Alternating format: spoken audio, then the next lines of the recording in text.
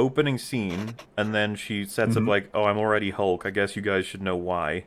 Play flashback until flashback is over, one more scene, and then that's the end. Yeah, It's pretty fucking obvious weird. that was like they changed their mind. Yes. On where that episode was gonna slot in. I'm pretty sure there was a quote from like the showrunner or one of the directors like her and Hulk like on in Mexico and training and stuff, that was meant to be later, and then they changed their mind, and it's so obvious. You don't have to do this, but isn't it worthwhile to get to know her before the accident? Exactly. Yes. Yeah. Don't have I don't to. know. Well, I don't know who she was before it, and I guess I never will because we never see it. Yeah. It's Shulkin time. Yeah, because I thought we were talking vaguely, by the way. I wasn't sure. Oh well, I Seems guess like yeah. we're Okay, well, so we'll really start going through it. The opening. She's doing like she's practicing her. Is it a closing statement for? Yeah. I thought she was like actually quoting Uncle Ben at first. I was like, she's talking about, I don't really remember directly, but like there was something about responsibility and like power and greatness. I just like, what? Yeah, I think she did like the most obvious stuff, right? Like, is there a duty to not misuse your power and an obligation to help people and stuff? And It just feels like the Amazing Spider-Man all over again.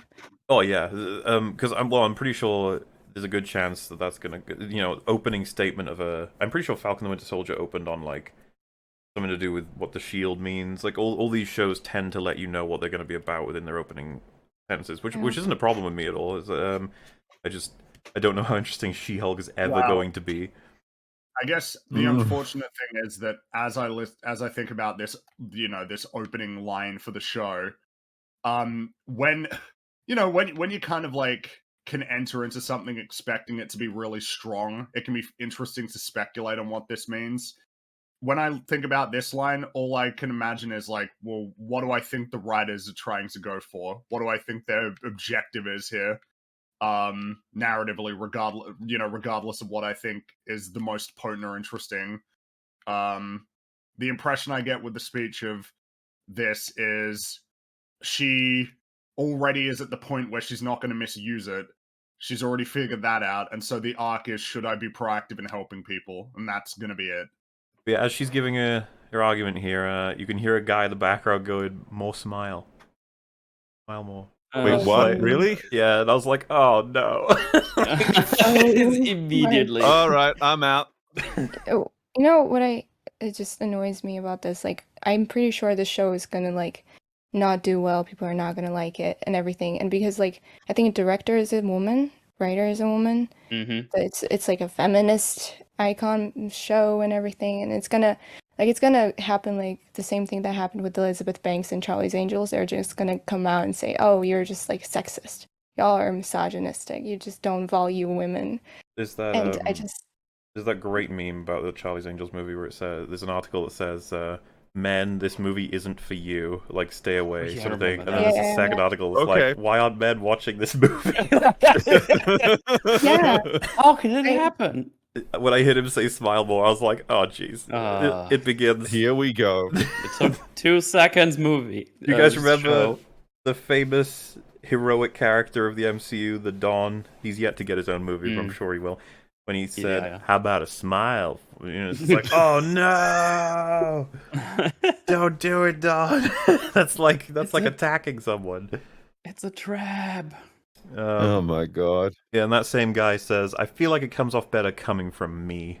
I was like, oh. Oh no. I already know what the show thinks of this man. I don't even need I don't need any characteristics. I know I'm supposed to not like him. It's okay. I got it. I got it. Well, as is confirmed later in the episode. Remind me, what even... I'm sure it's not that much of a spoiler or anything. What happens to him later in the episode? I can't remember. Well, because later she's about to go up to give her a closing statement, and he says, like, don't screw this up. And then her paralegal friend rolls her eyes. It's like, right, so... Yeah, so he's just a cunt. That's what I'm saying. It's like, it's so obvious what you think of him, show. I know... The show is this annoying guy sitting next to you on the sofa like, I hate that character. And you're like, I know. Yeah, I know. You don't stop talking about it. Well, Yeah, it's I mean, obviously we don't get much of an impression of her friend, but like I don't know, I get worried that she's not going to be much of a character, that she's just going to be like the affirming best friend The who doesn't validation really have person, much, yeah. yeah, like who doesn't have much of a perspective on Yeah. anything and kind of only exists to help prop up the main character, which isn't great. Feels like you could do a lot. Who knows? Could be totally wrong. On the subject of the sexism stuff, it's kind of what's interesting about this is that just how transparent it's become that this is just a deflection tactic to keep critical eyes away from the show. Because when you're saying that your bad CGI is like people perceiving it as bad CGI is just a result of a sexist mindset, something that most people can, anyone with a pair of eyeballs can see that this CGI is not working. Like, I think you kind of got to rethink what the hell you're saying to the press about this stuff, because this is ridiculous at this point. Like this is, there's no ambiguity like with the writing. Like you don't need to like actually really properly think about you know, stuff like internal consistency and whether it just generally makes sense. Like with the CGI, most people can see, yeah, this is not tracking as something that looks real. Yet if you're still, yet they're still going, oh well, you know, if you think the CGI is bad, it's clearly because you're not used to CGI being used to represent the face of a woman. No, it's just bad. Wow. It's just bad. It hit me today.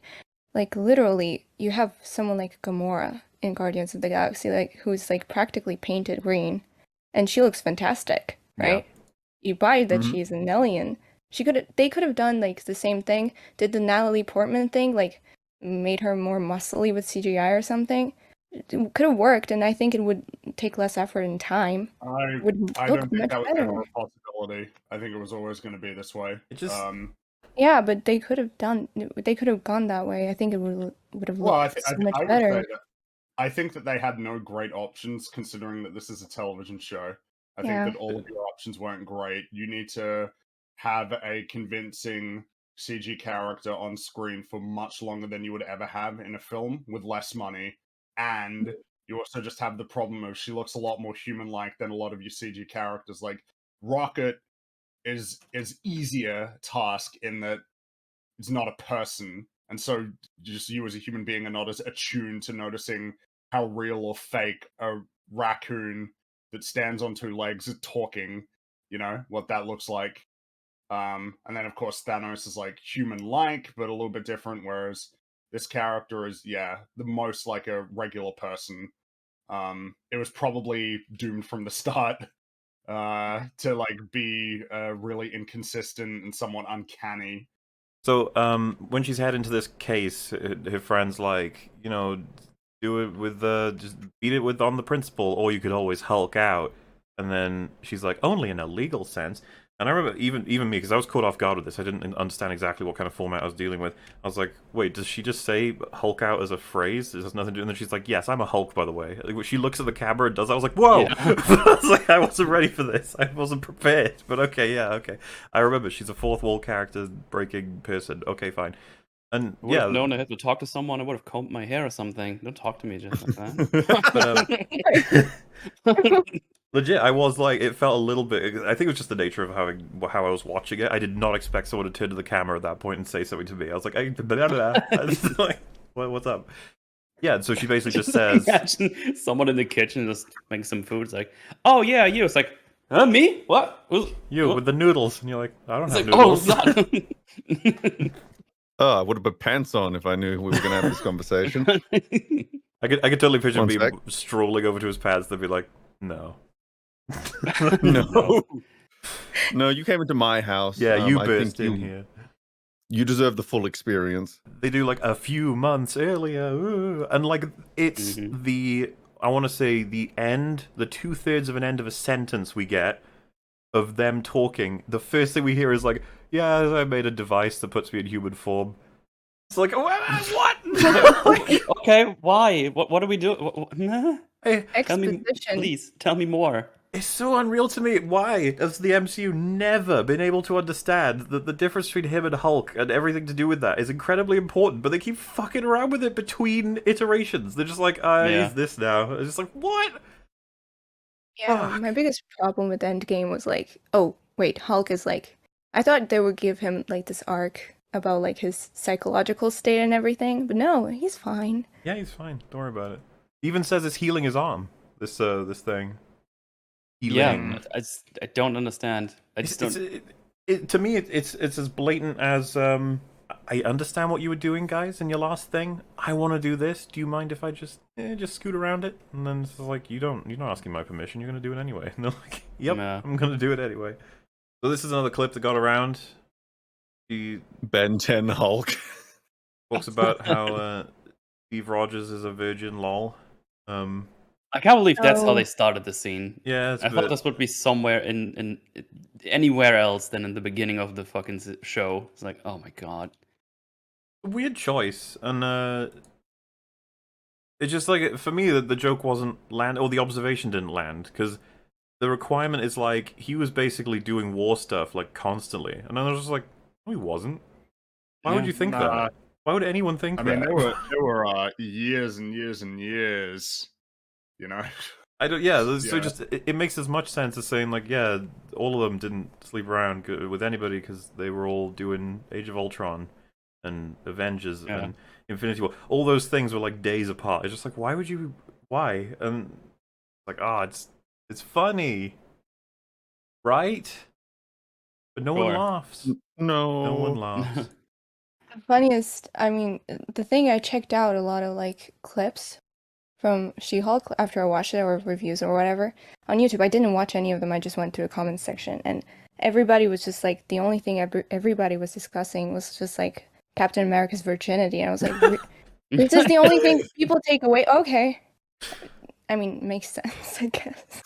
This frame that you're on, like, because you weren't looking at the road, Yeah. and then the giant spaceship just descends. Wow, that is a stealthy and then ship. that causes the entire thing. Oh, the dude, I entire have plot so to many questions that the more information we get about this Sicarian ship as the show goes on, I wonder if this scene will get worse and worse the more they tell about it. Like, I mean, it may well, because it's probably setting up a future movie. yeah, she talking about that, and then that just appears, and she crashes in such a way that it just fucks him up completely. And like it's so obvious, I guess, because I already knew what was going to happen, so it's kind of unfair to me to say, but it's just like, oh yes, she's got a wound on her arm. Is From- Bruce smiling? Probably. Well, she does. In fairness, she doesn't actually have a wound, right? She cuts her arm when she's crawling That's out. one on the door. Yeah. Yeah. So, and then she drags Bruce out, and the blood from his head gets on her arm. And I think he So even I guess he can doesn't he say be like harmed, something while being a little. He says, "My blood, like, watch out." something like that? Yeah, yeah. It would be This weird. is probably one of the worst origin stories I've ever seen. It's I What can't the- believe they didn't use the What? fucking source. The source is way better than this. The whole Yeah, blood sorry. transfusion Blood thing. transfusion. Yeah. Yeah, I mean, Why not? It makes so much sense. It's sitting right there. And you clearly read the source because you're fucking with portions of it.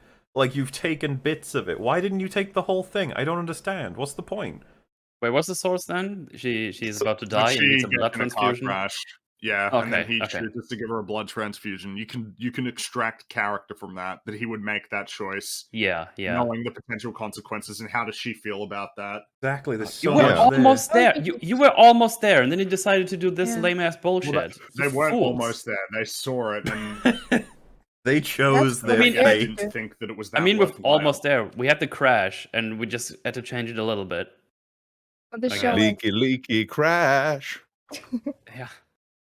just no character writing. Just we can go without it. It just Well, let her drop on top of him and just. So I guess. Oh wait, actually, we can get to that in a minute. one thing I got from this almost to me, I was like, holy fuck, this is one of the most jarring TV show episodes I've ever seen. Like, we're already done with that. We're already done with that. We're done with this. She's got her power. Mhm. She's She-Hulk already. And Yeah. Yeah, I was just like, oh fuck, we're moving real fucking quick. But that makes sense, because there was a lot of things I've seen people talk about with this show, and then I was like, wait, one episode's only like 30 minutes long. What? How does that happen? Like, what happens in this thing? Don't worry, that makes sense, because we get a new scene every like 2 seconds. But yeah, Fast. she hulks out immediately and runs off into the forest. Yeah. It's just like, That scene oh, was so confusing. I was just like, Bye-bye. what happened? it's crazy. It's so fast. Everything is so. Oh yeah, they also show that Bruce is hulking out too because his device got His arm damaged. band. Wakes up in the forest, walks into a bar, walks into the bathroom. Is like clearly just had a real bad day. Four ladies walk in and just give her a makeover. Yeah. What? That's that. Yeah. I don't know why would you write any of this way? Like, what is this? I found it also weird because she gets to this bar or whatever it is, and just sneakily goes to that public toilet. Yeah. Instead of going into the bar, it's like, hey, there was like a car crash, because that's surely the last thing she remembers. Can I have a phone? Because that's all she apparently wanted from the other ladies here in a little bit when they arrived. So I don't know why she just sneakily went into the Well, public room. It's and weird. did you Are catch? there just roaming bands of women giving makeovers to Apparently. whoever looks like they're Not dirty? in my experience. Wasn't there a Oh, quote from okay. the creators of this scene that they were like, the women's bathroom is a very sacred, safe place, and all women know what other women need when they're in there, or some shit like that. It was You know like, what? excuse me. I'll expose all the women. I mean, the only like women like that the only way we support each other is just hold our hairs back. Maybe I don't know. That's that's the most feminist thing that is going on there. And you know, it just Wait. They don't supply them a full makeover and new outfit whenever they go in? They Like, don't it's give fucking- you shoes. It's like GTA. She walks in and it just like presses button and she's got a new outfit. It's like, what? Because I think some people in chat might not appreciate what happens here. I'll try and fast forward, but it just basically cuts and she's just got a whole outfit done. And Yeah. see, look at her. It's like, what the fuck? Like, what? Where did the first? I just- What? They even give her shoes. They give her shoes. And you're like, wait, what was this again? It's like She-Hulk. You're like, what? What? Like, what? Oh, and there's a line of something like, "Who did this to you, babe? He's not worth it." He's not worth it. What? Like, Fuck! This script is transparent. I can see right through to the writer. Yes. crazy, right? Speaking of, she stands out here for about 5 seconds, and then some men. Ugh, The gross. men turn. Look at these predators. I thought we were over They're this. like, hey baby, you wanna? I don't even know. I think they only go as far as saying like, wanna hang out, which is already, you know, they're at the Dawn level, so she's clear to break their hand. So it's not even like the 80s Supergirl movie where it's very clear they're trying to sexually assault her. It's just like, hey, what's up? And they're just like, you die now. Zoom, zoom. La, la, la. There's this entire episode which is like big text. It's like 30 minutes of black screen and written like black screen and patriarchy written on it. And that was it. That was the entire episode. It could What a have safe- just simply been that. Would have saved me a lot of time for sure. I mean, her just Yeah. chilling there, it's like whatever. And then if just any male is like, "Hello," I'm like, "Oh, villain." He's gonna get her. Run. He's gonna get you. Wasn't- Go die. Wasn't it a similar thing with WandaVision where as soon as the white male general shows up, Yeah. it's like, oh yeah, you're gonna be like the antagonist for no reason. They make the fatal error of giving her lots and lots of attention, and she fucking screams at them. That's And the then whole- things get real weird because I had to watch this like 3 times over because I had no idea what they were trying to say happened. But I can go frame by frame here, so chat, you can Well, see. She's I'm pretty sure Hulk tackles her, right? That's where I was going with it. You fuck. I couldn't tell if she had punched one of Oh. them or if something thought you else had still didn't- happened, and then I But I rewatched still it. didn't know. That And is then I a was beautiful like, face. "Well, no, I can though. go frame by frame, innit?" So Oh, yeah, actually, I'm gonna- looked like she was gonna do something violent to them. Luckily, a superhero was in the neighborhood. Oh, thank Thank God. So yeah, Hulk just turned up, I guess, and got her out of there. But again, because of how jarring the show is, we apparently go from the guys like chatting her up, to her about to do something to him, the Hulk tackling her, to black screen, to her waking up in Hulk's little like chill place. And it's just like, wait, what? This What? this is the pacing of like a 5-minute animated skit where you have to just be like beat, Exactly. beat. Feels to me like what's happening? This feels like a pitch, like you send to somebody. If this was all drawn, there's like storyboarding, and you're just like, this is kind of the broad strokes. Obviously, I'll fill it in as we go. Yeah. But yeah, we're here now. It's like she got knocked out, I guess. I Yeah. guess so. All So right. you could probably see it. You could probably see it two ways. I mean, not really. I guess she got knocked out one way or another. But she either got knocked out by Bruce or Hulk, whatever you want to prefer to say, Right. or she just doesn't remember what happened after because she's not in control yet. I don't know. Is that supposed to be the And then- Ultron helmet, by the way? Yeah, it is. It looks like it. Yeah. Oh, okay. I don't know if I would want to See, keep that everything's tied as an... together. I know. It's not really a great So- heirloom, is it? Certainly Remember not for that fucking Banner. big robot I helped create. Yeah. And nearly destroyed the world. I mean, I would argue he's equally as responsible as Tony. People don't like to think about that, but unfortunately for Of Banner, course he he did is. agree. Yeah. So now we're about to get like a very long set of things being said that it's so annoying that they have the power, these random writers that get brought in to just absolutely do whatever the fuck they want with the reality that is the timeline in the MCU. And it's so unfortunate every time I have to listen to some random be like, right, so this is what I think happened between all these characters you've liked for decades. Just like, oh man. Oh no. Something I found interesting, one of the first lines he has is, don't worry, I talked to your parents, they know you're okay. I'm pretty sure it's ADR. It's done off screen. You can't even see, I don't think you can see his head. You can only see his body when he says it to her. I think that's funny, because that's probably the matter of the writer didn't think she would give a fuck about telling her family on their first draft. Because, like, that's so consistent with the writers across all this. I was talking to Frankie about this the other day.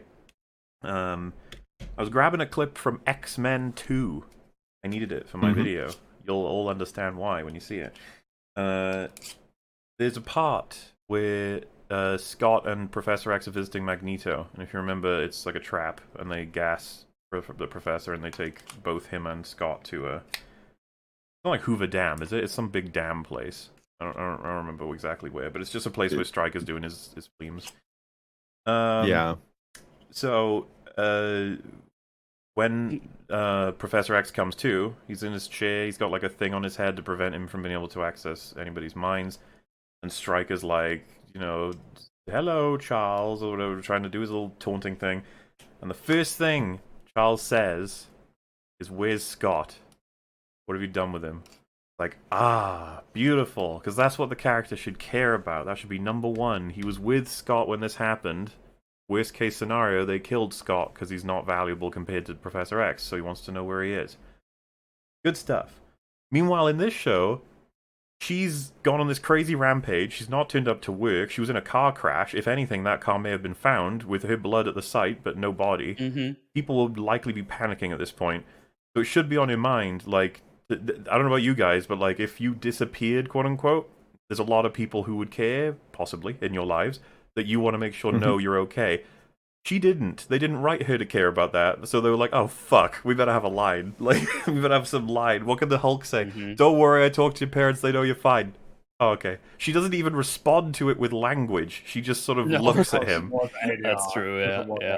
Yeah, it definitely was. And like, really would that confused with the- would that even be good enough to be told, I've told your parents you were in a car crash and that you're okay? It's like, well, no, I need to speak to them. As for the ship, he just says he's going to get to the bottom of it. And I think he even says at the end of the sentence, like, weird things happen when you're a Hulk. Like, yeah. Okay. I know, I think it's kind of a funny line. I don't know why. So yeah, he explains that he and she have unique DNA that does stuff with gamma. Yeah, they're able to synthesize gamma radiation with their genetics. And I was immediately like, "Oh, is that like a family thing in your family? Would your brother be able to do that too, or is it just completely random and lucky for her that that's a thing that works?" Well, I guess the thing is this is where I get confused. I would assume that, but I'm pretty sure he later says it was like 1 in a million. That I was don't know why weird. you would say that to describe like a shared genetic trait, you know? Huh. You know what I mean? Like I don't know that yeah. Yeah, I'm not sure how I feel about it. Yeah. And there's just this happens in this episode so many times, but he says somehow like her blood is special enough that it does that, but also it healed his arm. Like he managed to synthesize her blood in such a way that it just fully healed his arm. And yeah. he's like, oh. Why? And her response to that is, oh, because I'm better than you? Yeah, it's like, what are you doing? What are you saying? And There are this He's- so many ways you could have phrased. You chose that one. well, so she does it. Okay. You can tell what they're going for. That she's. It would be in the same way that if I'm because I'm better than you, like smiley face, like tee hee. But you're just sort of sitting there like, ugh. And she does it so many times throughout the episode. I was like, Yep. what? Like Oh, it's yeah. like if Ray from sequels actually like had a fourth wall break and just was like, yeah, I am a god, basically. Oh my god. Well, it just doesn't. It's Lol, relentless, fuck Luke. right? Because he corrects her. He's like, no, different. And This is different. you know, as a result of this, I can be myself again. Then she goes, oh, smug Hulk. Yeah. It's like, It's just like what Kappa the Hulk. fuck? And he's like, no, Smart Hulk. And she's like, it's pretty smug to choose the name Smart Hulk. And then he's like, I didn't choose the name. That's Like just this like, dialogue to me, like it's not. It's like chemistry-less. It's just like, do you guys hate each other, or what's going on? Like, yeah. I mean, they definitely had her character. I can tell you that much. well, that's the big thing that's going around right now is that everybody's like, man, this is a really hard to like character instantly, which is a problem they've been having with a lot of their new Mhm. characters. Very difficult to like them because for I some guess that's reason consistent. they keep trying the strategy of, well, what if your characters you like from before say that they're cool and then also get beaten by the new person in every way, like characteristically and power-wise? Wasn't that good? Would that No. do it? And you're like, oh, No. oh, No. oh, No, that's no, that's no. not enough. That would be maybe a nice extra bonus. They would say that the if you cult. do if you if you do There's a few if you do- steps before you get to there, before Yeah. you can earn anything even close to that. But you know, what do I know? I don't get paid millions of dollars to write this shit. Well, that's your Yeah. fault, isn't it? Should be. That's true. So yeah, he's like, "Oh, this is big old curse. Sucks to be you, Hulk, Hulk, Hulk." And then she's like, "Well, just give me a device like you had to make me not a Hulk." And then he's like, "Well, that was a prototype." And then she's like, "Do it for me." And he's like, "It doesn't work like that." And I'm just sitting here like, I don't know. I don't know how any of that works. That's really up to the writer, isn't it? Like the writer could have been like, "Yeah, you can have one," or "No, you can't have one." But obviously, we quickly find out she doesn't need a device because it's pretty much like a switch. She can just turn She-Hulk on and off whenever she wants. Apparently, well, it's weird because the first time she definitely wasn't in control, but then all of a sudden in the lobby it's like, oh no, I'm fine, I can do it myself. It's like, oh, can you? Why? Yeah, he like vaporizes her blood and says that this is hyper dangerous. That's a plot point. That's definitely going to be a plot point. Why would that be Yeah, to me it felt really highlighted like so specifically, unless that's going to be relevant later? yeah, it could have just been like, you know, destroyed all traces of our blood from the not crime scene, the scene. But instead they make a big deal out of this thing, and it's just like, oh, okay. Yeah, I don't know how that's going to come up. Maybe the Sicarians will relate to this in some way. Maybe they're gonna use it to make the son of Hulk from Planet Hulk or something. Like that's how you get that character because they do. Oh look, I got the blood. Now we've all got a Hulk. More plot relevant to the show. Maybe. Someone will want to get the blood. Yeah. So that they can use it to get superpowers. Yeah, he says you got to stay away from people until you learn how to control yourself. Because at this point, he's treating her entirely like she's got the same issue he did back when he was. As he should. Yeah, it makes complete sense. They have. Oh yeah, what happens when food. She-Hulk gets her period? That's a good question. Oh, that's not a good question. Why do we have to answer? No. It's a relevant question. So, you guys may have seen this from either trailers or clips or whatever, but there's this setup where he's got her in a room, and he's like, "We got to trigger your transformation with anger and fear," and she's. I got to read this out, okay? I'm sorry. Okay, go on. She's like, anger and fear, those are baseline for a woman existing. Disagree, Your Honor. Yeah, well, hey, Objection relevance. This is will be thoroughly enjoyed by women everywhere, I'm sure of it. To get a bit of the reverse, he just starts up the saw blades machine. Mm-hmm. Now, this is pretty bad for him as Yeah. a character, considering that later in the episode he uses a megahorn and that works. It's like, man, maybe we should like ease into this, you know? Yeah. Like maybe I don't- start with the megahorn and then I don't see the point of this. move on to the torture chamber, you know, instead of, especially considering that when you got in the crash, you got hurt, my man. Like, so she could be hurt too, I presume, unless that device he put on him like just makes him so that he can be seriously maimed, I guess. Yep. Part of the absurdity of this is like he's really enjoying this. He's like, oh, Even though like he shouldn't be, yeah. as though he 100% knows the outcome, but he couldn't possibly. He couldn't know the outcome. Yeah. She's only transformed twice, and you understand nothing about her condition. Neither of you do, which, of course, I don't know why I'd be highlighting that for any particular reason, that neither of them have much information at this moment. Yeah. And so, nor will in 30 seconds either. But yeah.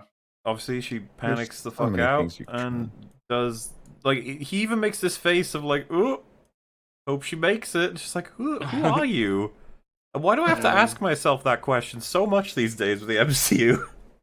Who is this character that I thought I know? God, that's quite Who are you people? quite a face, isn't it, right there? It's like, ugh. Yeah. Get some It's emote like face. gore. Hulk cringe. So, yeah, she does Hulk out. And then he's like, woohoo, you did it! And then she gets angry and, like, breaks open the door, which, to be fair... I mean, yeah, he did try to kill you, so why not? I Yeah, don't know. yeah. Like, it was hard for me to feel things. Like, at this point, I was just like, why is any of this happening? Because, like, getting her to quote-unquote Hulk out is a hell of a lot easier than what he just did here. And this whole Yeah, facility it is really fucking is. absurd, if I'm being completely honest with you. Like, what this particular let's not- thing...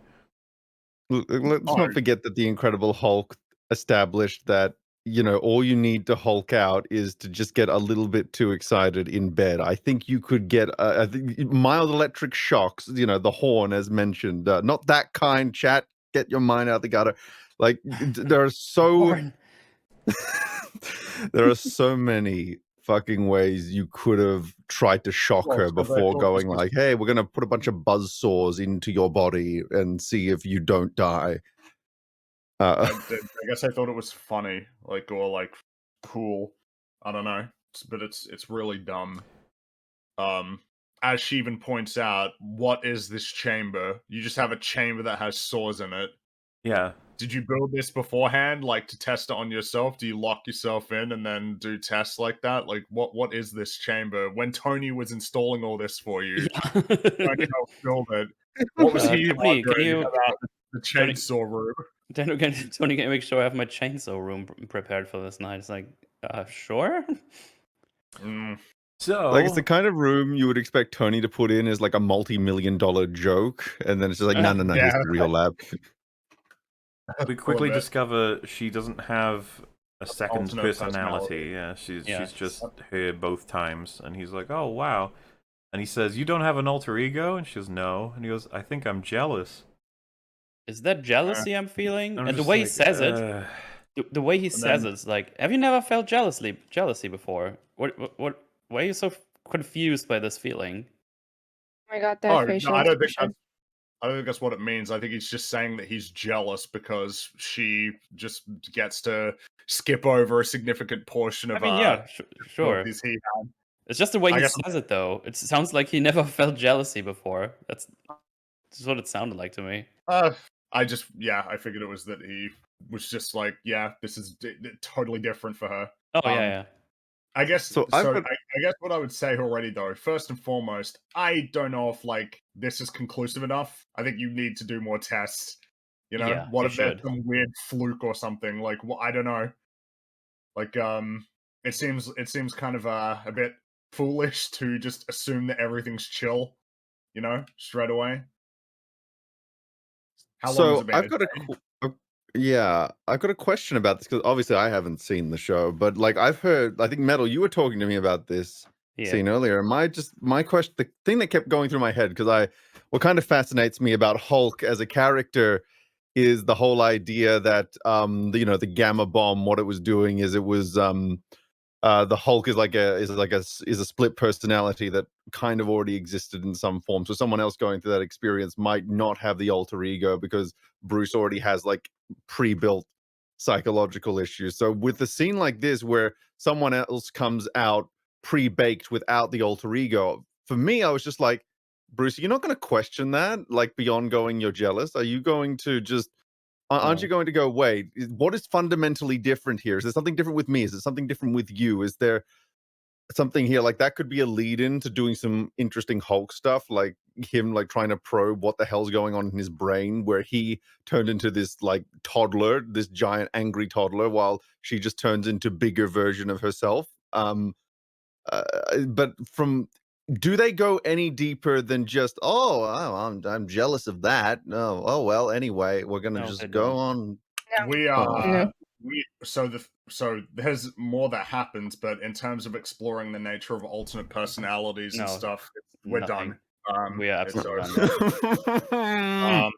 But then this leads into like probably like the first part where I got particularly frustrated because Bruce is like, oh well, I guess he has like a little binder that just documents the whole journey of Yeah, because first he's a getting scientist and smart. He documented all the things that's been happening. so he's got the little binder, yeah, that goes through like getting the exposure to gamma radiation all the Mhm. way through like integrating the two selves, and he rips it out, says, oh, we can skip that, and then Jennifer says, kind of seems like I'm done here. Yeah, Man, it's been a day, man. Like, you're not done here, and the fact that you said that you're done here, it says something about your priorities. You are Sure now does. quite dangerous innately. Ross described Hulk or compared him to a nuclear weapon, which seems apt in terms of the Mhm. destructive capabilities. To just be like, yeah, seems like I'm done because I don't have an alter ego I have to deal with. I'm good. I can go home, right? Yeah. Like, ooh, don't like that. Says something about your priorities. Your priorities being you specifically, with Oh, yeah. no regard for like anybody else or like any potential problems that could be caused by your new condition. Do you know?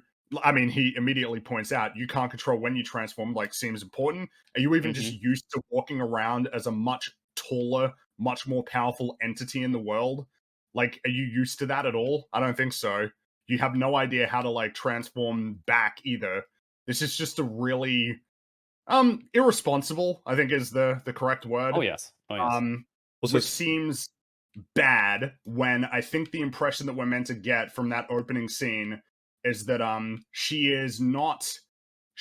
is supposed to be to some extent thoughtful and considerate with regard to her moral framework. This is not indicative of that.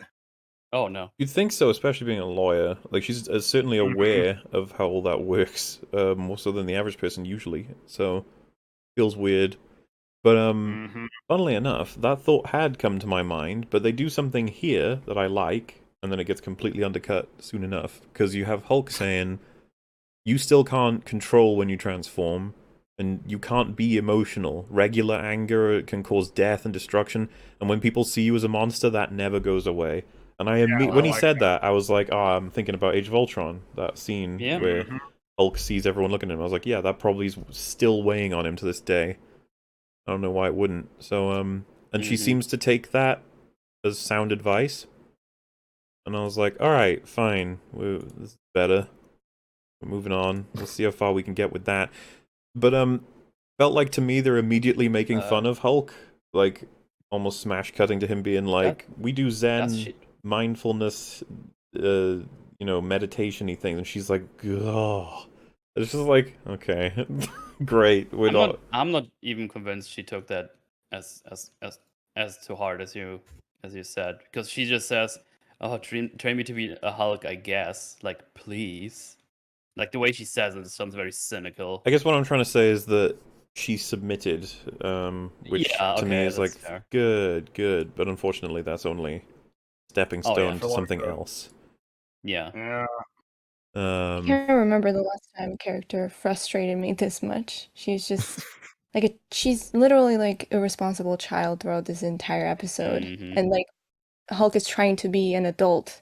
And Bruce is trying to be an adult in this situation, but she's like, "No, I know better." Yeah. And I'm like, "You Of don't." course, it's like no problem that she obviously is not happy with the situation and wants to get back to her regular life. It's just that surely you recognize that for a time you can't for the sake of Yeah. everybody else. I feel like It's just like if someone tells you who has been dealing with this for 15 years, it's like, hey, if you fuck up once, like you could kill a lot of people, including your loved ones. I would be Yeah, like, and oh fuck, yeah, take as It- much time as you need. I don't want it's that. been one day. It's been one day, and her nature has been fundamentally altered in a way that is like potentially very dangerous. To just not give a shit is not great. We get to see Hulk fucking around with her some more, which is still strange to me, but whatever. Just the horn waking her up with that, and then Yeah, Yeah, no, not that this horn whole- meme. Stop it. this whole episode feels like a montage that was like too Yeah. long. Oh yeah. and then he's like, wherever you live in future, you need it to be reinforced, and she's like sighing. I assume because she's like, I don't have to do any of this really. And then they're doing Yeah. like exercises. He's telling her about spandex. He tosses a boulder. She tosses one, and he gets really insecure about his boulder tossing, and so he fires a fucking comet into Earth. Sure hope that doesn't come down on any populated area. I don't see how this could possibly be anything but dangerous as fuck, what he does there. Yeah. Yeah. So yeah, his speech does kind of ring hollow, doesn't it? This is what I mean. I had a lot of trouble watching these little bits after having him be, like, all about the responsibility. I was like, okay. I get that. We gotta get back to the memes. It falls right into our category of Marvel want to tell jokes all the time, and you're like, yeah, but your jokes are overlapping with some of your dramatic elements. Like, no, shut up. Our jokes are in isolation. Doesn't matter what the joke is, it's in isolation. You're like, it's not though. Mm-hmm. So they don't even saying try it to do is. the smart person man thing of like, oh, I have calculated the speed and trajectory of this throw so that Oh, that would be cringe. But Yeah. Doesn't I can't remember if there's like a line, like they're doing some like jumps and lands, and then she just goes. Doesn't she say like man or something like that? Yeah, she goes Yeah. like, "Ah, men, I was a men." bit I don't confused. even know what the Don't know fuck that was what's supposed to going be. Yeah, I was the same. I was like, is there something I'm supposed to be drawing from this? Like, what the fuck are you doing? And I guess that's Bizarro again town. once again that's comedy? Question mark. It is very funny.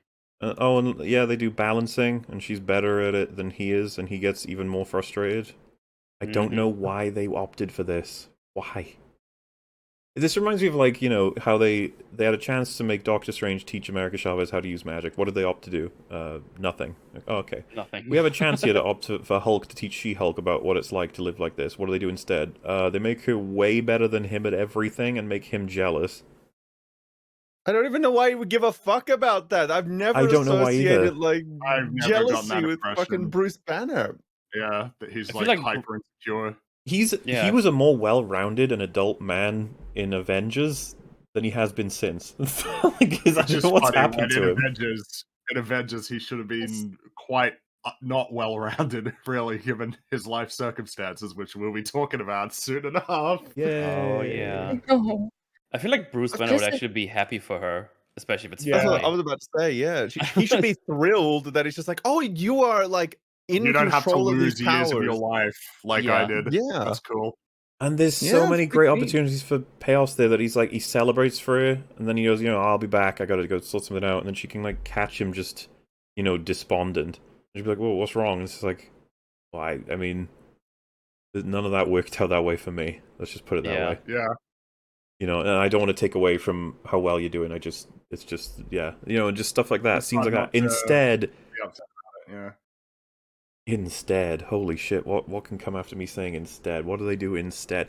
There's another example, by the way. They hit the ground, he does, then she does, and hers like knocks over palm trees, and he gets mad at her, so he hits her off the cliff.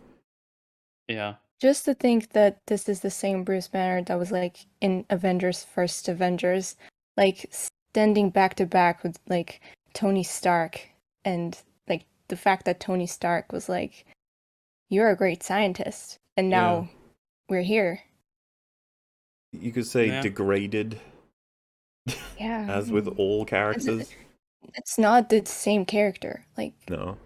I just. That's another thing I've been seeing in my recommended pop up a lot, is videos about how the Hulk has been destroyed. It's just like, yep. Welcome. How you doing? I think it's safe to pinpoint it at exactly Infinity War to Endgame. If not Infinity War, it was Infinity War's decision not, like, right at the end that really fucked everything up. Yeah. They had their chance and they screwed it up. Endgame just put him in his coffin, and then everything else has been whatever. Because, yeah, the opening of Infinity War, when we saw him get beaten up by Thanos, I think everyone expected he'd make a comeback. But no, he died there. that's Yeah. Hulk went into a coma. Some people think that him talking ruined him. I think people forget he said a word in Avengers. Or two words. Yeah. And he's been Hulk for years by the time of Ragnarok, so he's probably developed more of an independent personality by that point. I think they even allude to that with lines with Banner, with how I think he even says like some certain things about the Hulk had changed. And I think that was alluding to the fact that he had become much more of a personality rather than just full rage all the time. Which, you know, they could have done something with, but they did. Oh yeah, they talk about how they can get super duper duper duper drunk because what's the quote exactly? We can drink so much and not get drunk. And when I heard that, I was like, why would you do that? Like, what's the point? He says it's all buzz but no barf. So I guess you still get drunk. Well, then why apparently? would you say you don't get drunk? I don't know, because the writers are stupid. Oh, because you know, buzz. Like, I'm not gonna lie, the buzz part of drinking is fine, but I'm there to be drunk. That's the fun part. Yeah, same. Yeah. Not the I want to get buzzed. That sounds like shit, man. To down like liters of Malibu and just be like, well, woohoo, this feels a little. Could have also drank a Coke, I guess.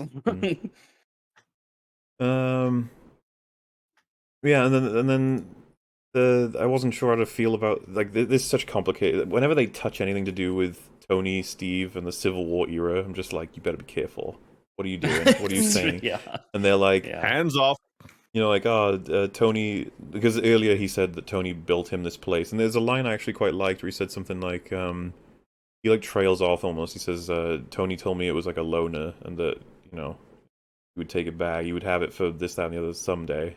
And then like he like looks down. It's just the implication of like, yeah, obviously Tony died. And then you see their initials are carved into this thing as well. And he says that a lot of the time was spent with Tony drinking and talking about Steve or complaining about him. And I was like, that's fine, that's fair, I'll allow it. That's gonna be relevant soon. Don't you worry about that. So, yeah, he's like, time to start the next day. And we're pretty much there. Fortunately, it's the amazing scene. So the main argument Hulk has right now is that you shouldn't go back to main world because you've got to get an understanding and full control over this thing, and the main thing that allows you to do that is controlling your emotions. Obviously, like, as an audience at this point, it's pretty easy to understand. Yeah, Hulk is very much an emotions bomb, and so that's the part that you got to get under control. If you rage the fuck out, you'll get people hurt. I understand. Yeah, it's all good. Alrighty. So then we have her giving a sort of response, you could say. And it's gotten around. I was gonna say like I could probably play it for you guys in chat, but I think it's just too long. I'd be risking lots of copyright fees. Yeah. So I guess I could read out the notes I've got, which are, you know, he's saying you got to regulate your emotions. You got to make sure you control them. It's really important to do that. And so she says, I do that all the time. I'm catcalled. I'm told what's what by incompetent men. I do it every day because otherwise I get called emotional or difficult or I might get murdered. Which I'll just read out the whole thing before. She says, I'm an expert at controlling my anger because I do it infinitely more than you. And then she says, all of this feels like you're projecting your shit on me. So, like, Bruce tried to fucking kill himself, and then Hulk wouldn't let him. And the reason he tried to kill himself is because he was sick of being this walking time bomb. No.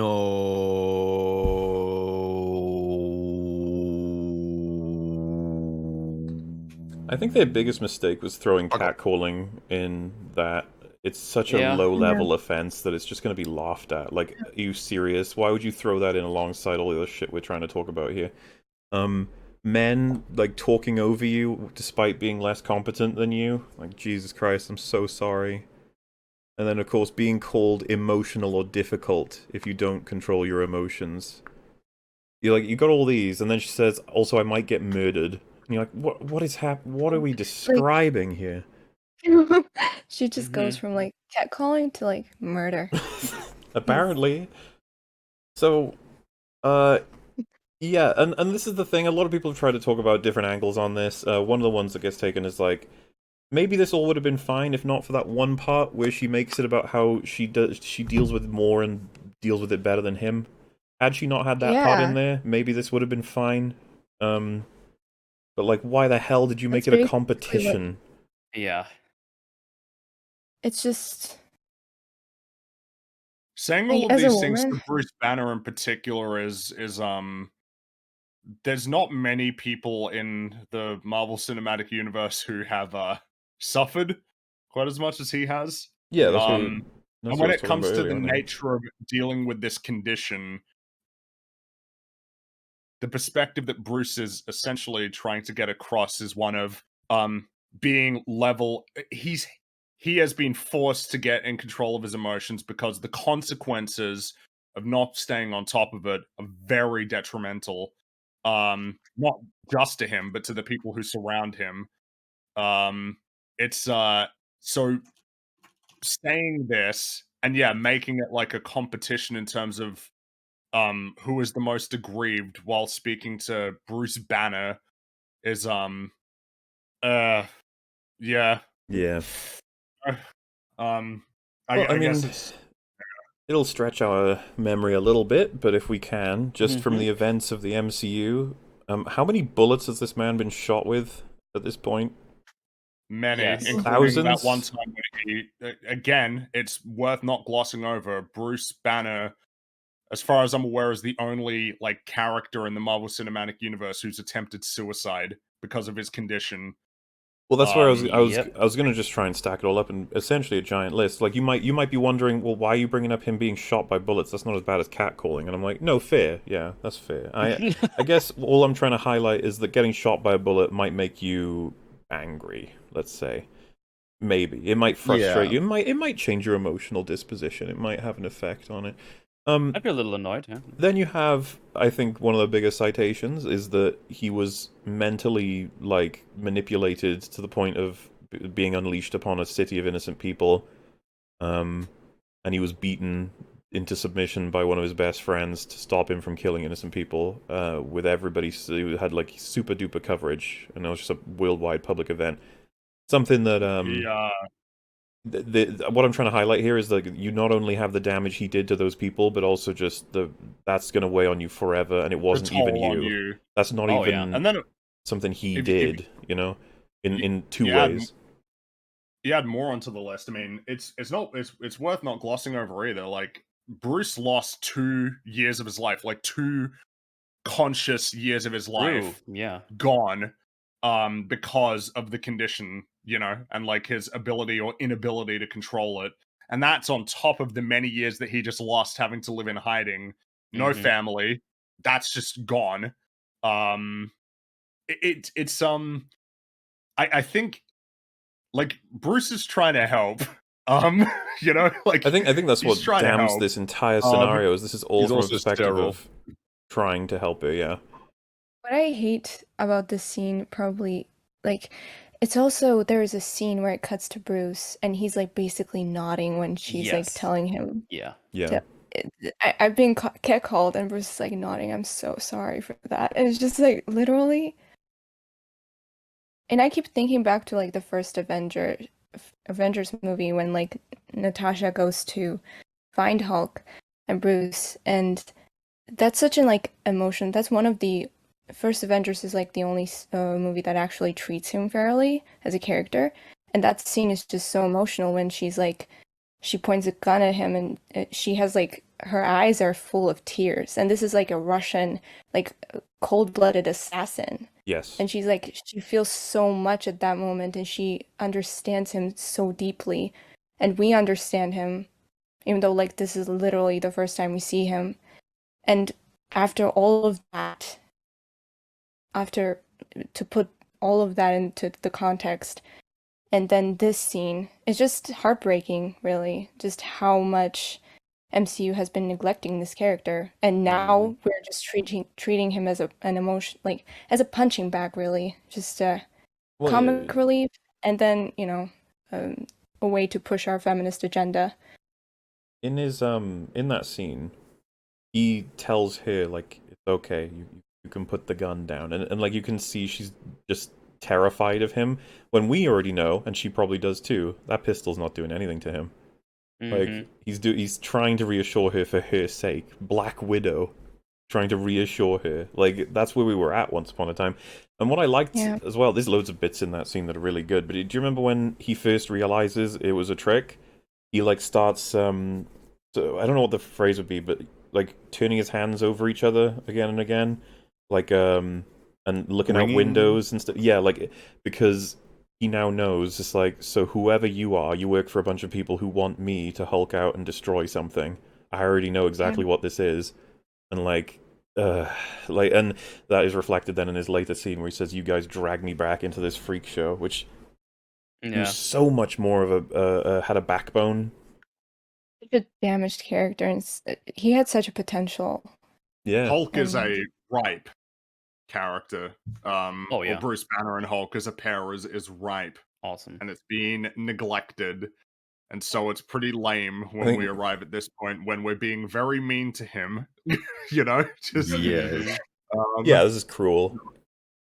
Yeah, so there's actually a video someone linked that kind of highlights all the stupid shit that that we've just been talking about. I don't know if you wanted to play that or not, if it's like too copytism or what, but I put it in the chat if you wanted to look at it either way. Is that the one from Lofty something? Wolvie666 just send it to me, and I think he also tagged in the Discord as well. You able to, just because of the sake of copyright, can you just summarize it, or is it? Well, it's just basically showing like the delete because the scene of the suit. So it's basically him talking about it's basically her lines about catcalling, and then slowly fading into like the deleted scene from the Incredible Hulk where he tries to kill himself, like the one that he's describing in Avengers, and then it's a montage of all the shit that he's lost, like Natasha and all the other shit that he's been through, and then just fading right back to her just bitching about again catcalling and like this really like in relatively minor shit compared to I fled the planet because I felt too persecuted subconsciously, or all this other stuff. Yeah. This reminds me of that meme on YouTube where there's like a twit of like, tell me a character who has gone through more, and there's like a picture of Rey, and then they literally put every other Star Wars character in the video and all the shit that they have gone through. And yeah, this is basically that situation all over again. Oh yeah. So she says all of that, and right at the end, she hulks out. I'll just show it right here. See, she does that, and see Hulk's reaction there. He's satisfied because he's like, "Haha, I was right." Of which she responds, "No, you're not. I did that. I'm in control." And she unhulks herself straight away. Yep. Go Hulk yourself. So whatever irony that was meant to be there probably wasn't intended. I think that that's the writer's way of being like, yeah, you think she's not in control when she made that speech because she was loud, but that's your own like sort of issues you're seeing there. She's not being what words does she say to describe it? Emotional or difficult. She's being honest. She's being forthright. She had complete control of her anger. You just think that she doesn't, when in reality she was just sharing the truth. I think because that's part of what she's complaining about, isn't it? Yeah. The whole, yes. if she said that she'll be seen as difficult or emotional when she lets anyone know about any of this, which is what she's doing in that speech. And then Hulk's like, "Haha, you are," and then she's like, "No, I'm not." So I don't. My point overall being that I don't think the show is going to undercut that ever. I think the show will sit on that as concrete. It'll say, "Nope, the scene is 100%." Especially considering a scene we get later when she leaves, where she quote unquote apologizes. Yeah. Oh, well, yeah, when she says harsh but very true, it's like Yeah. and then of course there's the meta as well that's kind of a bit difficult to get around. Like when you've got when you have to take it within the context of like I guess the world that we're in now, I don't really see that speech getting undercut. Yeah, I think the most criticism she's getting is what she got in this scene, which is you were mean. It's like I was mean, but I was right. Mm-hmm. As opposed to the like whatever perspective that was like it's yeah. The only way I can see this changing is if somehow they have deceived us, and all the other episodes after this are written by a ghostwriting team that actually knows what they're doing. And they then fix everything that's in this first episode. But I don't see that happening for some reason. That's outside the realm of what I see as reality. So no, I don't see it really going anywhere. Well, I guess my guess. Oh, sorry, it sounded like you had something to say, Nutsa. Is that Nutsa? Yeah. I'm trying to say it the right way. Yeah, it's fine. I think what I was like waiting for the entire episode was like her sort of being in control, but then like suddenly turns out her alter ego was like actually in control this whole time, and she will just lash out or something would happen. Like I think that would redeem the episode for me. It was just like, oh wait, there's just something wrong here. But like no, she's that perfect. It feels like the obvious thing to do here was like, oh, she thinks she's in control, but then something more severe happens, and then we see she's actually not in control at all. Yeah. No, I just think we're going for something. I get the impression that the arc for the show will be that she is initially apprehensive to embracing this new part of herself, but by the end of the show she will embrace this part of herself. That's the impression I get, is that it will be her realizing that she can extract a lot of value from her new state. And so I don't really think that has anything to do with what we had in this scene.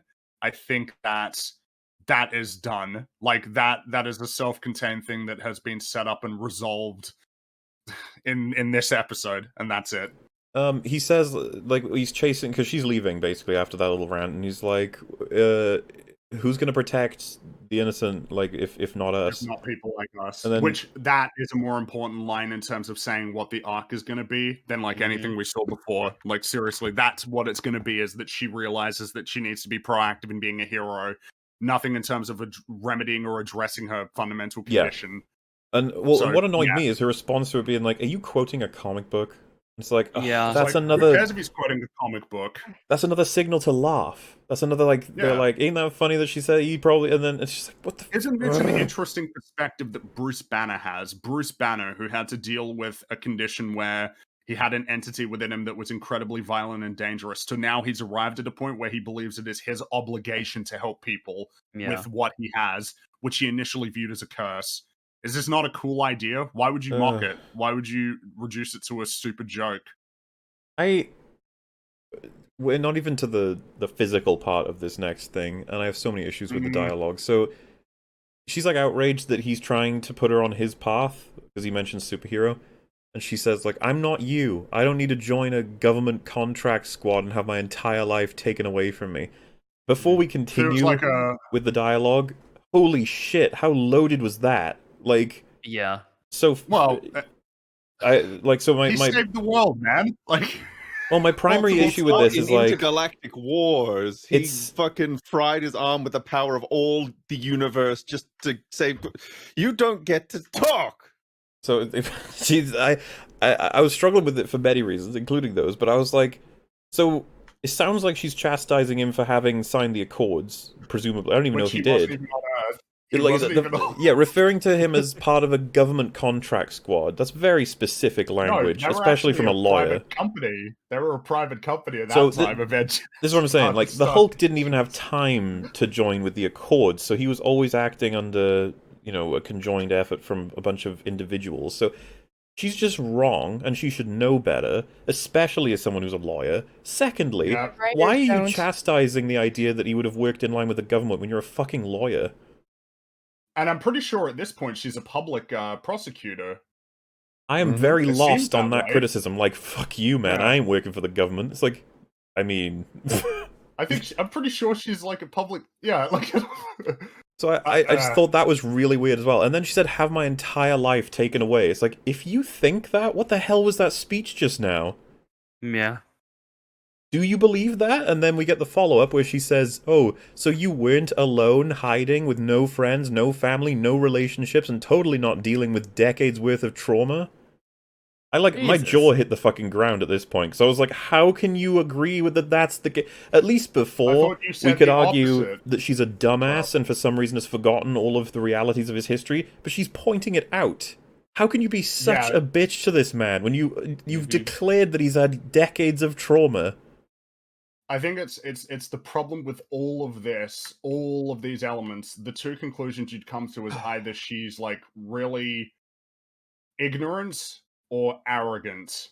It's one of the two.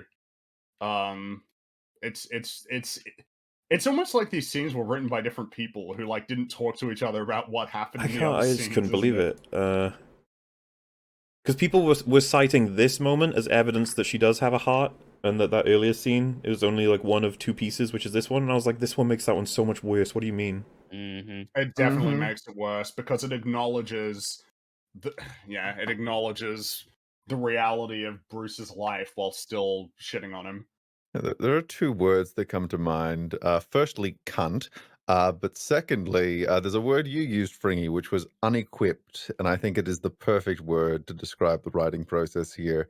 Everyone, well, I can't speak for all of them personally, but it's very clear the final product was the product of a team that was unequipped, not just for lore, but for characters, for basic story structure, for everything that just makes a story this living, breathing entity that's interesting to observe through this window we call a screen. They did not have the tools necessary to pull it off. And it is such a fucking shame. Guess what happens next? She runs over him with a car. Which shouldn't be possible considering that Bruce Hulk stopped a giant Atari ship. He's not only getting run over, he gets yeeted quite gets a absolutely yeeted. distance.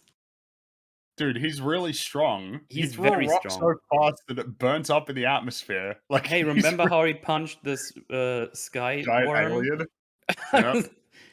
No, that Remember was Hulk. I don't know who this guy is. I don't know who he is. My bad. He's smart Hulk. Sulk. He's very smart Hulk. Yeah. Like, how this should be possible? He's Hulk. He's really strong. When it's also like, just elephant in the room, I guess. Just like, did you really just run over your cousin, man? Okay. Yeah, she did. Well, Yeah. and I mean, it's yes, but then it continues from there because he gets knocked over and then gets out of the rubble, and then she approaches him and punches him in the face. Yes, I don't know what they're trying to do. I think they want it to be insane. like, oh, look, it's like siblings, like, except they're two giant, like, monsters fighting each other and destroying everything. Wait, someone just said attempted manslaughter. Isn't that not incongruous? Attempted manslaughter. Yeah, I guess you could say like reckless endangerment or something. I was just gonna say, isn't manslaughter not attempted? The whole point of it is that you kill someone without attempting to do it. But Like, No, the this is closest just I being- can this think is is if you're just being attempting to make grievous murder bodily look harm, like right? yeah. manslaughter. grievous bodily harm. Well, I Well, mean, I guess not grievous because he's Hulk, but still. you don't drive a jeep into someone into a rock wall, whether they're Hulk or not. Typically, it's just not a nice thing to do. What and I yet- agree. It's weird because she seems to recognize, like, oh, that might have hurt him. And it's like, oh, you're a genius, aren't you? I mean, her friend told her so. She called her a genius in the beginning of the episode. So there you go. Yeah. Why did she punch him? She's upset. Cunt. He was just That is standing why. there. And this is after just you so rammed him into unlikable. a rock wall. Why'd you do that? Why would you Uh, do that? I don't know. But yeah, then they have a fight, which to me almost felt mandatey. Like we should yeah, get like, we should get a Hulk haven't had She-Hulk action fight. scene in Yeah. this episode. I did not Well- expect a fight this episode, especially not one involving Hulk and And She-Hulk. remember, Metal, there's always two. So there's a second one. Oh, Yeah, God, it's right after no. this one. Also, he does his Hulk clap on her, and then she claps back, and it's way better. It's great. Well, Yes, she it is. fails once, Yeah. and She, then like- she does it 15 times in a row. Well, yeah, she like annihilates him. She puts him in like a. His little ear balls. What's Yeah. funny is if you look at it, she doesn't even do anything different. It's just the same motion, and then it just works. Yeah, and she's just ruining him because he doesn't know how to handle that. And Gosh. of course, a lot of people have been comparing this particular clap to the one that it looked like in Incredible Hulk because we've reached the point of Incredible Hulk, like, nostalgia because of how little Hulk has been utilized. Oh, Norton, we're sorry. I haven't seen that film in ages. I already know it's better than this. It's Oh, not of even, course Yeah. it is. wouldn't even be Our remotely difficult. baseline for what used to be bad MCU movies has changed. And yeah, by the way, in the middle of their fight, they just crash into the little bar The that bar that Tony helped Bruce Yeah. build, his deceased friend. I just Yeah. I knew at this, but when I was watching, I was just like, why twist the knife? What's wrong with you? Like, why are you doing this? Mm-hmm. At least she helps him fix it. Yeah. It's something, I guess. But you started it. Like, I Oh, don't, yeah. like, I All of don't- this was crazy, and we've still got the jarring Guys, editing because the fight is over now. It just is over, and then we cut to the bar being fully built, and we just have him go, "Okay, you can leave." You can leave. Yeah. I was just Yeah, like, it's like, "What was all that?" why? Okay. We needed a fight scene for the trailers and for the mandate. People were getting bored, I guess, with conversations. He's literally like, "If you want to go back, whatever. You can call me anytime. Doors open." Like, oh, all right then. And Yeah. I guess you're nice, but what about all your concerns you mentioned earlier? No, it's the fine. one with all the dead people that might be happening. Is that cool? Okay, no. see, and then we cut back to where we were. And it's like, there you go, you're caught up. Now let's get on with my show. It's like, wow, that really was what that was, wasn't it? Like, Yeah. I want to tell my story here. What do I have to do to get there? It's like, oh, I got created by this accident. He tried to teach me to be it. I was already good at it. He tried to tell me it's about controlling my emotions. Of course, I know how to control my emotions. Right, back on with my story. And it's like, oh, Yeah. this is this. Actually, can you sort this one out? What happens in this scene? Like, what is this? So it's What like, is I guess this? they're I have doing their no This is closing the one with statements- Titania, right? closing statements in like a case that we know nothing about, except it seems to be like against an evil corporation or something that had like some product that harmed a bunch of people. So it's actually very similar to the one that they did in the Defenders for Matt, whereas against like a pharmaceutical company or something. I have no idea. Like, I have no idea what the actual case is.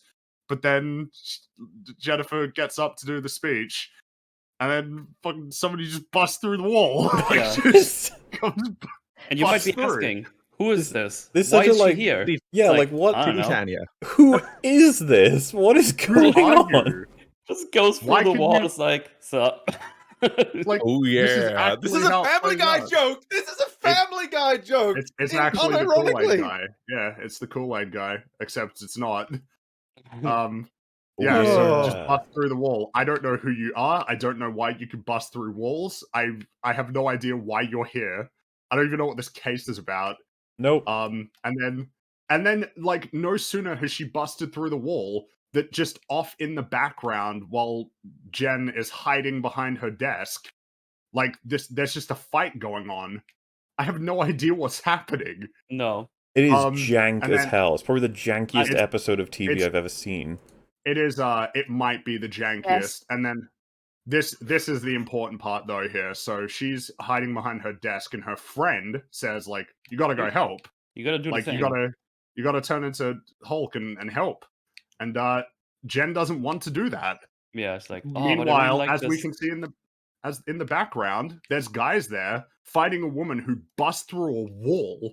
Yeah. So she's probably very strong, and their lives are in serious danger, that and everybody else in the courtroom, and you just don't want to help because you don't want to deal with the fallout of Which, helping these people. It's characterization, so I wonder if they'll hang on to this or not. Yeah. No, they won't. They And her wanted the outfit joke. remark. Yeah, I like really like that's this your big outfit. concern. Oh, my suit's gonna get torn up. Not, oh no, if I don't help quickly, these guys in the back might be dead. Yeah. Along with other people in the courtroom. Our hero. And the way she takes off, like, the shoes.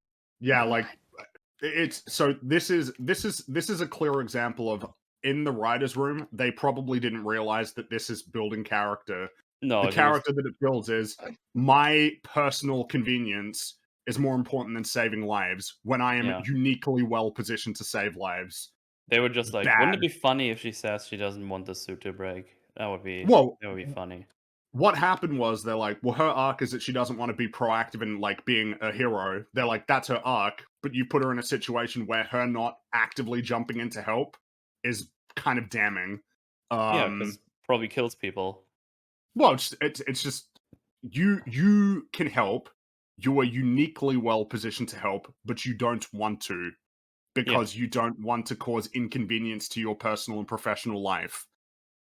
Ooh, not great. And then we get possibly the worst edited fight scene I've ever seen Yeah. in my entire life. Possibly Dude, the worst editing. When I saw yeah. this, I was shocked because I It's saw, obviously you've seen this, Yeah. you've seen this on Twitter already or YouTube or whatever. And I was like, oh, they probably cut this together for, like, I don't know, social media stuff.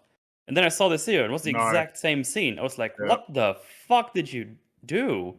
Why would you put this in your show? This Yeah, is so pre-cut. to try, I'll do my best here because of copyright. So, chat, you would have seen bad guy over there said something, I don't know. Then She-Hulk says something. And Then it's it just who are you? cuts. Look at that cut. Yeah.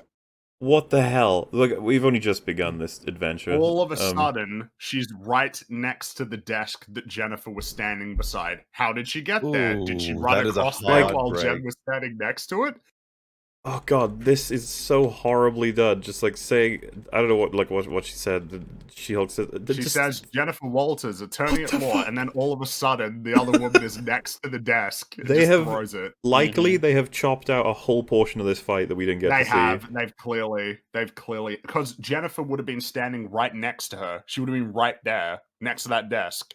Awful. But now all of it, and like, so one of the important parts of, like, editing, especially in a fight scene, is continuity. It is really important that the viewer understands where people are, where they're going, and what they're doing. Like, that's the important part. Showing enough information so that everybody can understand that. When you But have, like, these what if I don't want to significant- do that? Well, I mean, if you don't want to do that, the result is that a character that you told me was standing over there is all of a sudden standing over here, and this other character is all of a sudden standing over there.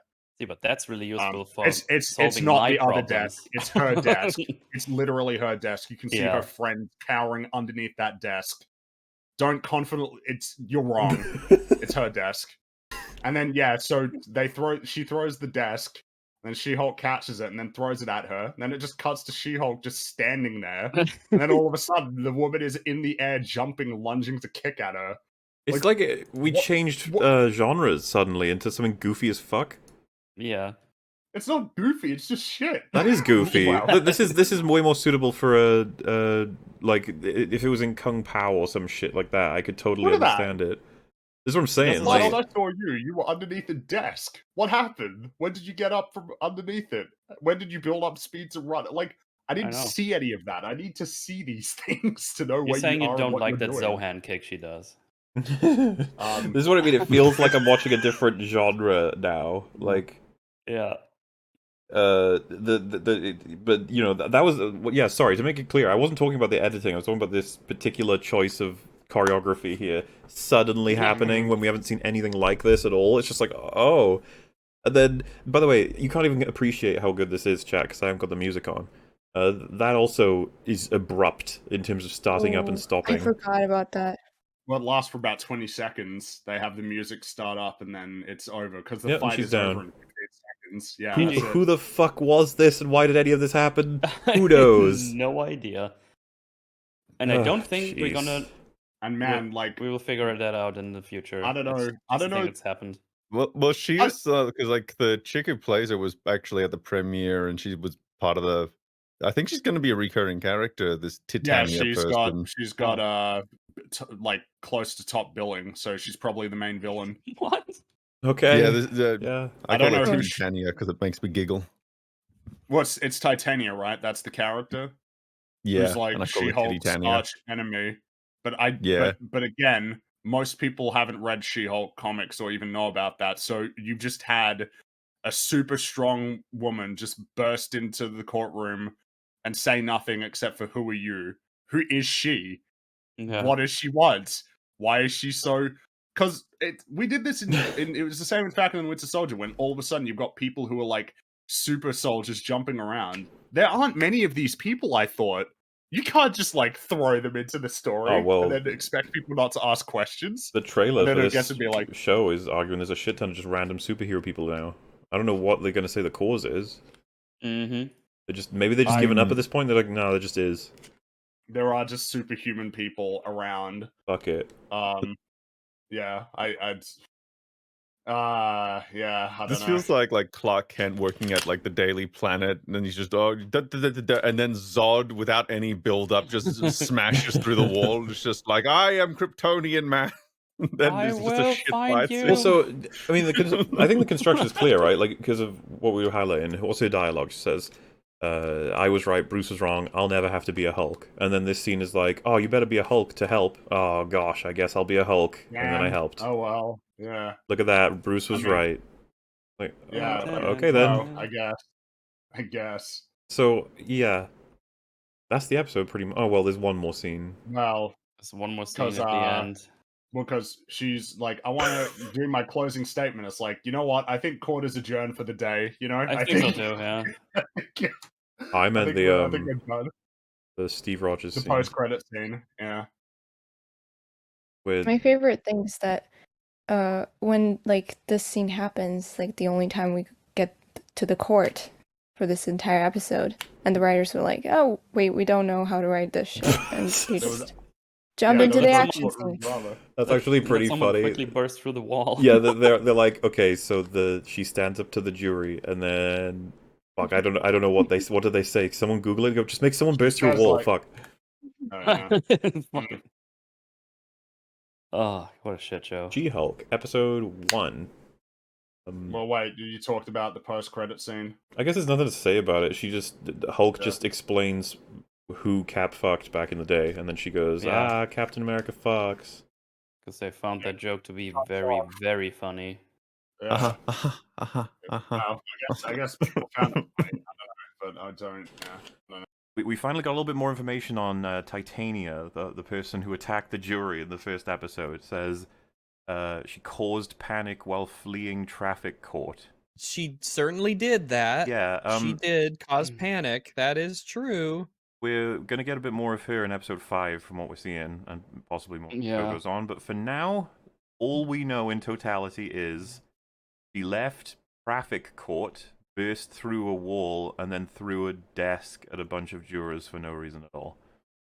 Yes, Because, which is the typical like- reaction to getting a trend. Well, Yeah. I guess something changed, obviously, because that fight was so poorly edited. There was definitely more footage that they didn't use, and maybe there was a whole explanation for that fight. Yeah, maybe there was like It just dialogue, you know? doesn't exist. Maybe. They're just announcing this, like, yeah, the jury are calling the green woman a hero who saved lives. And it's just, I thought a line was funny, because it's like, well, she is.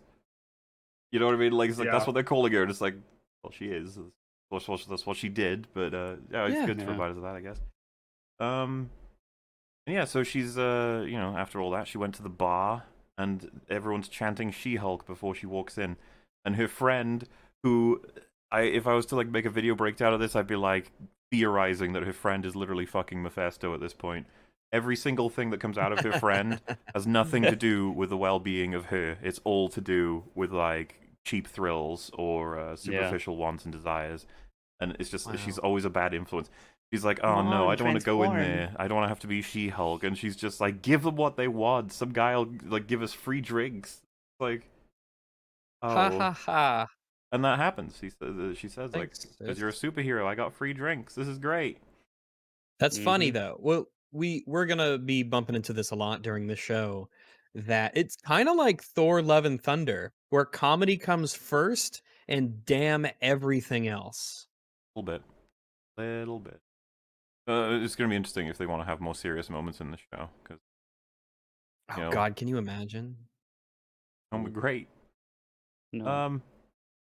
So yeah, she has a drink and she's listening to more people say She-Hulk, and she's like, ugh, I can't even exist without being a derivative of Hulk. So what you're saying is that she does not like the name She-Hulk. Which I mean, fine. Like, Yeah, that's totally fine. Well, I enough totally is the understand. beginning I of get it. a- You know. The beginning of a persistent running gag, which is, isn't She-Hulk a stupid name? But then things start getting a little weird, because every time they bring in the sexist character, you always like sort of facepalm, because you're like, oh god. Which one? Like, well, the main one, the guy who's so overt, it's Dennis. like they didn't even try.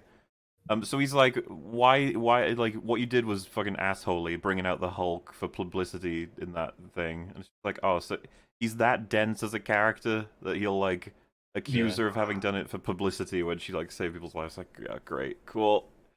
And then she says, only you would think that. And then he's like, how did you get these powers? Like, I don't want to talk about it. And he says nepotism. Which I was like, oh yeah, kind of. I mean, it wouldn't have happened if you weren't family. But I mean, the thing is, obviously, anybody would take the exchange on this planet that she got. Like, we went over the last time we covered this. She's got a gift, pretty much a strict gift. She's got a gift in the same way that syphilis is a gift. What do you mean? No, what are you talking about? Like, it's a categorical upgrade. There's nothing wrong with it. No, I meant like in other aspects of who she is. I see. No, I don't think you did. I think you made an error. No, obviously no. What's interesting is that literally in episode 4 with my friends as I was watching this, we're gonna get there. I was saying, why does she not want to be Hulk? Because Hulk is just a complete and total upgrade in every way to being her. Why does she seem to have so much? Like, why does she not want to be that? Like all the time, you know? I don't think they really explore that much. That's the arc. That's what they want to do as the arc for this show. It's become pretty evident that the arc is going to be her embracing the She-Hulk identity. You decided early on that there's like a barrier between Jen Walters and She-Hulk, and that doesn't want to. Which is weird because there isn't a barrier between them, and that's something that like Banner struggled with so much. Isn't it just so weird? Like I don't even know how to categorize how weird it is that they're trying to create a wall between them when I felt like the whole point was there wasn't. Well, maybe that's the point that they're going for, right? When she realizes that might be, but the barrier I'm referring to sort of is her being like, I don't know if they're going to go this way directly, but just like, you know, I want to do things on my terms, Jen Walters' terms, not She-Hulk's. But then we've already seen several instances over these next few episodes where she's using She-Hulk to her advantage. Unclear of if the show's going to call out her hypocrisy on that. We'll see. I don't think the show I think the show considers that as her more and more starting to embrace it rather than like a character flaw. Well, I think the whole fourth wall breaking, which says, I'm not proud of this, is probably all they're going to do. I wouldn't be surprised if that's all we get. When we go over a couple of things she says over these episodes, it's just going to be, it feels like the show trying to make a point about certain things, but then Jen does it herself. It frustrates. Yeah. Like, isn't it terrible that people swipe left or right? And I'm like, yeah, you both do that. Both of you in this conversation do that. But yeah, so the last thing he says to her is, "Oh, there's a hot chick over there. I'm gonna go talk to it." And, what is this? Yeah, it's always been this hilarious thing pronouns? of just like, you have no idea. Like, sexists don't talk like that. Like, come on, you must have But- met one. Like, Every man is a sexist, though. Even to be still, fair. Yeah. I've known plenty of womanizers. And plenty of wonderful men. Okay, but none of them have Wanna ever go talk referred to to woman it. as it. Like, just go, ooh, woman, object. Like, I've seen people I've referred to as it, but they're very special. When you I- see them, you know there's some it people out there. They're oh boy, often in prison. This is the thing. I know someone who found that line really funny, and I asked them why, and they said because it's so absurd that anyone would ever do that. And they Yeah. thought that there's a chance the show was going for that, and I was like, I really don't think so. I think they're trying to go for he's a sexist. Big old raging sexist. You mentioned it earlier. People don't know how to write bigotry anymore.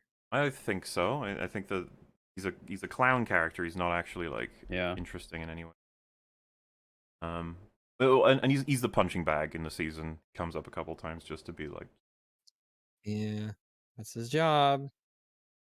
So then her friend is like, "Oh my god, be a superhero," and then she's like, "I've not racked up student debt while nailing my degrees. Just become a vigilante." That is for billionaires and narcissists. And Adult orphan. adult orphans. Yeah, for some You reason. could it show- was weird that What? she's shitting on people when in universe they've saved like near countless lives, about as close to countless as Yeah. you can get after Endgame. I mean, I suppose after Multiverse of Madness, an infinite amount of lives. Maybe she doesn't know about that, but Maybe That's she gonna does. come Well- up though in episode 4. That's yeah, gonna I come up. suppose. True. Yeah, That's true. Yeah.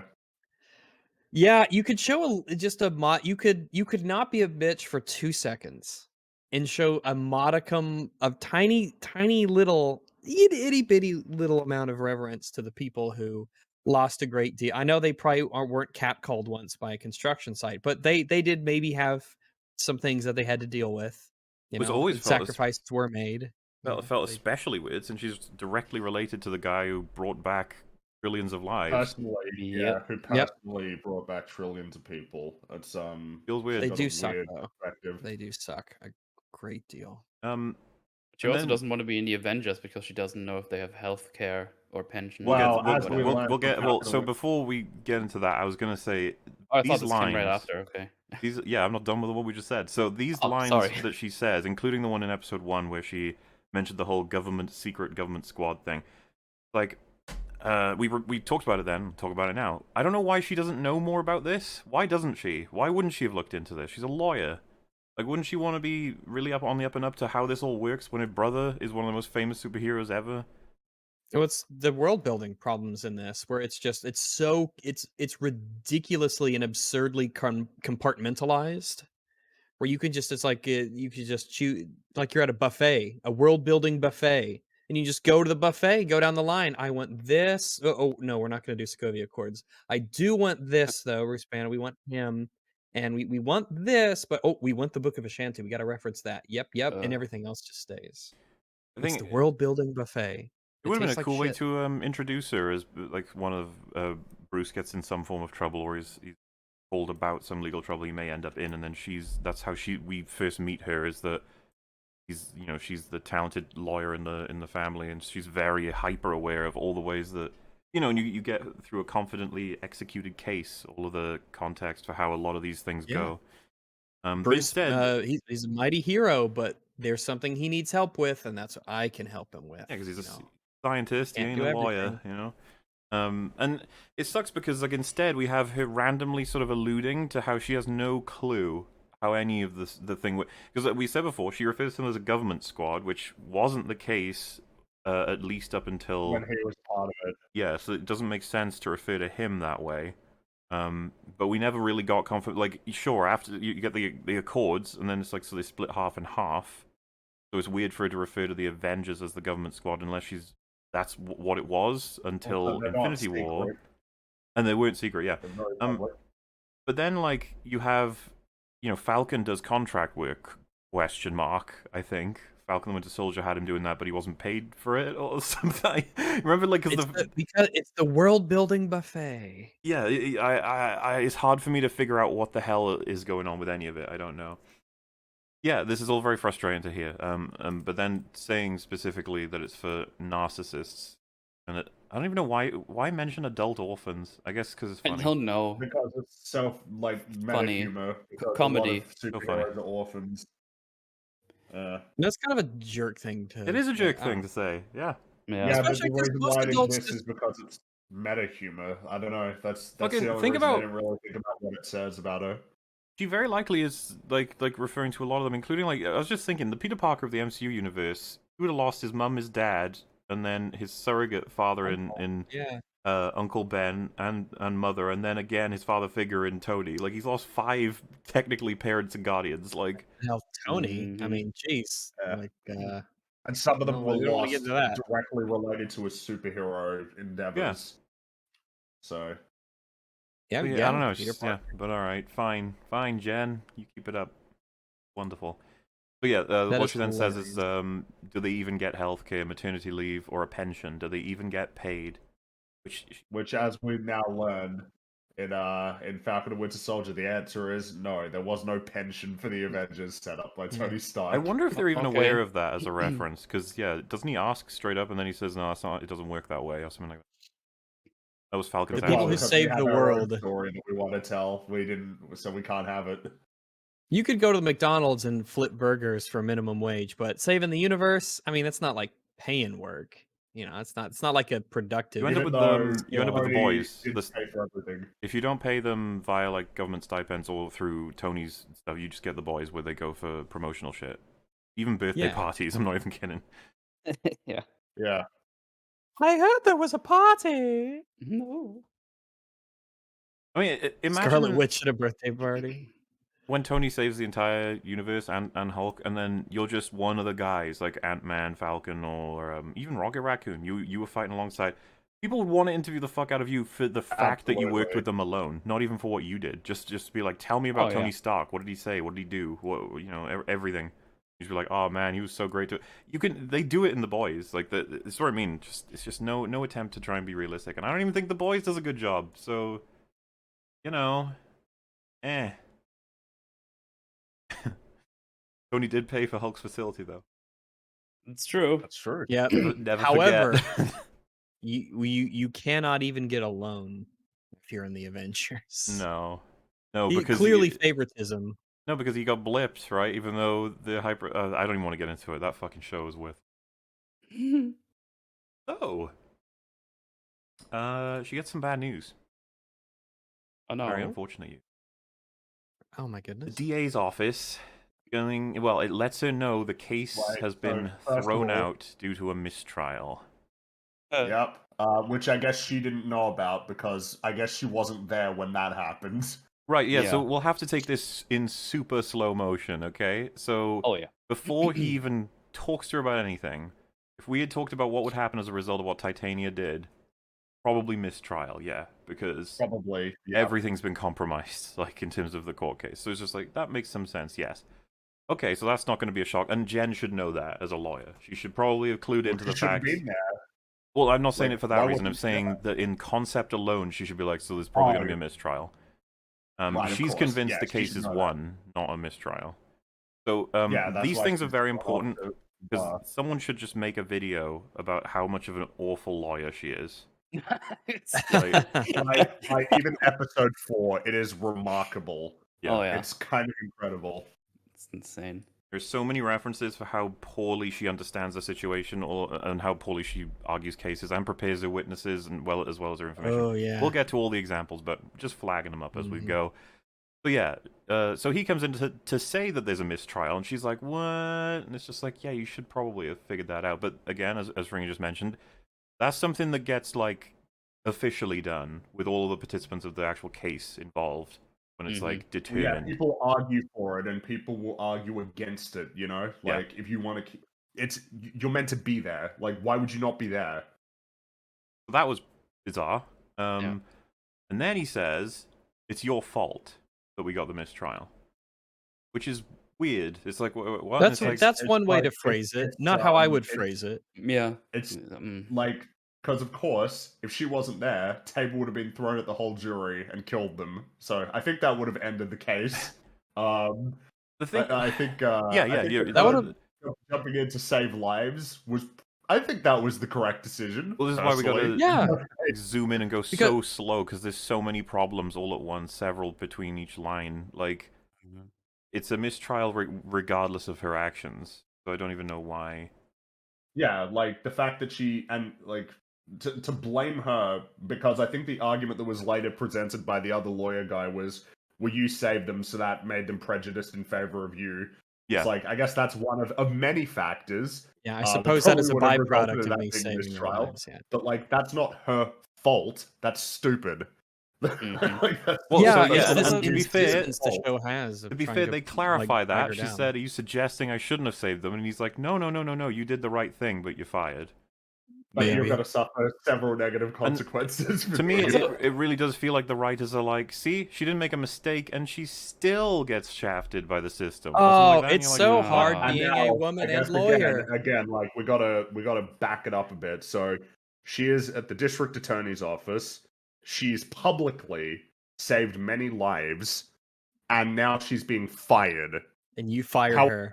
Yeah, A good job. massive, like that's the end of your career. Like that. It's, Yeah, like your the- office is the- tainted the forever. VA yeah, Mhm. exactly. Like you are. This is Can not she- happening. Can she sue Like him a for that? PR disaster. Probably. What's fine? Yeah, and she'd get a shit ton of probably, public yeah. support. Probably. Absolutely. would be able to. The worst thing that you could do is fire her. The Well, so- worst thing you could possibly do. It's a double whammy, right? Because on one hand, it's just bad for you in terms of what the response is going to be. She could sue you. You'll get a public outcry. You'll probably lose votes in your You'll get next public election. outcry. The Yeah. double whammy though, the aspect is like, you don't understand. You're letting go of a huge asset. She's going to be like the world's most famous lawyer. She is a superhero Hulk lawyer. You literally But saved your instead- jury in the middle of a case. The subsequent scene basically says that because she's She-Hulk, she's actually like going to very much struggle to get a job, which is absurd.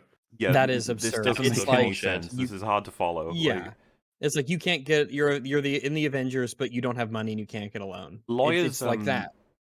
lawyers can really rack up like a cult of personality. There's plenty of famous lawyers people are aware of, and they get hired Yeah. there. Well, and also something high-profile that's cases. worth. In universe, Jennifer Walters is considered a good lawyer. Now, of course, everything that she does would indicate otherwise, but Otherwise. in universe, she is recognized as a good lawyer because later on in the episode, when she gets hired by the new law firm, who were opposite her in the case that got destroyed, he says that she put up a winning case, which is hard to do against this firm. So, like Mhm. in universe, she's recognized as being talented, which that matters a lot. Being Huh. good at your job, like especially as a What? lawyer, is important. So like the fact that she wouldn't be able to get work when she's not only apparently a pretty competent lawyer, according to the show, Oh. and she's got this other aspect to her, and she's got a good public like reception because she saved lives. She's getting hired straight She's away. getting swarmed Fine. with telephone calls. Absolutely. She's getting swarmed. Before with Wouldn't have she's been fired. fired. Even if she of would be a shitty lawyer in universe, they would still hire her just for the image Before alone. Yeah, before she was even fired, she'd be getting offers. Absolutely. Oh yeah, And yeah. as and she wouldn't have been fired. some people are highlighting like already, it's like that loss doesn't count for anything. She gets a way better job like immediately, and it's just like, oh yeah. So You know, to clarify, like this sort of comes across as a very truncated, like how awful the repercussions of living the life as a superhero. Oh no. Dot. Yeah. Oh, dot. Anyway, everything worked out fine. It's like, wait, what? Yeah. yeah, before the episodes end, she gets a better, higher paying job. Yeah, it's incredibly annoying to watch, and it kind of makes you start to theorize. You're like, ooh, because they moved episode 8 to episode 1, at least the Hulk's portion of it, you gotta wonder, was it like, it was that opening with another couple scenes on top for just setting up in episode 1 now, setting up her as a lawyer, then the Titania scene, then aftermath of that, and then her losing the job, and maybe the episode ended, originally, episode 1, with like a job offer, and it was like, I think I get the impression that episode 2, along with parts of episode 1, was meant to be episode 1. And that this was meant to be the pilot, or at least a huge part of it. But then because they changed their mind, like it just messed because this is the episode that like establishes really the plot, I guess, like the actual, formula that the show's going to use. But yeah, who knows, really. That's what I mean about the theorizing. That's what I meant about removing the Hulk portions of episode 1, keeping everything that's not that. Did anyone notice what was on her little iPad-y thing when she was looking at? She was looking at a Swedish village mascot. I guess because they thought that was hilarious as a potential job. Was it like jobs for failed something? I forgot. I know what you mean. I think. Oh, jobs Unless for a there's fresh something start. But different. the more interesting Yeah. part, I got it on screen, is Oh. related articles. Man fights with metal claws in bar brawl. Oh, that one.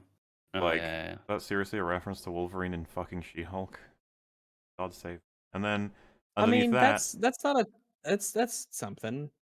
That's a Shush. reference. Stop it. I Sit down. look. Oh. It says find Stop it. Ant-Man at the top. Oh, there's a QR code. I'm gonna scan that and see what Oh happens. yeah, do that. Yeah, scan the QR code, Metal. We Do can it, get Mel. it takes you straight to the Amazon page for Bad Feminist. I don't Oh, want no. I don't want Wolverine coming up in this show, okay? Nor do I want him in the MCU. That's my scare with that, okay? But secondly, it says, why is there a giant statue of a man sticking out of the ocean?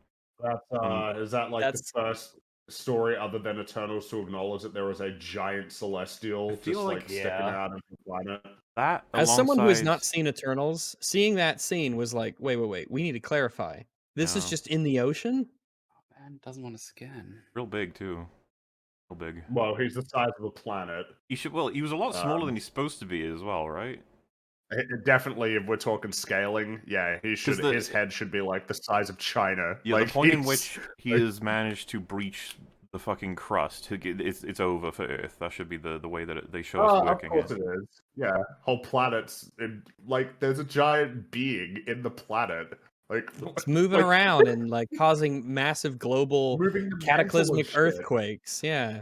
Yeah, That's like, gotta fuck around with like the Like, atmosphere large and was the the comet? How large was the comet that not the comet, the asteroid that the dinosaurs? How big was that? Like 6 or 7 kilometers long, or am I? Let me It's take something a like look. that, right? the Like, think about asteroid the amount of. is 12 Mhm. kilometers in diameter, about Okay, 7.5 so, miles. So, like, man, think about how much damage that did when it hit the planet. Now imagine a much larger object coming from within, like emerging from the planet. It Nah, does it's fine. things, yeah. No, it doesn't. It does things. Well, and so I think this, alongside with a bunch of other references, show the writers of this one, more so than any of the others, are so hyper aware of what's talked about in terms of these films. Absolutely, yeah. And I think they think it's cruise control for clever if you have references to meta things. Like that. Well, yeah, because there's nothing clever about it. It's just a reference. Yeah, because if you took this to, was it Chloe Zhao made Eternals? Yes. You'd be like, that's not the point of my movie. You're like, right. Oh, but it's in your movie. No, I know. That's kind of what I'm getting at. Like, those kinds of criticisms don't matter to the directors that make them, because they're just like, that's not what movie making's for. And you're like, okie dokie. All right. But then you have the other movies, like, acknowledge that as a thing, and it's like, oh, that's awkward. Yeah, and in a sense make fun of it. What's being done Yeah. about it? We got a screensaver there of Captain America's ass. Captain Just That's great. Obligatory. Yeah. We ain't allowed to do that both ways, are we? Can't believe. Oh, nope. This Well, will it be ain't the only first time in of, this show. The first of a few instances of objectification. Yeah. Like I said, I have to clarify just in case some people, because one of the first responses I get is just like, "Oh, so you know you can't objectify anybody?" It's like, I just want it to be fair both ways. Okay, that's all. Just want it to be fair. That's all. I just want us all to be on the same playing field. That's all I want. No problem with the guy getting his butt out if he really wants to. They do that in Rings of Power, not Absolutely. Rings of Power, House of the Dragon, a whole bunch. So yeah, she's got to go. She was looking for a job. It's not working out right now, so she goes to her family for some dinner. And my god, this dinner scene was absolutely cut down. Like, it would have been, if it were like 5 minutes long originally, it's down to 30 seconds. Like, it's, oh Yeah. god, it's horrible.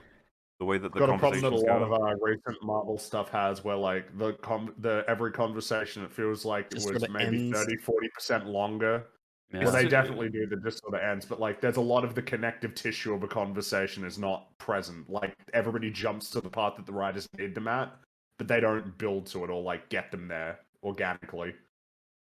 Well, if I was like just randomly talking about a fast way to solve a math problem and I do it and then it's complete, and then one of you goes, that kind of reminds me actually of my math teacher when I was a kid, and you used to do this thing on the board, and you just cut that down to I complete the math problem, then you immediately start talking about the story as you don't set it up. They cut shit like that out. They're so rushing, and so like to give you an idea, he walks in. And I guess we'll skip over to just when he's like, I told everybody you're fired, so no one will talk about it. Woohoo! And it's like, oh, that's all good. Then you have Ched. I think his name is Ched. Yeah. Ched? Yeah, Ched? Ched. That's what it is in the subtitles. I was like, Ched. I've Ched. never heard that name before in my life. But whatever, fine. Ched. He Good on says, them. you're fired, lol. It's like, okay. Then he goes, We stop said to it. not bring it Yeah, up. I said don't Oh, do it. And then I it's thought just you like, said I should bring it up. It's like, geez, what are we doing? It's so. This and is then fun. and then it cuts to like a different shot, and it clearly to a point of like everybody's further along in the middle, and it's just like, big news, I got manager at Best Buy. And it's like, Oh, oh. woohoo. And it doesn't feel natural at all. It's just like, haha, you got fired. When it's like they must have cut out the way you get to there, right? Like, you got fired, you're failing at your job or whatever. Me, on the other hand, big news, I got but instead it just cuts straight to like from, oh, she already feels terrible. Big news, I got manager at Best Buy. It's like, okay. And then there's Yeah. like the other people like good, employed and promoted, as if to compare. And then you get the mum, I guess. She's like, "Oh, Jen, I gave some random person your number," and it's like, "Wait, what's happening now? Are we okay?" And then she's like, "Oh, he's too old for too young for you, but maybe you could give him advice on being a superhero." And then her dad is like, "Jen, does Hawkeye pick up all the arrows after firing them?"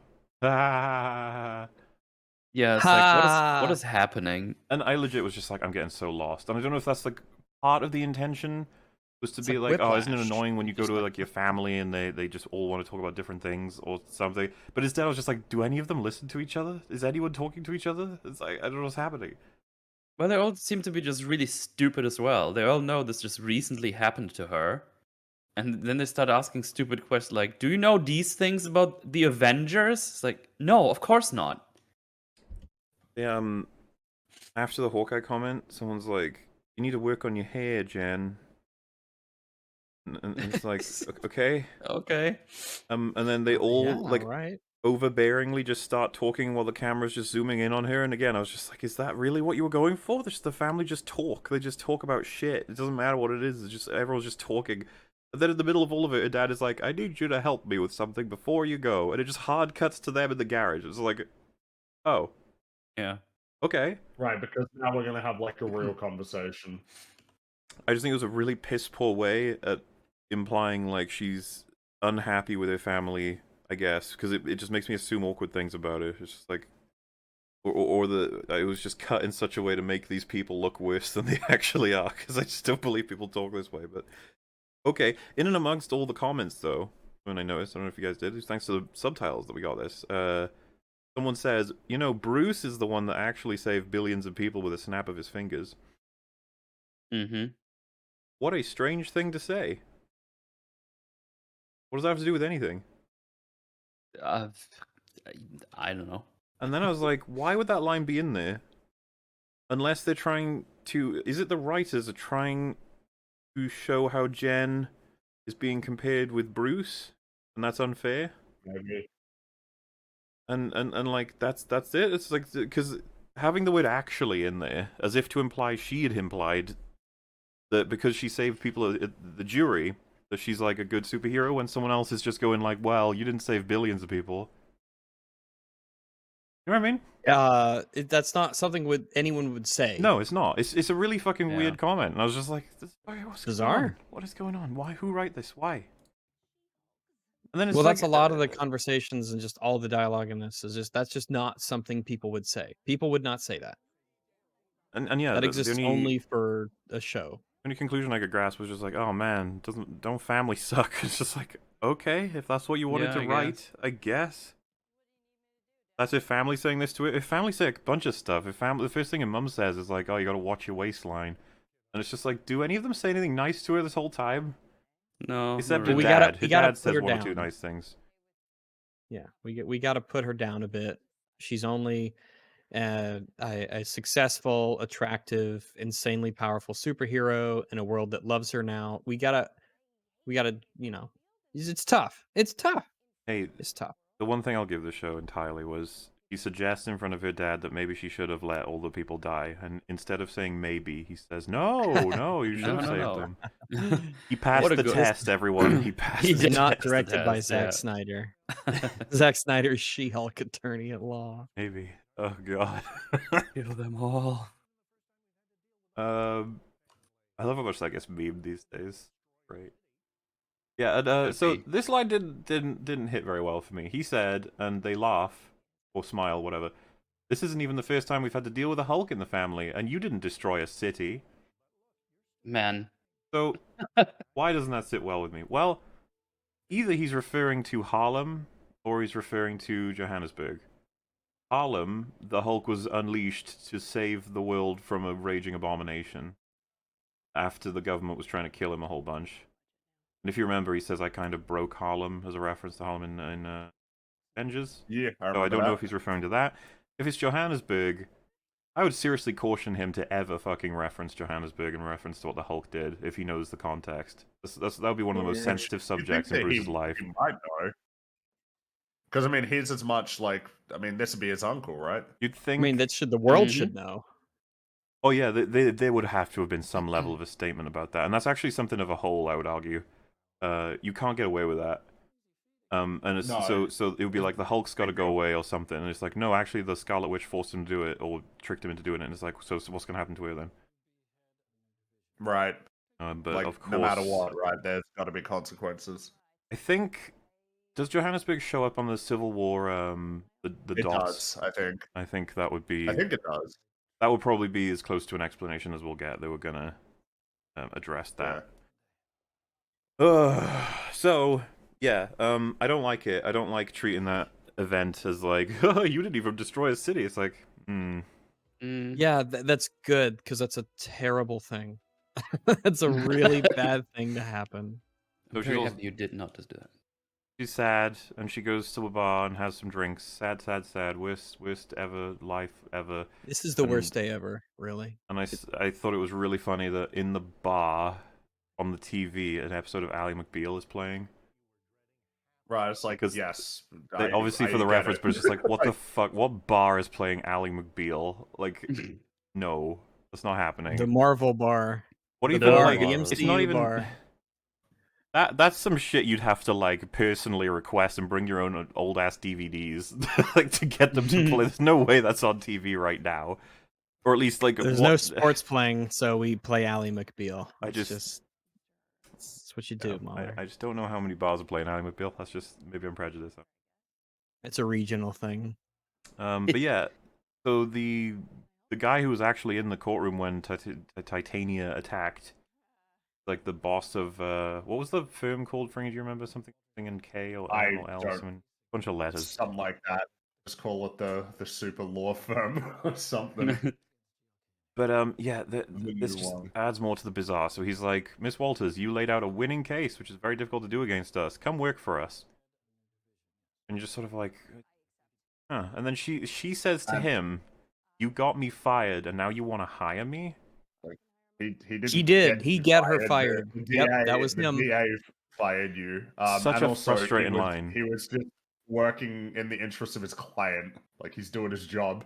Yeah, she should not Well, only respect that's the fact that unacceptable. if the mistrial is valid, then it's valid. There's nothing more to it. It's not like it's done for revenge. And then on top of that, just the fact she's a lawyer saying all this. If it was just an average person saying it, you could have some leeway. But she's a fucking lawyer. How does she She's not a know lawyer. about this She stuff? understands how it all works. And then she's like, "You got me fired, and now you want to hire me." When he just said, "You beat us. I want you to work for us." And then she's like, "You got me fired." It's just like, oh god, woman, take the win when it is presented in front of you. But being a superhero is so hard, mutually. So yeah, and then again, just by the way, this is all stuff on top of the fact she's a bad lawyer. He's like, do you want to take the job? And then she's like, only if I can hire my own paralegal. Of all the things you could do for leverage, of all the things you could find out about your job, of all the just before agreeing, You know what I mean? But she disagrees. Well, yeah, because as we later find out, like she didn't fully understand what she was agreeing to. Exactly. In terms of the job. Now, once again, a lot of people may do this, but a lawyer? They're like hyper aware of how this shit works. But no, she's Fine just an print, idiot. yeah. She's like, yeah, fine, go. And then she's like, oh, what? This isn't what I wanted. Yeah, man, that's annoying. And for those who Didn't don't even know how know, much he's being paid. Like, Yeah. exactly, yeah, and that's what I mean about like privileges or benefits. The only thing she requests is hiring her own paralegal, and he says like, I literally don't care. And it's just like, oh, Yeah. you didn't even get anything really. Like, there's nothing you requested, and she just accepts anyway. She's very, very not her own best friend. Let's just put it that way. Also, I guess they just got a hold of Nikki over the weekend. No problem. She was just able to Yeah, quit the it's other whatever. job So when with it. Nikki, because that's the best friend you're talking about, right? Yeah, Yeah. that's Nikki. Yeah. So she Little wasn't Nikki. fired theoretically, but she's just going to transfer over to a different law firm Yeah. now.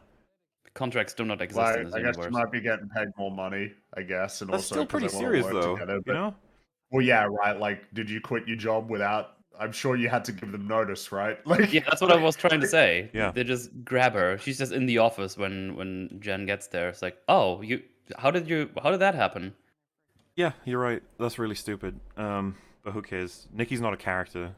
More of a. Oh no, no, she's she's not a just positive character. She reinforcement. basically, yeah, essentially, she Yeah. like that's the only reason she exists. She doesn't really have much to say about herself or in her life, or like she's just there to affirm Jen.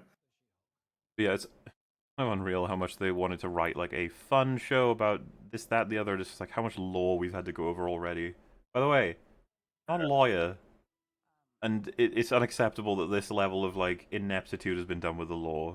For you can accept that you can expect that they would get like very nitty gritty specifics wrong, with maybe jurisdictions or even Well, they're precedent. getting the basics. Like they just don't. If you do a Don't know what they're doing. law show and someone like me watches this that has no idea of law and it's like, this doesn't seem right. I have no idea what's going on, but I don't feel this is right. And then you do Well, two I- Googles and it's like, oh, that wasn't right. Have they covered the twerking yet? No. Ugh. Oh. Yeah, she finds out when she gets there that the thing she didn't want to be true is this. He's like, you gotta look like She-Hulk whenever you're working here.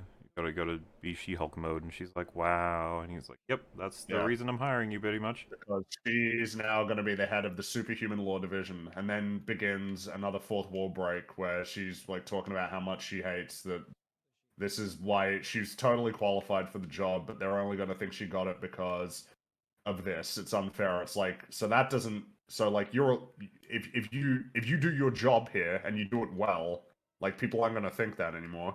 He already Like, if hired you're- her because she made a winning Well, case. Well, Yeah, that's but I true, guess but she's she just is saying, correct like, in that people will assume she was hired for Oh, being okay, yeah, She-Hulk. yeah. However, they will. that is true. But once she shows that she's good at that is true. That's exactly so. There is that. Yeah, yeah. Just kind of on a few levels, it seems like a weird sort of observation. It feels like so much is not being addressed, or that the writers are unaware. It's like you wrote it so that he only wanted to hire her for the way she looks, right? That's specific. He wants to have the publicity of She-Hulk is leading the superhero division for his company / law firm, whatever. Yeah. And then she's just like, oh, that's fuck bullshit. People will think that's why you hired me. I don't understand. I'm listening to that as an audience member, like, but you just said it is. What do you mean? Mhm. And then Fring's correct. I guess All she has to saying, do is like- be a good lawyer. Well, yeah, right. Like if she's losing cases and screwing everything up, like she's like, what good is it going to be to them? Like whatever personality, like public-facing personality she has, if she can't do her job. At the end of the day, she's got to be competent at what she does, and if she is, which the show says she is, then it shouldn't be a problem. I And I mean, agree. I don't know, like, just take what you can get. For some reason, the world decided that you can't get a job. For some reason. Yeah. For You've got some a job, reason, like, is just exactly take right. what you can get. This is And then you can prove yourself when you're there. You're in now. You can Yeah. now prove yourself. also this weird moment on top of everything we just said about how bad this line is, or bad this thought is. She's just such a stupid character on top of being an asshole. He says explicitly, essentially, that They only hired me for being She-Hulk. People think I'm not qualified. It's so unfair. These dodos never had to deal with this on their first day. And she's looking over at a room filled with men, laughing. And it's like, you know what you just said? You said those guys never had to deal with people thinking they were hired for something superficial.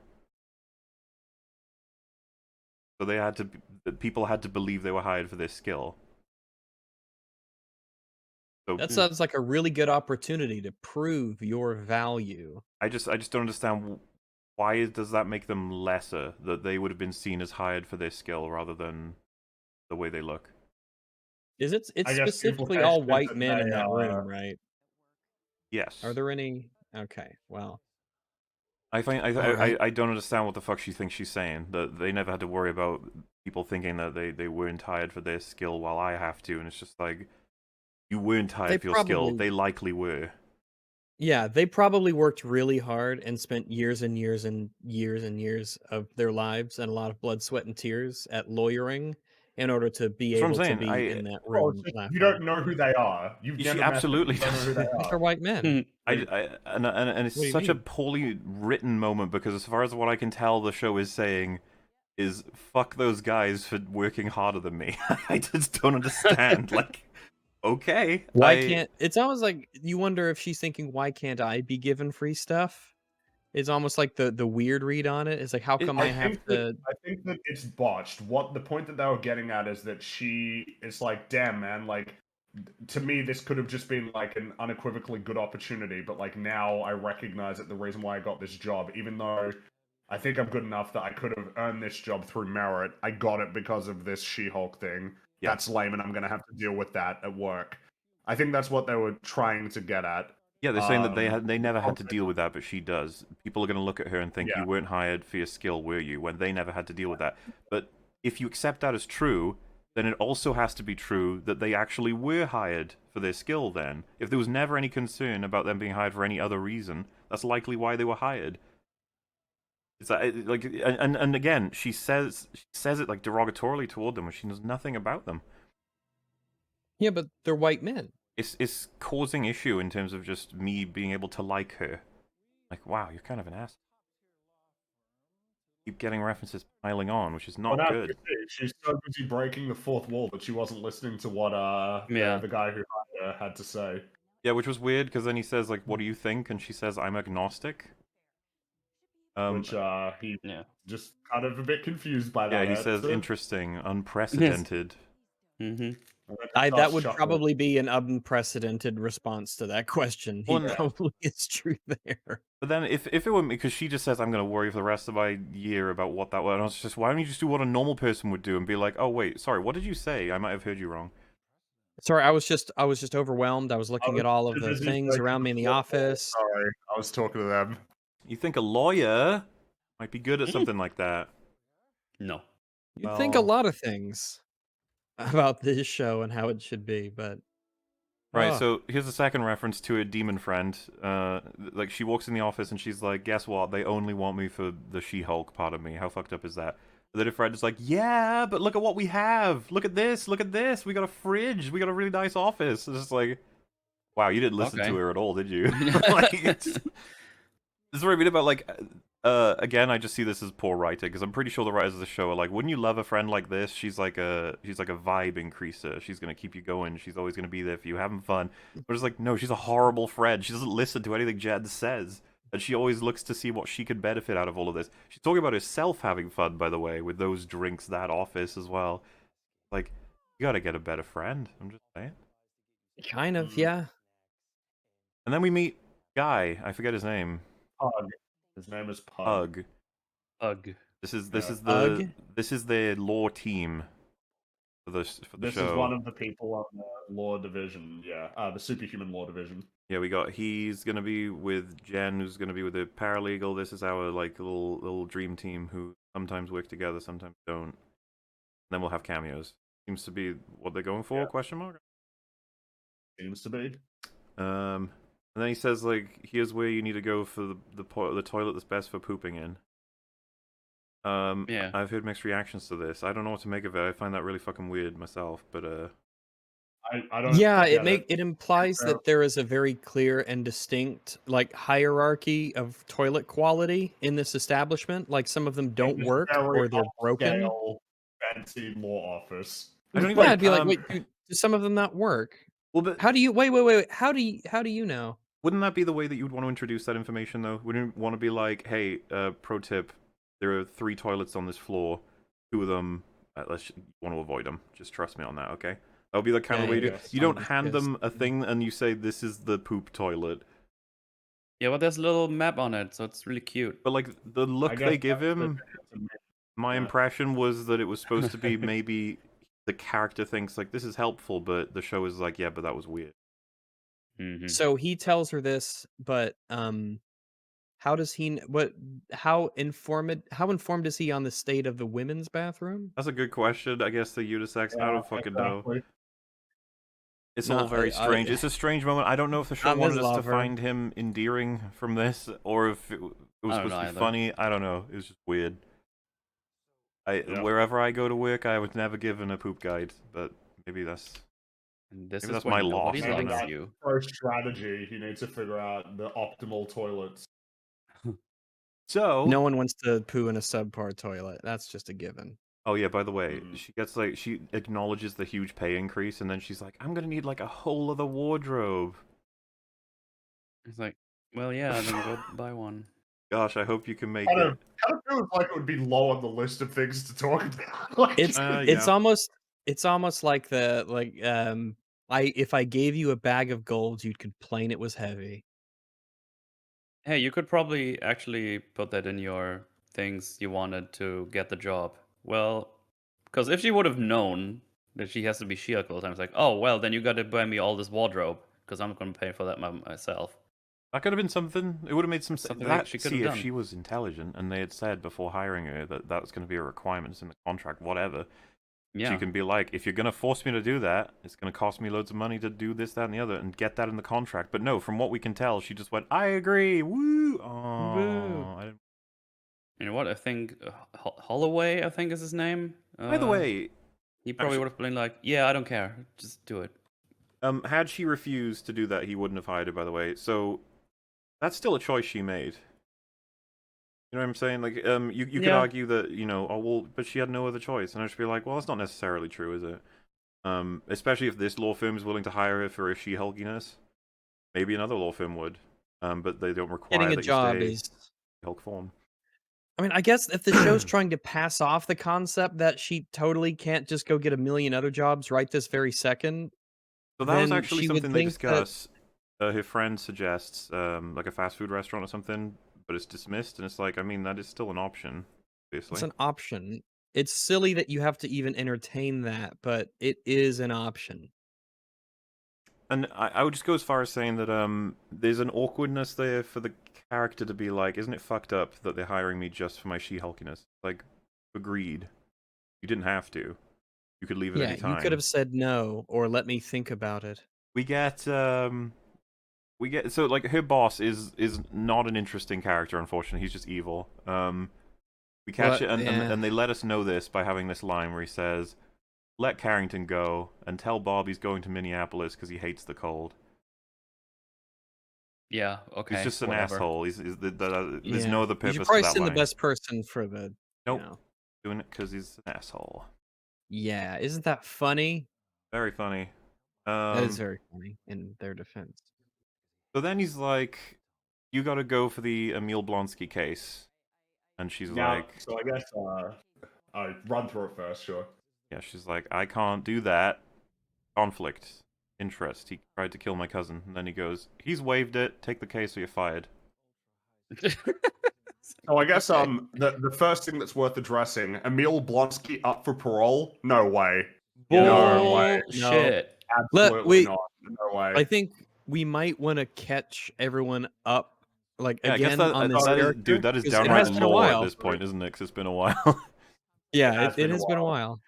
So Emil Blonsky is the Abomination. Yes. He caused a lot of havoc when he went to Harlem. He destroyed that place and he killed a lot of people. And the reason why he had the super serum, why did he use it again? Like, what was the context that brought that about? So in the film, Like, he it was unsanctioned, contractually wasn't it? agrees with Ross to be experimented on and given these abilities, and he even says like, if this goes too far, you have to be pulled out. You agree? And he said, yeah, of course. He wants to be as powerful as the Hulk. He wants to be a super duper duper soldier. That's the movie. And Emil Blonsky, he's kind of a smart guy. He's ruthless, and he eventually goes kind of nuts and just wants more and more of anything he can get. Yeah. He eventually injects the Hulk's blood, right? Isn't that what he does? Something like that. Something like that. Yeah, sounds about right. And then he turns the concoction of chemicals and stuff. It turns him into an abomination. It's like he destroys Harlem, and he kills a lot of people. I mean, he's a villain. Now, that he would be up for parole after like 15 years? No way. Nope. He's not eligible for parole in his lifetime. There's no way. no. Like the sentences he would have gotten would have precluded him from like that within his lifetime. It's insane. So he's not up for parole. The Blonsky parole is presumably set up by Valentina / Thunderbolt Ross for the Thunderbolts. The thing, he's not in the Thunderbolts yet, right? The announced cast, he's not in it. Now know that he's not in that, yeah. Yeah. And so what does that mean? He set it up. It's like, what was his sentence? What was the sentence received? And I would say that even if that were the case, that context would need to be in this. You need to have that moment where they're like, how could his parole be put through? And then it's like, you know, higher ups of blah blah blah, or even mention Ross as being pushed through or something. But there's nowhere near enough context for that. This the way they portray it is that he's on good behavior, and so it's being considered. Yeah. So it's being considered, even though like it would have been a part of his sentence, like the possibility of parole and when, depending on what he was charged and convicted of. Yeah, because one of the things he brings up as part of like entertaining parole is that this was none of it was his fault. Like, why wasn't this brought up before? Yeah, like, wait, you mean that everything that happened, like with she, if you remember, she has like a lawyer moment where she's like, "Wait a minute, are you suggesting that you were under the influence of the chemicals and it was not your like, choice to do these things?" Which, by the way, doesn't really come up in the rest of it. It's much more about Wong. Yeah, it's because I think by the end of episode 2 we're supposed to just accept.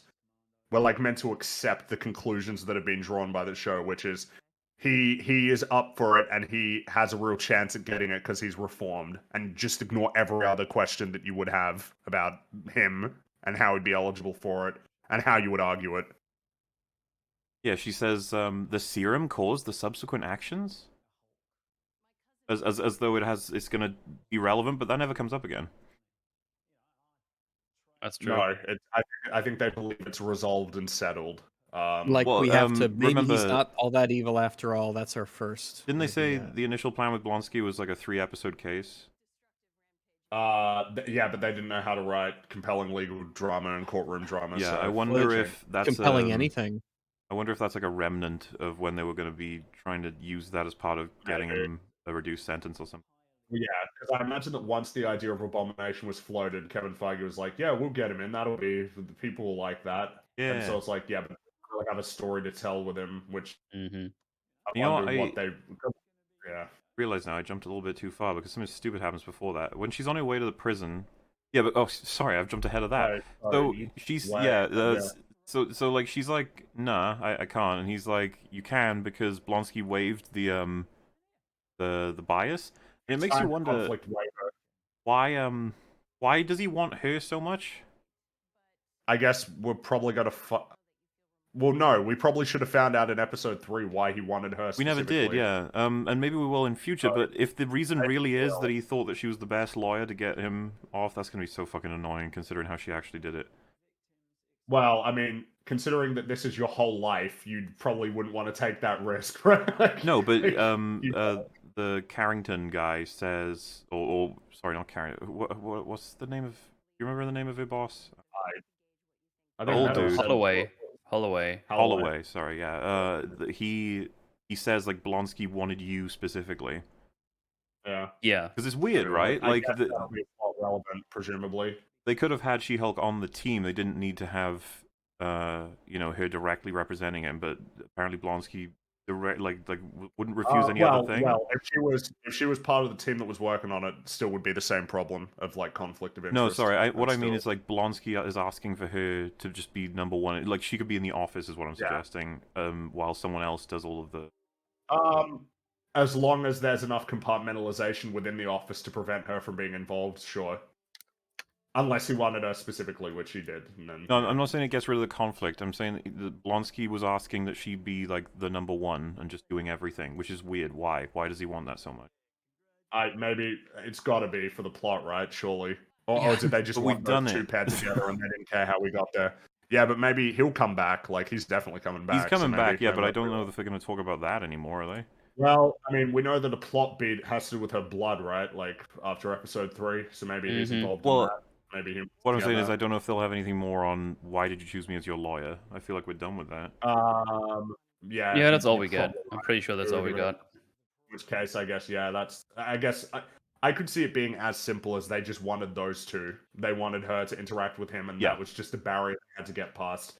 And this is probably something that's worth highlighting right now. One of the things that should be on Jennifer's mind at the moment in terms of resolving this conflict of interest is, you know, your job is essentially to act in the best interest of your client and, like, advance their interests as best as possible. The whole point of, like, conflict of interest as a thing is to ensure that that's what you're doing and that there aren't things that are going to get in the way of you acting in the best interest of your client and doing your job diligently for them. So, like, from her perspective, the important part of resolving this conflict of interest should be essentially resolving that issue so that she can best do her job and not be encumbered by any biases that she has against him. As we progress through the episode, it will be pretty clear that that is not, like, her priority. I mean, we've already shown from the previous scene, we saw her showing bias against people in a boardroom. Like, that's not a very lawyer thing to walk in. Oh, and well, sure, but I instantly mean, I guess have you can be biases. biased personally as long as it doesn't affect you in your job, right? Yeah, but that is I get true. what you mean. I get what you mean. It's not a good indication of her character if she lets biases fuck her up on the average What? day-to-day basis. Not a good indication but of her character, Mahler. Was for me. I have probably made it clear I'm not a big fan of Jen Walters so far. What? I'm sure it'll get No, better. me neither. So, yes, definitely, yes, she will. Yeah, so that's why they send her to the prison. He's like, go and meet Emil and then decide if you want to take the case. She's like, okay. So yeah, that's why she ends up talking to him, and he talks about how. Wait, no, don't skip past the fact that when she goes to the prison, they're like, no powers, and then she transforms into a human. It's like, oh, but she still has powers. She could transform at any time. No, she's unpowered herself. It's fine. It's that's just pretty like retarded. It's just like when they say no firearms, and so you turn in your gun before you go into the saloon. It's just like in this that. case, it's just you disable, you just, I don't know, you uncock it and then just walk. I was gonna say you could argue it's like, oh, it's like putting the safety on. It's like it's not really anything close. It's not anything. She can turn that on and off. Yeah, like it's nothing. Like yeah. So yeah, it's super awkward to me that it's just like you can't have superpowers while you're in here. It's like she still has it. Whatever. Well, but now they don't have to CGI it, so it's not as expensive. Very true. Seems very arbitrary, but yes, I agree. Yeah. Well, the other huge issue with that part that I almost forgot, gosh darn, is that they have to make her sign a thing about how if she dies here, they're not at fault. And then she doesn't read it. She doesn't read it. She's a fucking lawyer. You don't even know what you just signed away. Also, that should have been presented to her like well before she was right at the door. Yeah, that probably should have been sent to her with a package before she even. Should have been sent to her by email at the very least, so that she could look at it before she went there, rather than right when she arrived. And I actually enjoy there's one thing here where she makes a reference to Hannibal Lecter because I guess she's just such a fun-loving gal, and the guard just says, "Ma'am, this is a prison." And I was just like, "Hey, that's nice." Like the appropriately taking this seriously for that guy, but of course he's probably seen as a wet blanket by the show. So anyway, yeah, that's when she starts talking to Emil, and they do a very it's like dun dun dun dun dun dun dun, and he goes, you know, namaste, like see, he's chill now. He's chill. That's just become the stereotypical I am chill and at peace. Well, And namaste. she immediately breaks the rule, the one rule they gave her, by the way. She steps over the line. Which is step over the line. That was the one thing they told her not to do, and she did it. Yeah, but isn't it funny? I don't even... But it makes you I don't wonder even sometimes, like, what is know. the point of doing that? What does it help? It doesn't set anything up. It doesn't tell... She just fucked that up for a moment there. It's like, okay. But yeah, he just starts talking about... He's like, I was under direct orders for the government. I was given a bunch of chemicals and serums. I was hoping I'd become the next Captain America. I was decorated. I was sent out there to take out a threat, and now look at me. Like, he's doing like a sob story, and it's so bizarre to me, because it's like, bro, the government would have noted everything about you, because you worked for them, and they would have had it all. Ross isn't retarded. He wouldn't have just, like... he could be a little bit retarded. But, like, This universe now. It's just frustrating, because, like, he would have had everything in place to make sure that this would never be possible, that he could just argue, like, the government screwed me over, and then they release him as a result. It's like, that's never going to happen. That's funny, because I didn't see the movie, so I had to do a little bit of research. So, what actually happened? Because for a moment, I was like, oh, that could be an interesting thing they could do. You know what? I'm kind of on board. Then I did minimal research. I was like, oh, that's horseshit. What are you saying? So, good job. Well, and part of this that's confusing is, I guess we'll know by the end of the season, is how much of this we're supposed to be like, he's lying about everything. Yeah. But the thing is, like, how is he getting away with it? And Well, how yeah, can you 'cause tell what this the is- writer's intention are if it's all bad? True. This would be a well-documented case, Emil Blonsky. There'd be a lot of information about him, a lot of evidence. Mm-hmm.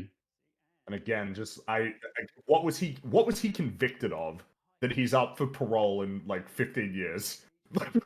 I see what you I mean. wanna Like, know. simultaneously, he's there for 15, but he's not there forever. So what was, like...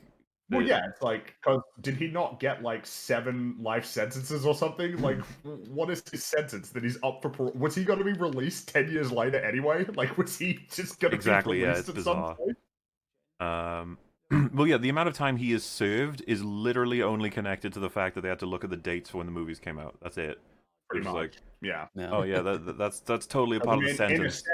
In a sense, you could say what a coincidence it is that like a week after She-Hulk, as like identity has been revealed and she gets into a new law firm, Emil Blonsky, the man who fought Bruce, just so happens to be up for parole. Yeah. I didn't even think of that. That is quite interesting, yeah. Yeah, that is. Good point. The show continues to break and crumble, like, as you think about it. I noticed that, yeah. So. You know, as well, it would have been cool to have like had a universe like that is something as significant as this character is going away for 10 years. Like, whoa.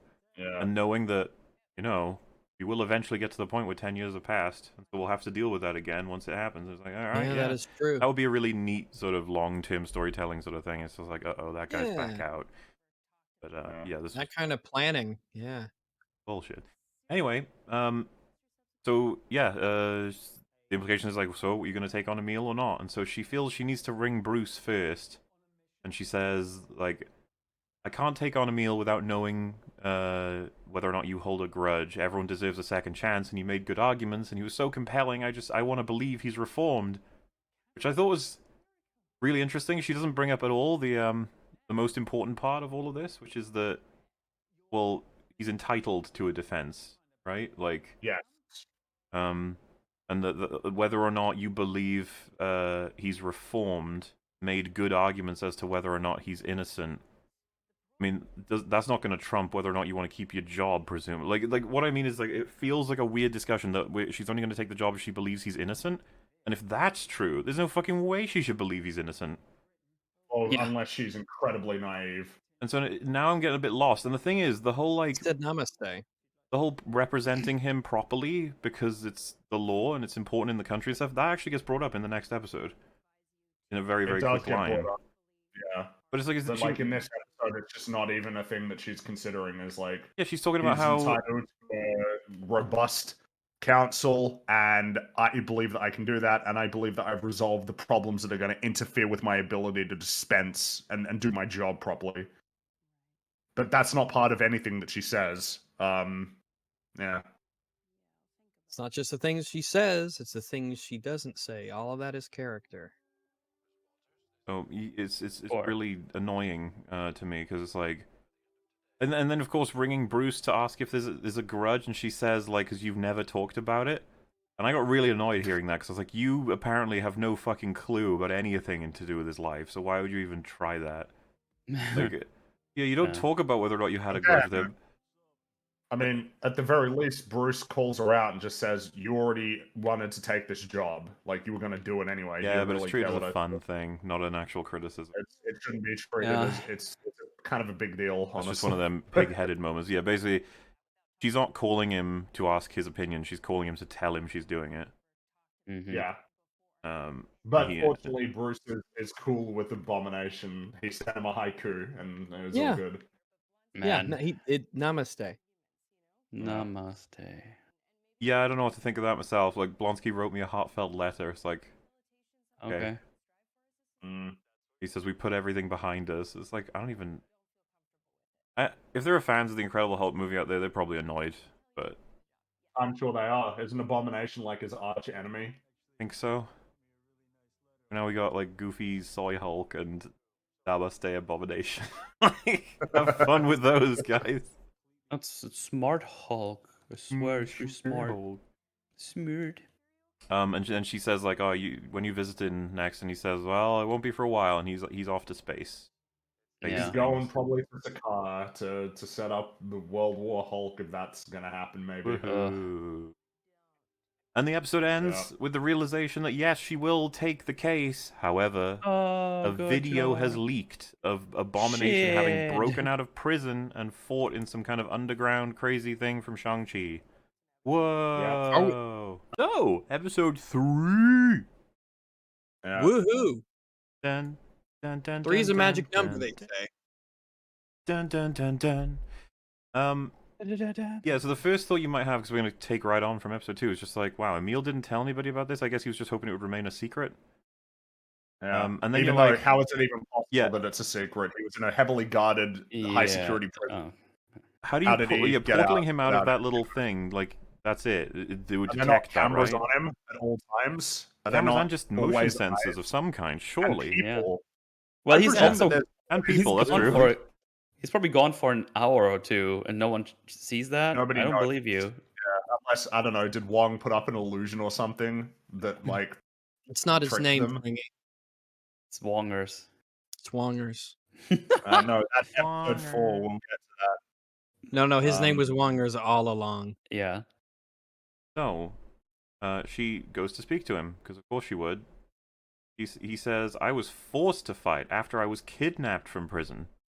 And you know, the Who would second do he- such a dastardly deed? Genuinely, the second he brought that up, I was like, that fucking better not be true. Because that doesn't make any Is this sense. just because I guess this is just now coming up?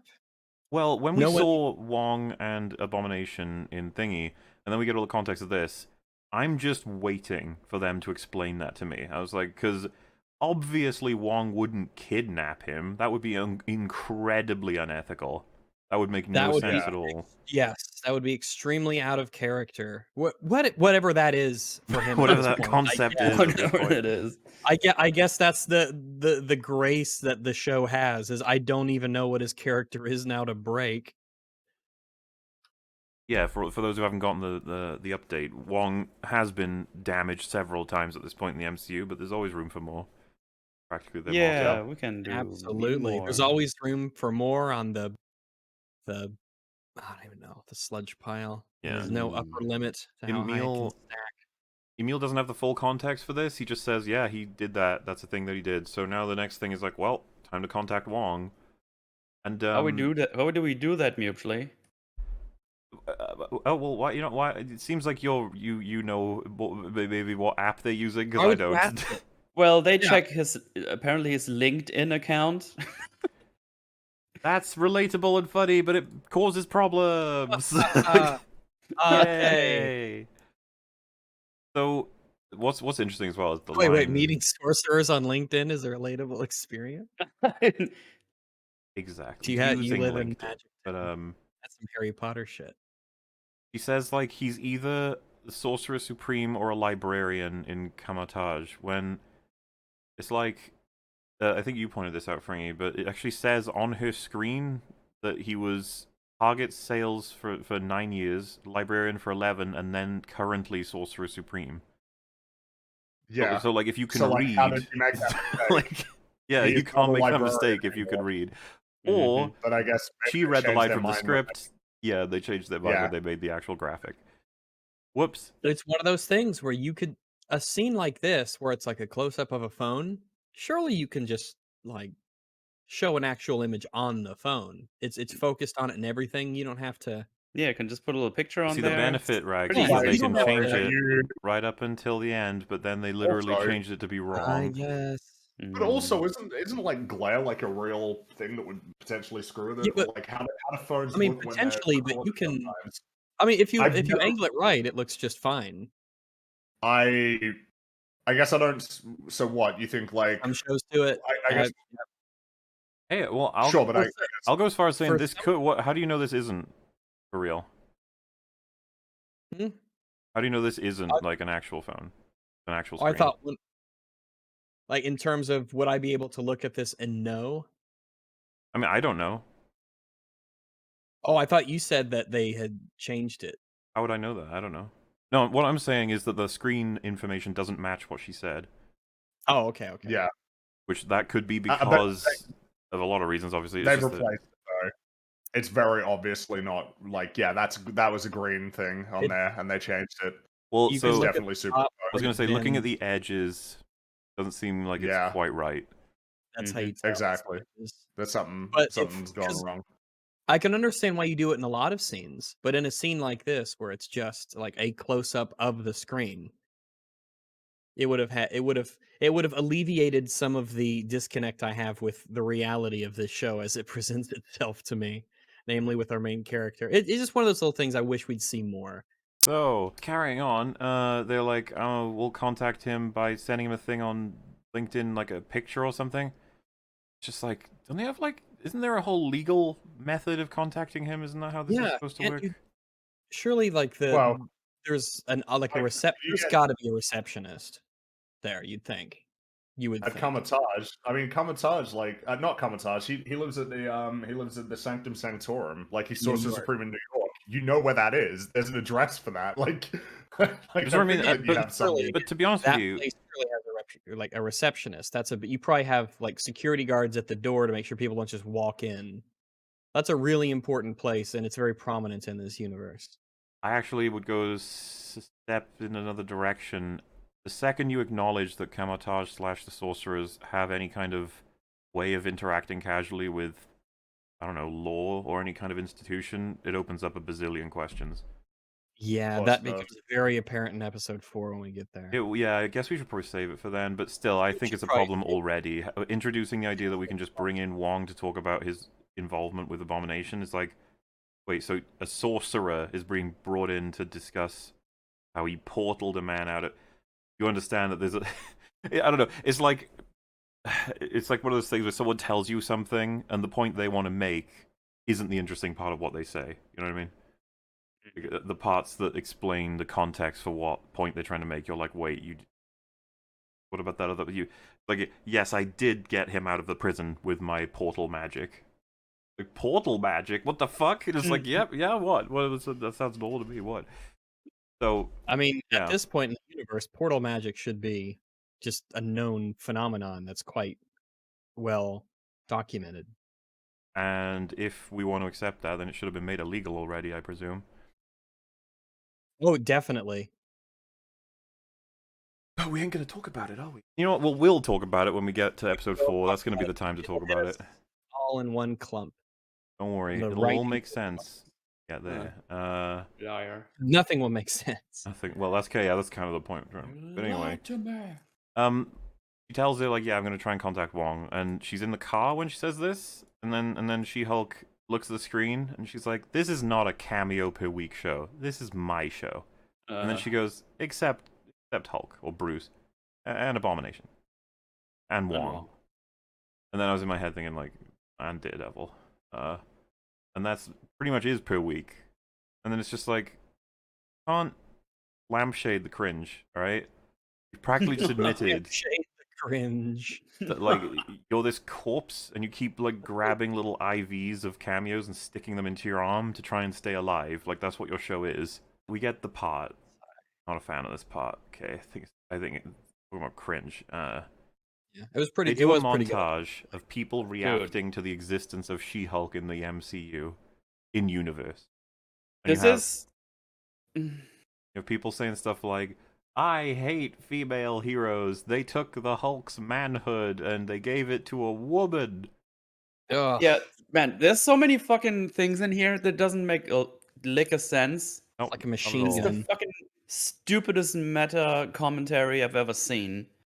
Because they have like shit in there that says like, yeah, as I already said, they took the Hulk's manhood, gave it to a woman, or something like. But the Hulk's still around. Why are you turning? Why are you turning every superhero into a girl? I did pause on those frames and written most of them down. Yeah. No more female superheroes, please. Why are you turning every superhero into a girl? Someone find a way to cancel hashtag She-Hulk. I have no problem with female heroes. Just saying, make your own? So none of this can make any sense in universe. Exactly. Because the context here, first of all, I really want to talk about the manhood one. The latest thing, a big event that a superhero did, I guess you'd say is Iron Man in terms of, well, no, because Mysterio did those things. There's a lot of things, but I don't think any event is really compared to Iron Man's snap, and by extension, really, the Hulk snap. The Hulk snap is probably the most heroic thing that has happened in the history of the universe. So someone saying they took the Hulk's manhood away and gave it to a woman, it's like, what do you mean? The Hulk is currently alive and well, and he just recently did the most heroic thing in the history of the universe. Meanwhile, she's just here. She also exists. I don't even know why someone would say this. Like, in universe, it doesn't make any sense. Because I don't actually know what the arguments people make are. They're totally disconnected from what people really say. No, also no one is going around taking the superpowers of men. Male superheroes and put them into women. It's like, what the fuck are you talking about? Why would anybody say that in universe? It doesn't have any context that can line up at all. Exactly. We've already had female heroes that have existed in this world. Are you suggesting that this is what happens every time? Why? Yeah. What do you mean? I don't understand. It's very strange. It's hard to, and so it's just cringy and, like, as I was saying before, super insecure from the writers. It's dumb as shit. We gotta have affirmative action with superheroes? Like, what do you mean? Do you think the government made him because they want more female? Like, is that the idea of what's happening here in universe? No more female superheroes, please. It's got 5.6k likes. It's got a little pray symbol. So I heard this. I don't know if that's true, but I heard that they actually took like real comments from when they announced the show. Yeah, but the thing is, just put them in there. Our world is different than their world. I know. I just wanted to mention it because it just makes no sense. I don't know why you would do this. It's fucking stupid as shit. We have a hashtag #MeToo movement, and now all the male superheroes are gone. It's like, what the fuck is going on? I don't know, man. So fucking stupid. I hated this. I hated this with a passion. It's so fucking short shit. Please no more pray. So, we got this moment. This was famously clipped. Everybody's been making fun of how awful the animation is here, but this is kind of, if anybody was wondering... this one was bad. It just does a little tank to the side. It's like... Yeah, so... Also, that makes great. To get this, like, understood, she doesn't look like she's there. Is the main thing. Yeah. Clearly. Oh, it looks bad. Your eyes won't believe it. They'll just be like, no, there's something wrong. I would even go as far as saying the lighting on her isn't quite right either. The lighting on her's not right. Her the way that the suit moves it's just that is not real, and it does not look good. This is not up to James Cameron standards. No, not at all. I think you're right. I think he'd be upset with this. Yeah, so on the iPad, there's like an interview with some guy, and the guy says it's appalling that anyone would try to free that monster, and apparently the quote is coming from the prosecutor of the case originally. So That to me is a huge opportunity for something interesting. We don't get to see that. We don't get to hear any more of that. That guy, that No. is literally the first and last thing we hear from the guy who prosecuted Emil's case, and is being interviewed right now, saying it's appalling that anyone even try to free him. Which I'd love to know what he thinks about all this. I'd love to know but never mind. We don't even know, what Emil like got in terms of years or whatever. It doesn't matter. It's fine. Yeah. Um, Nothing interesting here. Go away. And she says, like, you see what they're saying about the case and you and stuff, and then She-Hulk says, I can't think about that. Everyone in this country is entitled to a fair hearing. It's like, where was this last episode? Because she's right. It's just that I didn't realize she cared about that, but they're making it clear she does now. It's like, okay. That's good, I guess. Good. Sometimes it can cause a backlash. Not a backlash, a whiplash to me. She's pulled into her boss's office. And, oh yeah, on the way, she's getting annoyed about the attention, but she says, people only care about me because I'm representing Emil Blonsky, but once this is done, it'll die down. She thinks the attention given to her as She-Hulk will stop as soon as she's not representing the Abomination anymore. It's like, Definitely. yeah, okay. That's That's definitely what'll happen. Definitely yeah. gonna happen, for sure. Absolutely. Oh. Absolutely. Things on the internet just go away. It's no problem. Mhm. That's true. You will just that's why that's the only reason people really care about her is that she's representing Abomination. Yeah. Yeah, that was it. I can't remember how she got into that position, but it's probably No. nothing, really. Apes me. But she walks in and she sees the guy, the stupid sexist man. He's here and he's trying to get help representing a case that he's making against a person with superpowers. So he needs this team. He's like, oh no, not Jen Walters, boo. Mhm. And Jen, when she walks in, says, I'd love to know what this is about and not work on it. Which is just like, Okay. shit lawyer. Just like, I want to know about it, but not help because I like gossip. Just like, yeah, alright. Anyway, as it's about to move on, some lady like walks in as a Mallory potential... Book is her name. Yeah, as a potential to I work don't on know the what- case. Yeah. She's just here. No, so she's a potential to be, because he's looking for someone to represent the case, and he's like, no, it's not going to be Jen, I hate her. And then she walks in, Oh, yeah. and he's like, I can't talk to a 10 about embarrassing man stuff. She could be my next fiance. Mm-hmm. Cringe. Yeah. But no, what I meant, this is the only time we've seen her so far, and she doesn't appear up until now anymore. So I just I can here, this explain is that. character She existed with for name. this joke. She might be back later, maybe. I don't know. I just found it weird that she's in there for like 5 seconds. Like, Depends okay, how funny happy not the to be a movie part of writers would this. be like. Maybe she meant the show. I don't know. Maybe just the show's like, I'm sure happy she's not to literally be a part of like this. disappeared into a dark void the second that she was done being used by the writers just to have him go, I can't talk to a 10 about embarrassing man things. Mm. Isn't it so funny how he's such an idiot? He's very idiotic. That is pretty funny, though. I mean, if we're being fair, it's So really. they let us know that he is in trouble because he dated a shape-shifting elf, and she pretended to be someone called Megan the Stallion, and Yeah. everyone's like laughing at the idea that he fell for it. It's so funny that he would have fallen for that when they just said she's a shapeshifter. Mm-hmm. Also, I don't know anything about Megan the Stallion. Nope. Nor I do was I about to understand say, why a that's- woman would call herself the Stallion when that's I about felt- the most virile creature you could imagine. That's one of those things where I feel like a boomer. It's like, oh wait, that's a real person. I thought it was just like an in-universe person, but no, it's like a real Yeah, that's what I hear. She's like a full-on things with female people, rapper or something. I got nothing with that one. I was like, oh, okay. Oh, good to know. So, Good, yeah, good for her that'll- that she got this gig, I guess. I have to address the trouble that the arsehole DA guys come in with is that he believes he's been defrauded because he spent a bunch of money in the relationship, but it wasn't who like shape-shifting elf, not the person that he thought he was dating. And yeah, it's like constantly like a punchline that he was stupid enough to fall for it when, of course, it's a shape-shifting elf. Like, We'll She get can what was into he literally supposed to shapeshift. imagine? once we get to the a bit more into his story, we'll talk about how that's absolutely fucking bullshit. Yeah. But for now, Mm-hmm. it's not necessarily clear as to how easy or not easy it'll be to win this case for him, okay? We'd think, like, oh, that's gonna be easy as fuck. We'll find out soon enough.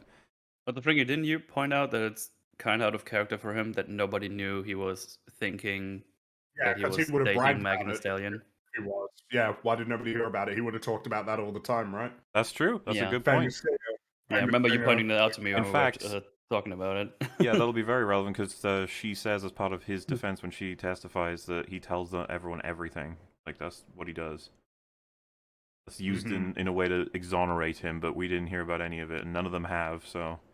Because, yeah, Jen is surprised to find out that he thought he was dating... And wouldn't that be on social media? Everywhere? Well, This he is a would at famous least... singer or whatever? Yeah, You would yeah, think probably. so. Yeah.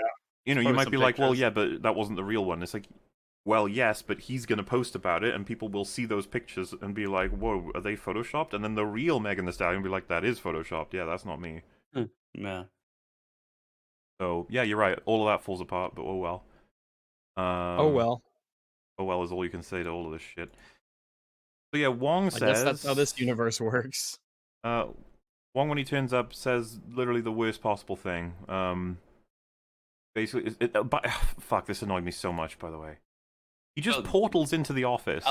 I was about to say, he just portals in and nobody gives a shit. No, They're like, it's like he does it "Oh, all the okay." time. Or It's something. like a normal thing that happens. I don't As understand. you do. This would be major. You can't just barge into places. This is a private meeting. We're talking Private, about Yeah, cases. private. this you're not. Talking Yeah, about confidential cases, like, yeah. More It's like you're confidential. living in fear that Exactly. Wong will just Like- show up at any moment, It's like a private creature business, from another right? planet. I It's would like, imagine yeah, that you Wonger's need, in the like, house. What's up? I imagine that you need a key card to get into this. To Yeah, this, absolutely. Dude, what he just did, if this were in any way realistic, he would be... I'm not sure. Trespassing. He'd be a fine at the very least. He'd be a big one. Yeah, you're trespassing. Also, I just don't believe Wong would do that. It's just He's not not that a thing he would stupid. do. He's not supposed to be that stupid, but He's not- man, yeah, do they knock him down intelligence-wise in this one. And with stuff that is almost intentional. Like, they really fuck with his intelligence in this and the next Yeah. episode. Who started all that bullshit? That he's now that stupid ass character, even though he never was before. Multiverse where of did that start? Madness, or did it start before that? You could argue he it hasn't been there's in- a little bit in No Way Home where he just says, yeah, you guys Yeah. promise you won't fuck Oh, up with the thing. Oh, yeah. well, okay, just don't involve me. Don't Yeah. involve me with the mind-altering. Yeah, the magic trailer spell line was that- better. Oh well. But you know, yeah, because he was pretty good in Doctor Strange. He's a very serious and intelligent man. But Mhm. oh well. Bye, Wong. Yeah. Whoever you're, the Skinwalker version of you, we don't like him nearly as much. No. Well, because he goes on to confirm, which, yeah, by the way, just the portals, the amount of repercussions. We'll talk about it more in episode 4. Oh, it's so painful every time I see it. So yeah, he just says, everything Emil Blonsky told you is true. I kidnapped him and forced him to fight me because I needed to become Sorcerer Supreme, and that's part of, like, proving that I have to defeat, like, a worthy enemy. And it's then part of his he went back trials. of his own volition. So And- where do we begin? Where do we begin is a great question. So I mean, I guess maybe we'll start with the smallest thing first. I thought Aw. timeline-wise that Wong became Sorcerer Supreme like pretty quickly after Doctor Strange. He became Sorcerer Yeah. Supreme in Doctor Strange's absence. But Yeah. Shang-Chi takes place after Doctor Strange was back. So timeline-wise, doesn't make much sense. Wong, what the hell, dude? Like, what? So Dude, this that's is like- not. This is not cool. That's really bad, Wong. You Mhm. forced somebody against their own will to participate in a cage fight with you, broke them out of a super high security prison just for your training. You should be wanted. Wait. Well, well. we're not there yet. You're jumping ahead, Rags. We're not quite up to that part. We'll definitely get to Well, that. if we're yeah. referencing things that So this is well, I guess to make it clear though, he's just told Jennifer Walters like basically that he's committed several crimes. And she's like, "Oh yeah, if you could just explain that in the parole hearing, that'd be great." So once again, I will not explain those in the parole healing. you No. say that hearing. he says he will. Happy to. So Oh, yeah, neither he- of them. The I liked it. lawyer doesn't know that what he's just admitted to is serious crimes to the point of like this isn't. I don't even know where to begin in terms of how this works, how any of this would work. So, because like you need to exonerate Emil. He didn't break out. It was someone broke him out. It's like, okay, how do you know that? It's like, all we've got a you've done is witness. Like, all you've done is shift the illegality from one person to another. Like, you haven't. This is the thing. First of all, we got to get his story down very, very straight and collect evidence, and then you've got to present that to the other side, right? Or at least the hearing people. We got to get this all verified. Who the fuck is Wong? Right, know, like, and yeah, then- exactly. Who is Wong and who can corroborate his story, or is it just we're going to take his word for it? Yeah, and then again, of course, we have to temporarily ignore the whole portals problem, like, because that's just going to open up so many more things to have everyone think about. Because they're portals, right? Yes. And yeah, and so then you have to get him, like, you have to tell Wong. It's like your duty as a fucking lawyer to be like, Wong, you're throwing your life away, by the way, when you admit all this. If you Yeah. agree to do this, yeah, like, Yeah. this will probably help Emil, but it's not going to You do didn't you want any to favors. stay. Yeah, you didn't want to stay in New York, right? But yeah, I was pretty annoyed that's just, it turns out to be true. Yeah, he just kidnapped him for his own benefits. Yep. Doesn't seem to notice or care as to... No other character seems to notice or care that that's an unethical thing. They're just trying to manipulate it legally. And we've just been through how legally this is an absolute farce. I don't even... It would be like if you murder everybody and then you just go, oh, nah, I was mind controlled into it by Bob over there. And then Bob comes in and goes, yeah, I forced him to do it. Okay, bye. And they go, well, yeah, I guess you're innocent. That's it. Like, what? Well, No. sorted that I out. guess- There I are guess so many we're things just- we have to go through for this to be considered even remotely valid. Yeah. Well, yeah, we're going to be talking about it for days. This is a matter Yeah. of serious discussion in this parole hearing. But oh well. Well, I but guess we'll get to the oh well apparently- soon. Well, apparently Wong thinks he's above the law anyways, because he just demands that he won't be Well, punished well, in the next sentence. Oh right, yeah. Sorry. So yeah, he. Yeah. As That is- Sorcerer Supreme, I demand he won't be punished, and stands up and is about to leave. It's like, what the fuck are you doing? Yeah, you're right. He says, "As Sorcerer Supreme, I insist he not be punished," which is insane. Like Yeah. Like, that's the. oh, a Sorcerer Supreme, is that elected office in the United States? Like, what is That's what I mean. Yeah. They try to make it You kind want of to tell like me why I care? tongue-in-cheek fun, but what he's saying when he says that is, "My authority is higher than anything in your country." Yeah, it's higher than Even the though court the of. Supreme Yeah, Courts exist, just other laws. Like, Yeah. yeah, the courts of the most powerful nation on the planet. It's whatever. portals. Like, if you're in prison, whether or not you're allowed to escape to go to cage matches in other countries. Yeah. Wong is just I can do whatever I want. Well, and as we see afterward, right? Because Jennifer's like, "Oh, you got to explain that to the parole hearing." And what is the next thing that he says? Like, doesn't he say, "Oh, we could send him to the"? You've No, got no. the. I have it here in front of me. I've written it down. But- Because he No. goes, But Mel, I've I got know it what you- literally on screen. So- oh, okay. Well, He says, I'm did not a the good one that's job, going to be Metal. punishing You him. The did good. parole board will not release him after seeing that video. And then he goes, I know what you're thinking, Miss Walters. And well, we're not going to erase everyone's memory. And then she goes, whoa, not whoa, again. that's- So, what Oh, the Wong. fuck? She's like, that's not what I was thinking. That's highly unethical. And it's like, Jen, good Jen, good Jen. Yeah, good. You did Yeah, a thing. You managed to job. fuck up and say something a human should say. Yeah, I was like, That's that's the very one happy time you she actually said this. points the thing out as unethical. Excellent. But you managed to not ask him why the fuck he would kidnap somebody for his own benefits and then just drop them back in, while also releasing a presumed horrifying murderer person. Like, there's so many questions to ask, but all she picks up on is, well, erasing someone's memory is unethical. And it's like, good. Wait, but... that affects me. Exactly, yeah. And he goes, it's also very messy, believe me. Very. Which Mhm. the implication of him saying that is like if I said like me and Rags being chased by somebody and I just go, somebody wants our autograph or something, I just go, we could axe murder them, and you're like, that's wrong, and I go, messy. But yeah, the implication being I don't care about the wrong part, which is what Wong seems to not give a shit that. This is a No Way Home problem When too. Wong, like, specifically in Doctor Strange, was very duty bound and, like, not about fucking around and Exactly. doing stupid things. Why don't Mhm. they But care? this Wong is because this Wong is fun. Well, this is the Wong that like, he's their puppet now Well, to do with as they wish. Someone in chat said like I enjoy Wong because he's chaotic neutral. It's like he wasn't chaotic Wasn't. neutral. They made him just absolute made nonsense, him which is shady. another He word was for chaos, I lawful. guess. Just decided that's his character now. Without, well, Frustrating. Yeah. Yes, he says, "Oh, okay. We'll send him to the mirror dimension." It's like, So, what? the fuck? What do you I mean? thought the whole point. I thought we weren't trying to punish Exactly. Abomination. It goes from don't punish him, I demand it, to fine, we'll put him in the mirror dimension. And then I think, not- what does he And say? you don't wanna Put him be in there without a the sling dark ring. dimension as well. What Yeah, was the he other said one? he says shadow Yeah, dimension. shadow dimension. It's Yeah. like, What, Jesus. What do we? What he didn't? I thought he didn't do anything wrong. In So- your words, like This is what I I'm mean. Yeah, glad like, Wong isn't a judge. this might be one of the most blatant examples of like comedy is annihilating his character right now. It's just Absolutely. good God, it's Hmm. completely fucked. Or Wong. Where's Doctor Strange? Bring him back. That nonsense character might be more I coherent. guess I don't he's know. dealing with an incursion, maybe. Who Maybe, knows? yeah. Maybe. Just like, I just want to be in the scene and be like, Wong, are you talking about the dark dimension? You want to put Abomination in the fucking dark dimension to help For him? what you did. Yeah, Yeah. You're like an evil tyrant. he really is. He's going You should fucking be. insane.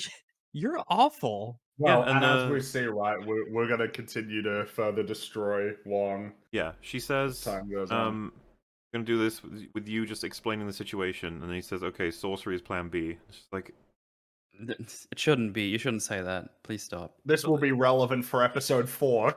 There's But just can you something see to how- keep in mind. like the ideas, the writers really are up their own asses. They're like, ain't it cool? He's like, I'm gonna solve the problem with sorcery, but our lawyer show is like, no, we'll do it with law.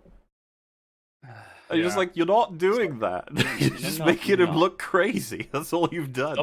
Stop lying to yourselves. You need to. Well, because all that we've established with that scene is Wong will just, if he will participate in the legal system only so long as it benefits him. The second that it doesn't, well, Yeah. who cares about that Bye. shit? I'm out of here. I'm out of here, Sorcery. bitches. Wow, no, you're spoiling it. You're What? No, spoiling- not at all. I don't know what you He mean. was speculating on Okay. funnies that could happen, right, Rags? Right? Absolutely. I just Yay. speculate. That's what I'm here for. Oh god. So anyway, he leaves, and we go back to Pug talking Pug. to our sexist man, Dennis. He's called I'll be a Dennis. man. Dennis the sexist Funny. man. He's The just about sexist- Dennis, the sexist man. how much he paid, how much he spent on the thing, and this whole scene is treated like he's an absolute idiot for spending money on it. Mhm. I find all this so interesting. And again, he is the victim of fraud. Yes, like she. Mhm. I don't even. He talks about how he like paid off her car debts. He bought her jewelry, and the guy's just like. Like, okay, It's man. doubly weird considering that in later episodes, potentially there might be a negative, like, oh, you didn't pay for the woman? Well, Oh, that's bad. here's- But also, Here's something that's also Here. worth. I just realized because like he spends I think $175,000. Yes. I don't know how much like district attorneys in the United States make, but like Jennifer Walters is talking about how she can't pay down her debts. He also was a DA, worked in the same office, presumably got comparable salary. How's he just got like $175,000 just sitting around to spend? To spend Is on he, a like, incredibly- recent girlfriend. Did who he- just Did he make a lot of good investments or something? Like what? What is? So- yeah, How what does I'm he have so suggesting much is money? he didn't do that over a series of years. This is like a girlfriend he's had very recently. Yes. So he just Mhm. had that money lying around. I He guess had maybe it's inheritance. I don't know. $175,000 sitting around. Yeah, maybe. God, pain. And then of course, so he leaves the room, but then he immediately comes back in and says, "I've decided I don't want to do this anymore." That's like And like what? everybody who watches this episode is like, "So that's the imposter girl then." Take much to figure that Now- out. That's a crime. Well, before you say that, So actually, bad. I just had like one of them brain blasts. You know, you just go like, "Oh fuck, shapeshifters are a thing. The whole world Yep. has Yeah, to that's change right. again. Yay! Yeah, Everything has it's to gonna be like- alter to account for this. You have to actually have ways of verifying people now because everybody could be." People bad got enough to they go- just yeah. portal into our offices. We got Skrulls, we got Asgardian elves, we probably got other critters as well. Mhm. Just people being able to steal your voice and face and body entirely. It's just like that's just common now. It's like you actually need to have things set up for this. You can't just let it be casually possible, ruining everything. And then Yeah. so you throw that out, another just huge bop to the world building. But oh well, this is like, wait, she's done. She's just Yeah, impersonated it's him. over. Yeah. She's impersonated him to try and get the case, like to get his case dropped by his lawyers. Mhm. Yeah. My She- God, this is man, this is a Like, very that is delicious. that's a That's a big crime right there. Maybe, Like, maybe you think like, oh, you know what? There were no cameras in the room. It's his word against her. It's fine. Well, she walks outside and impersonates the lawyer Yeah. yeah. in front of everybody, Um, and they can easily tell it's an impersonation because she turns back into So- herself in front of all of them. Several witnesses. He You're even done. calls. You, He even you calls for security, but It's nobody over. comes. Well, it's over. You've trespassed on private property using a false identity to get into a private area, and then you use that to try and Interfere with. to Yeah. interfere with the case. Fraud. You're done. How could you It's over. possibly like? Yeah, there's no case anymore. It's clear. Well, Yeah. I guess you'd still. Well, want I mean, there is a prostitute to case. get that There's money no back, way but of she's going to escaping. jail. Yeah, She's yeah, going there to is a case, prison. I guess, is what I mean. That's happening. Yeah. There is only a case. But hey, funny. Isn't that a little funny so thing? funny. Well, yeah, because doesn't he walk around saying like, "I love objectifying women" or something like that? Yeah. Because that's. Yeah. You like how their That's- parodies of sexists are the same as their sexists? Like they don't know how to do Yeah. anything else. Right, there's no difference between the elf just doing like a Yeah. caricature and the actual caricature character. We're starting up Blonsky's case. Yep. But Wong is like late.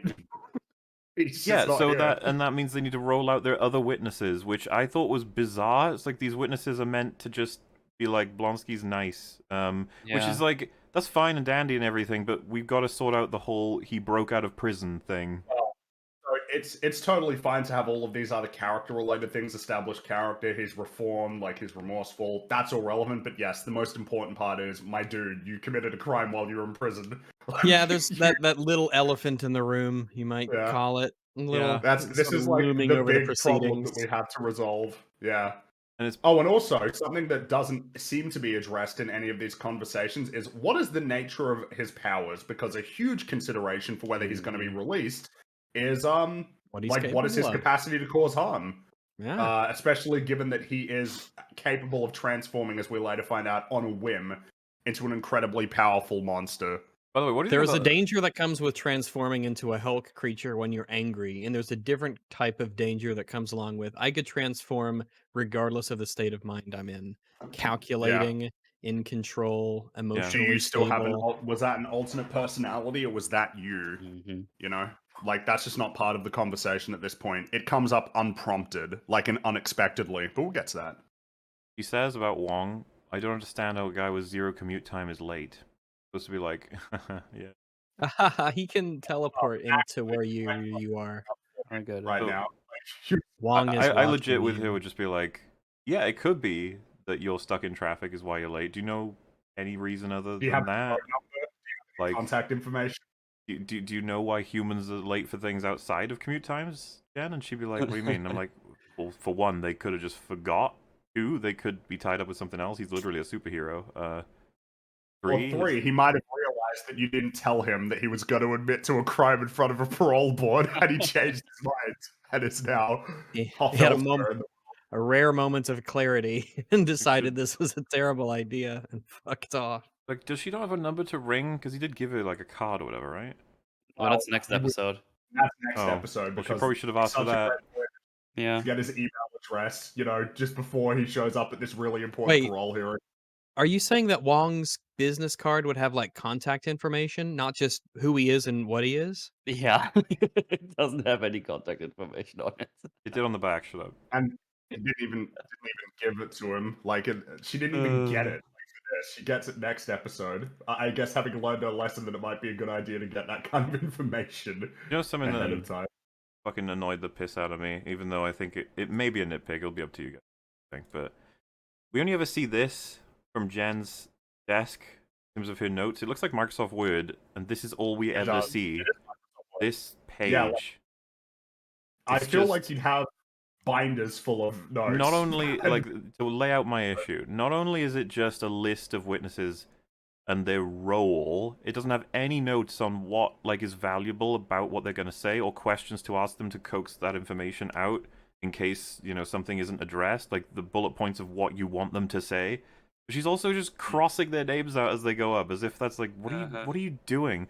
This means that she just like she doesn't have any notes about anything. She just was like, this is the witness's name.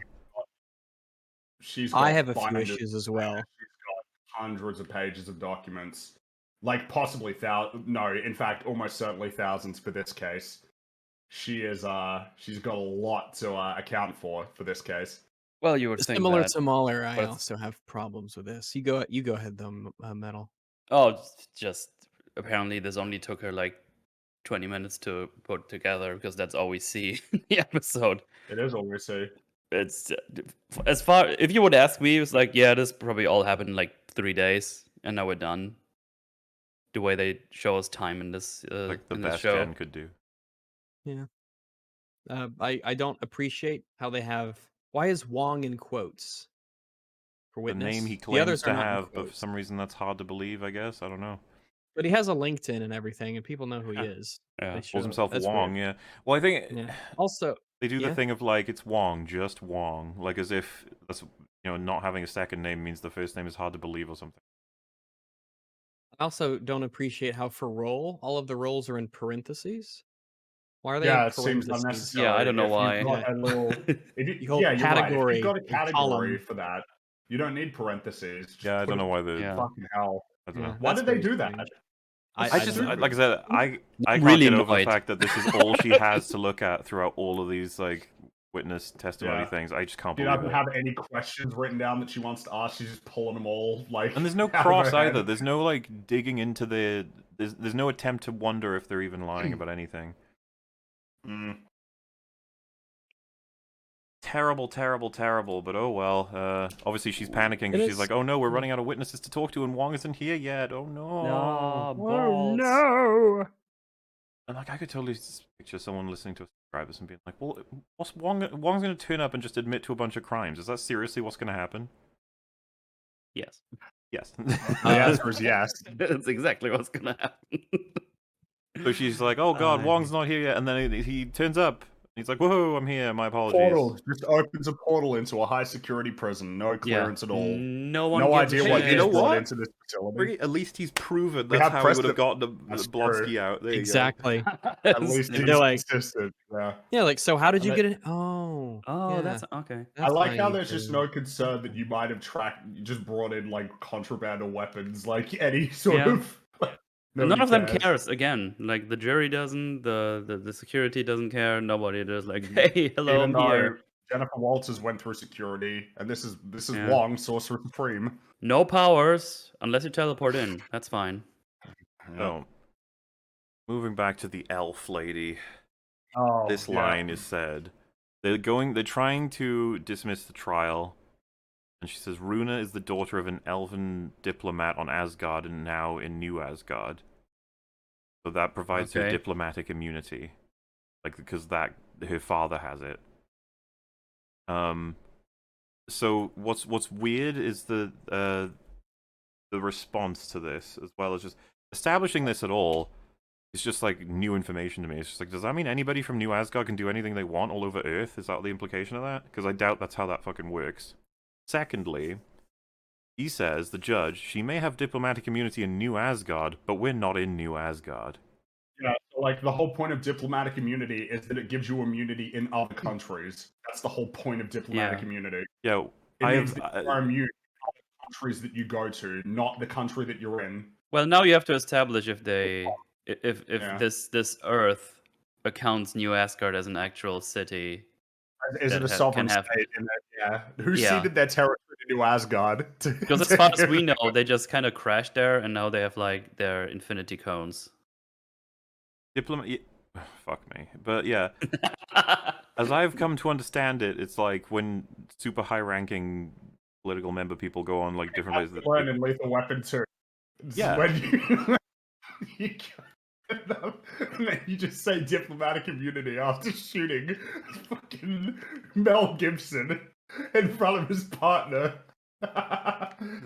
We should watch Lethal Weapon. That could be an Maybe we EFAP will. movies. That movie. Oh yeah. Good good so I was just fucking blown away by this because I was like, my limited understanding of the point of diplomatic immunity makes this sentence so hilariously pointless in general. Just she could do whatever she wants in the place that he's from. That's what Well, it's diplomatic just immunity means. Like what? Is she a diplomat? Like she said, didn't they say that she's the daughter of a diplomat? It's like, okay, like, Sure, all right. Yeah, I guess it Was would, that because it doing does. Oftentimes, it does therapy? extend through family members, right? But like, especially if they visit with them. But Well, does she have it or does she not have it? Like that's kind of all there is to the I guess she discussion. does. Does But she have it or his not? counter is that it doesn't apply here. But it's like, Yeah, it well, that was a doesn't pretty apply, big which- fucking miss from her If it doesn't lawyer, if apply that's here, then true. she doesn't have diplomatic immunity. Yeah, that That's just what I'm means saying. that Like, she why would a doesn't have lawyer it. try that if it's not valid here? What's the point of even bringing it up? Mm-hmm. Yeah, like because did you know, not just know like that. it's not an interesting like back and forth. If your lawyer goes, "This is true," and then the judge goes, "It isn't actually." He says it with a smile on his It's face as like, well, Idiot. which is ridiculous. Yeah.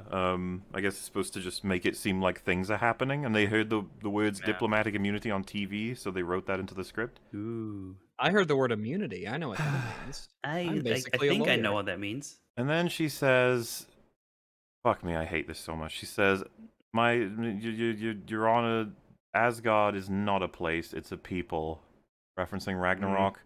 And then the judge says, "Thor's inspirational speeches are not admissible in court." Comedy. Oh, Also, how does he know about this speech? That was a really nice moment. it was a Oh, nice well. moment in Ragnarok. It was. Oh well. Not. This- Stop. How does he? fun too. How does he Stop even know it. about this? How does I he know guess about I that guess someone speech? wrote it down and told everybody about it. Okay.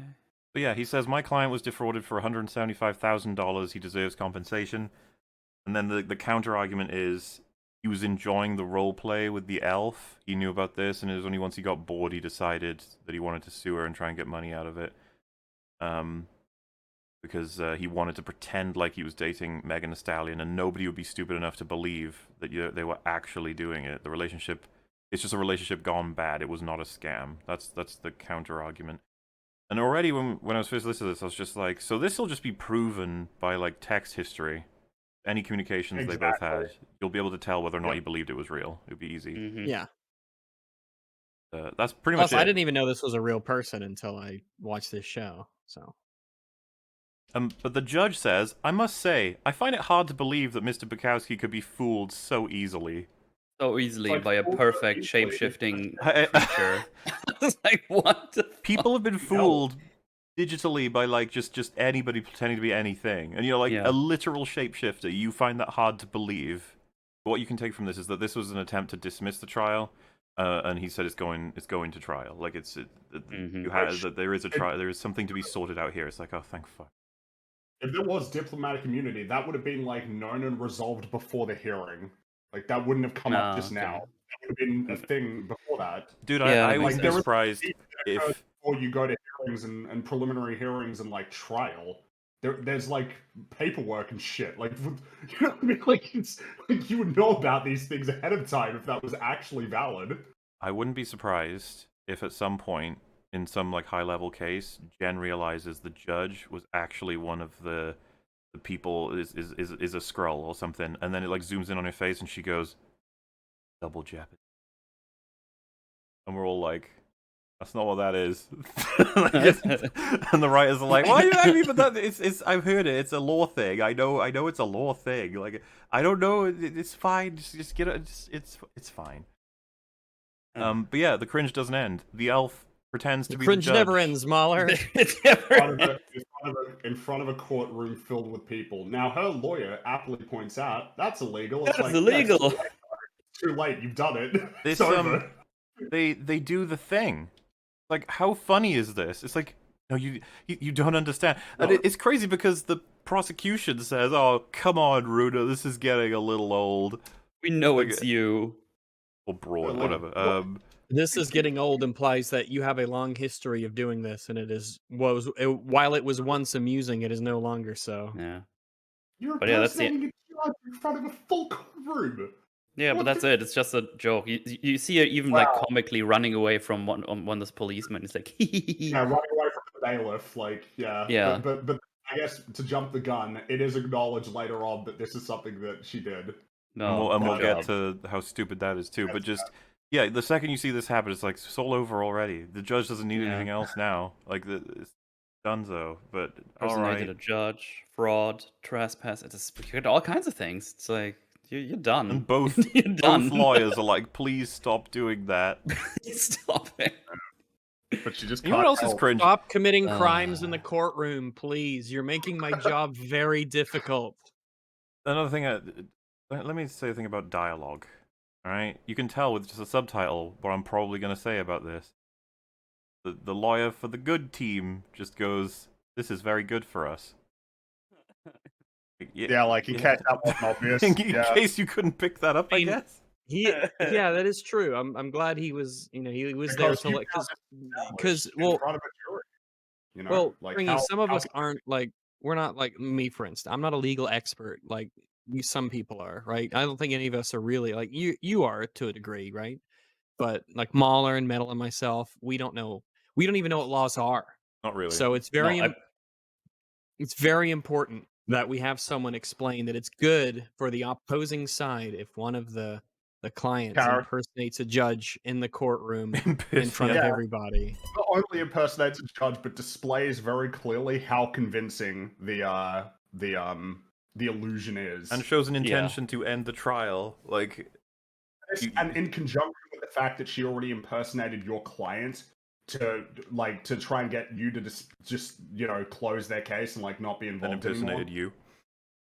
And then impersonated you after trespassing on private property under a false identity. Like, yeah, the elf is going to jail for Forever. like, possibly decades.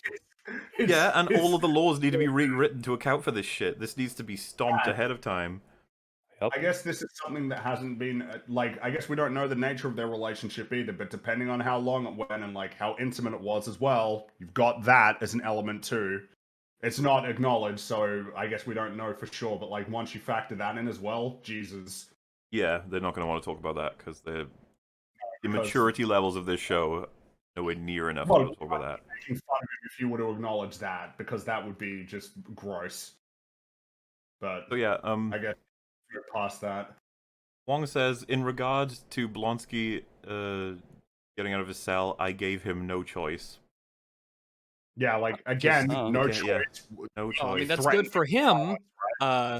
Really bad for you. Really Yeah, bad. Dude, I mean, we're joking about this, but the dialogue is as blunt as that.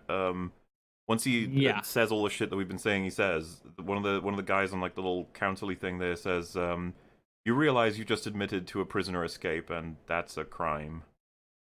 What's weird is he says I took him out by force, but then also says that he told him they can stay in Camartage afterwards. It's like, what? Well, so the problem is that the show doesn't want to. So forced. Forced means something. Yeah. It means something, and when we're talking about like the law, we got to be like very precise with our language. Forced. So you threatened him. Yeah. If he didn't do what you said, you threatened him. But the show doesn't want it because, of course, threatened him. It's like, oh, that wouldn't be good for Wong. Like if he threatened somebody to participate in an underground fight club. Yeah, well, that would be very unethical if he was to do that. This, by the way, is the missing like actually things you could make something interesting happen, even with how shit they are. If you had a cross, some guy could be like, "So, Mr. Wong, you describe the action as forced to a creature that at will 4 times the size of you. Like, how exactly did you force Mr. Blonsky? Wong is very strong. Wong made very compelling arguments based on facts. This is something that it'll become clearer as we go forward. But so one of the really fun aspects of pretty much any law show is the adversarial component of it, right? The back and forth, the arguments being put forth by one side and getting battered down by the other. It is called the adversarial system for a reason. Like that is the major component of it. You've got two sides that are going to try and strongly argue for their position. And ideally, if they're arguing well enough, and the back and forth will lead us to some sort of conclusion. The really fun part of watching like a law show is seeing the back and forth. When things go well for, your protagonists, and then there's setbacks, and then they got to come up with creative solutions or like dive into the statutes or case law to try and develop a solution to the problem. That's like the fun part of law shows. This show doesn't really have any like back and forth at all. Like it's feeble. There's barely any of it trying all. To be fun. It's not so like funny. It's not because watching two people argue skillfully is entertainment of a different kind than this show is trying to be entertainment. Like it's a much more highbrow form of entertainment to watch like a debate and a discussion unfold between two competent people.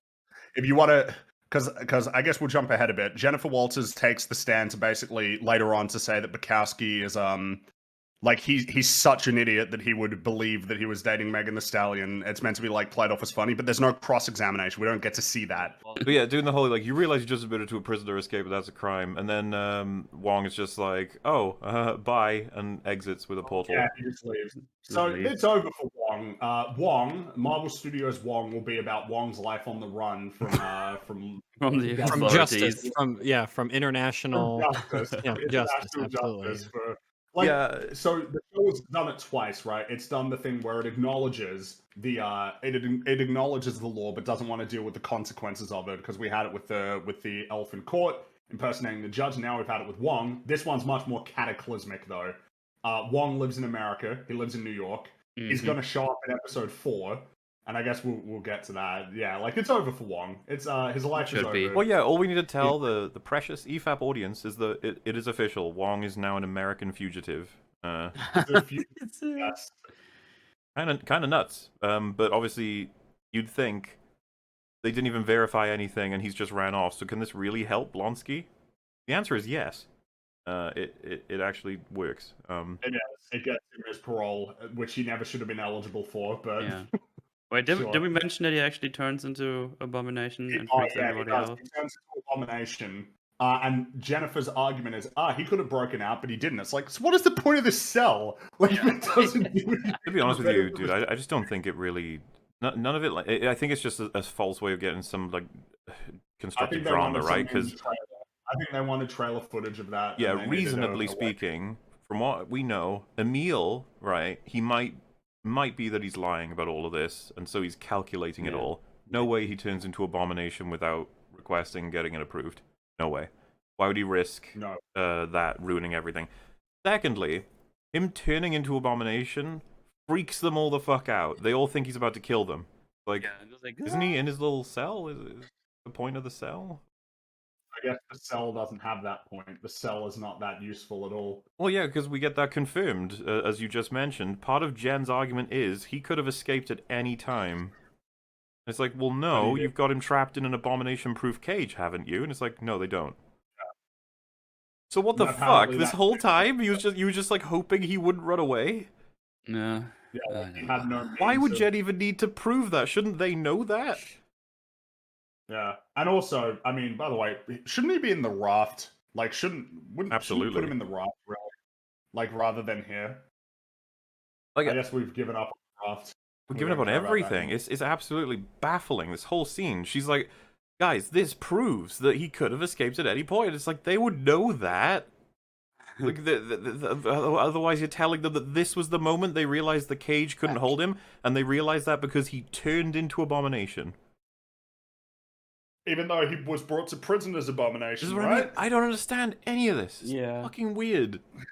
Oh, God. But it's framed and filmed and presented as like a dramatic moment that actually works out for our protagonist. I think this is meant to show how quick she is on her feet, that she could come up with this argument, even though it's like, it doesn't work. Yeah. I honestly didn't even get that impression at all as well, because I know what you're talking about, and I think you're absolutely right, because the way she holds herself, and I don't blame the actress, this is something that they would have had her do, I guess, but she literally goes, I've got it written down as a note, she goes, I beg you to, Mr. Blonsky, he didn't mean to, wait, in fact, this means he could have escaped when it, and I was just like, it took her way too long to make use of this. It did. Yeah. This show is really bad, guys. No. Yeah, so I don't believe that Blonsky would have decided to do it. I don't believe that it would have taken that long to spin it positively. I think that it makes no sense that that's the, like, plot-wise, that that's the way anything would be built this way. It's all fucking weird. And yeah, and then it just gets topped off with Wong abandoning the whole system of justice. Yeah. Like, because... Except for the next episode when he needs to leverage his ends. Hey. But we're jumping ahead. We're jumping ahead. It's hard not to jump. Don't have to jump ahead soon. We're almost there. Don't worry. It's a really good high security prison. It's really good. So, yeah. There's a line when she's leaving, Oh, I was about to mention that. I thought you would skip it. Go ahead. Yeah, well, they're trying to ask you like randomy questions and stuff, and one of them says, "Any comment on getting your powers from a mafia hit gone wrong?" That's so fucking stupid. Why? Well, isn't it the comic origin? I don't know. I just found it really retarded. I'm pretty sure it's a reference to the comic thought, origin. I thought that's what why they got injured in the first place. It was a mafia hit. Oh, okay. I didn't know that. Yeah, someone in That chat is- just said that's because a- of the comics. That's their comic origin. Yeah. Okay. Yeah. So I just so- wanted Just to to make fun of comic fans. Yeah, this is what I mean. That's what I heard that because I must have heard it from Gary or somebody at some point. But I remember thinking like, why are you doing that? Like, Yeah. why do you always do this? I thought Why they do were you just hate trying to the be thing that funny you're again with like a weird But- thing. But I As get we've talked about, as we have Goddamn. talked about, the origin in the show is like missing the potency that exists in the origin of the comic of giving like Yeah. Hulk, Bruce Banner, the choice of whether to give her the transfusion, to make the choice to essentially save her life but saddle her yeah. with what may well turn out to be a curse. Sounds really So, like, cool. It certainly sounds better than what we got, Yeah. which is that a ship appears in front of her. And she swerves in the worst possible way to cause a car accident, and then cuts herself climbing out of the door, and then some blood seeps into her arm. So lame. It was lame as fuck. That is so very fucking lame. So anyway, like obviously her side is Dunzo, and so she's in a bar now, just trying to chill out, and she's like, She's in hopefully my life can get back legally. to normal. Which, by the way, I will say, Legalese is a name for a bar. I like that. That's kind of neat. That's like one of the few things I have to say positive about the show. I Is like it- the name of the bar that they go to. There's something I'm gonna compliment at the beginning of episode 4, so don't worry, guys. There'll be compliments. We'll get there eventually. Yeah, Really? don't worry, guys. Excited. So yeah, their friend, their work friend sits next to them, and oh well, they do God. banter for a little bit about random shit. I don't really care to have a comment I on just it. talk whatever. about how shit Dennis is because Well, yeah, I was talking about the other banter, but anyway, yeah. So you have oh, there was this- other banter. I didn't even write that down. Yeah, so, like forget you're the pregnant awful with break. Abomination's baby. Lol. I don't care. Oh, I remember. No one, I didn't write that down. But yeah, he sits down next to him. He's like, ugh, the case with Dennis. Ugh, and then you get this where she like looks at the screen and says, "Connecting the A and B story. Nice." That's God. really. I man, hate you're it. I praising your really own hate it. writing in your Ugh. notes. You're praising your own writing, and it's not even like a real connection. He just shows up at the bar, like that you all go to. Exactly. Yeah, and That's it's not really clever, not though. clever at all, and they're What? patting themselves on the back for this. Like, fuck! What are you doing? So cringy. Oh. Stop. Enough. So anyway, he's like, how did you work with him for so long? And then they explain like how much he sucks, and she says, it's amazing how he was convinced that he had a crush on him when she obviously didn't. And then he goes, wait a minute, would you be willing to say that under oath? And it's like, yeah, so the idea here is that she testifies to the court that Dennis is a fucking moron. That's their plan. Yeah. How great. And, yeah. As we've said, there are so many other ways to definitively prove this, but all of them are awful lawyers. So they just win by making it a matter of fact that the client is a fucking idiot. And so this Yeah. makes sense. Stupidity of males in the Marvel Cinematic Universe becomes a plot point yet again. Well, That of is course, you've got clever, though. the much simpler answer, which is, do you think it is more reasonable that he should have concluded that he was dating a shape-shifting elf from New Asgard than it was to believe he was dating the real person? No, convince me I would he's a switch out. fucking idiot. You ask for alien, the ship-shifting alien. Like, you should have just Yeah. assumed that was the case. Yeah, idiot. Yeah, you know what world you're in. Really I starts. mean, as we... Yeah. It just really starts begging for the questions like, why did we make an extra law division for superhuman scenarios when we don't do anything The superhuman scenarios differently? don't play into the cases. You're right. Like, the Does he- superhuman aspect is not critical to questions of the law. Yeah. It's only They it's just only surface level. they just happen to have superhuman people in it in these cases, and they don't do Yeah. anything. They don't have to redefine any terms. or have to think about Well, things you already exactly. said, for example. It's like, what? Just Yeah, normal the lawyers could have done that. That think are about not. the precedent of these cases for some Yeah. of them. Yeah. Like, but no, it's just normal, but you've got superhuman people involved. That's it. So he says, in your opinion, Miss Walters, do you believe or do you think that Dennis Bukowski would believe that he could actually pull Megan the Stallion? And she says, yes, he's incredibly deluded and entitled. He's definitely capable of believing he could pull her. All I learned from that interaction is that Dennis is kind of a Chad, and that he'll go for an 11 out of 10, even if he thinks that there's the slightest chance, and he'll even try, and he'll believe it himself. That's not all that I pulled from this. To go after a Grammy, like a super successful Grammy award-winning singer, like. Because basically, Yeah. they're making fun of the man for thinking that he would ever have a chance with a woman that's so awesome, and it's just like, fuck it, it's good to have confidence. Yeah. By the way, I remember I saw someone on Twitter say that the way that they keep referring to Megan Thee Stallion reminded them of like an episode of The Simpsons with Tony Hawk in it, where they just kept calling him Tony Hawk. They never even just call him Tony. It was always the full name. Like it was always, you know what I mean? Like Yeah. when The Simpsons Yeah. was doing all Gotta make those, sure. Yeah. references, It's they'd like- always be like, and then the It's like name Rich of the Evans, celebrity. yeah. Like when you They have the just keep- rights to a song and you just have to play it over and over and over again, so you think you got your money's worth. Hey, look, it's Tony Hawk. Is that world famous, like, Tony Hawk, the skateboarding champion? Like, it really feels that way. So, Was- yeah, they win yeah. the case. And Yeah, he actually no gets... cross examinations, nothing. Yeah, Nothing. so what is just taken as gospel, I guess. Like, that's it. That's what I mean. I it's- believe it's- you that this man is a retard. You That's win. it. That's literally how it concludes, yeah. That's what happens. It also Uh, just shows how kind of like just how cruel these people are. Yes. I don't like any of this. Well, I find it all very I don't like frustrating. any of them. Dennis does call women it because he is a caricature. So, like, they're all just like. But see, that's different nobody than would saying Dennis sucks because he's confident enough to believe that he could date someone. It's like, okay. Jesus Christ, what are you It does suggesting? feel a little, just a tad mean spirited, but That's right. It's the thing that it's just really mean to do. It's just like, you should know you're laid. You should know you're Yeah. too ugly, and it's just like, all right, man, jeez. Be more like Dennis than Jen. be more like Dennis. But yeah, we also then he says, we also sentenced the defendant to 60 days for impersonating a judge. Yeah.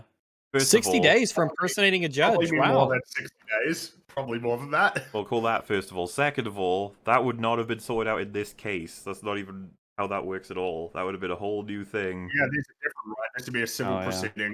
That's That'd be a good different, point. matter. Yeah, Oh boy. That would be the people versus elf lady, right? For impersonating a judge, I'm assuming. exactly. People versus elf lady is The- actually called.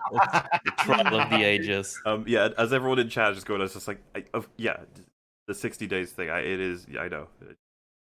I'm no lawyer. What but I else just can you don't say? believe Contempt this. of court? Oh, accurate. it's beyond contempt of court, my friend. Like, we are This is beyond like that. you're trying to do very bad things. And then it also turns out, in this very small room, not gonna lie, Megan Thee Stallion is just there. Nobody noticed. Checking out. Yeah. Nobody Wait a noticed minute, that she's she was- not there on this shot. Oh, wow, that's terrible. Hang on a second. Megan the Stallion is very, very stealthy. She's Logistically very- speaking, shouldn't she be in the corner but there? But Wait, I they. think I saw like a very bright suit thingy. Maybe. I mean, she's pretty hard to miss. Kind of like why this was. I thought she was. I don't know. Maybe she was just out of frame. I'm trying to see. So that's the ends of the seats there. Okay, yeah, this is not who was sitting here. Looks This is a like it. different set of people now. Oh. 'Cause it was okay. at the back. Yeah, okay. So let me compare that with the other image. In their defense, they only have Marvel money. Yeah, it's not much. It's not that much money. Wait. Look out for copywriters. I know. I'm just, know. dare I, for a moment? Disney just still find- does want to claim responsibility for this. Yes. Oh no, she's definitely not there. I Yeah, think I they- just saw another shirt. You know, I just almost I've have the seen image. people pointing out in chat, like, shouldn't Megan Thee Stallion want to sue her? It's like, I guess she might want to. Because, Yeah. there was the whole if you stole somebody's identity, right? Like, we're only talking about what happened to Dennis, but there was also the fact that you stole someone's identity. Oh yeah, Like, you know. You know, there's too, just like as another matter, which that would be like a matter of fact. And there's another legal case, right? Like, what does it mean for like somebody as a shapeshifter to like steal somebody's identity? Like, you know, like how much of a right in terms of ownership of identity, and how does it apply if like, I guess if they want to claim in the relationship that it was part of their like role play or whatever, like how does that factor into it? But there's no, we're not interested in exploring that. Just to clarify, see this lady by here? You can see her in the Megan Thee Stallion shot. Logistically, Megan should be here. Yeah, but so she's not. Not there. That's where she should be, but she just isn't. Yeah. Quality meme. The whole annoying is that you can't go frame by frame backwards in VLC. Can you not? Can we go frame forward? I haven't found the button yet. Maybe I'm just DLC doesn't dumb want as- you to live in the past. Oh, that's nice of the VLC. VLC. Yeah, and then he says, "Do you guys think I have a real shot with Megan Thee Stallion?" They're like, "Don't you do that, Dennis." It's like, hey, let the man try. Let him take it out on a date. See if that. Some girls are into that, I guess. I don't know. And then yeah, and then he says that Dennis says like probably the smartest thing out of everybody ever in this entire show. It's like, I wish there was a way we could remove her powers and make sure she doesn't victimize anyone else. It's just like, you understand this is why we keep talking about the repercussions of introducing these things to the entire world. The legal system's going to want to have a say about them because you are just able to hurt people in ways that can't even be detected necessarily. Like Yeah, exactly. They needs to be control over it. It's funny I'm saying all of this because I'm thinking about episode 4. It's like, chat, you have no idea. How could you not think of episode 4? It looms over us like a fucking thunder cloud. Not gonna believe what happens in episode 4. So then they say, Blonsky does indeed get his parole, but he has to wear an inhibitor, and if he breaches it, he has to go back to prison. Yeah. Yeah. So he can't thought use that his was- powers, but we know in the trailer that he does. So I guess I thought that was Yeah. interesting because have they proved like I don't know that they have that's necessarily something they should be able to do because who knows In terms what of it means for world his health. mechanics? No, it just how do they Abomination's condition to know that like you could inhibit him without causing some serious damage to his health. yeah like surely they need that to be proven first, and then of course like isn't the whole point that he's absolutely in full control over it? So if it's something that causes him pain to not be in at certain points, like what if like how do they have they ruled out the fact that he needs to return to the Abomination form, you know, once per ever whatever Yeah, that to gets there? revitalize himself I or mean, something. if we wanted to get real interesting, like we think about someone like Jennifer Walters She-Hulk, should she have the right to be able to, like, is it her right to be able to essentially have that level of degree of control? You know what I mean? Like, what does it mean for Abomination, for instance? Like, if this is an aspect of him, is this an aspect of him that is like immutable and therefore shouldn't be like restricted in any way? You know? Yeah. Like in terms of legal rights and stuff, like yeah, it's but we're not gonna talk about that because it's not relevant, and we know that he's gonna breach his parole conditions anyway because it's in the trailer. So I guess he's yeah. So yeah, that's that. They will return to Blonsky another time, I presume. I don't care about her interview on TV at all, unless there's anything you guys wanted to say about it. It's more like She-Hulk is a stupid name. Yay! Yeah, fuck you, Stan. Because I want to talk about the really dumb as fuck scene ends this. Well, technically this isn't the last thing we see, but it's still one of the near the end. And boy, do they make the point obvious, but it's just in line with the arc they're going for. Anyway, she's heading toward. I'm not even sure if it's a family house. I think it is her house. I don't know. Whatever. She's attacked by some really goofy-looking people. Very goofy looking people who have a very goofy plan that they carry out in a goofy way, yes. Like, yeah, I guess I'll summarize it first. 4 dudes who have stolen an Asgardian construction worker's tools attack her. They all fail miserably because she's She-Hulk and just turns into She-Hulk and beats them all up. One of them tries to inject something, or looks like Or it, he you know, wants needle to get the blood. Yeah. doesn't work. They all run away into their van and say, "Yeah, we couldn't get her because I couldn't get through her nasty skin." and then they leave. Now, this doesn't make a whole lot of sense. So we're supposed to get from this pretty quickly. These guys are attacking her to try and get her blood. Which is something that in episode 1 when Bruce was like, I have to destroy your blood because even there's a millionth of a percent of a chance that it could get out, that would be catastrophic or whatever. It's like, okay, so that's going to be a plot point then. I think, Absolutely. yeah, it's just like, it's just very focused on. It's like, so these dudes, and they say they work for somebody, so obviously we'll find out, but trying to get her blood. Unfortunately, they couldn't get it because She-Hulk's skin is too hard to breach. Which They is probably had- something that would be known with Hulk. Well, whether or not you know it, if you're gonna try and inject her, the best time probably not gonna be when she's She-Hulk. In fact, you Yeah, might it's even probably say, that first guy who sneaks up behind her and holds her should probably be the one with that syringe. yeah. Yep. So that's a great idea, You'd Rax. think. Instead, Yeah, he just that's what sort you'd of think. he grabs her. Nothing happens until she decides to do something. You don't even have another guy run up and do the thing. Everyone's just Yeah. sort of too far away to Waiting. do anything. And for some reason, the part that really gets me about this is that they're surprised when she turns into She-Hulk. When they want How her could this have blood because happened? she's She-Hulk. How Yeah. could this happen? So yeah, Madness. just a pro tip for anybody trying to get She-Hulk blood out Steal there in the woman's world. blood, yeah. This dude right here on screen, he's the one you're gonna want to do the injection for because he gets the full-on jump on her. He can go boop, pull the plunger, and then zoop and run out. Instead, you give her all this time so that she can turn into her superhero form.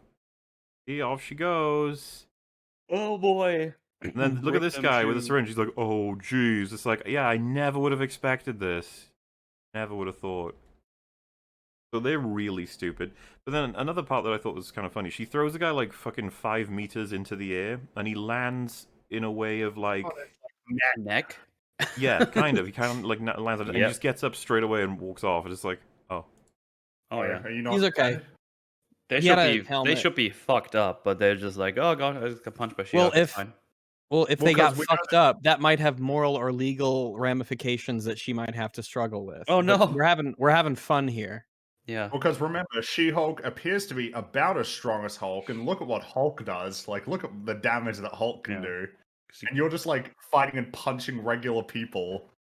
Like, seemingly regular people, Jesus. anyway. He fell so Okay. bad. Yeah. Yeah, oof. That's my He also got friend. his head crushed into the other guy's head. So Fine. They're all fine. You're though, it's spy. fine. They're all fine. And then the show ends on this shot, and again, this is just because this is the point of the season, that she doesn't want to have to be She-Hulk, but she keeps having to be But She-Hulk. and eventually she'll come to love being She-Hulk. Yay. What a Turns out great this is medieval only. arc. Oh yeah, it turns out it's literally it costs her nothing, and it's only an advantage in virtually every way imaginable. But she comes to appreciate that in the end, I guess, and that's the story. We Mhm. begin with a magician doing magician things, and it's like, what? What do we do with this guy? I don't know. And he's like, are you not amazed by me summoning fire You're and not levitating? entertained? Are you not entertained? Is it not why you're here? Good old Gladiator. He's like, Gladiator. I need a volunteer. So this is this lady who the writers of this episode thought was hilarious. She's Madison. With 2 N's and 1 Y, but it's not where you think. Not where you think. She's the writer of this television show. I could believe that.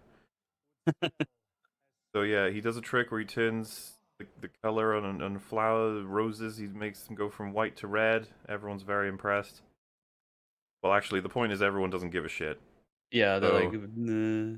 So his like mentor is like, do the thing, do the thing, and he's like, what if I just do a little more like fiery things? Nobody, well, sorry, no, I guess when he said, you know, it's rare that it even gets addressed to the fact that the portals make sparks. It's just like, what even is that, by the way? Flammable or combustible, you know, like Yeah. Yeah. Anyway, he pulls out a sling ring Oh no. and he makes a portal, and it's like, Take it back. Whoa. He has a sling ring? He's a sorcerer? Exactly. You've got a sling ring. He's got a Wow. sling ring. Where did you get that? That will Yeah. require an explanation. I want to Now- know, please. And also- Opens a portal to Dark Souls world. Yeah, to a goblin dimension. Yeah, there's like a head in a cage. This is like some sort of a dark Conan the Barbarian demon land. Mm-hmm. Where the fuck is that?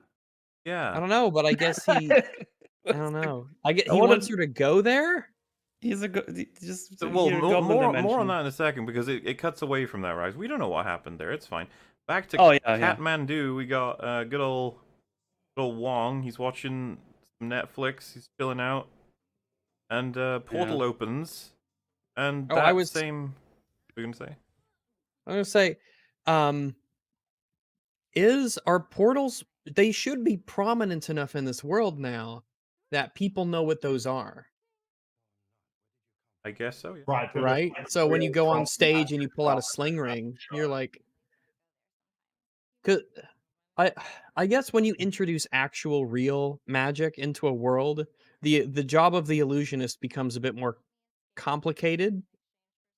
Because magic doesn't exist in the real world, so we have illusionists do the things that make us think, that sort of thing. But now it's like, oh, magic is not only real; it seems to be like a big thing, right? There's all these sorcerers and there's all kinds of people from other planets and stuff. Magic just and sorcery and witchcraft seems to be real. So that must make the job of the illusionist a bit more like, oh, but we have the real thing. So coming to a show to watch you do these dumb things, and then you pull out just like an actual magic. That's like cheating. She portals into Wong's room holding a heart, and honestly, Yeah. like the closest this show's gotten to gore. It's kind of surprising. Yeah. Yeah, it is actually weird. When I saw her with that, I'm like, holy fuck, is that a heart in your Yeah. hand? You're holding a heart in your Yeah. hand. And then she drops it I on would this ask very for it- nice white rug. Just Yeah, I'd ask if she knows where that's been, but I mean, she probably does. I mean, where else do they normally go? I suppose. yeah. Yeah, and so you're gonna be like, last we saw her, she was looking at the portal. Now she's here with a heart, and she says, "What happened to all the goblins? Are you the Goblin King?" Which is like, what? And then she said, "I grew up in Fort Lauderdale. My dad lives in Phoenix with his new family. I go there sometimes." Then Wong is like, no. Did a cut-rate magician send you here? Oh. You have no Why idea would that how be many your first? no idea how many problems that creates that he said that. Already, but we still don't have all the information. It gets worse. I suppose, yeah, we should go a little bit further. So he says, "No, he didn't exactly send me. He sent me to a different dimension, and a talking goat helped me escape a lava pit in exchange for 6 drops of my blood." And then I kind of It was at this point I realized I wish the show was about the goat man and the drops of blood. Yeah, I It know, sounds right? like that would be a lot It more was great. interesting. She It also does. said What does he get up to in Goat Land? she also says diff dimension because slang is funny or something. I so don't know. fun. So She's yeah, taking this all very well, though I'm Yeah, the sure the joke is that alcohol she's is helping. Very drunk. She doesn't realize what's happening. Apparently, I think that's supposed to be the joke, or something. but still, the reality know. is, she's a random woman that Yeah. that magician earlier sent to go and like into a lava world, and she had to take a heart, sacrifice parts of her blood, and fight goblins or something. Sounds hilarious. And then Right, but- someone sent her back through a portal that also comes from a sling ring. Apparently.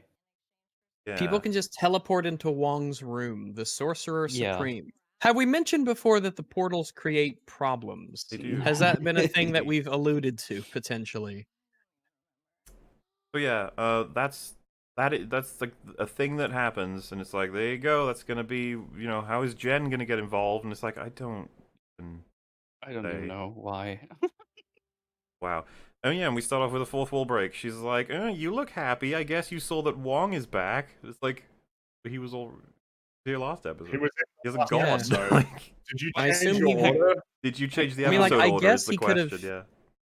I guess he could have just not come back after he fled as a fugitive from justice, and we just don't know what Yeah, well. happened to him after that.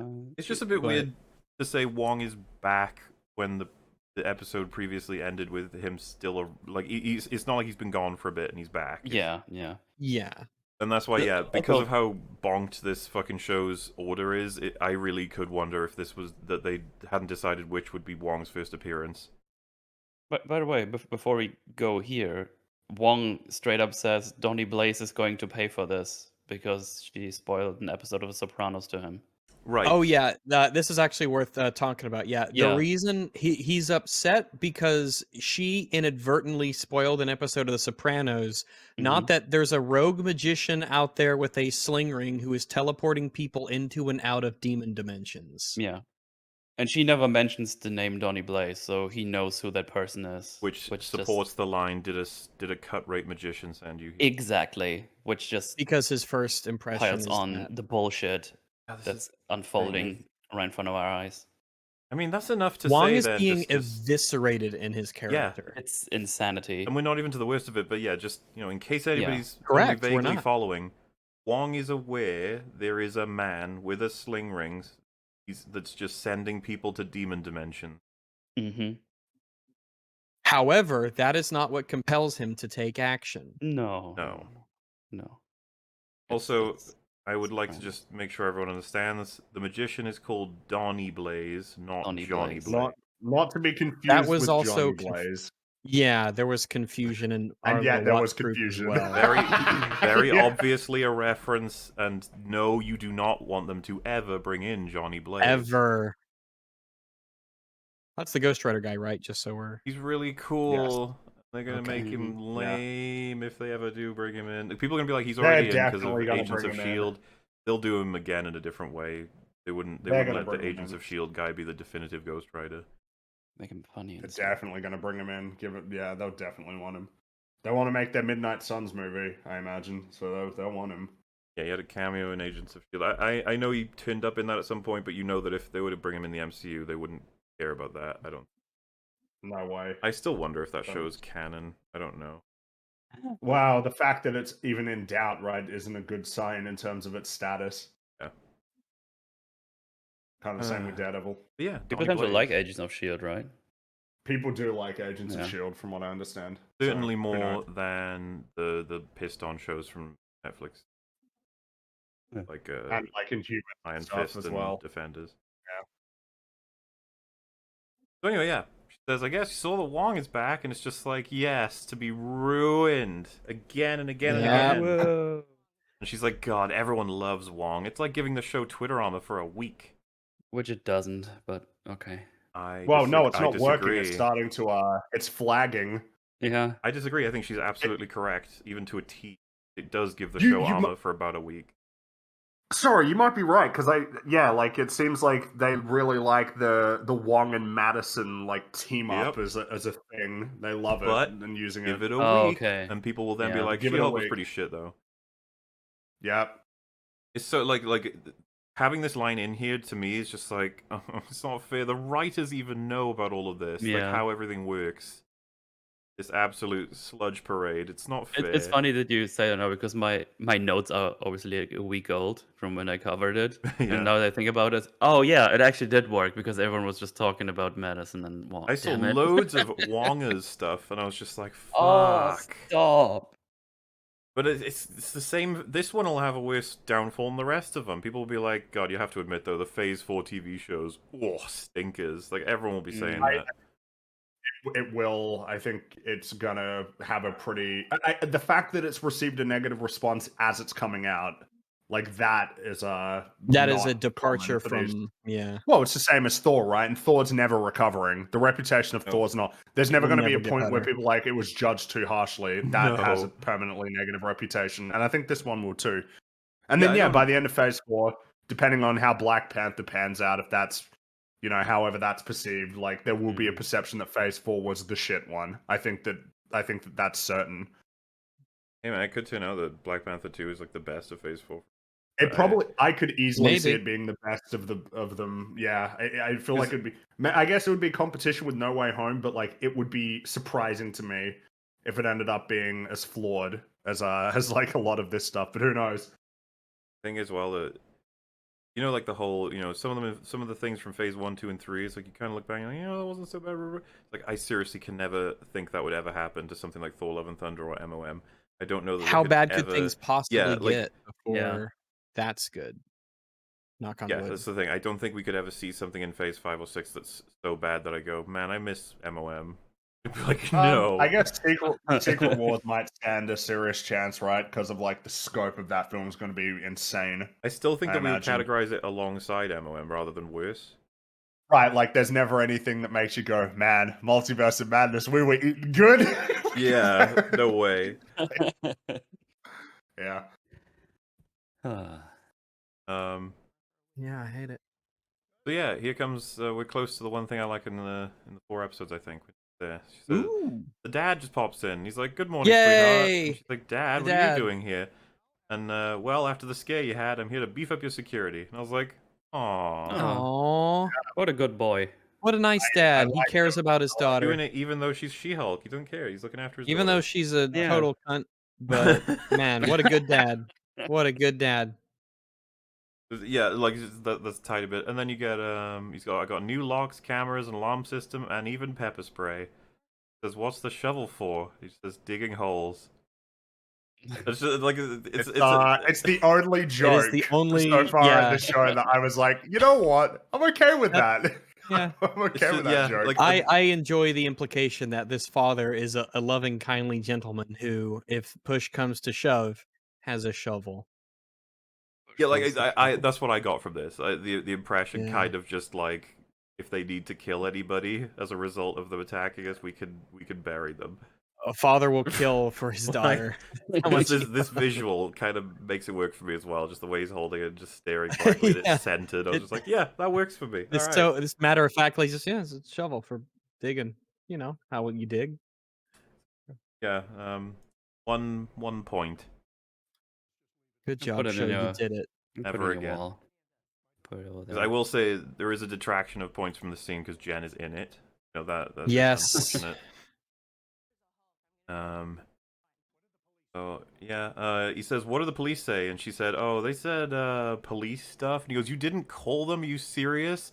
But she says, "I was a prosecutor long enough to know that they're not going to catch those guys." Like, Because that's the only reason why you talk to the police if a crime's been committed is the likelihood of the perpetrators being caught. As a lawyer, that's something that you should definitely Also, say. though, they have crazy Asgardian weapons, so you know what? I They think do. they're going to You can let dedicate people some know. resources to tracking Yeah. these guys down. you Good need to let point. them know this is a thing that happened. Just report the fucking crime, Jen. Jesus. Yeah, what if they attack someone else? It's not all about you. Yeah. Is it weird that they were trying to get your blood? That's weird. Yeah, you should probably let yeah, Bruce know maybe I about should- that. But Yeah, well. you should- Oh, well, Probably I guess tell he's Bruce. uncontactable, right? Because he's in a different. Is he He's in a uncontactable? different solar She- system. She contacted him while he was in a different solar system, didn't she? She was in space. Well, he was in maybe the spaceship. I guess he has a telephone tower on his ship. I don't You fucking know If how he any wa- of that if works, though. If he was in space, period, I That feel is like alone. Yeah. you might probably, out of range if you're talking to someone Nuh-uh. in space. Sci-fi. You lose. Yeah, she doesn't feel like reporting it. Whatever, it's fine. Get over it. Move on. I don't even know why they threw that in there, just to let us know that I guess there's nothing else to that part. I don't know. Oh, interesting. I didn't even notice the fifth round. So she's got like a day plan, and it's Yeah, enormous. it's like a fuck ton of stuff on it. Got an enormous list because she's very busy, I imagine. Finalize Blonsky injunction. Prepare guidance language for Blonsky inhibitor. What? I don't know. I guess that's how the inhibitor works, or maybe in the stipulation of the legality of it as it's written on paper in I think terms to that's his my way use of of the inhibitor. Yeah. Order highlighters from supply clerk. Edit to-do list. Meet Nikki in the bathroom. Okay. Schedule summer associate interviews. Schedule summer associate outings. Meet Nikki in the bathroom. Finish Runa paperwork with Pug. Well, that's not even your case. I guess if you're trying to help out, I don't know. Buy and read How to Make Friends and Influence People. Oh, and then it goes so fast, it's going to be tough to read anyways. Yeah. Sign up for Man, Big and Tall never read that. membership. Okay. Gym, meet Holloway. Enter billables, expenses. Follow up with Blonsky's soulmates. Oh, that's She's clearing. got a lot on her list. Yeah, they play in the interview. It's like, how did you There it come is. up with the name She-Hulk? And then, as they're watching TV, Wong just bursts into the office again. Yeah, it's like, Yeah. hello. Hi, You play privacy is literally not a concept that I understand, and there are no boundaries when you can teleport, and I do not respect yours. And I'm Wong. since we've right. got actually a Oh, decent chunk of it's a context for Wong, it'd be like, wait, why is he here? And he's legit like, I'm having an issue with a magician. Yeah. Oh Notice man, I the put police magician didn't in see you come quotations. right? Yeah. Also, the QR code is the same one as the other one. Oh, okay. that's That's lazy. lame. And she's like, I did, yes. And he goes, because he's not an actual magician. You see, again, why are you Wong is making him very so upset stupid? about it. Yep. Mm-hmm. This charlatan goes by the name of Donny Blaze. They're very upset about him, seemingly because of the fact that he's, like, showing off, not because he's abusing his power. Mm-hmm. Well, yeah, sent a woman to a fucking demon dimension where she could have died. Yeah, and he's fucking around in Kamatage and he got booted out. And it's like, ah. Yeah. So It was why does he have a sling ring? This is here is where I was like, okay, this is an absolute catastrophe. Yeah. This is the information we got here. Is what are This we whole doing? thing hurts. This, This oh, hurts. dude, What- yeah, this. I don't even know, like, if we go one by one, because, like, it's just. He just establishes this dude failed, like, the training at Kamatage, but just After a decided week. to fuck off, and he has It access wasn't even to... that. It was a couple days, right? Like 3 days. Seemingly, yeah, and... I think he says a week. Maybe I don't He know. did Maybe one I'm thing and they misremembering. expelled him, which seems like, I don't know, man. That doesn't seem like you would just expel someone with like magical training after a few days because they did something bad, right? Well, he teleported in a frat friend and 3 kegs of something to drink and had a party in Kamartage. So That then they doesn't kicked him sound out of really Kamatage. malicious or bad at all. That sounds like something that Hello. probably happens fairly often, I would imagine, with the new Kick him out recruits. and let him keep his sling ring. yeah, that's the biggest. It is the biggest issue. Yeah, So- they don't even say he stole a sling ring. No, And They're so- just don't like even they don't mention even that. mention it. Yeah, But we know it's a thing. We saw it. yeah. And, this And all even leads up to- worse, in this scene, Yeah. he makes sure to mention, Wong does, oh, this is very dangerous to humanity and even risks untangling the material and astral planes. Then Yeah. why the fuck does he still have a fucking sling ring? What are you doing, like- Wong? Yeah, why Well, are then you in this also- office and Supreme. not doing shit? Exactly. Well, Why are yeah, you because- fucking around with this attorney? You need to go there now and remove him of his sling Well, as ring. we Yeah. say, right? One has no respect for the law, so like I don't know why That he is would true. be. Yeah. This is the This big is- realization of this scene. He found out about all of the context for all of this and decided, I'm going to go to Jen Walters to solve this. What? Solve this. Yeah, rather than What just is- go At For least the first time. At least in the Blonsky episode, he's being asked to stand as a witness to help a case. Like, that's him being drawn into the law, and it's like not something he really cares to do, but it's like, okay, I'll help out a friend or whatever. This is him saying, I must get the law in order to stop this guy. Like, what? No?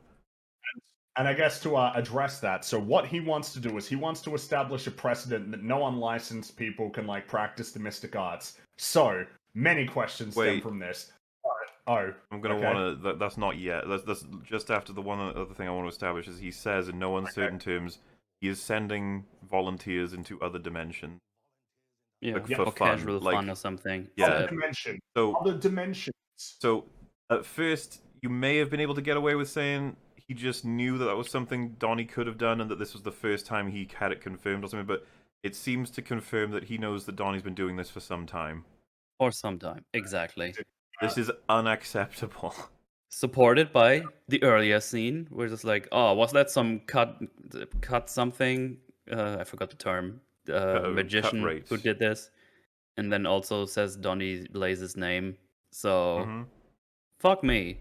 Wong has known about So this for some time, that innocent people are getting thrown into other realms and dimensions. He said other realms, dude. Yeah. Stop switching the that's 'cause fucking they don't fucking descriptions. know. I don't know They what don't you're talking know about. what that Realms, means. dimensions, universe, Someplace timelines. else. Fuck you! It's somewhere, you know. Yeah. So yeah, there's that. And now he wants to establish the precedent that no unlicensed people can practice the mystic arts. So many questions. Is this not covered by the Accords? No. The chords We aren't don't real. talk about that. This is the world building buffet, Fringy. We didn't take no accords. No accords on yeah. our plate. No accords. Second of all, I feel like there's way more pressing and potent things like, for instance, sending this Madison to a different dimension with demons in it. That's a crime. Yeah. Not a crime to be clearly delineated under any existing legislation, but that's like assault, gross negligence, like reckless endangerment, like many different things that you could get him for, like criminal charges. Absolutely. He's putting people's lives in danger, and that's really important to you. Third, though, creating a precedent in just California, like just in California, doesn't really fix your problem. He could just go to a different state. He could go to a Yep. country. Really address the Precisely. Is there no like anything for this in the history of Kamatage? Did the Ancient One never consider is Wong never spoken to anybody about this, or Doctor Strange? How the sorcerers entangle with the law? Have they ever thought about this? Did Madison volunteer to go to a hell dimension to make a deal with a goat man? Can you even? Well, can you say Where she is the goat volunteered? man?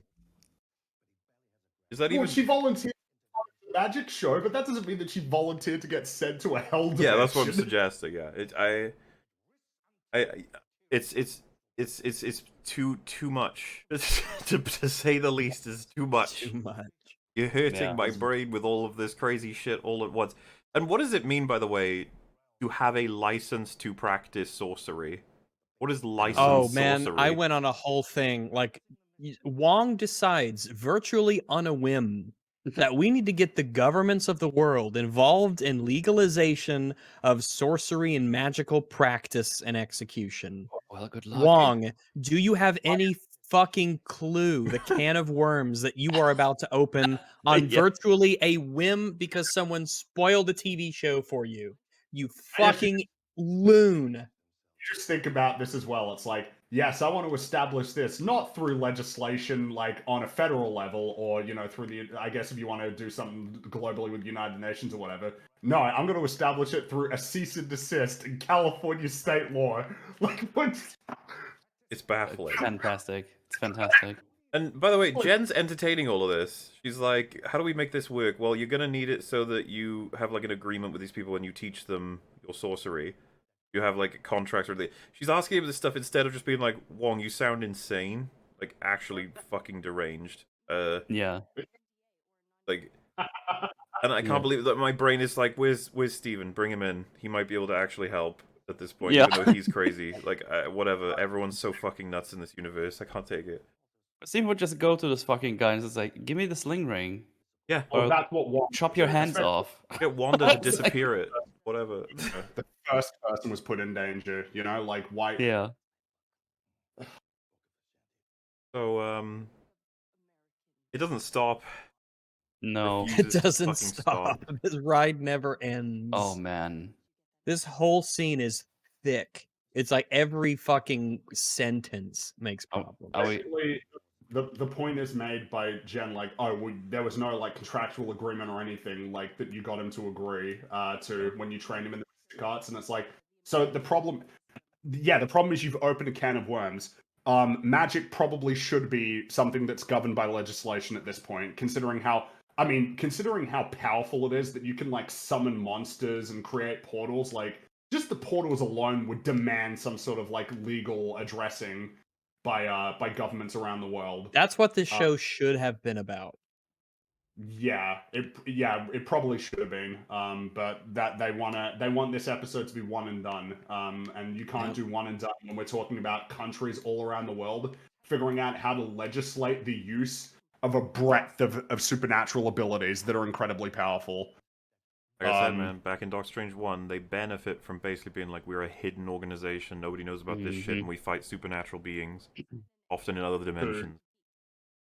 Like, okay, you better keep... Even that, I'll go as far as saying, even that is still hard to keep under wraps forever. It's like Wakanda. It's like, I don't believe you could have kept that secret forever. And to be fair, they admit they didn't. There's several people found out about it, but that's a whole other thing. I'm just trying to suggest that, like, when you just go, no, the whole world's aware of it now, but nobody cares. It's like, it's So yeah, she Really? says this is the American legal system. No judge will take this seriously unless we do things by the book. And then he says Oh, the God. fucking line. Oh, the Book of Vishanti. I hate Dude. that line so much. Dude, Oh, now so, we're just gonna. Yeah, oh, go ahead, man. Go for it.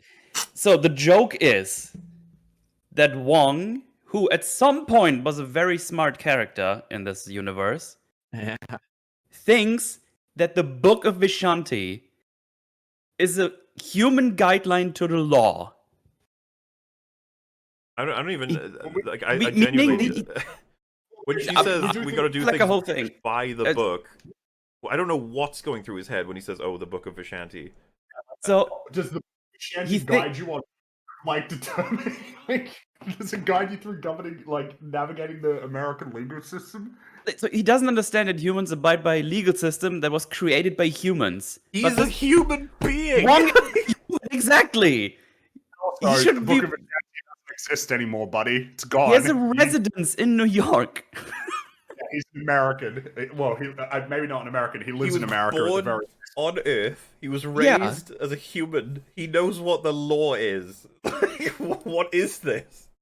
So anyway, yeah, she says, no, the Book of American Laws, you fucking idiot, and throws him out the building, because of course he's insane. Yeah. We shouldn't deal with this at all. But yeah, you know, we still got a few seconds of Wong in this scene, so why not do something else that's stupid? She's like, I need your information, and so he gives her a fucking note that just says Wong on it, that I'm the Sorcerer Supreme. At this point, he's turned into like an egomaniacal jackass as well. He's so mad. Yeah. He's mad. He's a mad lad. He picks up the card and then he goes, cheap human tricks. Like, as though what he just did with the card is like akin to what humans do with magic. And it's like, bro, you are human. Yeah. Why does That is this show very believe he's cheap from human like tricks. fucking Mars or something? What's going on? They keep forgetting that these characters who are humans with superpowers are still like humans. It's been raised the whole here somewhere. Marvel is that they're like that the even though they've got this crazy superhuman stuff going on, they're like very normal, real people with real problems. It's like one of the big core like binding Marvel things with a lot of their characters. Yeah. But I'm so yeah, angry losing- to pee again. I wasn't intending to spend a lot of time on it, but like, what were they thinking You fool. with with I need your information, so he provides her a note that just has his name on it that she knows already. Like It's like, I know your name is Wong. I know you're the Sorcerer Supreme. This doesn't help me. you might think, if you're being generous, oh, is that the joke? That he's like, oh yeah, here you go, I'm helping you out. And it's like, I don't know the show's aware of that. She asks for it, he provides it, and then that's it. There's no like no, I need you to... he's gone. You know, that sort of, it's just Wong, Sorcerer Supreme, Master of the Business. Maybe you're thinking, as I joked earlier, is his number on the back? The answer is no. No, it's just really worthless. Like as a card, it just tells us stuff she already knows.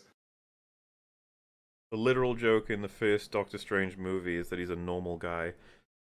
Not anymore, he's an alien now. He doesn't understand humans' customs. God, I hate it so much. Why?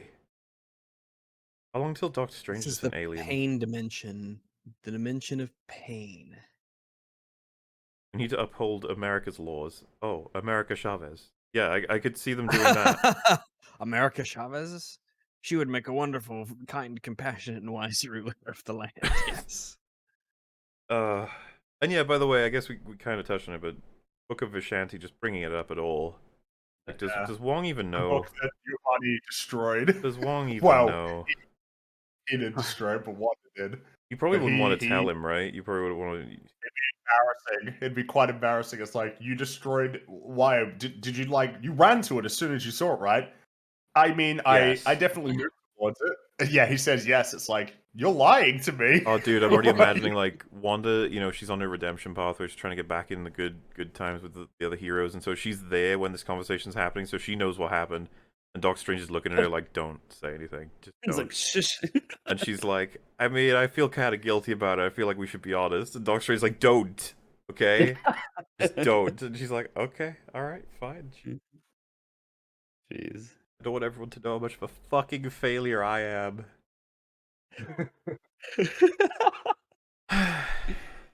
Oh man. It's not preferable. But yeah, he leaves angrily, because shouldn't have to deal with this, you know? Get have to stop all these cut-rate magicians showing off with stuff that he taught them how to do. It doesn't matter, of course, that he's sending innocent people into... No, that's fine. That But, is acceptable. Then we get this. In their little bar, they got their drinks and their booklets out, and they're doing some legal stuff, and some guy comes in and he says, "Excuse me, ladies. I hate to see two stunning women sitting all alone." And she goes, "Oh, well, there's two of us, so by definition, not alone." He goes, "Can I buy you sexy ladies a round of drinks?" He says, "Okay, sir, we're clearly in the middle of work." And he goes, "When you change your mind, I'll be at the bar." Walks off. This Chad. conversation. And then she says, "See, that guy is exactly why I don't date." I hate it. And I hate it just- so much. I- Dawn I just, like, 2.0. What was It's Dawn wrong? 2.0. What was wrong There's with what he nothing. just did? You are not allowed to even like fucking look at a woman, or that's the thing. I don't understand where this mindset comes from. That like whenever a man approaches a woman and attempts to woo her, that's like a terrible, negative, Yeah. awful thing that needs to be stopped. It boggles the mind. I have no clue. He took that L like a fucking champion. Well, And- because he and- yeah, sensed and- when he was not, he could tell in the conversation that he wasn't really wanted, but Yeah. he still left the door open for later in case they were interested, and he left without issue. And he's a presentable guy. He looks really good for his age. He's handsome. He's got his leather jacket on. He approaches them, compliments their attractiveness, and but Nikki called him he's gross. they imply he's a gross guy. It's like, what the fuck? Because he called you sexy? Yeah. I'm there's plenty of- sorry. no. I didn't mean I'm to sorry. offend you. Yeah, that must be really rough. No one will ever know how much you sacrificed, I'm sure. Yeah, I thought it was really lame.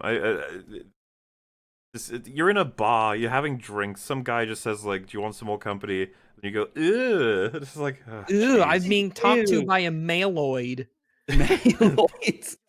But yeah, she's like, "You need to use your she-hulkiness to help yourself get a date." And she's like, "No, Jen, I'm using Jen. Jen. I'm Jen. Jen will be the one that gets the date." And Interesting. then she gets one, right? Was it here? I don't think that's yet. Oh, okay. She's deciding in this moment. It's gonna be Jen that gets the date. She-Hulk is a different thing. She-Hulk is the office stuff. That's what she's decided now. See, again, it's all happening. They're doing pieces of what appears to be work in terms of this arc. She's now decided that, yeah, okay, I won't. It went from I won't be She-Hulk to She-Hulk is my work, and of course now She-Hulk's gonna bleed into her dating, and eventually She-Hulk's just gonna be everything. So get ready for that. It's gonna be super interesting. So we have this part where they're at the magician's place of work, I guess, Wong and Jen, and they're like, "This is an official warning to cease all practices of the mystic arts." And he says, "That's absurd. You can't own magic." He says, "Yeah." And then he says, "You can't trademark a spirit, register a soul, copyright art." And she says, "You can copyright art, yes." Now, do you know what I find interesting about that statement? Is that Yeah. depending on how you interpret it, they're both correct. Yes, you can copyright pieces of art. You can't like copyright the Specific, yeah. concept of art though. Yes. No, okay. And that actually is more relevant to what he's talking about, because what Wong wants is to copyright sorcery, casting spells. Yeah, like Wong is asserting ownership over the capacity to do this. Yeah, which he can't is, do that. It's not his. No, of course he can't do that. And in the same way that, yeah, the concept of art or performing artwork is not something you can copyright. You can't copyright reacting to things. Fucking remember It's that? Like- Fine bros, yeah. Yeah, Fine Brothers. And then this guy is like, "What's the matter, Wong? You upset that I'm becoming more mystical than you?" And then Wong is like, "The Sorcerer Supreme never engages in competition. But I do better magic in my sleep," or whatever, and starts like preparing Well, a spell. And to be fair- and Jen is like, calm down. It's just like, why are you making why is everyone so Wong- petty? Well, here's the thing. Yeah. Wong says he doesn't engage in competition, but I'm pretty sure you broke someone out of prison. To compete In with order- them. To fight them, yeah. But And also, he does engage in Yeah. petty competition anyway, like a minute later. instantly. Because he's yeah. very insecure. This is what I mean. Even though I'm he's so the tired of Sorcerer every. Supreme. This is what it actually means for every character to be the same. Like, they're all incredibly stupid, and they're all petty because petty's an easy way to make jokes. Like, isn't it funny that he's like, I will beat you in a magic competition. They've delivered a cease and desist. That's that, I guess. Yeah, And then but he's the not sum- going to follow it, and they go to court. Yeah, well, So, of course, yeah. like, they don't even have a Yeah. case. But then you get this really weird thing where Wong is like showing off that this ball that the magician was playing with just now. Wong is like, haha, joke's on you. I put it in my mouth. Yeah. I find that really weird. Like, I guess in a magical Yeah, perspective, that's it's interesting that you did that. But if I was like batting around a ball and then someone put it in their mouth, went, I'd just be like, okay. Yeah, I mean, didn't we just get over this whole COVID thing? I mean, I I feel don't like know. Yeah, I hope you're proud of yourself there. Just- yourself. all right. Again, just I don't know who this character is. I like I don't Benedict know. Wong though. He's a fun guy. Yeah, he was Yeah. cool. He I'll is just- excellently acting this character that they really want him to be. Oh, Yeah. Jesus, I Pretty forgot much this was everybody in the next. MCU, though. Oh, you Oh, mean boy. the meme of a bad date? They did this already in the other episode. The like shitty men is what I mean, I guess. Shitty date, shitty idiot people. Wasn't Dennis enough? Wasn't he enough? We didn't get it all No. out with him. Why do we need No. more? No need to make this Don't parody of a want bad it. date. The joke with this guy is he talks all about himself, and everything he says kind of implies it's either a lie or that he overestimates everything about it. And then the second she talks about anything, he doesn't listen. Yeah, just looking at the phone, goes like, That's basically So much it. so that she can just say like, "Yeah, I'm She-Hulk, and I'm like this incredibly superpowered individual," Now- and he just doesn't even notice. Without implying anything further, I do just want it in stone after what Fringy just said. Yes, she Waller? felt it was worthwhile mentioning that she's She-Hulk to him as a shock.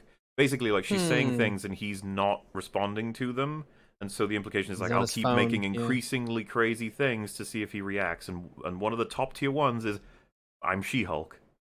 And so it seems like Jen is very aware that people don't know that She-Hulk and Jennifer Walters are the same entity. Just something to keep in mind. Might be Something to relevant. remember, Yeah. not everybody knows that. And she's very aware that not everybody knows that. Evidently, she knows that not everybody knows that. Yeah. Yes. So anyway, it's really funny that he's a complete asshole.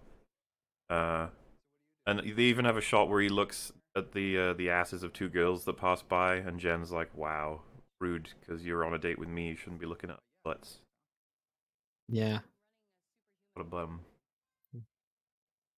So anyway, the bill comes, and they have this really, really funny, incredibly funny moment where they're both reaching for their wallet, and I think the implication is like, who's gonna offer to pay? Because in the current climate we're in, I Intense guess music and everything. it's better for I don't know what the rules are. If actually- I take a lady on a date, am I more egalitarian? Now, right? I'm Like, pretty it's sure not the correct presumed thing that now the is guy to will split pay. the bill. That's what you're supposed to do.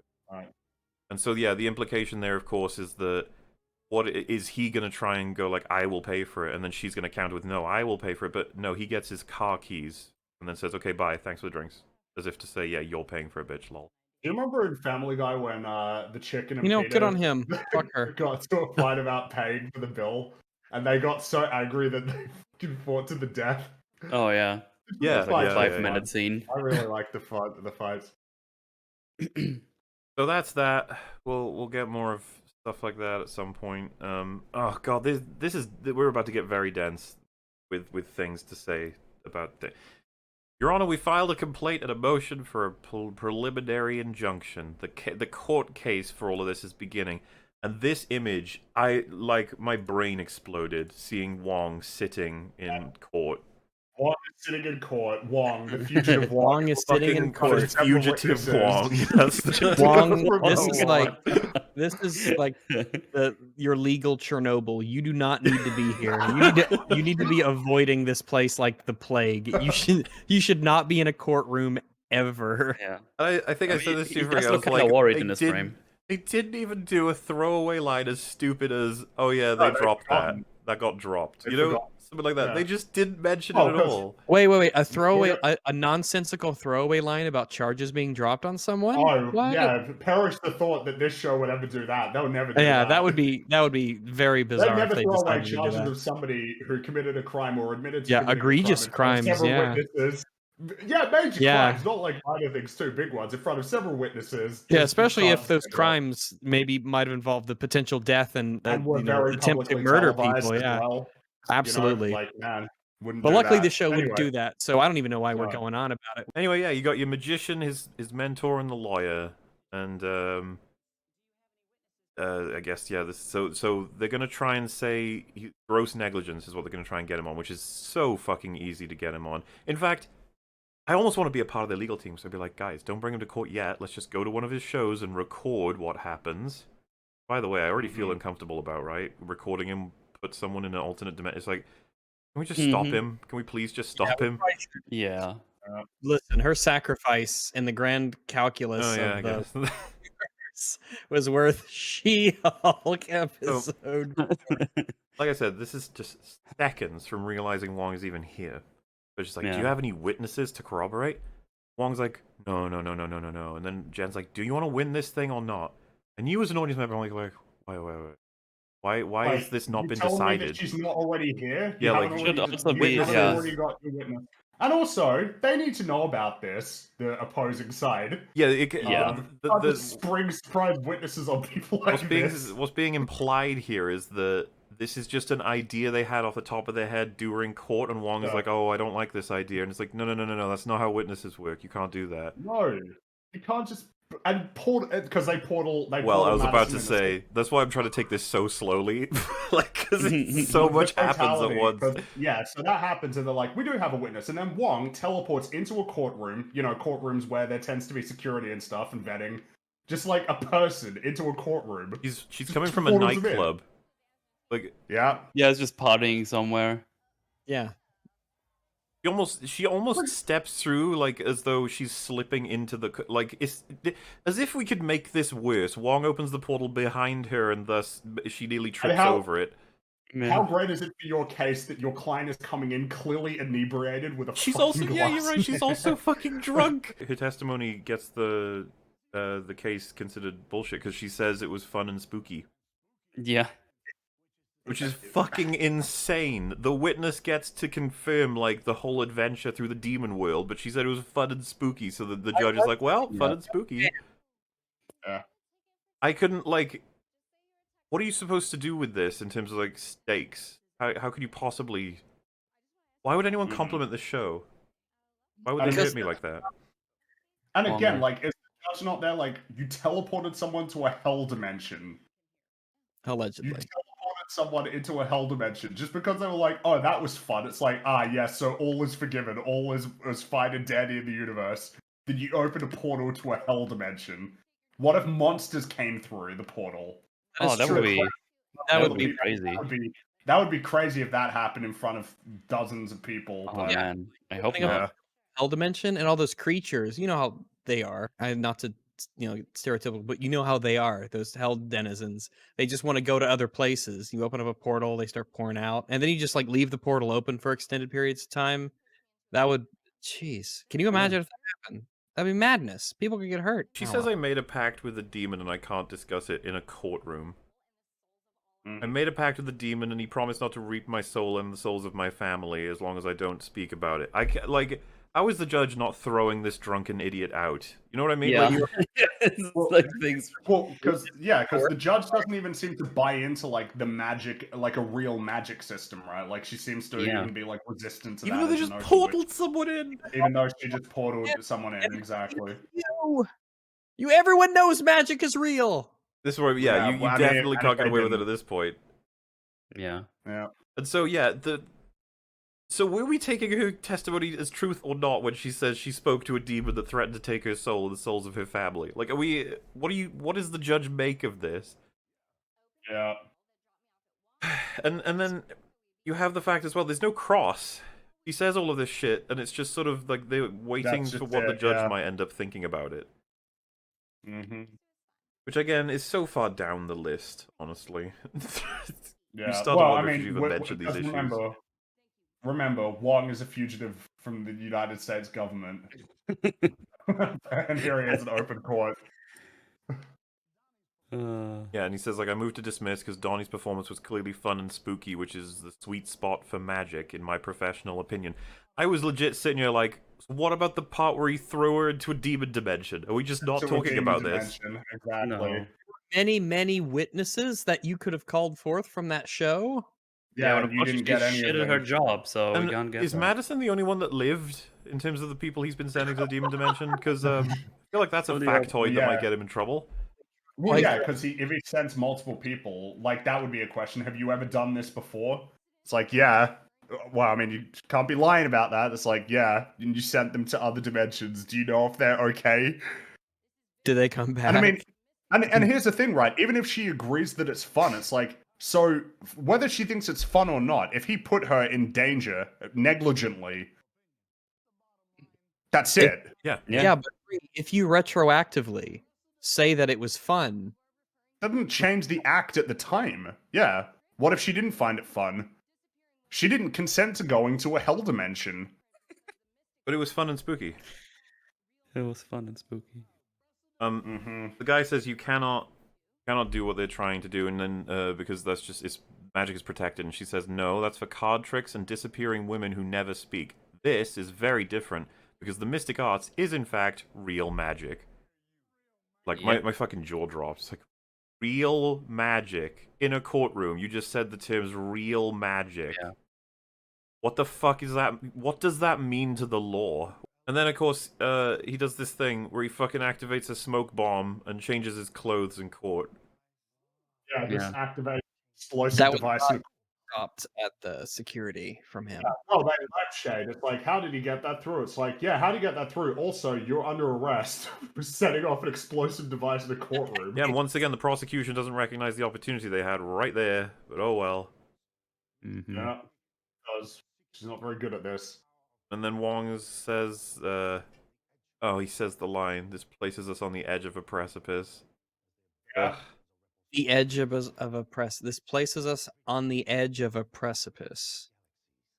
The Which I untrained use of this power could lead to the destruction of the known and unknown universe. Then fucking take it away from him! You fucking So- idiot! Why? If you're going to try to make that claim, you should be like trying to make the case on the basis that his use of magic is like dangerous to all life, not just individuals who get sent through portals. That like Yeah. his inability to practice magic effectively threatens the lives of everybody in the universe. Which at that point it would be a much bigger deal than what this case is right now. And then it's just like at the point where this whole case is Wong is just trying to appeal to that it's just going to destroy everything. And it's like, why didn't you bother trying to prove that? Yeah. Why have you guys not focused at all on the important part? He's opening portals to demon dimensions, okay? We don't care if Exactly. Madison with a Y had fun. That's really not the It point. doesn't matter if she had fun. Who cares at this point if he's endangering the lives of everybody on Earth? And then, She-Hulk, so they say, like, you'll have my decision in 3 weeks, and She-Hulk's like, well, can we still stop the defendant from engaging in this dangerous behavior until you've made your decision? And the judge says no, because you can't do that, it's his work. Yeah. Also, Donnie makes like the whole speech of it. It's like, oh, this is my thing, and there's like bad magic tricks, and then the judge's like, oh, okay, yeah, it's fine. Yeah, she says, stop This is throwing what- smoke bombs. How did he get those through security? Like, a spring you mentioned earlier. Then he just brings a rabbit. Yeah, he just doing magic spells in court. Like, what are you doing? There's a This- procedure here. Maybe Yeah. we need to address the fact that, like, someone might be like, yeah, but it's just a big clown show. And it's just like, why do they appeal to any sense of anything in this show for the law if you want me to believe all of this is supposed to be, like, Teletubbies level? Which is more coherent, by the way. It Mhm. is definitely more coherent. So yeah, she says he should be allowed to practice his livelihood of opening portals to dimensions that have demons that eat souls. Like, She could Man, say no. She could say no. Even if it's his livelihood, she could say no. I hope nothing goes wrong. well, of course, if the point is that he's endangering lives, like, surely. We know it's his livelihood, but we think it's dangerous. And then Wong, because this is in character at this point, says, can we send him to the mirror dimension? Does he? I forgot Like- about that. Oh, Jesus. What are you doing, Wong? That's a crime. Wong. Now is not the time to be making these suggestions. waste You since can't the just send people to the mirror dimension because they annoy you. He says he probably won't even die. He probably won't even die. won't even. Jesus Christ, Wong. It's What like a- it's the ultimate destruction of his character again and again. It's fine. He It's probably funny. won't die. So she's sad she's not getting the results she wants, so she turns into She-Hulk, makes a She-Hulk dating profile, looks at the camera and says, "I'm not proud of this." And it's Yeah. like, but Jen, like didn't like everything you've been criticizing. Yeah. Also, Yeah, you 'cause- tried it one night. Well, yeah, that's true. She didn't seem to try very long, and also I just don't believe she wouldn't get any matches. Yeah, it's dog shit. Absolutely not. But yeah, and then she realizes, oh boy, ding, ding, ding, ding, ding, ding, ding. She's getting all kinds of results. And unfortunately, with the way the timeline works, I think we're supposed to believe this happens over several days. I really? I don't know. She's wearing the same dress every time. She's in the same. She's in the dress? same restaurant.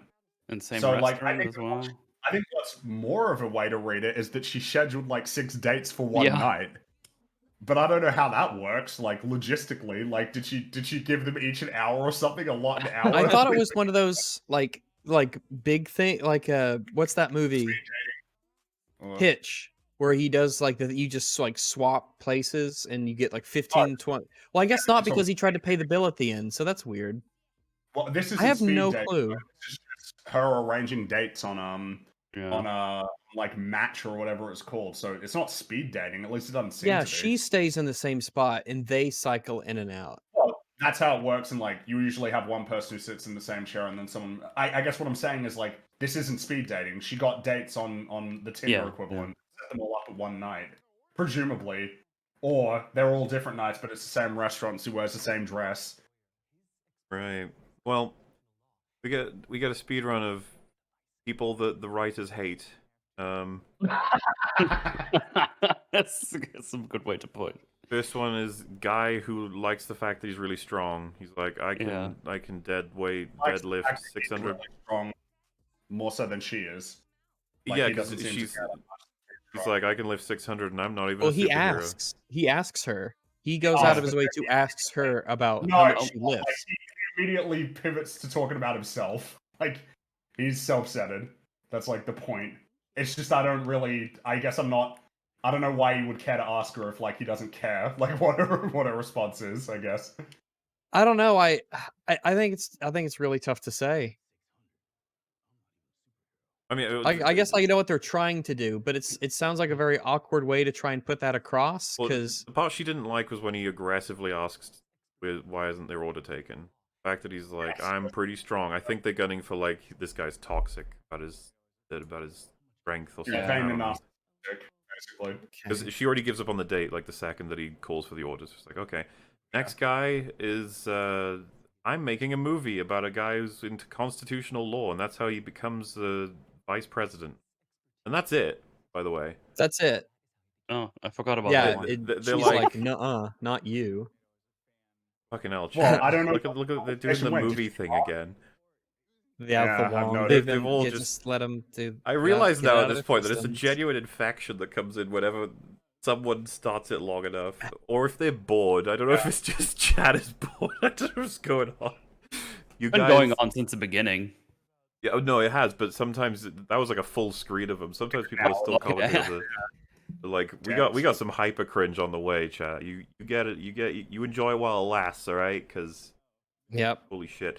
Anyway, yeah, I just thought it was interesting that he just explains that, and then they cut to the next guy, as if like, well, Yeah. that's clearly a loser talking about the film he's making. It's like, what? Yeah. Imagine like making a movie because you enjoy the craft of filmmaking and you're excited to tell people about it on a date. Wow, what a fucking loser. Well, I guess I don't know. Like, all I have is one snippet of a conversation where he's talking about himself. Did she ask him about it, or did he bring it up himself because he wants to talk about it? That sounds like something you would just bring up. It's fine to talk about yourself.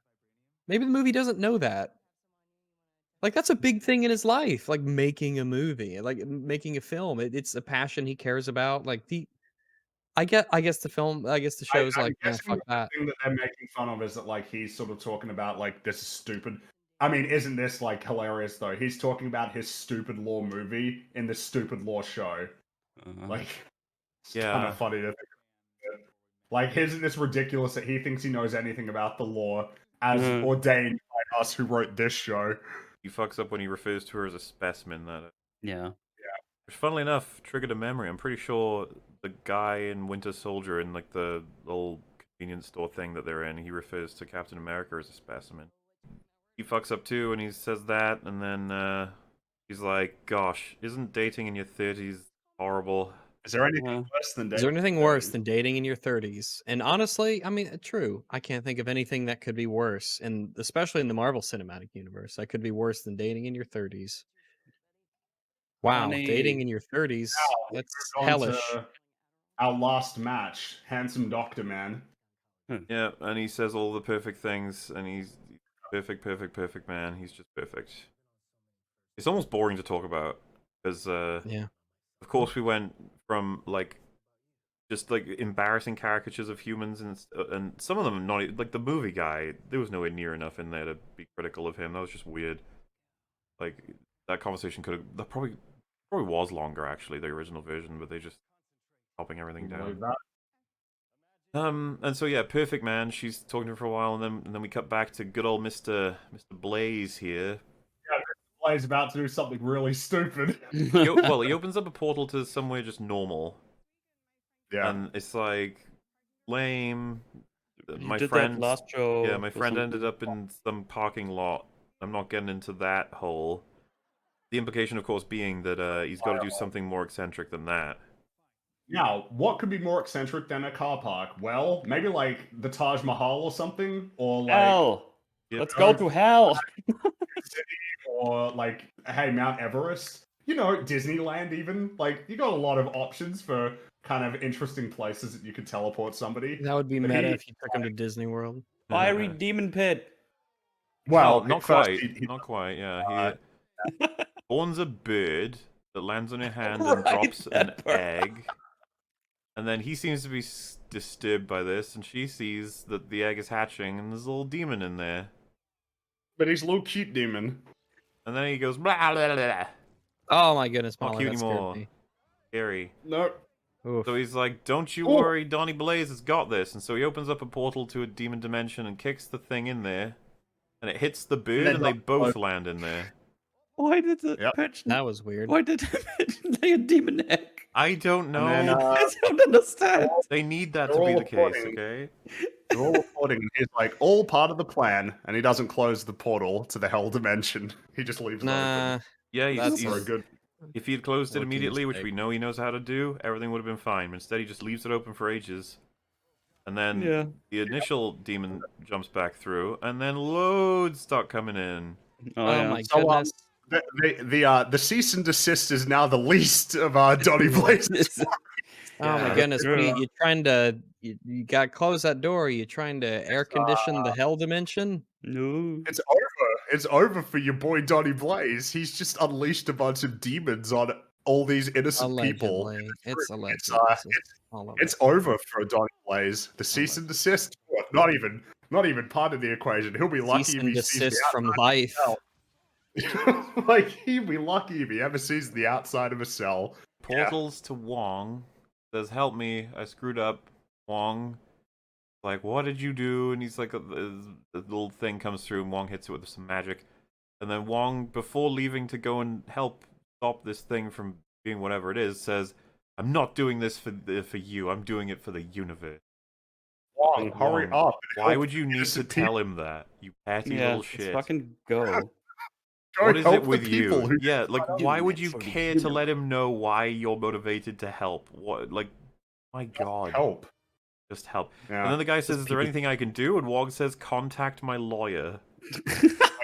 Not call Doctor Strange. No, or don't call any him. number of, like, No, you know, not all hero the people who are openly doing hero anyone work. at Camertage or anything like that. Nope, don't call them for help.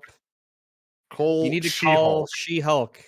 That's who you need to call right now. The person if that, as anybody is far as you calling know, for- has no combat experience whatsoever, who is your lawyer that you met except for that briefly. Yeah. Who also probably doesn't want to do this. Like, Yeah. you know, like, there's Yeah. other people. Also, just like, you have a bunch of demon bats. She-Hulk's probably not like your best choice for Not dealing really. with that. She'll be good on more like one-on-one encounters or like a couple of big guys, but like Yeah. Demon Bat seems like yeah, you get some, but yeah, whatever. Funny enough, I feel like Yeah, she's just in Spider-Man that would actually room be a with all these pretty flying bats. solid Like, what am I choice. supposed And if to? Johnny Blaze was wise, he'd close that portal behind Wong and flee into Nepal. Just Yeah, run that'd probably be away. the best choice for him at this point. Bye. The dating scene is back. Phantom And Doctor Man. he's incredibly understanding, and he says like, "Tell me more about how you feel." And it's like, "Oh, see, he cares so much about everything she has to say." And I find I just kind of find it funny, right? Whenever one of her dates was talking about their life, their interests, themselves, she's like, "This is the worst person ever." And when someone only makes it about her, they're the best person ever. That's not vain. Yeah, there's no Sounds funny. balance. The best No is when someone balance. shows interest in both themselves and you, and where you two can benefit each other. Not just someone who goes, "I want to know what you think about everything," because you're the only person that matters in the whole fucking world. The thing that is funny though is that both times he asks her about her, we never get to see what they talk about. It cuts away, or he talks about something else. Yeah. Because the first time he's like, "I want to talk about you." Also, food situation. Can we sort that out first? And then in this one, like he says, "Yeah, tell me more how you felt." But then when she turns off her phone, he's like, "Oh, this is a great date." It's like, so how much do you really care what she thinks? Yeah. Every time Exactly. you just move But on to she something thinks else. it's a good It's really date weird. because he keeps asking about her, and she loves that. That's really, I don't know if they do this on purpose or not. Like, you are characterizing her, and I don't know if you realized, but yeah. He says, "I hate the speed date app thing. Everyone treats you like some soulless avatar on their phone." It's like what it is. Yeah. Also, she's like, "Oh, I can't believe a fucking weirdo is swiping right or left." Like, this is what both of you did to meet up. You both are engaging It's- in the thing that you find so distasteful. I don't even think it's a That's how meaningful you got like here. assessment when it's just describing exactly like even the people who make the fucking apps would be like, "Well, yeah, it's the fastest way to get two people together to start trying to see if it can work." This app was never supposed to be a detailed essay of like exactly who you are as a person and why people should date you. It's getting, and to be fair, nobody wants that shit. They want to know what you look like, and then they want to be like, "All right, I'll give you a chance, I guess." Like that's how it works. You both do that. You both did that. So like, it's like I don't know if the show wants in you the to case- think that they're clearly so you know, like they both did it, but they both commenting on it as if they didn't want to. I guess this is all interesting considering what happens next. Well, yeah, this so phone goes off, and obviously she wants to ignore it because it's Donnie Blaze, funnily enough, calling her. She Which, by the has way, his she would- contact information. Yeah, I like, don't know. Maybe she would because. Oh no, she probably wouldn't actually. No, because she can't like if she's opposing counsel in the case, she can't just be like talking to him without his lawyers. It's like not the way that it works. Wine is spilled on this poor guy. You know, and the worst thing about that is that it makes it so you got to take that shirt off. So he does. Wants to get like cleaned up, and while he's gone, she hides his shirt so he can't put it back on. That doesn't seem like the kind of thing that Why would would be you? okay if Can we you reversed the imagine? roles. Oh, can you imagine? Oh, here's my chance to make sure she can't get her shirt. Yeah, This is it. Really is like double standards. The show. yeah, yeah. So anyway, Yeah. Wong opens the portal up, and he's like, "Miss Walters, why aren't you answering your phone?" There's It's, as an image, I just can't handle it. I'm just like, why the fuck are you contacting her, you idiot? There are so many better. And he's like, "Oh, I see. You're currently not in the position to help save the world." Yeah. Now I'm just like, I see what do you why. mean you see? You think she's gonna save everybody from the demon army? You don't care what she's up to. You want to grab her and get her in here. Why are we taking time? Where's Doctor Strange? Steven, help me! I want Help you me. back.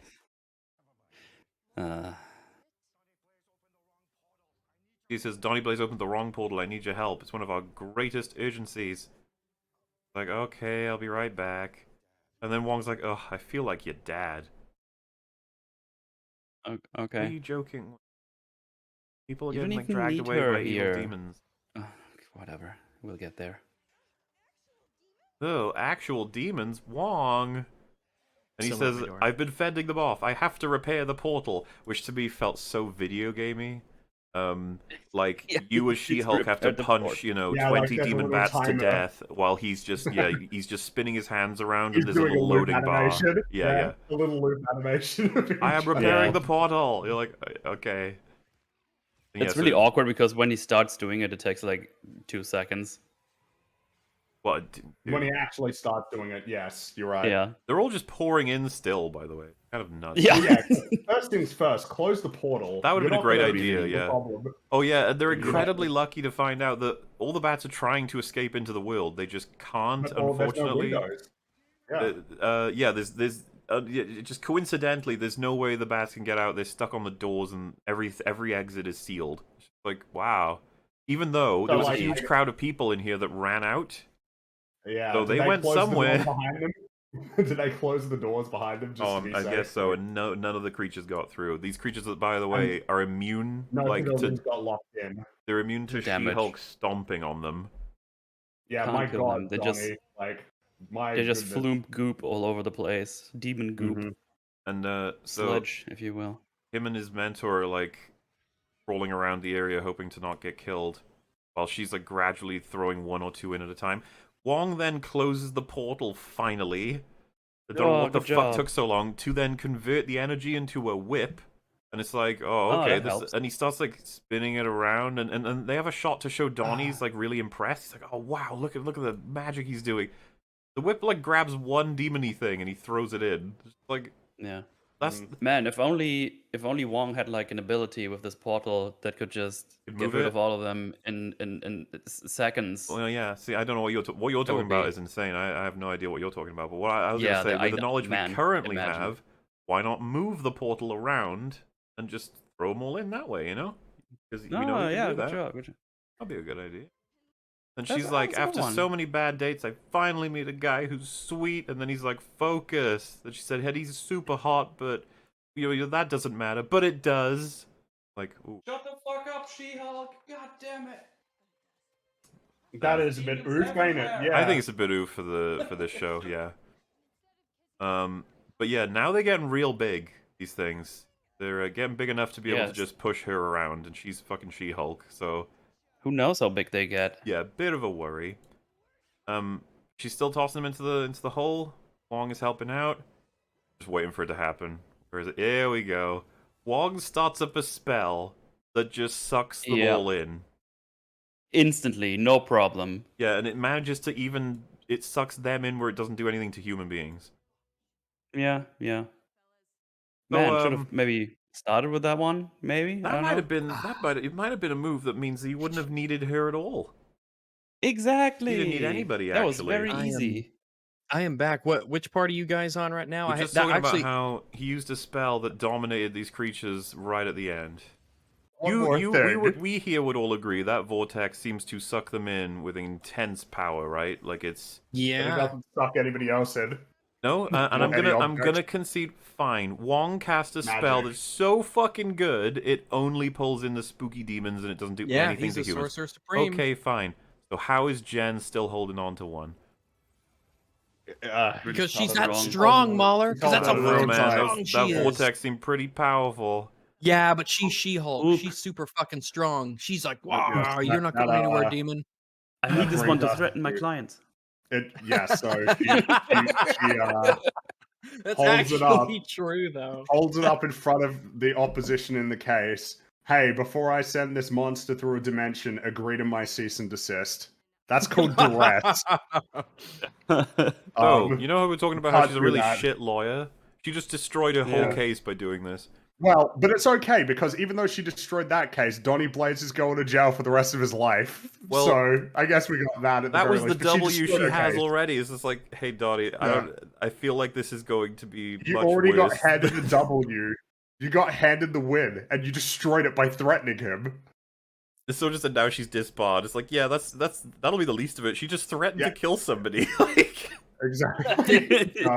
That's the end of the case. That's the end of the career, and she might be going to jail. I choose to believe the book he's reading here is called Bad Gay by feminist Roxanne. But Good how does phrase. that? You've fudged the you've mixed them up. The Uh, words don't read in that order. I've chosen to read them in that. Bad Gay, feminist. I'd like to read it because bad gay, that's the worst He's stuff. probably a lesbian. Want the good gay. But yeah, I guess he's chilling out and reading The that. good gay and the good rat. She and then gets she portals back in, and it's time for them to have the sex. Woohoo! Imagine if she landed poorly, he'd be dead. She would Oh, have fine.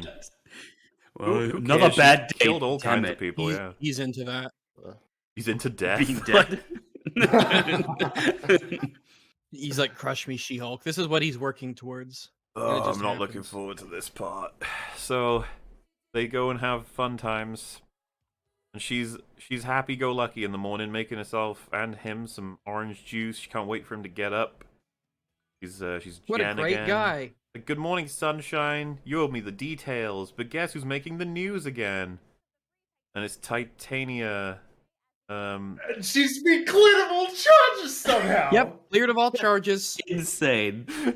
Yep. This show just never stops. It just won't shut up. Don't worry about it. Yeah. Cleared of all charges. It's fine. Don't worry about it. No, We don't have to yes. worry.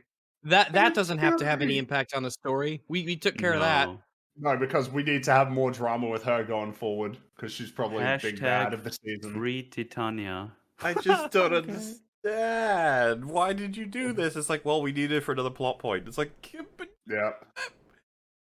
What, Then if why you didn't need you it for just another take plot someone point, else? don't have her go into a court, bust through the wall, and throw a desk in a jury. exactly. That's like step one. You know, you think That's step one. he wakes up, walks in, says, "Who are you?" Says, "Oh, I'm Jen." Like, and then she says, "I'm just not in Hulk form. I'm just Jen." Then they've even got in brackets, laughs nervously. It's like, uh-oh, are we about to realize something has happened here that's very not good? And he goes, "Oh, cool, unexpected." Says, "I made breakfast," and he goes, "Yeah, I'm gonna go, actually."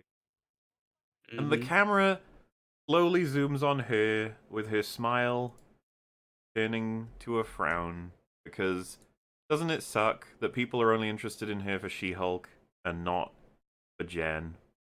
Which to me is Isn't it like, weird that not holy disclosing fuck. that You've just completely missed the way more important bad thing that happened here, show.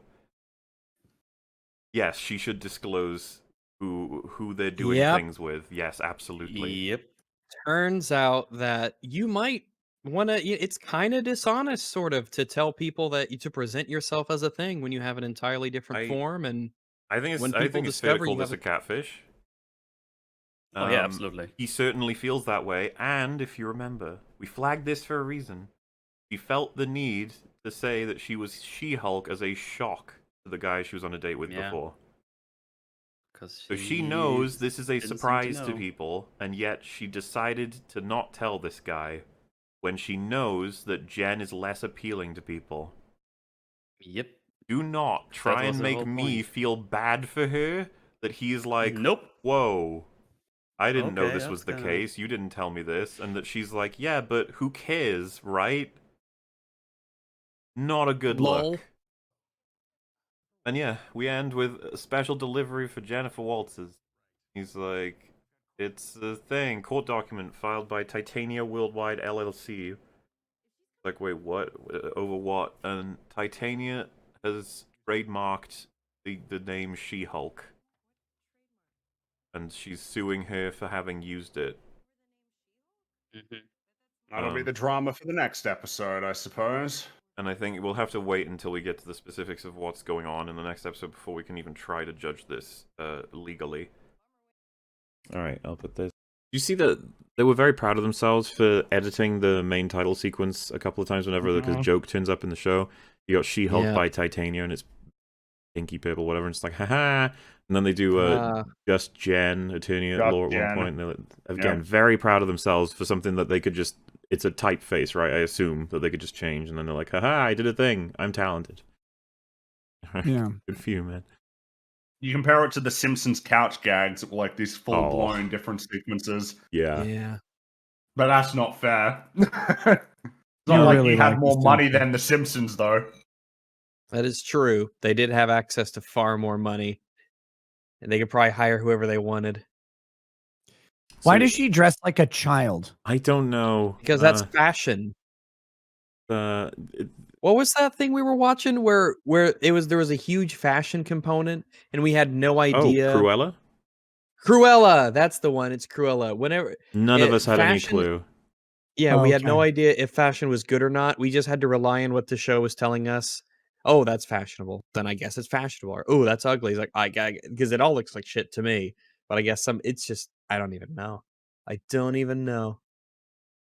Why does super strong and durable Titania have a big bodyguard near her anyway? Like, Why to is she? project- What to is project what is these the general nature of her image of powers. vulnerability.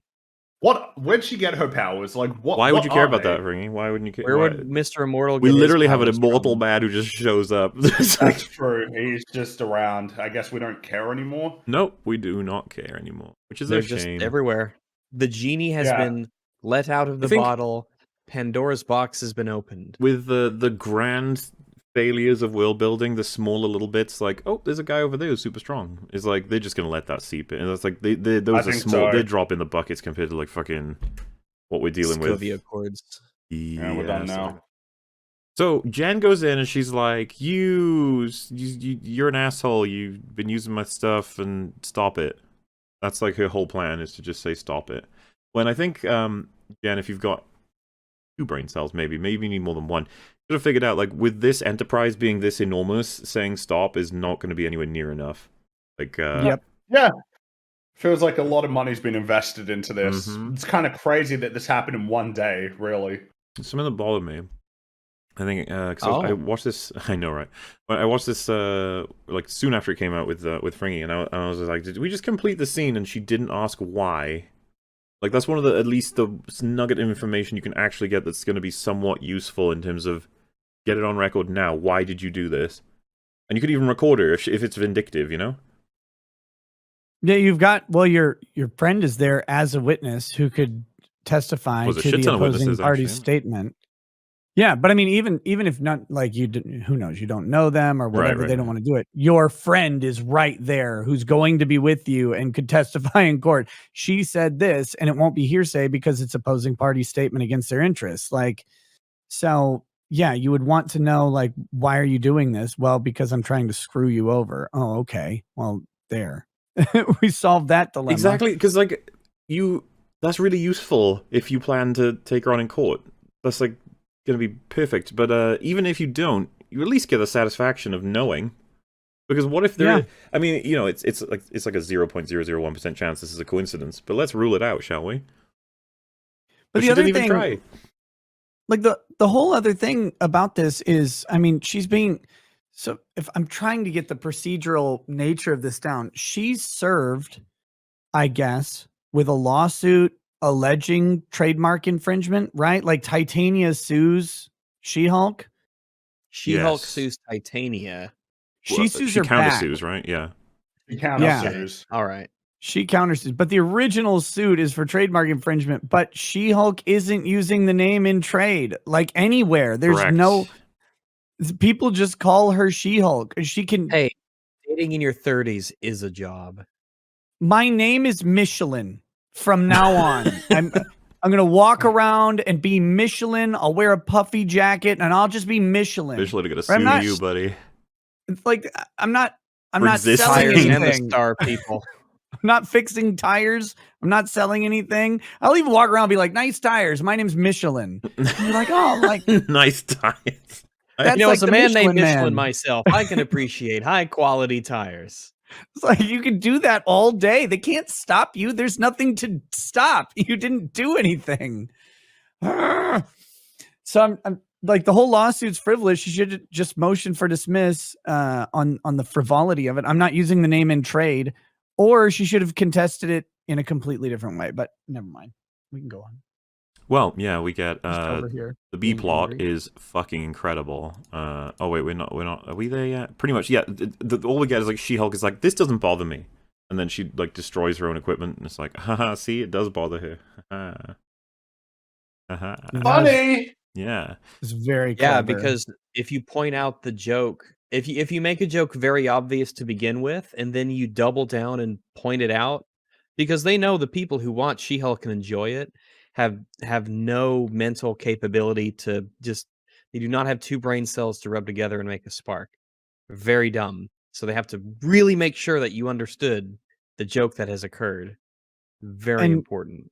No way does this vapid paralegal use a Surface notebook, right? She's definitely going to have a MacBook. 100%. Oh yeah. Like, Apple simplifies it to the point where you just have to do a couple clicks and your job is done. But there's no input really from the user. Especially if you only have Yeah. to type out a page. Poor girl. Yeah. I think she's just sitting there complaining that she doesn't have more money as well, right? yeah, Something basically. like that.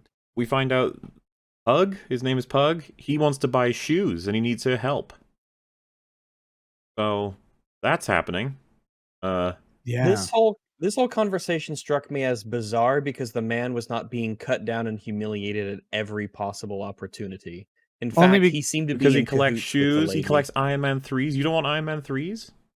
He Well, acts shit, he- like a stereotypical woman, right? Like he's doing a predominantly No. female-oriented activity of collecting shoes. No. Collecting shoes is a big thing, like basketball shoes, or as they call them. I think that's the idea. He collects like superhero themed shoes, is it? Yeah. Yeah, he's like shoe collecting isn't just. It's not this lady thing. There are guys who collect shoes, but they're like basketball shoes and limited edition Jordans and things like that. Yeah, next up they arrive at the calls him the drip broker, where he gets the shoes from. And we're here because they're trying to go through him to find someone who can make a new costume, super suit, whatever, for She-Hulk. That's a mission they got. And like, I don't know exactly what they were trying to do here for funnies. It's really hard to decipher the jokes in this show sometimes. You go, it's like, oh, you ready to order? And he goes, Alonzo sent me. As like a code. And he's like, what? And then because things are not being understood very well, but the guy is clearly speaking English, the paralegal just starts speaking in Mandarin. It's like, why? And then the guy goes, is that Chinese? I don't speak Chinese. But he looks Asian. He should know Chinese. If you look That's Asian, how it you works should in know movies, Chinese. Yeah. Yeah. Supposed to know all languages. So and then she was like, oh, I feel so awful. And then she's like, why did... Okay, like that was just That was weird. hilarious, though. That was a hilarious joke. It was very All funny. of us laughed. Of the four of us who watched this episode, all four of us laughed. I think there Fringy was is still fighting back the laughter right now. You can see it on his Oh face. yeah, Can- like, hand on mouth. He's like, oh. Can we briefly address the paralegal situation? it. This is a Absolutely. paralegal at the DA's office who gets brought along to be paralegal with her at this new law firm. Mm-hmm. Paralegals don't make a fortune. She is constantly wearing, like, fashion choices, has a diverse shoe lineup. She's wearing tons and tons of jewelry in every scene, and she's driving a brand new car. Like, where did this chick ever Well- get any money at all? We talked about this briefly in episode 2 because the asshole DA guy, it's like, you're a district attorney in Los Angeles and you had $175,000. Burnt, Fair, by the way. yeah. That's not like saved. That's just burnt on a Right, girlfriend. That's just money that he could spend on a whim. It's like, you're a DA. Like, you don't get paid that much, right? Like a DA in Here. Los Angeles? LA County attorney salary, 81 to 150K a year. Yeah, so Like, you're doing well. Just for sure. scraping by. Well, it's California, right? So it's probably That's what pretty I'm saying. expensive to live there. Yeah, that's true. You live in LA, like, oh, that's $17 pricey. Starbucks or whatever. Unless, but yeah, he wasn't the district attorney. Like, he No, was an he assistant he works district in the attorney. office. Yeah, he's in the DA's office, but he's not the Yeah. DA. Yeah, So 'cause $175,000 laying around. He is a financially prudent man, clearly. Like, holy shit. Well, except when it He's comes got to no money laying girlfriends. around, he has except when side it comes to businesses. girlfriends, Yeah. He has a side hustle where he sells, like, And antique refurbished model cars. it Like, needs to they're be all- said, this is like fucking Poirot levels of trying to figure out what the hell's going on. They didn't know he was dating Megan Thee Stallion, but they did establish that he is very loud about who he's dating. Yeah, Meaning they and yet must he not never have been mentioned dating it. very long, yet he spent $175K on it.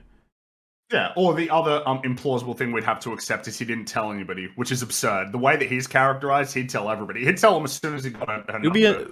it couldn't be held a secret because he would be taking photos with her, being like, "Look, everyone, look at the world. I am dating Megan Thee Stallion." And then people would be like, "Whoa, is he?" And then they'd start sharing it, and then Megan Thee Stallion would be like, "I ain't dating that guy. What the fuck?" So this rip broker guy is like, "Oh, you want to buy my knockoff Avengers merch? I see." Which Yeah.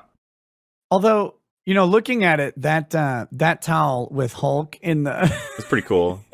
that's actually He's fun. got the mustache. Look, he's got a mustache. He's like Dad Hulk. Yes, the mustache and that like that man thong suspender thing. That's kind of funny. Like I'll give it that. You could do a TV show that's just Hulk going on road, you know, making movies, making songs, and fighting around the world with Hulk. Going around the world getting into fights while also indulging in the local cultures with his little sunglasses. So you got this is like the knockoff names. You got Hulk and Thor. Is that a Thor? Very cool. I want to see what they got for Hawkeye. I think it's Hawk Guy. Which is... Why doesn't he just sell them, not make... Like, are the Avengers selling official merchandise in the MCU? It's weird to me that he's, like, trying to sell knockoff stuff to avoid getting in trouble, but ultimately, like, you're already doing this in, like black market style, so why not just have, you know, the names printed properly? You could probably actually sell Avengers merchandise. Yeah, the way that he's done it this way, you could probably just do it openly, Yeah, trademark is so specific. Like sometimes it's even the font and the spelling. But if you spell it differently, like, and there's no reasonable person looks at an Avengers hat and goes, "Oh, that's Avengers." That's the same thing. Like you would have to conclude that it's something else, a parody or a joke of some sort. There's also Avengers. I want to see what Captain America's been turned into, but it's hard to see. Black Widow, I can't make that out either, but yeah. Very amusing. They've changed the names. Funny. But of course, this is not what they're looking for. They're trying to find the I love person who can make... I love that it's a Chinese guy who's selling the knockoffs too. Like that, they just walk right into the stereotype, right? Wow. It's they do that a decent amount in this show. They play into the very stereotypes they would probably find to be super offensive. Very strange. With avoiding, I suppose, but you got he agrees to like give them a chance to go and visit the other guy, being the big cheese who makes costumes, and it's very I don't know, like it's gonna be difficult for them to do it. How are they gonna get in? And why did they put it on? I said the exact same thing while watching it. Like, why'd they wear it? Yeah, because they only asked them to put it on. Well, he asked them to buy it. I don't think he asked them to put them on, did he? Yeah, you just asked them to buy it. It's easier to carry though, unless does he have like plastic bags he gives people? But I mean, they have bags. It just makes them look stupid as fuck. That's all, isn't it? Like, I guess they thought that was funny. Well, no, he has plastic bags, but they're branded Disney instead of Disney. I get it. So this is one thing that I think I would have liked if it was in a show that I didn't find annoying as fuck. That they stand there for a little bit and then she goes to press the button on the intercom, and as she gets close to it, it just says no. I thought that was kind of fun. What do you guys think? Yeah, it reminded me of Hackers. Oh, I remember that movie. It's old as fuck. Yeah, when they go to visit the two weird, like the two hacker twins or whatever, the two Asian guys, and they had the camera and everything. Yeah. I wish I could remember. I know those characters. What are their names? One's from Hackers? Yeah. Was it's it cringy 90s Razor hacker name? It was like Razor and Blade, wasn't it? That's what chat's saying. Razor and Blade, yeah. Yeah. He's like, Razor and Blade, those guys are tools or whatever. I love that movie. That movie's great. Is it as good as She-Hulk, though? No, say, no, I don't think Nothing's so. as good as She-Hulk. Oh no! Now Wong the Planet's in the chat. Wong the Planet. There's so much Wonging in the chat.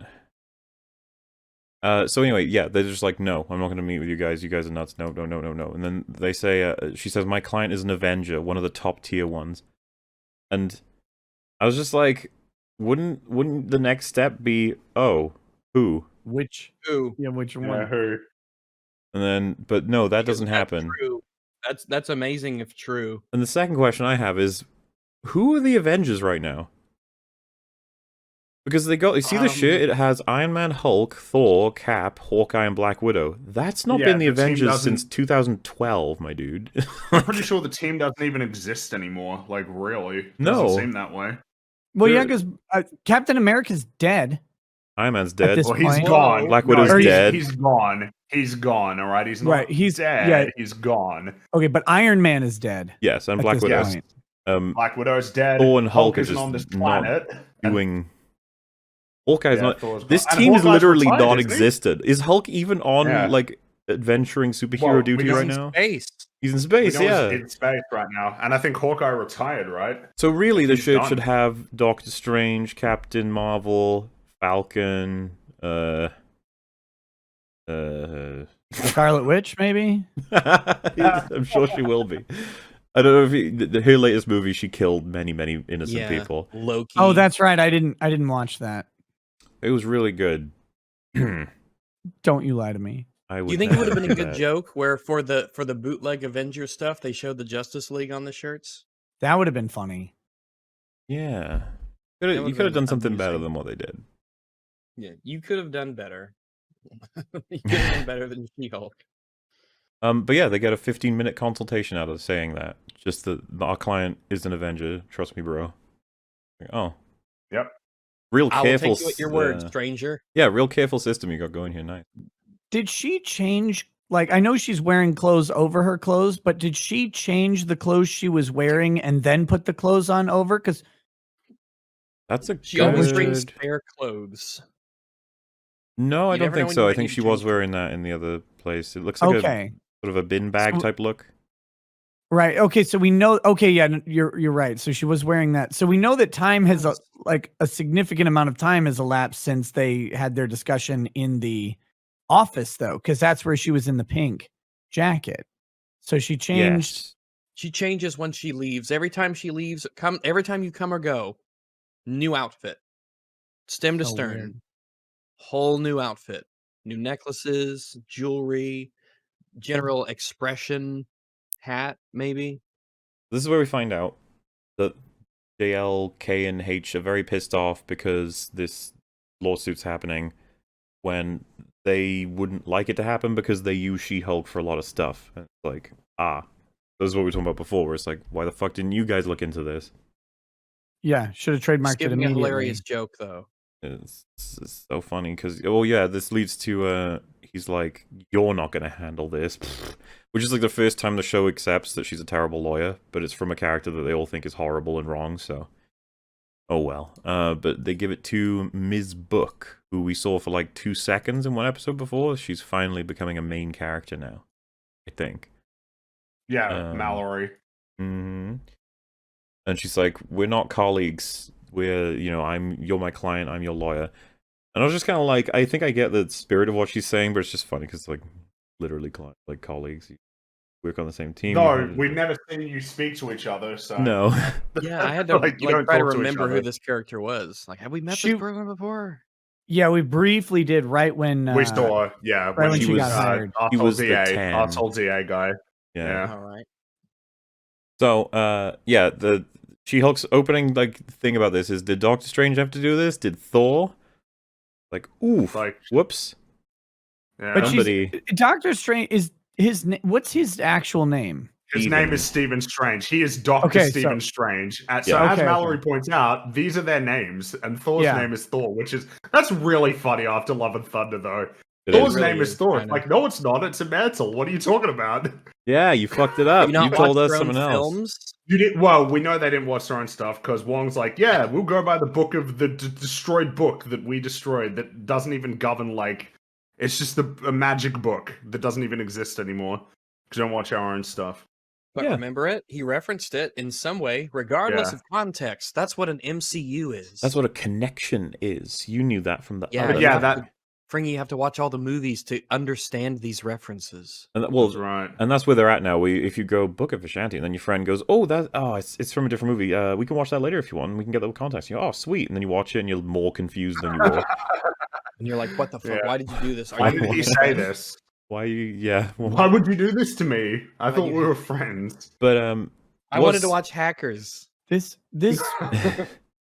This lady attorney, her demeanor, like, I mean, it starts with Jen Walters, and maybe you're like, okay, well, her demeanor is this way because she's like a colleague, but also competitive. But her like cold bitch demeanor throughout this and the next client, like she is awful. Like her, I thought like, that they were how- trying to sell us that she hates She-Hulk. yeah, But it doesn't seem to be that way. Yeah, I don't think it's that way. Because at one point she says, like, I never would have known a lawyer to humiliate themselves as much as you. And I was like, oh shit, she must really hate how, like, unprofessional she is, maybe. But, like, no, But then- yeah, but then it turns out they just make her into another stereotype that a high-powered woman has to be like cold and monstrous and like overly assertive to the point of bitchiness, where no one would want to talk to her. Why would you want this woman representing you at all if she treats you this way? Hey, Nick, considering the deal like she great gets for her cleavage. client, she's one of the most incredible lawyers that's ever That existed. is true. I would love her to represent me. Considering Yeah, what oh my Mr. God. Immortal had done and what the result is, this must be the greatest lawyer that's ever existed. She's the one Ugh. lawyer that gets you more time. On the Thor Doctor Strange stuff, right? The fact that she's asking that means that she didn't know Doctor Strange's name, and she's a lawyer that specializes in superhero cases, and he's like possibly the most popular and powerful person on planet Earth right now. Super high profile, that's for sure. Really weird that she doesn't know anything He's about up him. there. He's got to be up there. And But, she's literally hanging out with his Friend, main yeah. colleague, Wong.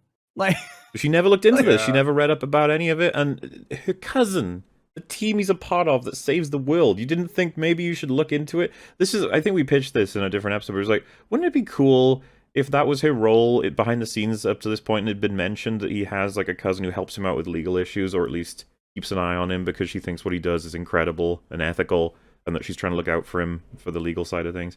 But no, Yeah, but instead we get then- episode 1 where she chews him out for not suffering as much as she does. and there's the other part of this whole like thing where she's clearly aware of Captain America being Steve Rogers Mhm. and having a different name.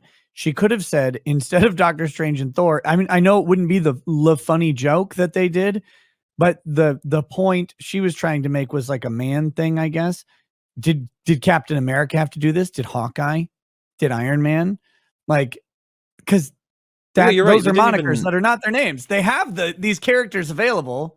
When she says, Or- like, you chose two people who actually have the... It's like, that conversation's not over. Her making them bad examples, you should then go into good examples and then have the counter-argument, right? Instead, they just move on. They're just like, oh, well.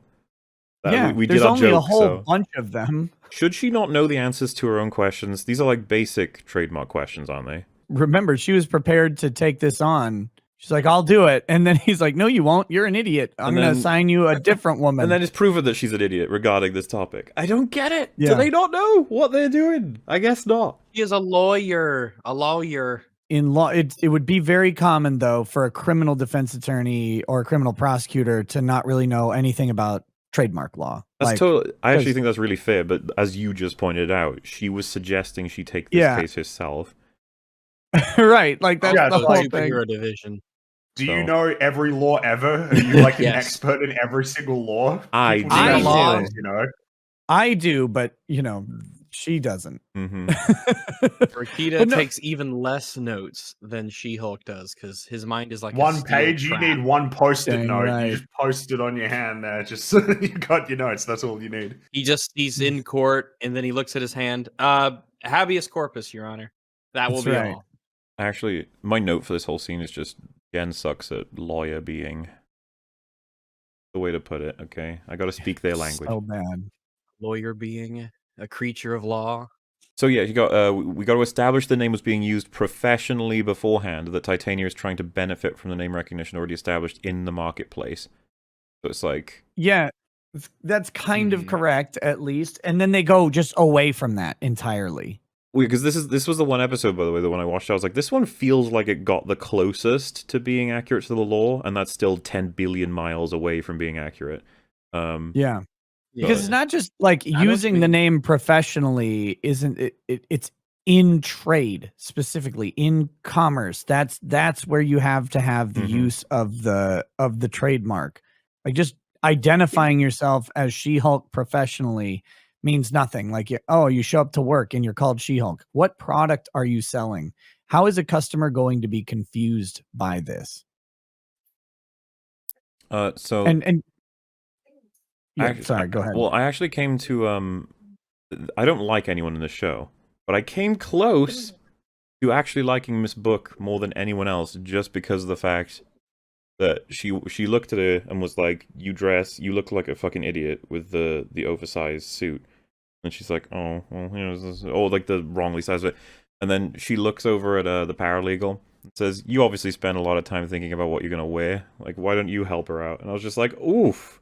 You could interpret that as just being like, you're literally like so vapid that you're only concentrated on the like what you do in your life and what you're wearing. You like, yeah, I'm gonna pass this job to you because it's clearly suitable for your skills. That's the impression I got off it. I was like, I like this lady a little bit, like just for the fact that she's ripping into other characters. That's all. Oh yeah, anyone who insults the characters is my friend. Yes, but we might be assuming the insult though, because I think we might be. Yes, I don't think a compliment.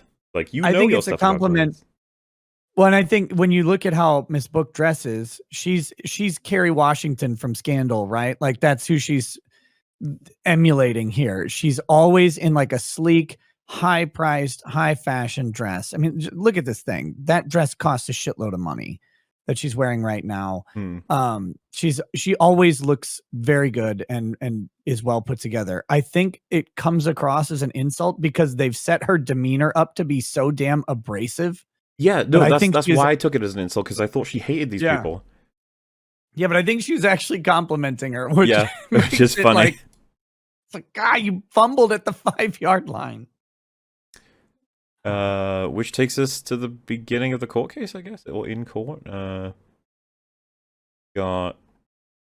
think that like the evidence they provide is just that she was using She-Hulk for a while, and then the defense are like, well, she is on record saying she will never go by the name She-Hulk, which I feel like isn't addressing the more important part of was she using it for trade, as you pointed out as well. Right. Completely pointless whether she goes by She-Hulk or not. It only matters. So when I mentioned the customer confusion thing, there's a little bit of a mix-up here, and this is where the writers clearly don't know the law. That for the trademark, the customer confusion has to be a confusion of brand, not a confusion of representation of a brand. So you have to be like using Michelin, and people are thinking, oh, I'm buying from the Michelin tire company. That's what I'm doing. Not that She-Hulk represents something. So like She-Hulk doesn't sell anything. So there's no possible misconception. Now the endorsement confusion is, again, that's that right of publicity that we talked about earlier. That's a different thing. And it does still, like, that's what they're getting to. She's trying to capitalize on the She-Hulk name as representing her brand, but that's not a trademark issue at all. And that's what's so frustrating about this. I guess an equivalent would be like if you released a bunch of controllers that fit perfectly and assigned well and worked with Xbox, and you called them Crossbox, but the icon was just exactly the same. And then you're like, you keep Crossbox as a title kind of away from the general marketing. And, you know, like, I think isn't there a bunch of like third-party knockoff controllers that try to come across as though they are the official ones to hopefully wrangle a couple more sales into it, sort of like that. So yeah, I always wondered if they skirt a line on that sort of thing, or if maybe they have some level of an agreement. I don't know, but they either, you know, they might have to like nowadays with the way drivers and everything work on these systems, they might have to pay a license fee for the, I don't know the proper term, but like an API basically to make the controller work with the system in a really easy way.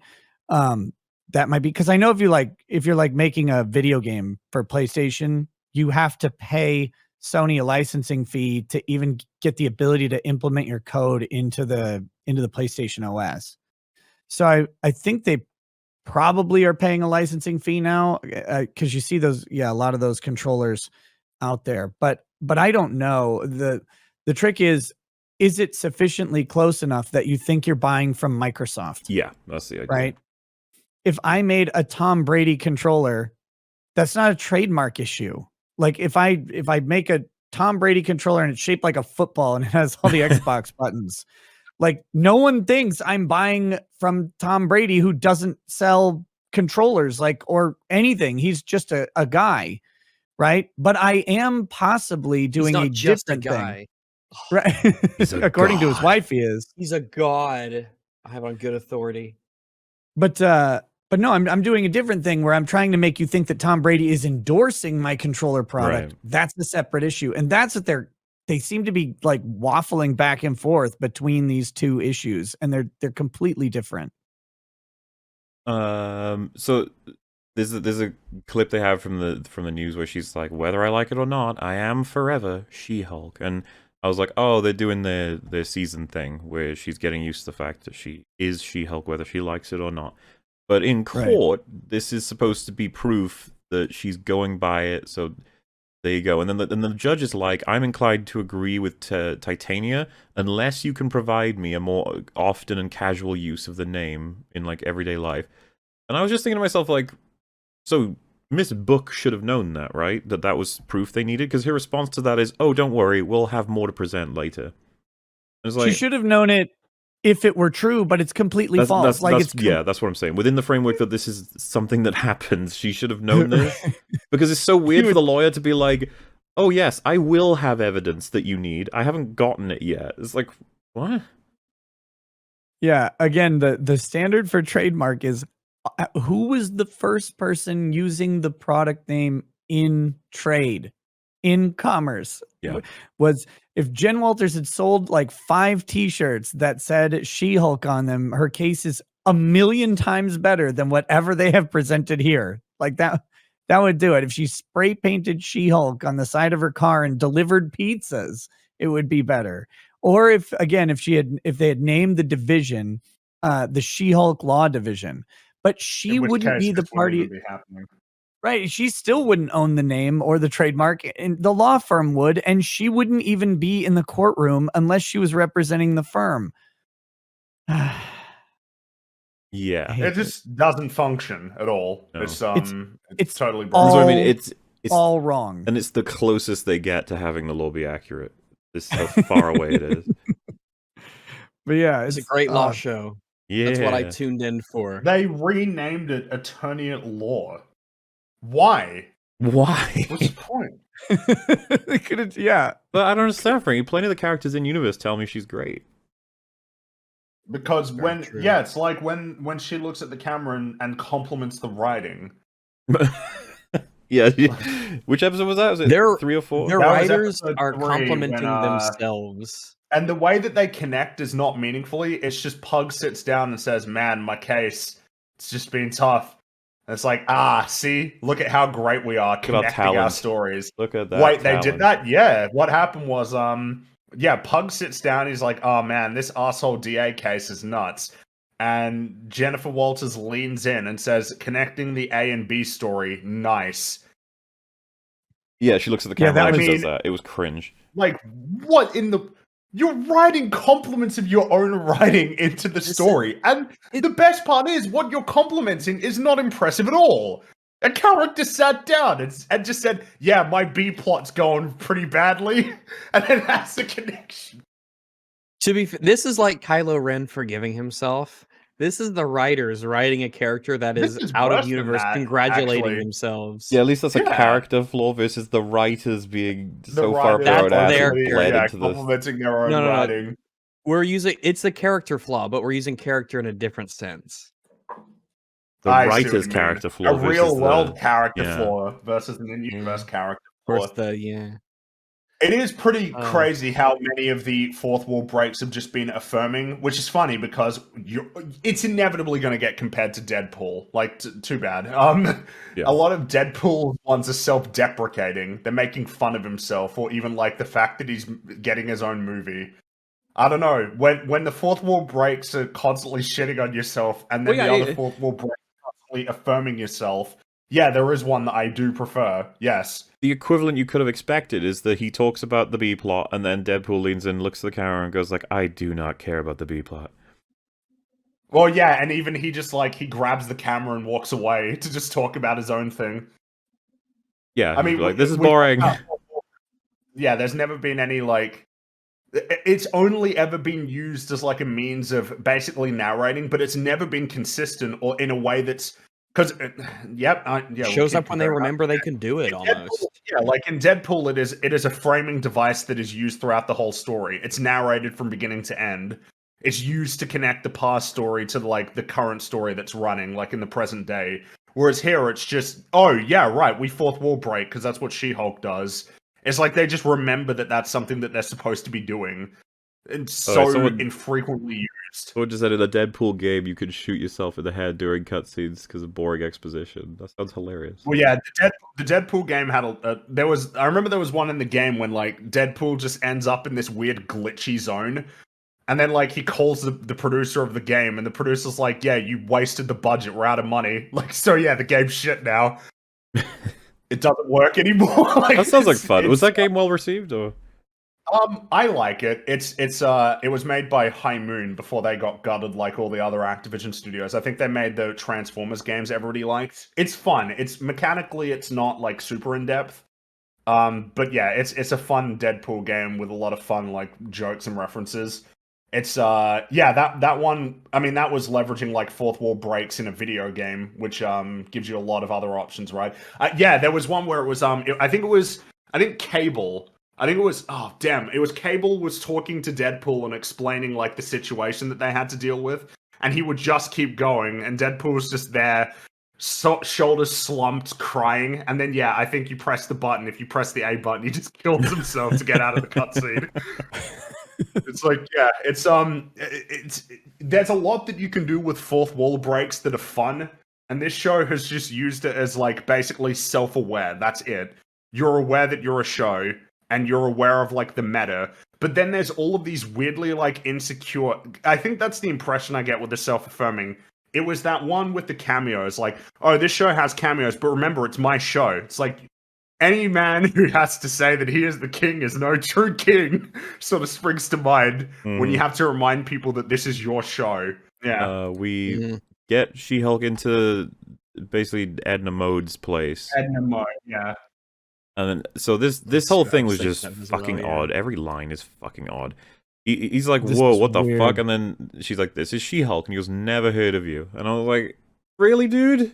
Never heard of her. Now, really? You might be thinking, didn't you argue that some of the date people wouldn't have? And it's like, okay, so this person is apparently a superhero costume maker.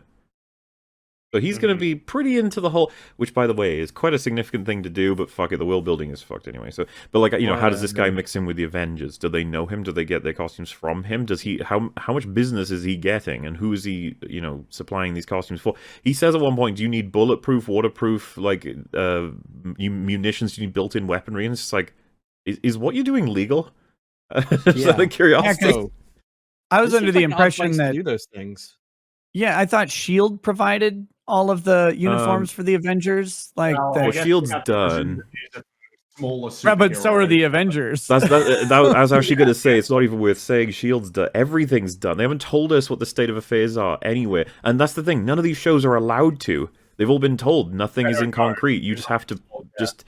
And so, I think this is the same thing as Amazon saying they haven't fucked with the source material for Tolkien. It's the same thing where you just go like, don't fuck with anything in the world. They go, okay, but we will establish some guy who makes superhero suits for everybody. It's like, well... Because now the question is, for whom? Yeah, like, that does fuck with everything.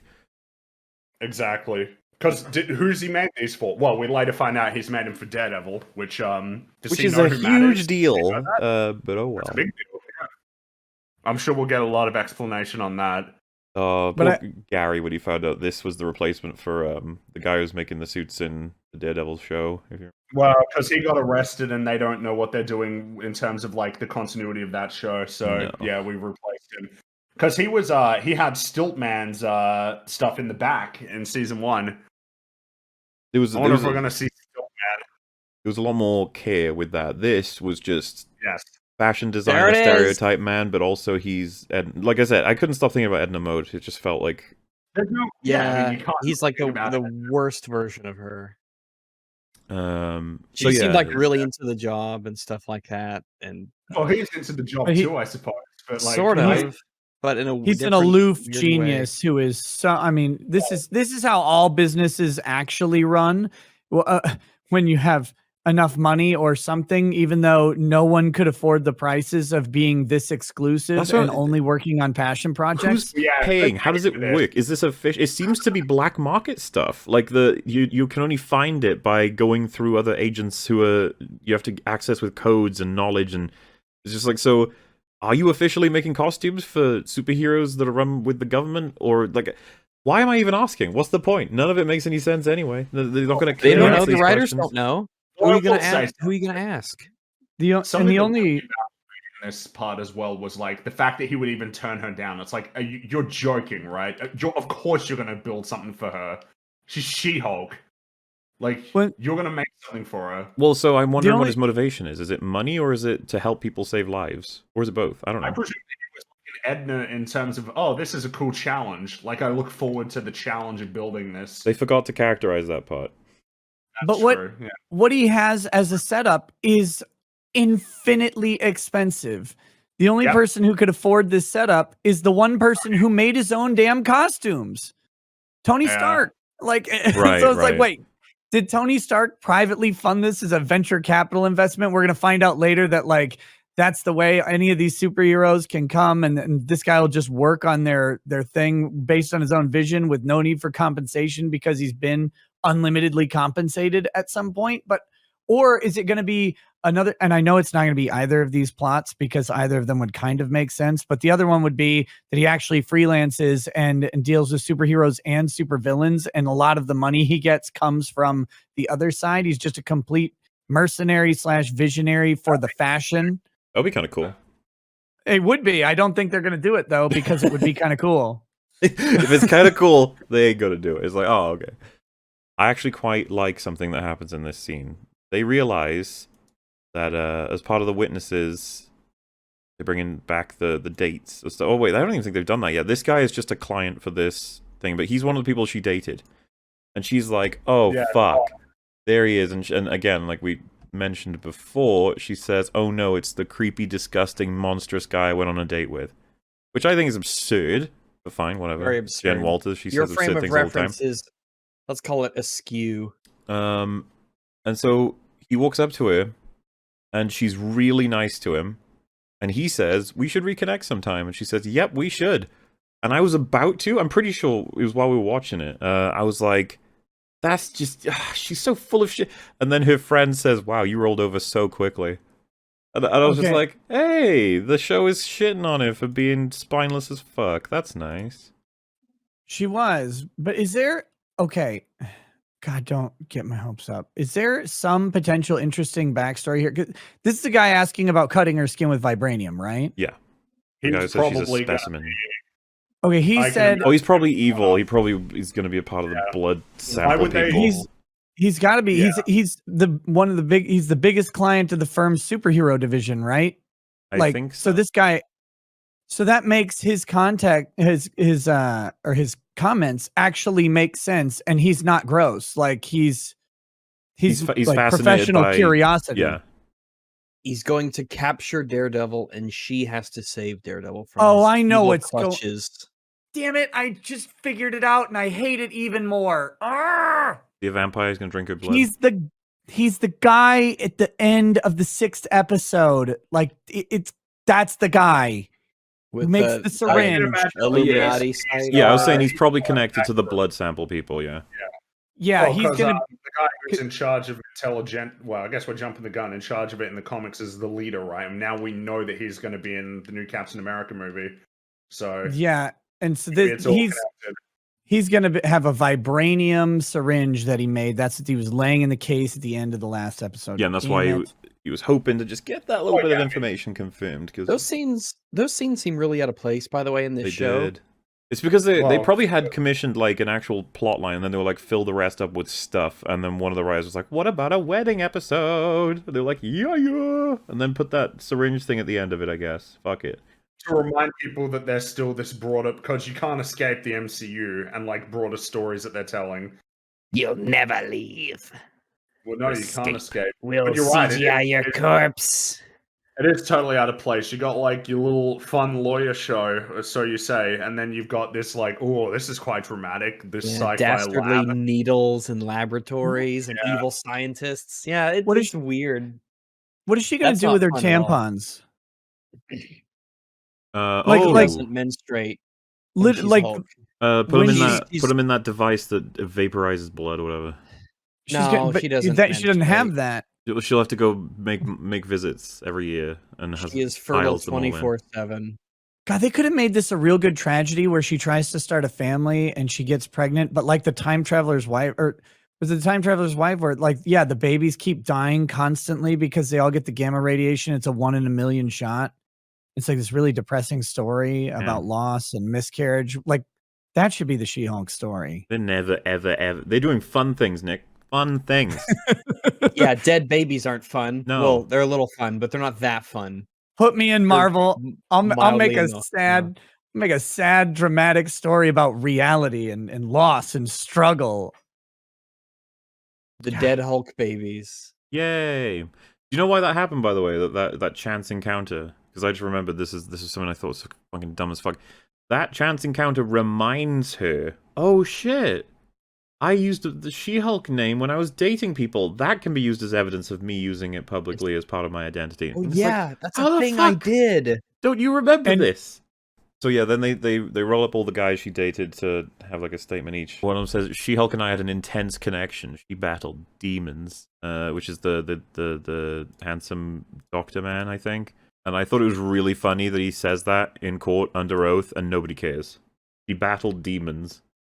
Wait, What? demons. What? Like, I just feel like even the cross would be like, I'm sorry, did you just say demon? Like, are we really accepting Metaphorically, this? like drug addiction or something? He's clearly lying. Like, Demons.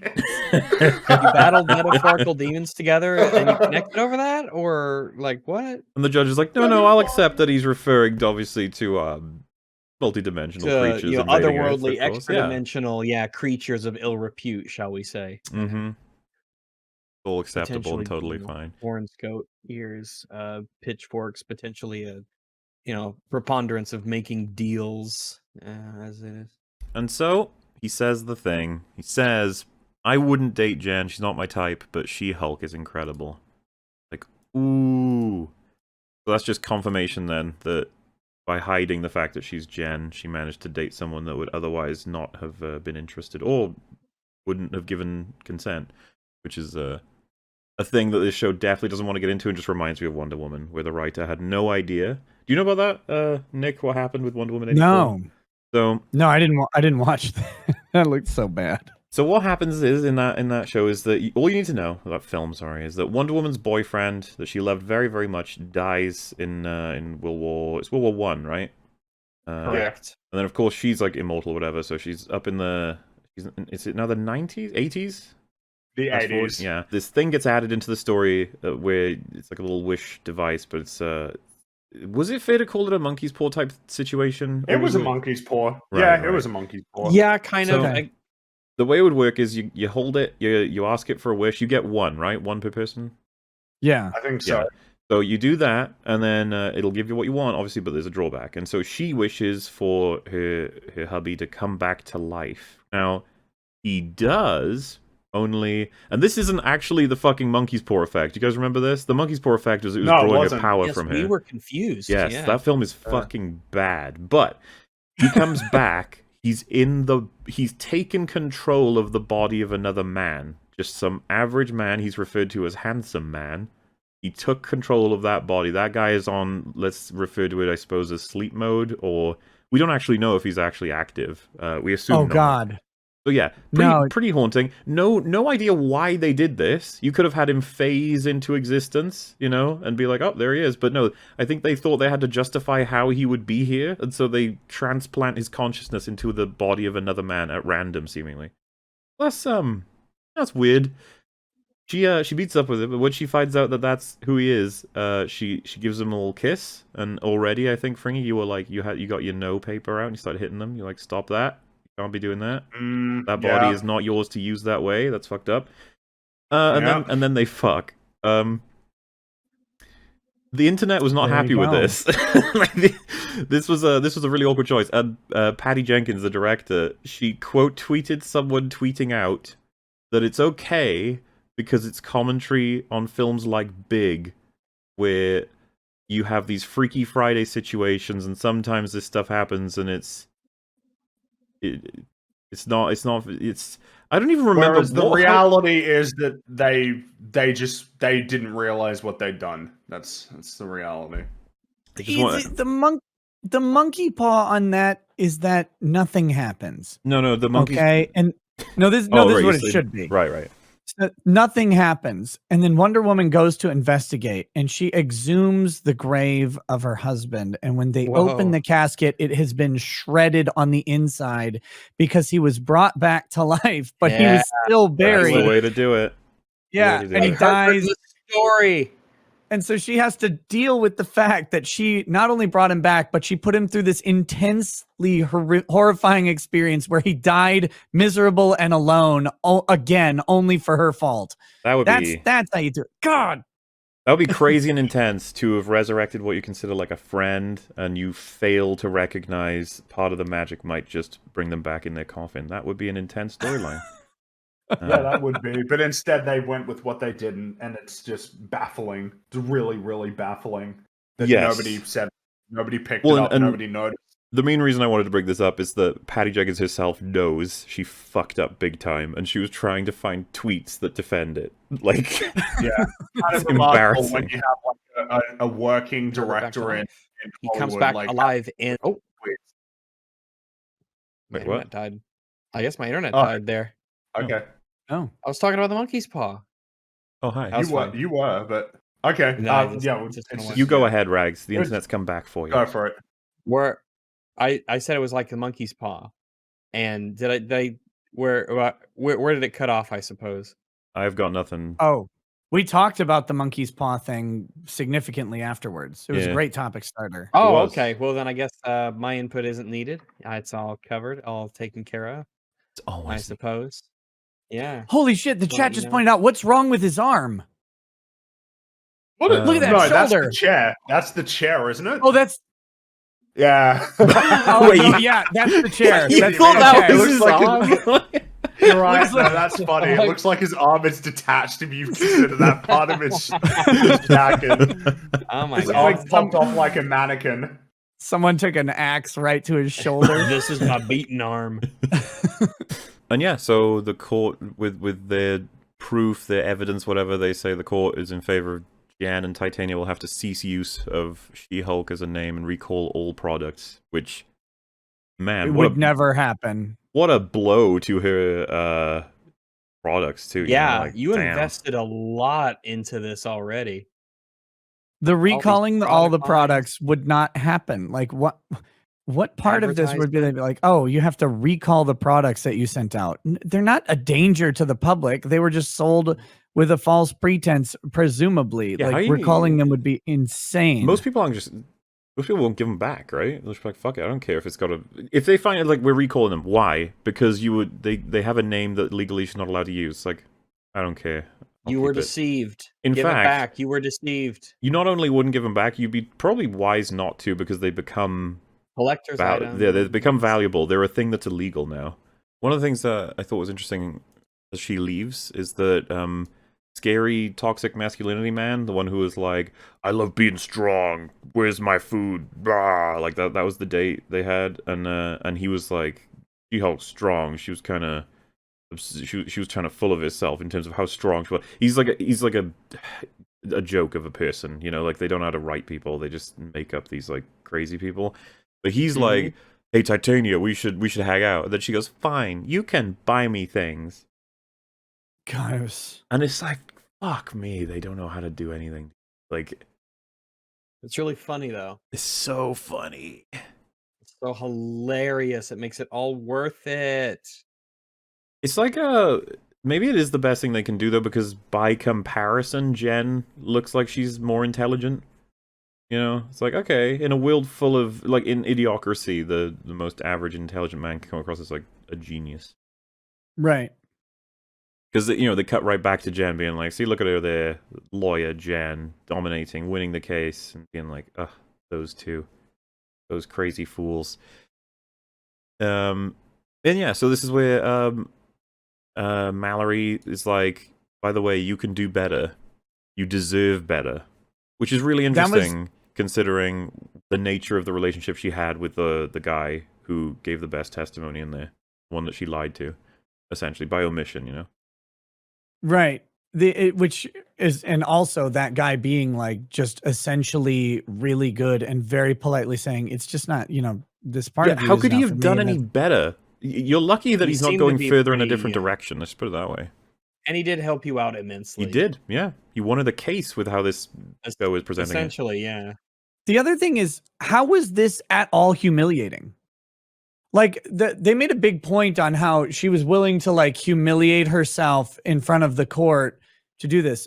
Her level of humiliation was literally, she brought 4 guys into court to testify that they all, you know, went on a date with She-Hulk, and none of them said anything bad about her at all.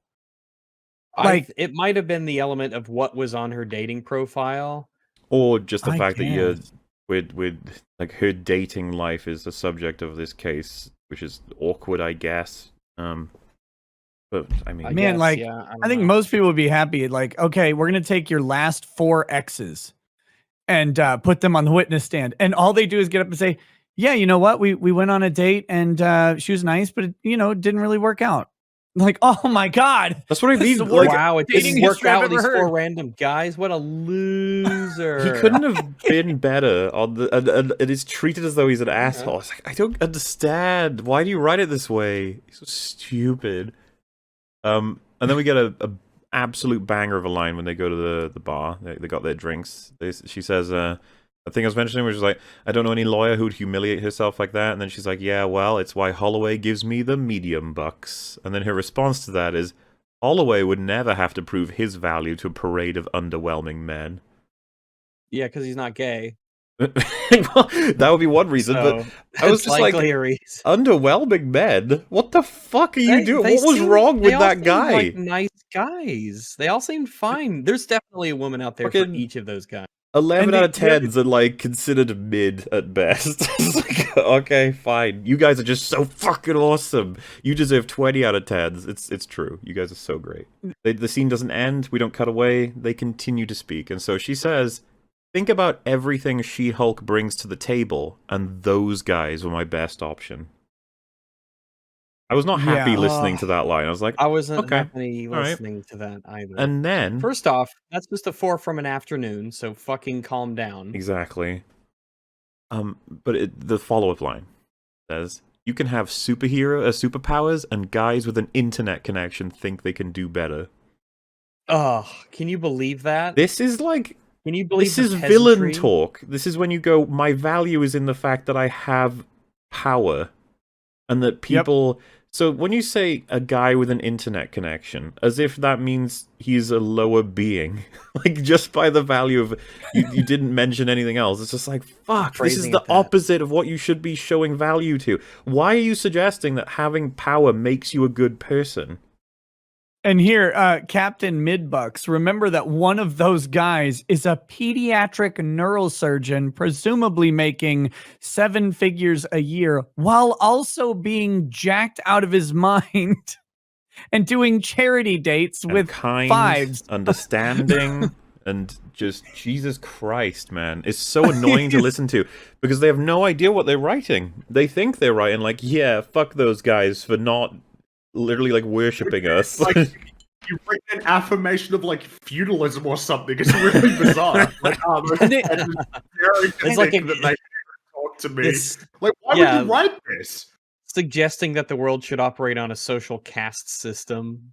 I And just Kind don't- well, it's just weird to like talk about like We're the Brahmin. why is this the way that we're characterizing and categorizing people? It's just so weird.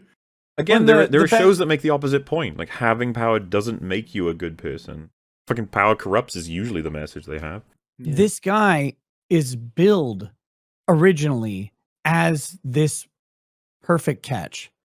So much so that She-Hulk initiates all of the conduct that follows. She invites him home. She's like pouncing on him. She has to go fight demons. She comes back. She picks him up and carries him like a baby into the bedroom. She's doing everything because he is the catch. And then in the next episode, after he's like, hey, you know what? It's not going to work out for us. You know, I like you, but Jen really isn't my thing. She-Hulk is. She's like, he thinks he can get with me just because he's got an internet connection. It's like, I'm not you- open. you set him up as this perfect ideal, like this thing, and then now Yeah, you're he like, bought it. What a loser. It's like, God. It just seems like cope, doesn't it? It's like, It is oh absolutely. my god, cool. please date me. No, I didn't want to date you anyway. Fuck you. Yeah, you can't fire me. I quit. Exactly. God, it was crazy. Like it made me so angry, like unreasonably angry, because it's like you create this and then you have no self-awareness to the fact that you're now shitting on the thing you created as if it was this character's fault that you know, I don't know. You made him ideal and then he wasn't ideal enough. Jesus. The wedding episode. Wedding I episode. love wedding episodes. He gets an invite to a wedding. It's really sparkly and obnoxious. And she's like, it's someone that you've never heard of before who's a friend of my family. I fell out of touch with her, but I guess I'll go because I can't say no. And then even the paralegal's like, say no. But then you find out the real reason she wants to go. It's not because she feels obligated. It's because she wants people it's to so look at vapid. her and say she's pretty. Yep. You're pretty and you're so smart and accomplished. You're You great. should root for this You character. want to something up at their own wedding? I do wonder, right? Because if someone said to me, like, wait, so do you hate She-Hulk because she's, like, perfect? And I'd be like, no. She's definitely not perfect. She's got some flaws, but I just don't know if the show knows. I can't tell. I don't think the show knows. I don't think so. Her vanity is off the charts. Insane. Okay, It's so a a long little time ago, insane. a long time ago on my channel, are you guys familiar with a YouTube creator, Coach Red Pill? At least Yes. tangentially? Yeah. Okay, vaguely. so way back when he did a Kickstarter, he wrote a fiction book. It was like a internet political thriller meme thing about a kidnapping. All right. And so he crowdfunded it or whatever. He sent me a copy and he asked me to review it live with him on the channel.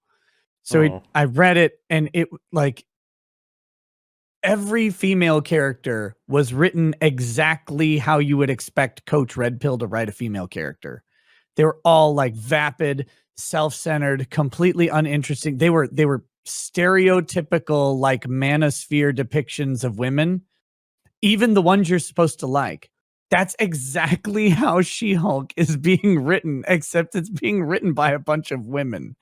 It's so funny to me. Like I'm stuck on this thing. Like, how do you keep writing the most unlikable woman on the planet as like who is shallow and vain and self-centered, as if that were the good thing, not realizing that that is the criticism that is unfairly placed on women constantly.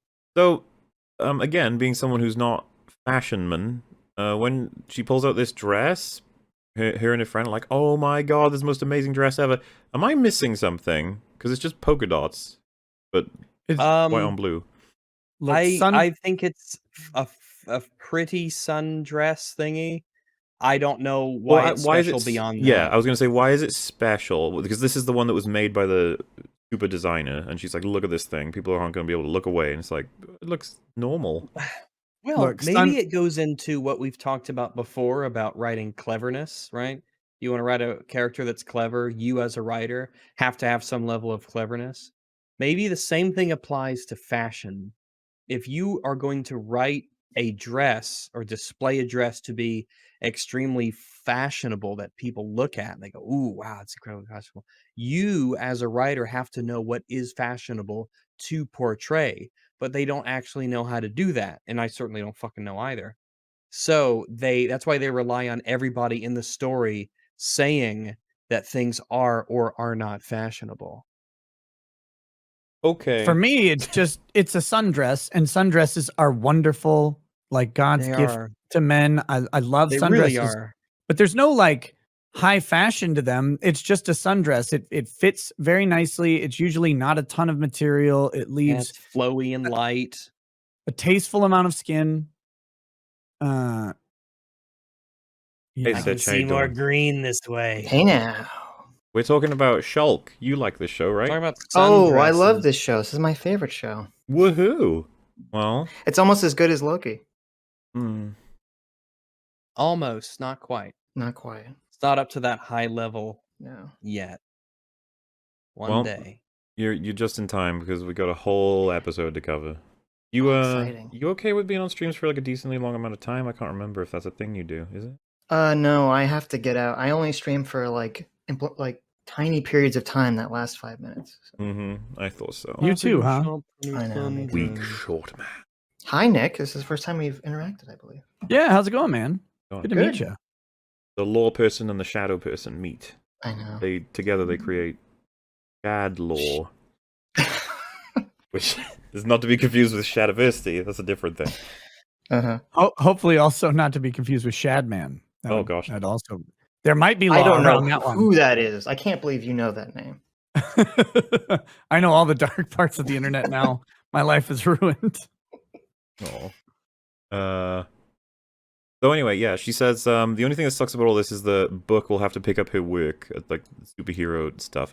And I was just thinking to myself, like, so the case with Mr. Immortal is gonna go to Mallory instead of She-Hulk, instead of just like delaying the case. I would have thought that Also, you just started here and you're getting vacation days. that seems unlikely. Yeah, I was actually going to bring that up. Seems very unlikely that they would do that. Um, And if they were to do why it, did- wouldn't they aim it so that no cases are running while she goes on her? This is how many days is this? This is a rehearsal. Oh, and a how wedding, many right? days notice did she get? You know, Yeah. she surely well, got she- like good notice, right? So she starts her trip on a Wednesday. That's revealed when she's talking to Josh later. Because she's like over the weekend. Well, Wednesday, Thursday, and then I guess the wedding's on Friday. Is kind of the weird impression that I get from it. And the timeline to me doesn't make any sense, but that she does mention Wednesday, Thursday. Okay. I The think real the joke question is- that it's inconvenient timing for like it's a weird day to have a wedding. Yeah, but of course the issue is so you have to arrange this meeting with Mr. Immortal, like with his women, like these exes or whatever. They seem to get they get Mr. Immortal as a client. They arrange a meeting of 9 people within a day. Like Yeah. there's no way this would all have to be handled Yeah, you're right. Yeah. by her or by them in this timeline. That's insane. I mean, nothing moves this fast in law. And then why would you do that? Why would you make it so that you do it when your primary like lawyer that you want to be seen doing all these cases isn't available? When she's only not available for a couple of days? Like, why would you do that? Yeah, she's gonna be gone 2 days, 3 days, working days Very total. important cases. They cannot wait. Yeah, Rigid and then scheduling. of course, if she were like, because this is the thing, you could just tell her that. By the way, she wanted an alibi to not go to the wedding. At least half of her personality did. The other half that's vain focused didn't. But like, if your work said literally can't give you the time off, so you can't, that would be a perfect excuse not to go, I guess. But she wants to be seen as She-Hulk. Okay, it's very important. I'm so invested in. I hope she gets to be appreciated for how hot she is. That's the story we're telling. Woohoo! That's important. But yeah, all right. Fun. Yeah, we mentioned this before. She says, she looks at the camera and she says, it's a self-contained wedding episode, and if you think it's happening at an inconvenient time in the season, you're right. That's because all weddings happen at inconvenient times, but I'm going to look great, so who cares? All right. Well, Yeah, thanks for that. insight, I What? suppose. It's really just like, that's your fourth wall break? Okay. It's very clever. I'm glad you're really taking advantage of this format or element Also, she would have to know that all this is coming because she's a bridesmaid, has a bridesmaid's dress. Where was the bachelorette party? Where was all of the fitting of the dress or the acquisition of the dress up to this point? I mean, she's got her superhero dress, but she needs the damn pink bridesmaid's dress that's going to be there too. Like, there's no way this comes out of nowhere. Well, it definitely doesn't come out of nowhere. I think it's only meant to be you thought you were going to see Daredevil. Yeah, that sucks, doesn't it? Anyway, this episode now. Like, that's all it comes across to me as. You thought you were going to see again, with Daredevil. the timeline. Joke's on you. It looks like she gets her invite and then just goes. Yeah, I know. It's I don't, because she would have been told like months in advance. Yeah, she's a bridesmaid. Like, there's so much stuff that has to be done. Oh my god. We don't really care about. I mean, it's like you said, all the legal stuff moves way faster than it does in real life. You get stuff sorted in a week. Yeah, you plan your wedding in like a week, and everybody's ready to go and be there. Yeah. So then did you guys find that Heel vs. Babyface said that the bride there has a nice rack? He was admiring that one. I've seen the clips. Yeah, he's where he crawls into his own hoodie, right? R.I.P. to Az. Which bridesmaid we talking about? No, the bride herself there. Oh yeah, she has great breasts. Yeah? Yeah. Oh, okay. Is there a disagreement? Was there some among the contention panel? over this? What's I know Yep. what Nick's up to. What? Maybe There's just- nothing That's wrong with that. That's a man, baby. What? That's a dude. a bride is a trans woman? Yep. I didn't know that. Oh, I had no idea. I know nothing about this. I just know the meme from Az. Trap card played. So this she arrives and she's all, look at me, I'm awesome, I'm amazing. Oh, what a coincidence! That's the dress, by the way. I guess in full. I still don't get it in terms of why it's so it's special, sort of but sure. Yeah, just a polka dot. And plus, look at the way that the polka dots are on it. It looks like about, look, the bottom third or bottom half, they're arranged in a different way. Actually, yeah, you're right. It just cuts, doesn't it? By here. It seems to cut. And Ooh, then that's the not polka good dots dress turn design into- at all. What actually is that? Do you Did see cut that? Where that? I'm trying to put the cursor? Yeah. There's like a hard line. Well, because she's so tall, they had to add like an extra. No, but that's not how you do it, is it, Sitch? You don't just Wow. Yes, Sitch, you don't know anything about Listen, fashion. you guys were God, talking even about I how know this. this. This was all last minute. Okay, maybe she did it. No, this was herself. made by the super designer. Maybe Then you it's just don't understand. This is high fashion. Oh wait, I was gonna say maybe it stretches out when she grows, but she is grown, so Yeah. that's not true. Yeah, this is it, and it's, I don't know, because like when you have the little creases, like, oh yeah, sure, the dress would do that, but this is flat, and it's just that Yeah, harsh this is like cut. they stitched two pieces of the same Yeah, that's what material they did. together. And this is CGI, They did isn't not it? line You them could up. literally change He it to... CGI it wrong. They CGI to fuck up. They CGI'd it to look like shit. Oh, no. Is it just this one image, or is it? Do they have like a texture that's supposed to be mapped to some kind of a? Well, let's see A if I can find it model, when or- she's wearing it as normal Jen, and I have a feeling it won't be as shit. I'm curious if I can get a good shot. Well, it might be. They might have scanned it. So I just don't typically see that level of like a harsh cut in the middle of the dress, like for like highly professional stuff. It's weird. it was the Damn it. back or something. I mean, okay, even from this shot, it actually might be the regular dress has that in it, if you can see by there. Can you? How can you see? Well, the you see problem. that? Well, my problem wasn't necessarily that the CGI was bad. It's that you went through all that trouble and effort to get this special guy, and he makes this kind of a glaring fuck up on the front of the dress. The interesting part was if the CGI team made the imperfection, or if they were just replicating it. It looks like they were just replicating it, yeah. Which, of course, they're doing their job properly, I guess. You know, Yeah, it's just I mean, props to them and their limited time in their dungeon to get all this stuff done. true.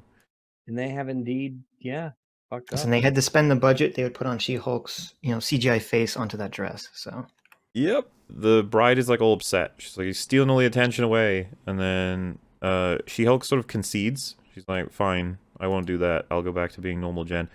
And I was just like, why don't you just say it's health related and you can't?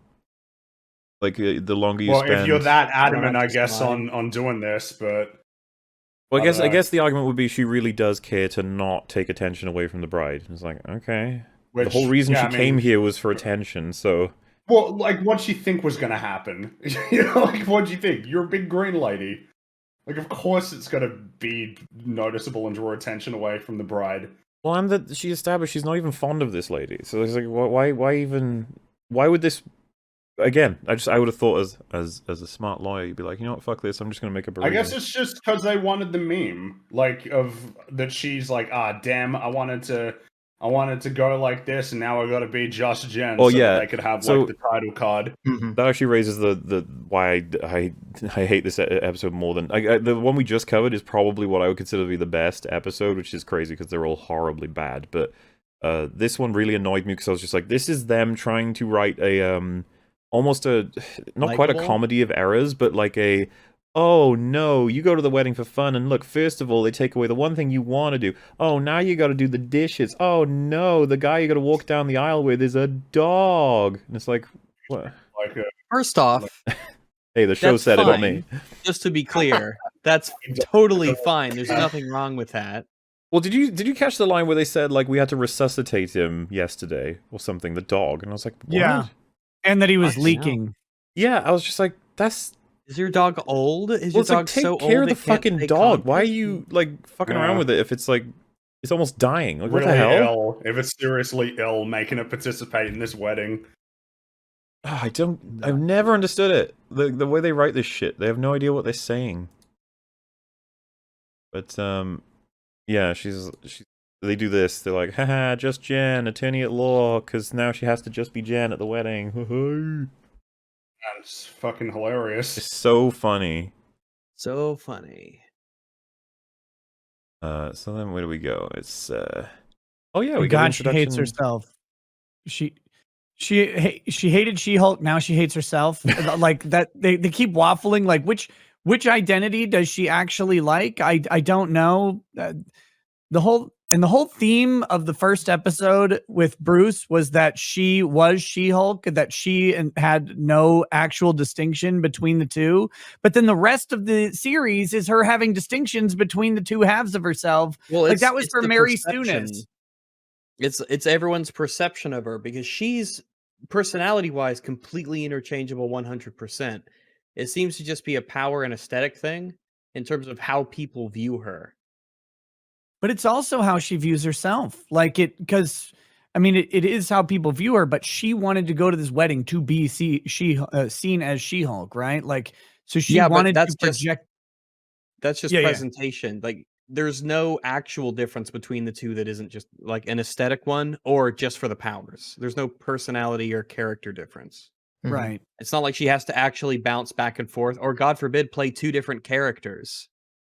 Hey, to be fair, this is the one actress that they could have gotten to do that pretty easily. Orphan Black, she plays like 1,000 characters or something. For anybody who doesn't know, that's the series she got famous for. She played like, I think, a person who got cloned a bazillion times or something like that. She did a whole bunch of accents as well. You would have thought that they would have put that to use in some way in this show, but nope. Nah. Yeah. Well, I mean, it's the talent of the actress paired with much less talented writers. Unfortunate. Seems to be a pretty persistent problem in the MCU of like you got actors who can do the job, but then you got writers who just can't. So yeah, everything about this sucks. It's like, hello, Mr. Hollis, and he goes, Mr. Immortal. And immediately I was just like, I'm sorry, what? Like, that's probably worth explaining, but no, they move on, like, immediately, and it's like, okay. Because, like, they're taking his case. They don't want to question the fact that he's referring to himself as Mr. Immortal. It's like, And he says, look, with these people I'm with, like, they smother me emotionally. They end up wearing weird pajamas. Can you blame me for walking out into a road and to end it right there and then?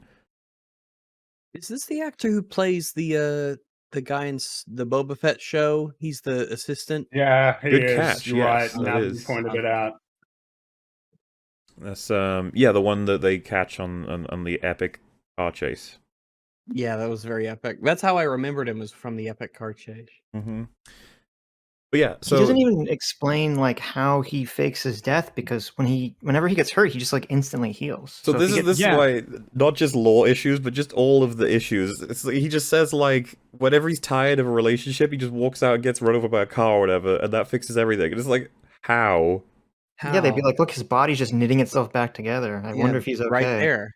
Yeah, like, there's not going to be a funeral, And right? then and they're like, so you die, and he's like, well, I only die in the legal sense. It's like, not really. No, you don't die in any sense if you just straight back to life. Like, right. If someone dies on the operating table and is resuscitated a minute later, they're still married.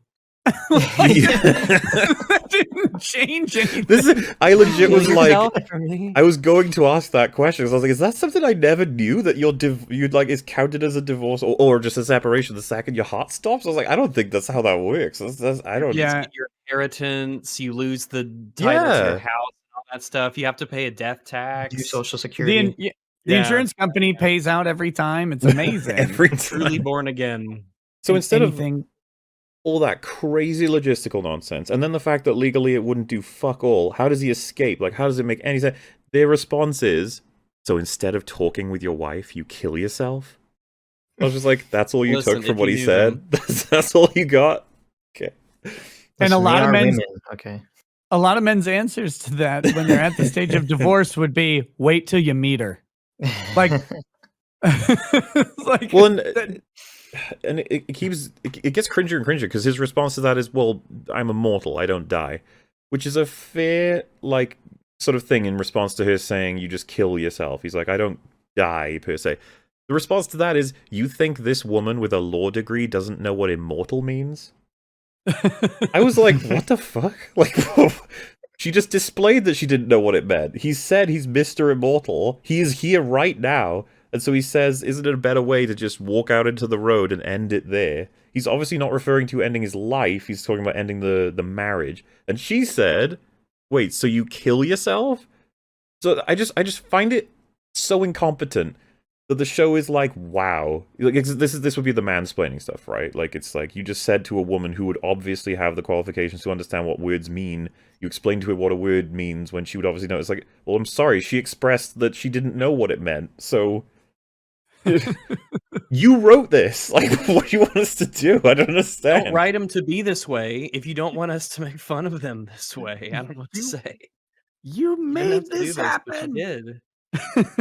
And they do it throughout the show. I don't understand. What am I supposed to do with it? I get it. They secretly have maybe a personal bias against a particular gender. I don't know. It's weird. I wouldn't have written it like this myself. And I love women. And once again, they don't ask the proper questions. Instead, just like, do you ever feel bad about doing this? And it's like, really? So you just accepted it all? You just going on with it? It's like, next question, do you feel bad? And his response is, we've established the facts of reality. Yeah, and he's they like, also, oh, go ahead. Oh, go ahead. They also don't cover like the critical attorney-client question of what is your goal here. They establish his goals on what's going to happen, and they completely betray their client, and they threaten him, you're going to pay for it. Like, what is your goal in dealing with this? Is your goal to actually like compensate these women for lost time? Is your goal to have us fight to show that you're not married or the marriage is annulled at the time of your death? Like, what is it? Like, how does this play out for you in your head? What is your plan here? Let's see if we can get to it. Like, there's no interest of the client put into a single thing in this show. And it's like, well, ironically, the show about female lawyers shows female lawyers who their femaleness gets in the way of their lawyering. Yes. It's about to so much, and it's coming. So it's coming. His response to, do you ever feel bad about all this, is, well, I'm a nice guy, and this is the most considerate way to end a marriage. Which is, like, That's not true, though. He's such a clown character, but you can still enjoy him, I guess. Buddy. It's like a meme. You're lying. You're lying. I don't believe you. You're like Jigsaw from those movies. Well, and then they start criticizing him pretty hardcore, going back and forth, shouting blah, blah, blah, blah, blah, blah, loud, loud, loud, and then he kills himself. Well, he jumps out the window. This is the most accurate scene in the entire show. Is that true to life? when women get into the catty bitch spiral back and forth, they're just going and going and going. Every man thinks, if I can just find a window and jump out of it, it'll all be it'll be better. This is preferable to listening to this horse shit. It's as I Gary just find put the it, imagery funny of a man running towards like the window and just jumping out while a conversation's happening. He in the jumps out in a background. really I don't know funny what it way is. too. he does jump out in a Jump funny out in a way. funny way. How do neither of them like He like puts his react? arms behind him and everything. Yeah. Why do you Yeah. do like that? Dude, head first smashing through that. He's like a Full on. salmon.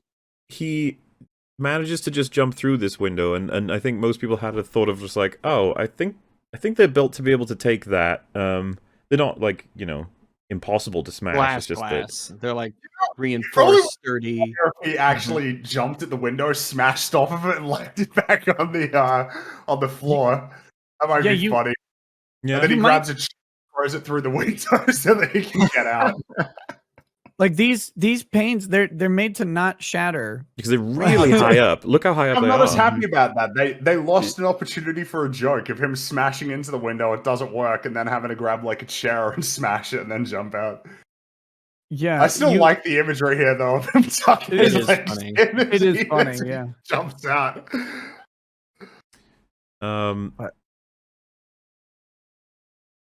They're so focused though on like arguing Talking to and each other insulting about him. how much they hate him. Yeah. Yeah, that didn't neither of even them notice turn it like run he's, at this all. guy's like full sprinting away from him, and they don't notice till he breaks the window. Like They literally have a woman moment like that. Yeah. It's the show is again amazing, either amazingly self-aware or amazingly self-unaware, and I can never figure out which one it is. It has to be the latter. So he's spotted. He's smashed into like a fucking car. And so this for the meme is like, you know, sure, but so I think we mentioned this earlier, but just he's in so much trouble. Doesn't matter if you're alive. Well, actually, I was about to say it doesn't matter if you're alive. It's like, well, no, actually, it only matters because you're alive. You'll be prosecuted more than likely. Mm-hmm. I don't even know what is the worst of the crimes that have been committed here. Is it the destruction to the car, or is it the? I mean, raining glass on like a Yeah, I was gonna say a that. falling object, right? Like if you Yeah, drop a that's coin probably off the the top of worst. a building, that's super dangerous. And this is a whole person. You don't know if anybody's down there that you might fall on. You don't know what Right. the raining glass is going to hit anybody. You've endangered a lot of people. Yeah. And terrified him, I guess. If I mean, that security guard was in the car, he would be dead. Oh yeah, Yep. Exactly. That is Yep. true. Yeah. This destroys everything we were just told. He gets up immediately from the death. How does this help you when you're trying to come across as though you've died? It's Like, so they haha. can show it without, so they could instantly take it back in the show. Because it's Like, fun. no, he's not dead, guys. It's quote, fine. unquote. But yeah, if this is how it plays out when he gets killed, it doesn't make any sense at all, because nobody would believe he's Yeah. dead. There'd be They no shoulda funeral had- stuff, no believing. Yeah. They should have had a funeral, right? And then the two lawyers are there like, so much for Mr. Immortal or whatever. And then he walks in like dusting the dirt off from having come out of the grave That would be funny. or Yeah. something. Like he's like, okay, so now you see my dilemma. Like that'd be the way to set up the whole thing. But instead, like you guys said, he just instantly revives, which means every time he died, every one of those exes would have just seen him get up. And everyone around would have too. No, he was fine. I hit him with my car, but he just got right back up and he went to work or whatever. I don't know. Body Also, there, home left the body on the freeway after he got run over. I just want to say it's like, of No all the autopsy. terrible, of the what? No autopsy or anything. Man, that'd Yeah, be the whole horrifying. element of He death. has an Yep. autopsy done when he's meant to be dead, and he just starts screaming. Wait, what if he gets cremated? What happens then? I guess he doesn't feel pain, does he? I don't know. He doesn't seem like it. I mean, if he He he didn't heals hear. super duper fast, maybe that Mhm. helps. But I guess because if he felt the pain of all this, surely just going down the staircase would be better, right? Than experiencing the terrible pain that this would inflict on you, or an elevator. Like Maybe he wouldn't do just is this. over it. Like he's gonna Oh, feel the like- pain, but Rags, it was but have funny. you- did you hear those women shrieking? Can we Insufferable.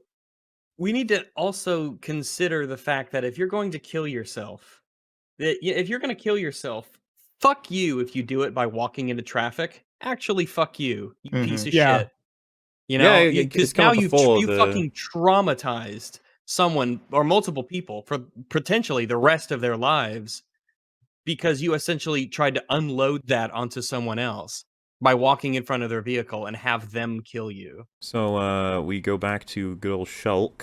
The bride said, "Oh, do you have someone to be here with?" And she's like, "No." And she goes, "Oh, I'm sorry." And she goes, "No, I'm fine." And she says, "Don't worry, you still have a little bit of time left." I actually thought that was alright.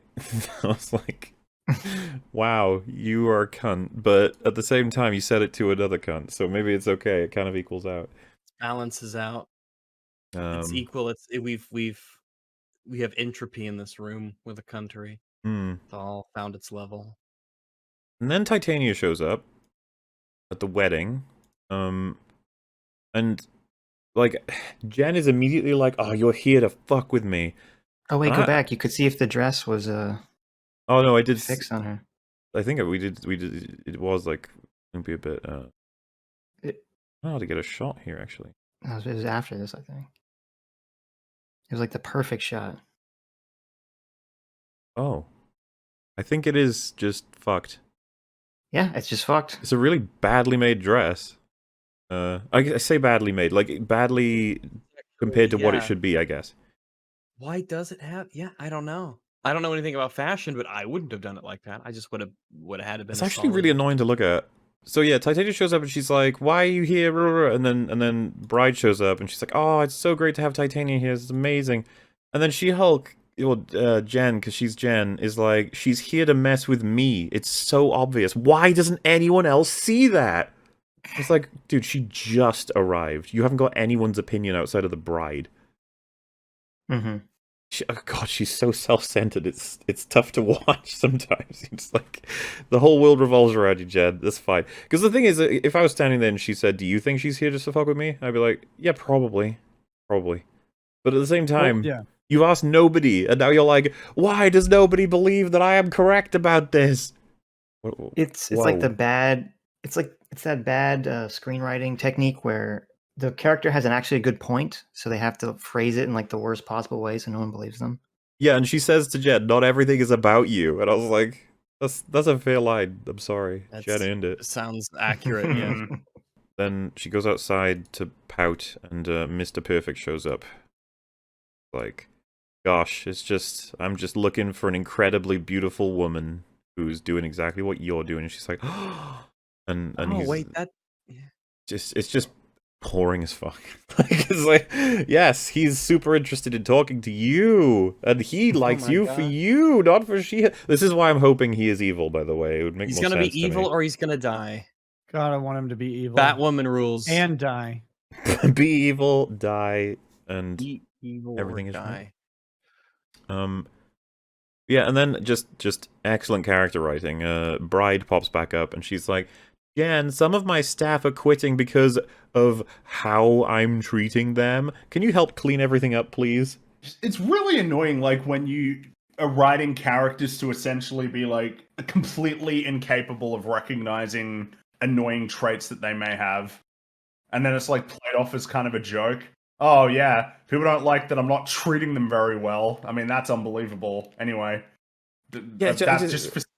Everyone's cartoonish. Like, that's... Characterization is just, like, this is just an absurd clown world. Where, like, I don't know, like, everybody is a caricature. It's so bizarre. It's really disconnecting. Yeah, it is, because I don't feel like I'm watching, like, characters.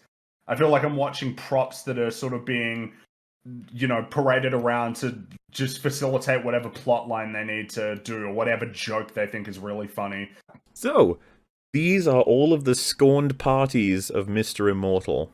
And they have, including but not limited to, he disappears whenever the debt comes up. He left them alone to raise children themselves, and the guy says, "I spent $10,000 on his funeral."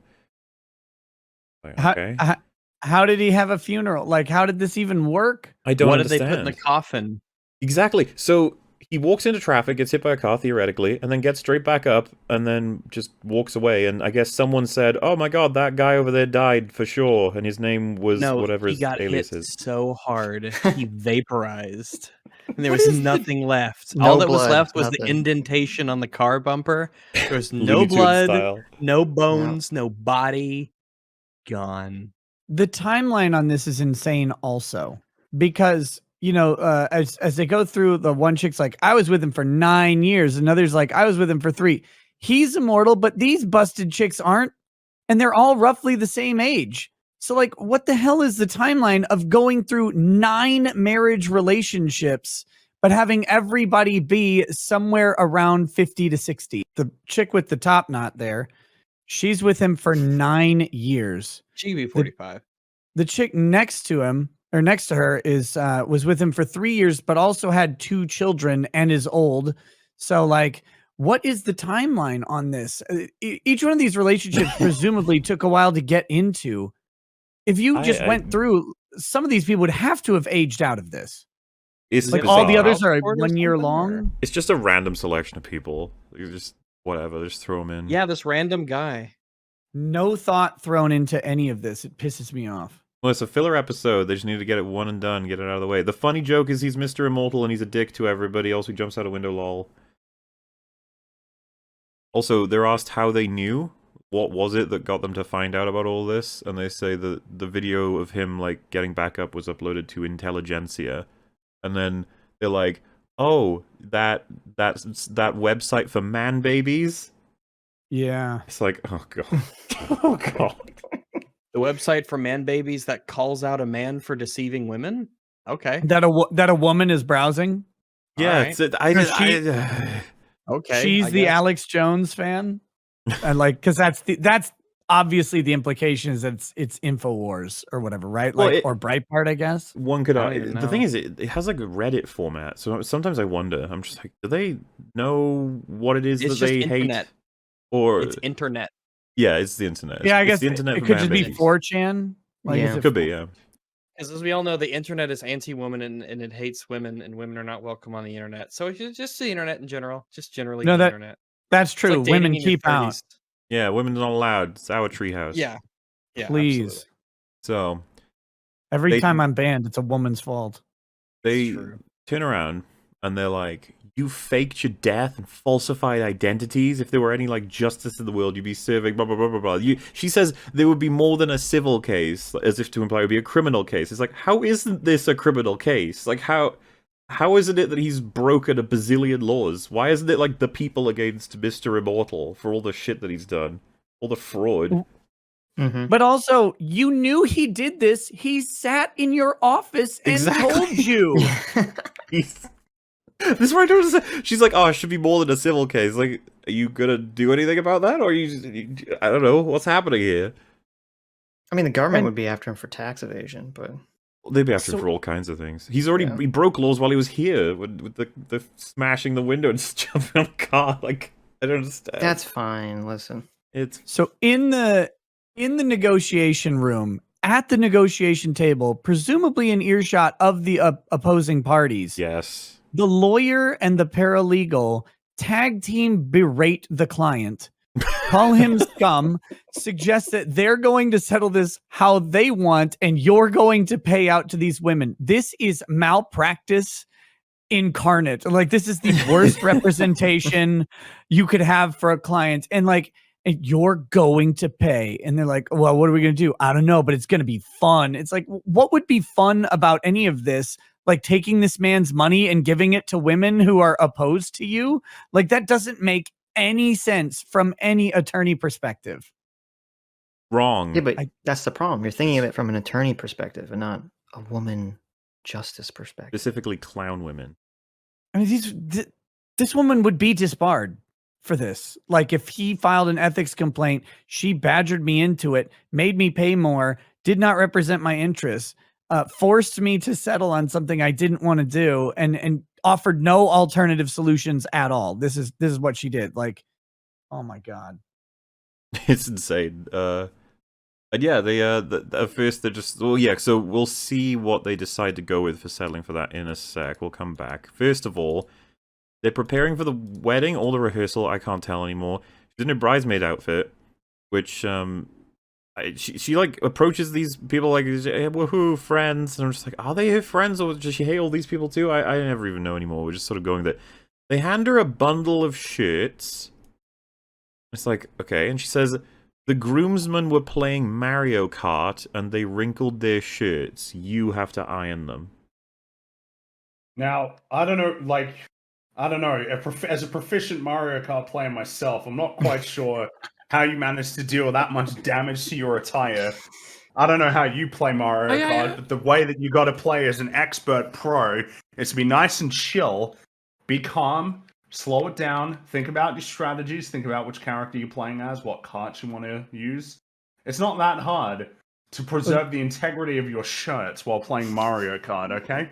Yeah, and then they're like, look how funny we are, here's your groomsman, it's a dog. And I just don't quite understand what's happening here, especially when they make it sound like the dog's dying. It's just like, what do you...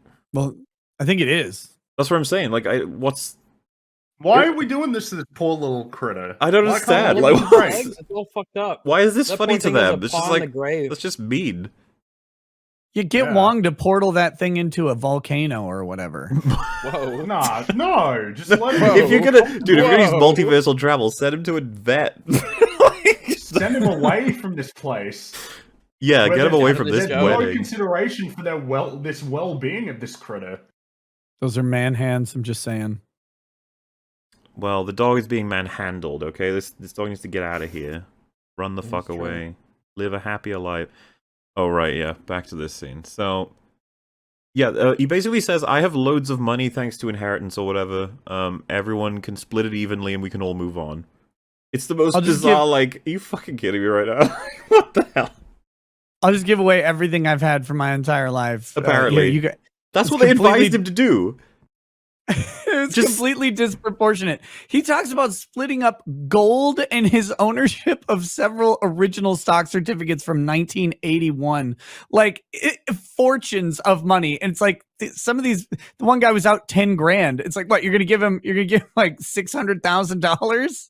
Like, why? Nice. And marry this It's such guy. a child's view of like Killing myself. you've annoyed these people. Give them sack of money split between them. Solved. Like, but you know, luckily the show's very realistic, and so of course it's like, wait a minute, I was married to him for 3 years. You were married to him for 8 years. How is this fair? Like, it shouldn't be that we get equal money.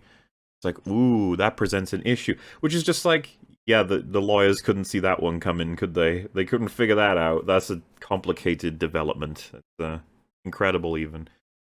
So, the paralegal, Miss Ramos, is incredible, by the way. This gets stated a little bit later. She has a solution. She speaks to them all and figures out individual solutions they all agree to of differing levels of satisfaction, right? Like, and this ranges from lots of money to he smiles and looks at you with eye contact and says sorry. And they're all dumb. I'd rather have for- the money. I'd rather have the money, yeah. They're all dumb for not taking a 1/8 share of a literal fortune. Exactly! Like, it's insane that they would actually concede to these Well, really... maybe they'd know better if they had lawyers present to represent their interests, but they don't. Why would they do that? And, That would be crazy. Yeah. He tries to kill himself there too. That was good. Right then she has to stop him. He's gonna go because they all start yelling about who's well, how are we gonna split up this money? It's not fair because I spent more time, blah blah blah blah blah. And it's like, okay, I get it, but this is dumb. Like, this is just idiotic. None of you have lost what he's going to give you, but they're so petty. And again, this is women writing women characters. This is not a man's fault. The women are so petty that they're more concerned about what the person next to them is getting in comparison to them than what they're getting in comparison to their loss. That's what I mean. And that is just embarrassing. As you said, if they had taken 1/8 of the thing that he had described, that is a shit ton compared to certainly what some of them were even entitled to, like you said. Yeah. Again, what are you doing? Now, What are you doing? next we had a thing where I was just like almost disappointed in terms of let's just look at it in terms of creativity with editing, right? So Jen is walking around, she's sad. Like, can I have drinks? And it's like, you have to pay. And she's like, ugh. And so They do a montage cut, and it's so awesome. She slams down money, then it cuts to her doing a dance of some kind. And then another one. And then slam down money. Then back to her doing a dance. And another. I was thinking to myself, like, maybe I shouldn't set the standard at the level of Wait, Edgar did Wright. they reverse that shot with the $5 bills? I think so. They reversed really? it so that the fives were backwards. It Because I was looked like almost it. about to say, oh, $2 Yeah. bills. You don't see those very often. And then not Oh, this it's one. the same shot. It is. No, it's I don't, it's is it? It can't be. No, Oh, let's show 'em no. both. Show 'em both. It was the Ryan, first shot, right? Did you see It's the the first first shot It looked reversed. backward. it's definitely mirrored.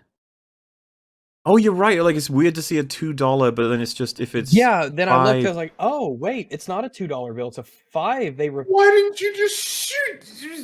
Wait, if they legit. Oh my god. They- I think 'Cause they that- like rotated the frame. The and numbers mirrored are it. back. Yeah, the numbers are had actually extra coverage, backwards. so Yeah. they just I kept gotta- reusing the first I'm shot. tired. This so show let me is check The out- so numbers are upside underfunded that down, they see? own. and all the text and Abraham. Everything's is fucked, that Abraham yeah. Lincoln there? His head is back Yeah. upside down. Oh, Dude, They come only come had on. $12. That's Well, all they had. It would have made more sense to They just only had repeat the clip. You didn't need to fucking mirror it. You could have just played the same one. Or you could have just filmed Rearrange someone the putting money. down the money It's not- again. but the thing is, like, you could play the same one over and over and over again just to give the sense of, like, yep, she was just doing the same thing every time. Like, you know, you don't have to. I mean, we'd probably still make fun of it for that, but this is funnier.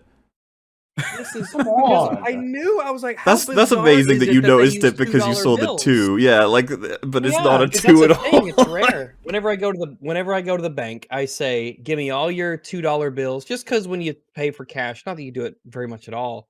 At least if you're me, it's neat to give $2 bills. People think it's weird, you know. It's fun, it's quirky. So I know myself a $2 bill. Like I said, she figures out the best solution and everything's sorted, and Mr. Invincible gets to be happy. Mr. Immortal, yay, woohoo, we did it. It's so just they needed to And- fill time. the black woman with the top knot, again, when they get this all done, she goes, money, money, money, like that. And it's like, God, you just make everybody into shallow monsters. Like, everybody's horrible. But it's funny, Nick. It's funny. It is very funny, actually. So maybe you should take that into consideration. But being before so you open your rude. mouth. Yeah, you're missing the pretty obvious here.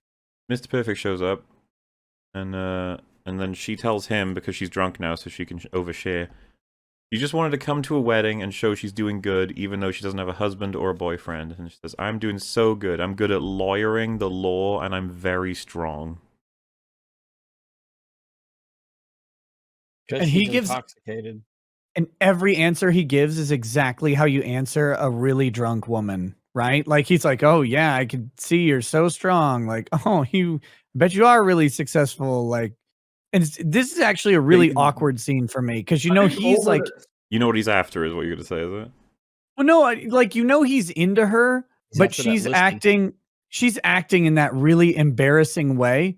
And it's like, okay, like, I'm into you, but like, this is kind of sad, is the impression that I get from him. I mean, maybe I'm reading it wrong, but like, when she's got his tie in her hand, he's like, yeah, you're so strong.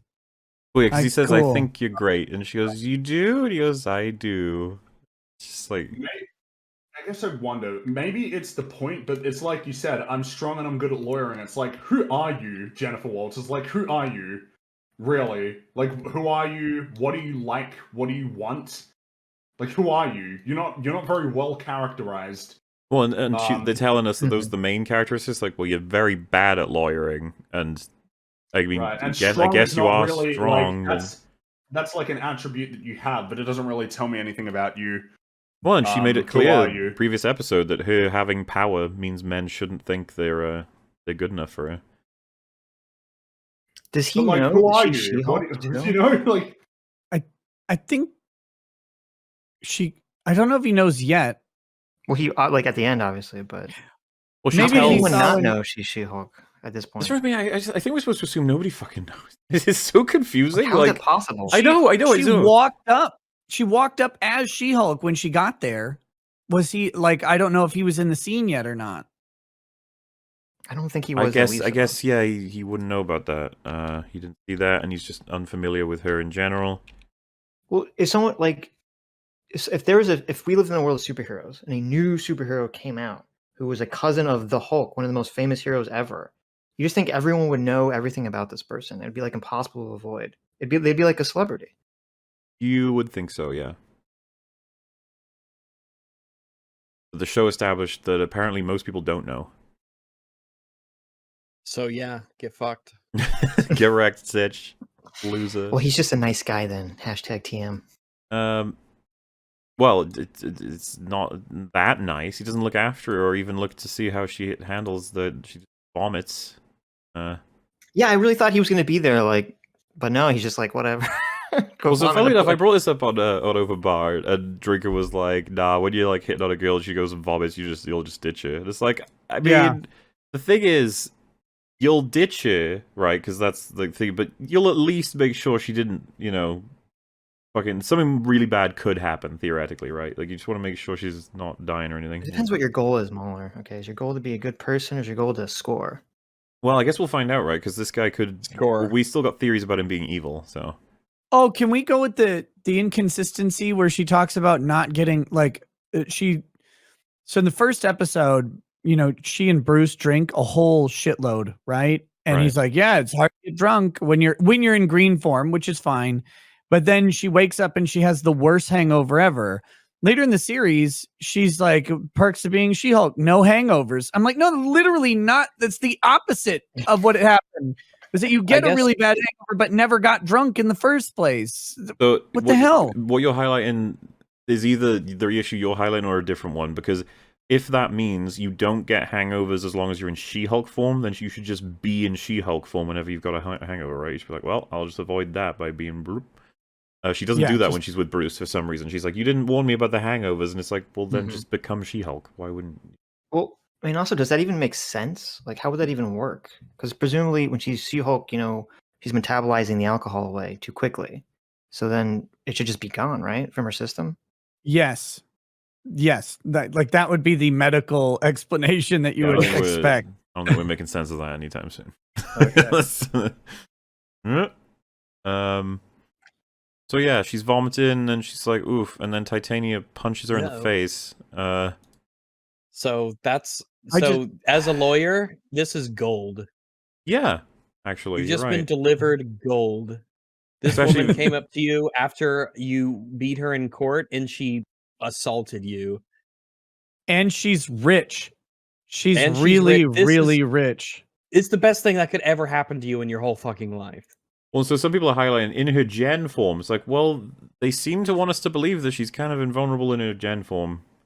When Bruce was in the car crash, he got hurt. I don't know how it makes any sense either. She's better than him. I don't understand. I'm still going to go back to the hangover thing for 1 second. We did an analysis of the hangover and like the drinking and the metabolism. I just want to point out, she specifically says, I get hangovers, and then later specifically says the advantage is no hangovers. Like it's just an obvious inconsistency. The advantage of being a She-Hulk, no hangovers. Like, no, you bitch, you literally get hangovers. You had a whole episodic bit about it. How are they supposed to remember that, Nick? Come on. You ask the impossible. That's what I think. That you are asking a lot of them, actually. I wanted to say something earlier, but you should chill with the expectations that you place on these poor Disney writers. But I do love that she just like super strength flat out uppercuts this chick right in the face. She goes flying and tumbling. She's fine though. Like nothing's wrong. Nope. It'll be fine. It's all good. Good to establish that nothing will be able to. I'm sure that won't be contradicted at some point in the future. It'll be fine. Yeah, she says, I'm going to publicly destroy you. Like, how do you... Like, I know she's an incredibly stupid character, Titania, but I don't think it looks to just beat up a person after, like, losing to them in court and after they stopped you from trying to murder people. Well, I mean, she got off on those charges, so, I guess so. Yeah, like, what do you hope to accomplish? Just like, I'm cool, I can beat She-Hulk up. Okay. Who the fuck is Titania? Where a did you very come cool from? What's your deal? Why are you super strong? Does anyone care? Shouldn't Someone she in be the- younger if this supposed to be like an influencer, like that they're making fun of? Did she fall into a Oh, vat of that's perfume? very, very offensive. She's like a Wow, 50-year-old old woman people- or something. I don't understand. Like, Wow. 50-year-old women can be influential. Like, Yes, take a Sid. look at how many Harriet 50-year-old Tubman. Instagram influencers are right now? 306. Betsy Ross, Okay. Rosie the Riveter. Yeah, so she keeps telling her, like, turn into She-Hulk. It's no That's rough. fun unless you're She-Hulk. And everyone's obsessed with you. You don't get to ruin me over something you don't even want or deserve. Yeah. And it's like, get oh, fucked. see? Someone you don't even want, but does she want it? That is the question of the season. It's like, it's not Stop. clever. Stop saying it like that. It's dumb. That actress is 36. Oh no. Which Yo, one? why She did you was- call her 50? She was decent looking in The Good Place. They have her. She They was- have her done up really weird here with like her Yeah. hair and her overdone eye makeup. But I think someone said in the books she's like married and has like some different story. I don't know what the hell's going on with it. By the She way, looks like a Brandon Rogers character. chat, this is their attempt at doing double vision from being drunk. This like I legit was like, whoa, this looks terrible. And is it hard to do double vision? Are you fucking kidding me? No, it's easy. You just take the frame, you lower the opacity, and you put it on top of itself. Exactly, and it looks pretty good. Most of I've never seen anyone fail at doing double vision, but this looks weird as fuck.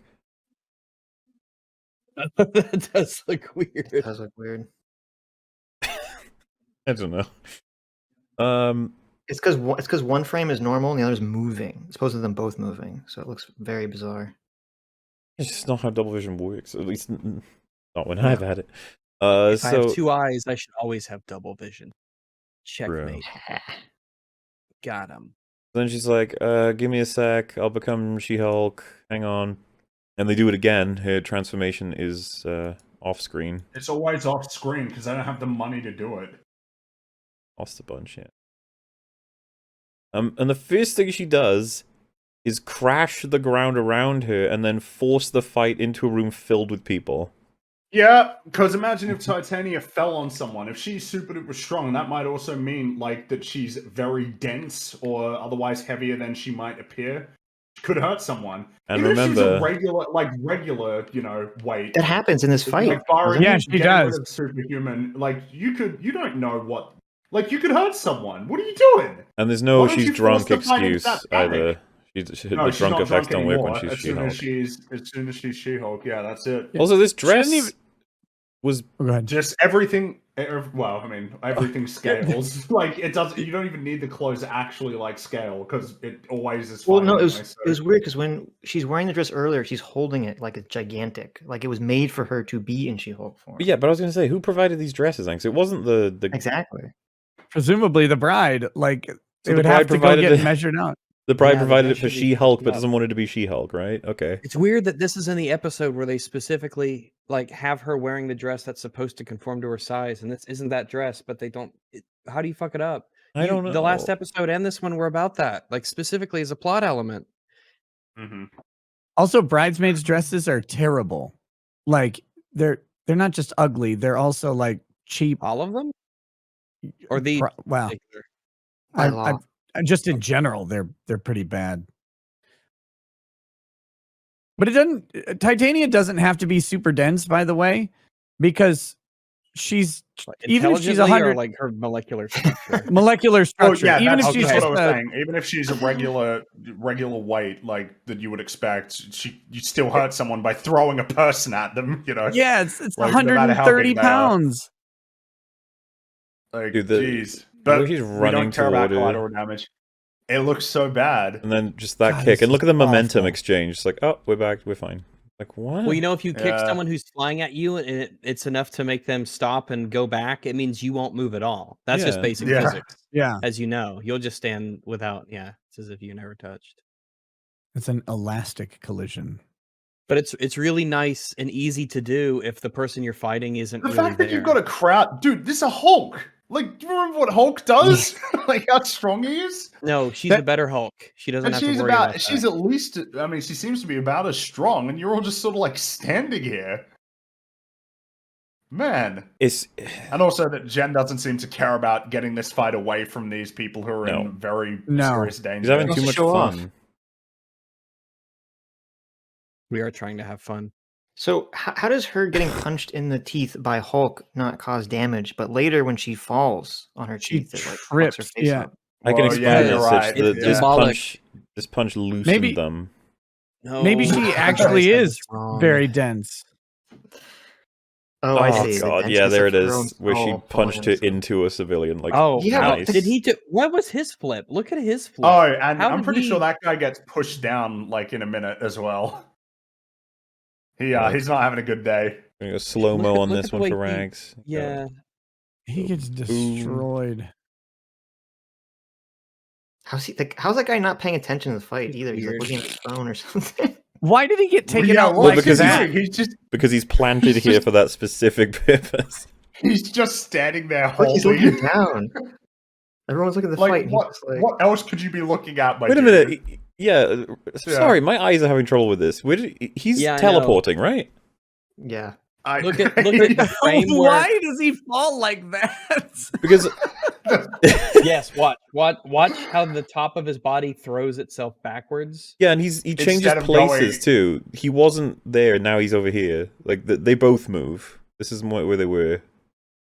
And Yeah, then like he he just should be flying into that table. yeah. Like in terms of, but he just sort of like stands still. He stops her completely. It's like he Literally. gets punched in the face really hard from the right. Not that Yeah, he was. he gets hit from straight on, but Man. he falls Backwards. to the right and left. It's weird. Like, oh god, it's weird. Well, it's like he was supposed to. He would fly into the table, but they couldn't. Like he would die then, so he's just like, "We'll just fall backwards." It's You- fine." They didn't want to ruin the delicious cake, which Yeah, is yeah, I can maybe. appreciate. They Which like is the the punchline momentum of anyway. it would have caused so much more damage, but once she reaches him, he's sort of just like, ooh, I'm fine, don't worry Yeah. about it. Because yeah, I think maybe Yeah, they look realized at him, halfway through, like, jeez. oh, this is bad actually that She-Hulk causes Yeah. this. But the most inaccurate part of the scene is no one is yelling "World Star." World Star. Also, his pan is weird. Not his pan. His tray is really weird too. What goes on with his tray? What goes on with it? flying. It's flying Like, off how to the does- side. Does it hit that woman? Oh no! No, somehow like how doesn't. does his tray do all that? Like it. You'd have to try. It's dynamic. All these things Is fall that around. even a real tray? Dude, I'm willing to bet he didn't exist right until she got punched, and then they were like, "Spoof, there he is," and then because it looks, Wong teleported him in. To be fair, yeah, that would be in Wong's character at this point. Wong, damn you! So, yeah, that guy He is. keeps showing, yeah, the Yeah. bottle keeps just showing his weird bounces. reactions. Yeah, well, because I guess he's going to be important now going forward. I don't even know, but what an epic thing! All the episodes have been leading to this, guys. Titania versus She-Hulk. Even the old lady's on her phone. She's with the kids. She's with technology. Voice or anything. Like, The one guy in the back didn't give a shit. Did you see him? Oh my god, he has the look on his face like, what is happening? The guy by the doorway is like, Oh, "This that is guy? stupid." No, look at him back there. Yeah, On the- Fuck it, I'm getting paid. that's the one. It's he's just really chill. Like, I'm "God making that damn it. Disney extra money. I'm just trying to get over and get that cake. That's all I'm trying to do. I'm on this side of the room. The cake is on the other side of the room. There's a Hulk and a crazy fashion lady This is between just- me and the cake. Mhm. it's a I need bizarre to play scenario. the field. Well, and Jen is like standing there smiling. She's not concerned about that guy that she just knocked into the No, table. why would she be? It's like Fine, whatever. He got paid. Oh, he looks a little bit more spooked and concerned now. There he is. Oh man. Oh wow. That cake. He's worried about that cake. He's really what did she trip on? Oh, he's Ice. back to not Ice. giving a shit. It's like Yeah. the dance floor thing. What did she trip on? No, it's I ice wanna from the know guy every that got tiny knocked little over. detail of Ice, this show yeah. now. Yeah. I need to know. Yeah, it was ice Are you from the sure? champagne holder. Yeah. Yeah. Are you sure? What is this guy doing? He's like rubbing his hands together. Like, This He's is his thinking about fetish, them okay? beans. He's like, yes. He's concocting a plot. If one of them falls unconscious, she's coming home with me. so yeah, she flips out because everyone's recording her while she fucked up her veneers, and then she's like, "You only have 50 followers," and then pushes over the guy that she hit earlier, and then steals the cake and runs away. I don't know what they want me to feel anymore. You know? Oh, that's right. That's why that guy had the fall cake. so weird. Is because they couldn't destroy the cake because she wanted to steal it. Then why did they have the cake behind there at all? Yeah, just move The the cake Because could have she been needed to anywhere in that steal it. room. They Oh, could she have needed to been steal by it the on her guy way who really out. wanted the She has cake. to steal it though. He has to grab it on the way out, yeah. It could have been to the side, you know? It didn't have Could have to been on the be other side, right surely, there. yeah. Listen, they only filmed her putting down $12 once, Rex. Okay. That's true. God, So- the CGI is so bad. It funny. is so It's distracting. bad. Yeah. It's very much, it does give off Fiona vibes every once in a while. Like, It does, yeah. It's so inconsistent. Like sometimes it's all right, and then sometimes it really doesn't look real at all. Dare like compare her to totally. Fiona, the queen. well, Fiona will probably look about this good in the newer Shrek movies. Are they making more? It's just that the whole Live world action will Shrek match remake? her, so that would be Oh why. no. Oh, sorry, yeah, play? we got the big payoff. She's She-Hulk in the wedding when she said she This- wouldn't be, and she's pulled attention away. Even though the more pressing matter would probably be the fucking fight, but you know. Or the guy with the the guy with the medical emergency on the floor Right. still. Yeah, that would be something. If she doesn't want a superhero to draw attention away, why would she invite Titania to the party? Did she? Titania invite was her? an and. She was an and one. The Yeah. groom's Oh, okay, groom's okay. friend brought her as an and one. What a coincidence that she Well, Well, she randomly came. has She came here just to Yeah, fuck with She-Hulk. Really though. liked Titania was there though, so clearly Yeah. she was chill with that. She was happy, remember? Yeah, she Right. didn't seem to complain. Yeah, you know what? That's actually a really good point. Titania showing up at all is just an attention hog, surely. Kind of distracting, yeah. Mhm. Super famous. But she didn't seem to celebrity. care. She seemed to love it, which is reflected here, where she says, "Oh my god, I love that you're She-Hulk," and because she's drunk. So I it guess all was chill in the end, I guess. It was all cool. it worked out in the end. Yeah, you should just be She-Hulk. It's so terrible because the whole setup of this episode is like, oh, she's treating Jen like shit. Jen needs to stand up for herself, and then there's no payoff because at the end there's no like resolution of that conflict. So is she drunk and Well, doesn't recognize her? No, the she's- resolution was no big deal, basically. No, but like no, That's it. like Jen stands up for herself and says like you're Yeah. a bad friend. I or, don't know. I don't know what the arc is meant to be. there isn't one. Back Yeah, to but the she- B plot. One. Yeah, remembering that she did show up as She-Hulk originally, was berated for doing it as being too distracting, and then this bride comes back and she's like, "I'm so happy She-Hulk's." It's like you knew She-Hulk was at your wedding. You told her not to be. Yeah, Like, I don't. she's drunk here in the scene, right? She's I don't supposed know to if be? that. I guess. Where's her damn husband? It could be that they're trying to say she recognizes now is not the time to complain about it. She should celebrate it. Like, optically, it's the better choice. Or they could just be like, no, she just really does like She-Hulk, and that's a more honest POV coming out because she's drunk. I don't know. We don't know. There's not enough information. I don't know. Also, anything you're about right. the We never character. see the we never see the groom do it. Never No, once. yeah. Why would they have the groom steal attention away from Has the bride? wedding happened yet? Or I don't what- know if the wedding even happened. Has it happened yet or not? I don't know. Who knows? It is bizarre that we don't see the groom, though. That is legitimately very strange. I assume this is the party after the ceremony because I you're not. presume that it was, right? Yeah. Yeah, because you have the What, is ceremony. it- It was boring. You had to sit through that bullshit. Common, and did you have a then party you beforehand? the reason you came, yeah. Yeah. Now they're using a Safari browser, I guess. So there's on- a couple things I thought were interesting about this. First of all, the website design is hideous. Like, what is Yes. this? What is the navigation of it? It doesn't look like there's any options. You just see 5 trending things and that's it. Caller, they are the web. What do you We mean? are the web. So that's pretty cringe too. But it says at the top, Intelligentsia trending videos. Now, when it says top 10 best travel destinations, like, that could be a video, sure. 24-hour loop of countryside driving, yeah, that's a video. Slutty She-Hulk, Okay. it's like, that seems like it would be images, but fine, I can it maybe seems like that'd be buy. number one. But then you got, they have her we're clothing recreating speed. famous artworks. Like, are you sure these are videos? Seems like these are pictures.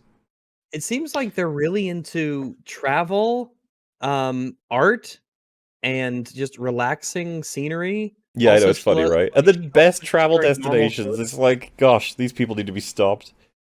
So this is the account they create. Username, She-Hulk_sucks. Nice. And then first name, anonymous. Last name, lol, no. City, internet. Country, no way. Choose your interests. Bigfoot, Bitcoin, USA, exercise, protein, UFOs. Protein's pretty If funny. you're into being healthy, fuck you. It just sounds so like disconnected because you can see how they grab these tags, but the simultaneously is like ooh. And so you got I'm super into cryptocurrency and elk hunting, even though my last GF dumped me over it, but like she was so gross, she was 30, ew. Oh, like dating girls in your 30s. It's a nightmare because once a girl turns 30, Which she's worthless in the eyes of civilization. when you get that many references to it, you're like, writers, I'm sorry. You couldn't who hurt you? you know, like I Oh, well, yeah. 'cause, yeah, I mean, what else is this? It's just bleeding in. I didn't the elk hunting and the UFOs is supposed to be like a Joe Rogan thing. I don't know. I What's don't wrong know. with It's so random. Like, is elk hunting a big crypto thing? I've never heard this before. Like, I hunt the elk with my cryptocurrency. So here's the evil vision. Cancel She-Hulk. We are Yes, the guys. web, still there, yeah. She-Hulk should be cancelled. She discriminates against anyone who doesn't share her pathetic man-hating worldview. If she were a man, she would be cancelled already. Think about it. The question: Probably true. They're What are going the- strong. what are they into this referring to though? Like, the No fact that lies she like detected. knocked a guy, like Titania, into a guy and gave him a concussion. oh, is maybe? that what it is? Well, then they'd be right. Yeah, then that's. Wait, that's no, not- this is in slash cars. I just want to point out that's Wait, the what? subthread that it's in. So they're really just pissed off about the car she smashed into, or the no, wait, that was Mr. Immortal. Okay, never mind. I can't figure it out. Yeah, thought I had because it. why the Cars, fuck what the is it fuck? slash cars? Like, what? And why is guys slash into cars? cars. Why is that the number one thing on there? Because the trending channels are She-Hulk, images, heroes, movies, memes, but the number one viewed thing, the It's top post is cars. cars. What? What's the Don't- deep cutting joke? I don't understand. Deep But yeah, cutting jokes, so you don't know who you're making fun of. this is the thing. Consider all the episodes you've seen. What do the public know about She-Hulk? It's like, well, she saved a bunch of people from being killed by Titania. It's like, all right, what else? Mhm. It's like, well, she's had a few cases you could be considered pretty public where she's had to stop a crazy magician from ending the world. She Got that guy released from prison. She's Blonsky. She got him on his parole. She and she sorted out a trademark against. So, like, you could say that she stopped. I guess like what She represented men and defeated women in court. this Man. is. One, I was about to summarize it that way. Pretty much, it's like, what do you mean she's man hating? Like, where are you? Because she says some really cringe shit, but those scenes were private. Like, they're not. So, like, in this world, what are they trying to cancel her for? Because she's a woman. Yeah, being a woman. But That's like the- this, so this is where it gets to be like just this is just cringe because like you do. Why would they wouldn't hate her yet? She hasn't said anything publicly that's like really stupid, like or even can be interpreted one direction or the other. She's barely got a public presence at all. So why Yeah, is there a the show- website equivalent of this for Black Widow? Or was there when she was alive? What about Gamora or The Black Widow site was way hotter. these? I was about to say like all of them, right? Why is it only She-Hulk that's getting this treatment? There's loads Well, of female remember in heroes that- now. In that one scene, we saw about 2 or 3 Black Widows. Oh man. Oh. Good. I Oh, like man. that. Thank you. Why is their logo a Hulk with a crown? I'm not Because sure. Hulk is king and They like She-Hulk Hulk, is they a- don't like She-Hulk. But When it's like you the were whole Hulk, site, it's not just that one but thing. you still dumb, and then her eyes are crossed out. That's a really great meme. That's a death threat. Okay. I don't. That's it. I- Our heroes, or I guess the equivalent of the That's the heroes separate. Boys meme. I- That's the meme from the boys. No, it is. Yeah, these are the corporate memes. They don't know how they work. They've seen memes, but they don't know how to make them. They're like, when you were Hulk, but you stupid, and then show a picture. We did it. Okay. I didn't realize memes were so difficult. So the next post, someone just shoot She-Hulk. Why hasn't anyone just done this? It's not that complicated, bro. Kill the bitch already so we can move on. I'm so sick of hearing about this bitch. That's really It I mean, seems excessive. I just... Why do they want to Seems kill her so accurate. much? What's going on? Why has she annoyed anybody? She doesn't do anything. Also, how do you shoot She-Hulk? I assume Well, the same way you shoot with a anyone else. gun, obviously. Yeah, okay. idiot. So we got some more guilty memes. of dressing like a man. That's true. Got, when you were Hulk, but you're still dumb. They did that one already, but they thought it was such a banger they repeated it. Like, they're so clever.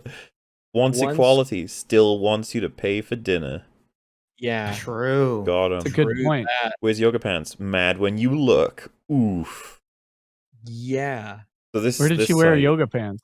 I don't know. How do we swat know. She-Hulk? Do standard police weapons kill her? Can we just swat her and get rid of her? 8 reasons why She-Hulk needs to die. How do we kill She-Hulk? What the fuck is going Have these people like I've heard of swatting. I've heard of that. they think that on like someplace like Reddit, there's just all these public death threats against These celebrities or something. incredibly That's just like popular one login posts away to seeing about like, killing what the this fuck? woman that no one knows anything about? Like, what? Thousands of upvotes. Like, what the fuck? Like I said, if she had said something publicly that was super controversial, I could maybe understand crazy people posting this, but like, I just don't get it. Why are they so angry at her and not anyone else? 11,000 guess- upvotes. I know, get right? wow, that's very popular. How do you keep this a secret? But yeah, I guess it's just because she's a woman. That's the angle that the show's going for. Yeah, if She-Hulk and the real Hulk got into a fight, the Hulk would totally kick her butt. No questions. Yes, the people talking about murdering her would say kick her butt. But it's also true as we watched. Like that actually happened in What the do you- show. That Hulk pieced her up in the first episode. They got in their fight at the end. Did she win? I thought, if anything, when there was comparisons of their abilities, like she outclapped him. She managed to Yeah. like beat him well, with no, a she had to cheat. do a was a- bunch of little claps to beat his one big clap. Yeah, but I guess it was a draw in the end, maybe. I suppose. Yeah, Well- we couldn't say that one is stronger than the other necessarily. I interpreted that he wasn't trying really at all to hurt her. Which, well, you should have interpreted as they've nerfed I mean, he him, throws a okay? rock into like space. What makes you think Like, she during can't that do that, you episode. sexist? Should have Throw thrown rock her into into space? space and saved us from this damn show. Could have saved Yeah, us. Hulk could have been the hero, but he chose to be the villain by letting her live. So it Oh, goes yeah, on. He was the bigger man. Okay, the It, bigger. it goes on and says, I don't know what I'd even do if I saw them fighting, though, lol. I might have to get in the ring with them and beat up She-Hulk myself, because she's not even strong. So how old is the person who wrote that? Like, It was 12. me. It was me. Sorry, guys. it was me. Good God, it's so embarrassing.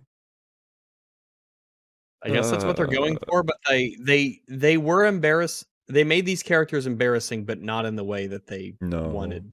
See, this is the thing. You probably thought I meant in universe how old was the character that wrote it, but I'm actually asking how old is the writer. Oh, 38 with 15 cats. So they're like, don't tell her about intelligentsia, it's scary. And then she's like, I won't, and then does. Nice. Because there's death threats and it's all spooky. wait, but the then scene where she tells her she's not talking to anybody. Well, she's in the she's- car. she's her answer machine, I thought was the idea. Yeah, it's a voicemail. Oh, okay. An idiot rags. Pay attention. This is She-Hulk. Yeah, I don't understand technology. I saw her driving, and I assume that's all she could be doing with technology. Technology. So yeah, they're eating chips, her and Guy, and then it turns out they're being watched by an evil organization, which is why, by the way, I think that he could be evil. It could line up. It's his camera or something. I don't know. But I mean, he only has one IMDb credit though. I see. So yeah, they're planning on injecting her with the old, I guess, vibranium syringe to get her blood, and that is the end of the episode. Thank God. I do like the very comical radioactive sticker on the box. We've got this episode, which is possibly the most filler episode of the whole season. They really begins waste with- time. It begins with a downwards viewing angle of a toilet, Mm-hmm. which is cinematic language Yes. for this show is a toilet. That's kind of a his compliment. prophecy. That's true. A toilet serves a very important societal function. That is Yeah. very true. There's a Yeah, plus utility it's to a toilet that I appreciate. hmm yeah, plus it's too It's a nice of a ref- toilet. Oh, It's a she gets reference that to thing Hitchcock. stinky. Because you hit your cock on the rim when you're pooping? What do you Oh mean? no. No, I think it was a Hitchcock movie when they first the first Psycho! time in cinema. Yeah, they showed a flushing toilet. Which, That's yeah, to be honest with right. you, I cinema think has that's never been the actually same right. since. They kind of ruined. That's right. I think it was the first flushing toilet. That's in what we call cinema. And degeneracy, okay? speaking of degeneracy, I'm glad you brought that up because I think, and I've heard this, I don't know if it's true, if Fred and Wilma Flintstone were Mhm. the first couple to be shown in bed together on TV. My God, really? I think so. That That's is what hot. I've heard. So first off, it is hot because if it's drawn, that makes it even hotter, as opposed to the real thing, of course. But that's what I've heard. So I don't know if that's real, but maybe someone could, tell me I'm wrong or that I'm right or that I'm just handsome and pleasant to be around. But we can carry on with our toilet show. Well, yeah, and it's just good to know these facts, I think. It keeps it going, you know? So, what else can you say? We get a montage that lasts real fucking long. It's like, Yeah. she showers, she puts on dating- music, she gets dressed, she drinks, he arrives, they go for like food and like a drink, they go home. Then they're texting while she's in a meeting, and then they're close, but then no, and then they're another date, and then they see a movie, and then they finally fuck, and it's like, okay, fine. This is responsible dating. You only enter a woman's abode or domicile After the third date. or yes, after the third date. That is the Disney approved amount of time that you need. And am Such I right cute that bullshit? there was no there wasn't even like a kiss until that third date either, right? Yeah, I think Or was there so. a kiss on the second date? Well, Disney goes 0 to 60 really quick. No Yeah, it's like- kissing or retouch. You straight. The night you kiss him is you better be fucking him. I think the crazy shit about this is like we waste so much time and then we skip through an entire relationship. It's like, why didn't you have him being built up through the season so that it actually matters when he steals her blood without her knowledge, by the way, which I thought was hilarious. How do you do that? How do you do that? How do you puncture the skin to Didn't wake her like, up. draw? Didn't bother Oh, her. they had a. Oh I yeah, had yeah. a theory. Without waking her up, I don't know. Because look, I know lots of ways to steal women's blood without, you know, Of their course, consent. that's why we've had you on We today. all have our favorite methods, of course. Me and a friend of mine had a theory that he collected her blood going down on her when she had her period. Oh no! Because it doesn't make any sense the other way. I mean, logistically, I assume that would actually happen. I assume that She-Hulk menstruated. Well, I guess it's only Jen in this instance. Would it be green? We do have a vampire later in the episode, so thematically it does line up. It's not that far-fetched. Oh. Now you're making The vampire everybody came in. You're making everybody vomit in chat. Okay, we gotta stop. So I'm going to garlic you. No. Yeah, and so Springy, how do you feel about the blood question? I'm not talking about that. He's not a vampire. Carry right along. Carry right along. Well, but this does bring into question if Jen, in her human form, is she invulnerable, like She-Hulk is, essentially? Well, Is so- she- Well, is she remember able to in cut- the last episode, she got punched by Titania, super duper strong. Yeah, she seems Titania invulnerable. went flying, and she was fine. Oh, okay. Bruce, so it's, Bruce is it really is invulnerable, aesthetic. Except though. Bruce got hurt. Remember, Bruce Bruce got got hurt hit. in the car crash fair, and she's- started bleeding. Yeah, but They he's just Bruce, ignored so- the fact that effectively a sledgehammer swinging into her face would And sending her destroy the flying. skull of a normal human being. Excuse you, this is a fun lawyer show, so that's not what happens in fun lawyer shows. Or Neither cinema. of those two things are true. I just want So, to- Like, why would you lie to me like that? So her green form, her green giant form with the large feet, that's just aesthetic purely. There's no actual utility to her being large and green. I think you're right, yeah, because I'm pretty sure social she. element, right? I'm pretty sure she still has the strength. Well, because they imply she doesn't, right? In the first episode, where it's like you gotta She-Hulk up and help those people, and it's like, couldn't she just help them normally? Or Maybe she doesn't keeps have- her invulnerability, but doesn't have her strength. Maybe I don't. Which is confusing. Yeah, and it's a thing that confusing, you but- have to. Yeah. I guess, yeah. Oh, know. you guys made a big mistake. You're looking for consistency. I'm That's not sorry. real. That's not real. I'm sorry. So, after the end of that montage, she sends him a message saying that was fun, I can't stop smiling, and then he doesn't reply, and she's getting incredibly upset about that. And I remember when I first watched this, I was like, you're not serious that this is the plot line. He fucks a guy and he doesn't call back. Like, oh, Yep. Jesus Christ. Because she's a woman. Yeah, like, she's a woman in a I will. superhero show. Guys can be very, very clingy after they sleep with someone. They could then they're the one texting. This is well, yeah, all and if it alleged was work. that, I I'd don't be do just this. as I pissed. do I'd not just be do like, this, why is this? Why? But you know, if you sleep with a guy and he never responds to you ever again, And he took your blood. and he took your blood. You took those cheeks. He's up to no good. Okay, he is up to no good. That's one of those red flags. Red because of blood. That's how that works. Red because that's absolutely. So yeah, she goes to work, and the fucking first thing we get is like, "Oh, you didn't tell me you were nominated for Female Lawyer of the Year." Like,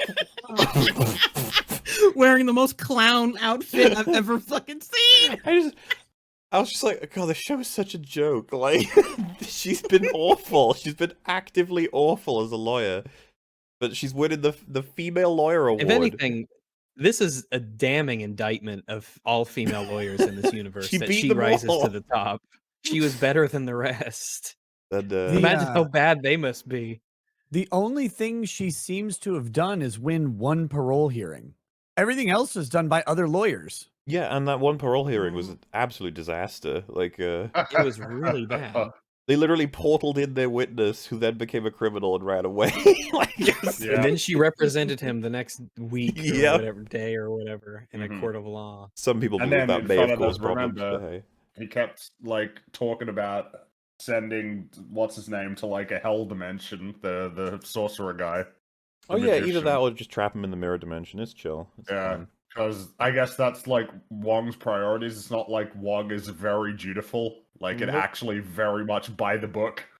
Well, I mean, from what we got of it, it did seem like his main problem was how he's upset and jealous that the guy's operating. Yeah, Not that it's like because- unsafe and shit. we just do whatever we want with characters, despite their pre-established traits. Yay! Well, you see, this is That's a not different format. It's a different genre. It's a different creator. They should be allowed to do whatever the fuck, okay? Shouldn't be so critical. That's such a weird argument, isn't it? It's a different genre. It's like it's the same continuity. Yeah, I guess they didn't realize that serious characters exist in comedies as well. Yeah, exactly. Or in this universe. They actually provide a really good jumping off point. You guys remember Idris Elba in The Office? Quite serious. Mm-hmm. So yeah, she's like distracted, I guess, and she's like, "Oh no, you're not going down a rabbit hole on that intelligentsia site, are you?" And then she's like, "What? No, I don't care what a bunch of losers say about me online. They can't even say it to my face because they know they'd get Hulk smashed." I find that utterly bizarre. Like, it's just a scene. I think this might be like one of the most insecure shows that I've ever seen. Yeah. Like in my life. I don't know what would be Yeah. in the I don't know what would compete with it. This show is reeking of insecurity and this need to the- self-validate. There are so many scenes in the show that are like written for Twitter. And like, just think about like that scene. They couldn't say it to me, a fictional character, because I would beat them up. Like, what is that? I don't know. They would never insult me because my reaction to that would to be using kill But, them. like, she's violence. fictional. You know what I mean? Like, it's like when people on Twitter will be like, "Oh, ha, ha, got him." It's like, she's made up. Like, what? Well, not to mention It's not real. she's already packaged in the justification. Like, so you're telling me you'll kill them if they say it to your face? They should probably say it online then. Isn't Yeah, that I toxic don't blame 'em. masculinity? A little bit. She's the one who's Yep. displaying the toxic masculinity, if anything. That's Yeah, that's what I'm saying. what she said, yeah. It's hypocritical. Oh, okay. All right. I got you. All right. crush, kill, destroy whenever I am criticized. Which, yeah, it's... Well, I say that, obviously, the people we're talking about in this universe are people who make a site where they're just like, she's a female. That's evil. We gotta stop her. Well, right, because you get the big bombardment of all that in episode 9. Yeah, we'll get. do so much. Eventually we'll get there. It's like, dude, the places we're gonna go, chat. Oh my god, you're not Places ready. we'll The go. chasms, the abysses, the depths to which we must Dr. Seuss descend. is rolling over in his grave. And so yeah, we got another like montage of her just being like, "Man, you won't call me back." Wah. It's like, yeah, okay, just keep. Yeah. And then she gets a call. Emil Blonsky's inhibitor is malfunctioned, and they can't check with him because they've allowed him to be without any internet connection, like off the grid, essentially. So if ever they can tell whether the inhibitor is working or not, but they can't contact him in any way, shape, or form because that wasn't stipulated at all. That he has to be in a place where he can be contacted within a certain amount of time. Right? That is absurd. He is Abomination. Yeah. And so they It have made to a- send someone to check if he's Abomination. It made a ton of sense to me that they would have an inhibitor that presumably works off of a cell signal with no cellular service. I mean, that was perfectly reasonable. That gets yeah, how even else would it dumber as work? fuck Yeah. in like 5 minutes from now, but we'll get to that. I mean, you'd think because it's the government, they would have like overhead, like surveillance, like helicopters flying over his compound every few You would hours or imagine. something. A drone or two, Especially just because it's park, this yeah. government. It's this fictional government that has a giant facility for Yeah. housing super villains, superheroes that when spoiler alert, when they show up to arrest She-Hulk or whatever, they've got like pulse rifles that will presumably be a danger in some Yeah, way like knock her to out sort of thing, Mhm. you assume. right. Otherwise, indestructible things like Abomination can be shackled by technology, but they don't have a little bit of money to like, They don't even have have anybody they- check it's- on anything. They don't even have drones. They, Which we know that they yeah, have. for anyone who's wondering, they call Jen because he needs muscle, basically. And it's like, well, but he's the government. And he says, yeah, but there's no resources to spare. Like, No, for Abomination? Like, Come on. I assume you could move around a few. You just You need know, an and things excuse. it's half a just an day's work, excuse too. It's not even, like, you go there Right. and check. You just check. It's a tick or a cross, basically. And somehow the government is just now this guy. It's like, that's all they got, okay? Absolutely fucking ridiculous, but whatever, fine. This is the fate of it. It's only gonna get worse for Abomination, okay, guys? I'm sorry. In every way you can imagine. Mhm. So I think it's absurd that they would have set him up in such a way that he's not allowed any Wi-Fi. You'd think, especially in this day and age, for in-universe, like Nick was saying, they could get Wi-Fi anywhere. Not just like in general, but also set it up anywhere they want, I would assume. Satellite, yeah, internet. So I don't know. It's hard to believe, especially because what even year is this now in universe? like 2024 or 5, I think. And they've comboed up with like Stark technology, Wakandan technology. Oh yeah, because everything was more Based. technologically advanced even at the beginning. Like even in Iron Man, there's a bunch of like the suit, right? Like the suit is not something that's achievable now. There's Like- always been future tech. Not with that Allegedly, we don't know attitude. what they're hiding from us. And Not it's, with that attitude. Yeah, true. It's weird too because is this not like a government mission now that does she decide something? She's like going as muscle to possibly prevent a supervillain from annihilating people. It's just so casually done. It's just like, well, who cares? And this guy is gonna bring her along because I guess that's just how things work. Whatever. All treated Well, I like mean, woohoo. she should be there. Like she should be there as his attorney. Although it shouldn't have been the government calling her as his attorney to let her know. It should have been him calling her saying, "Oh, government's coming to my house. I need my attorney present." That's how that should have gone. But I mean, her being there isn't that weird. Him then relying on the attorney who's invested in the client and represents the client's interests in all things to save him from the client is exceedingly stupid. Like it's like the government.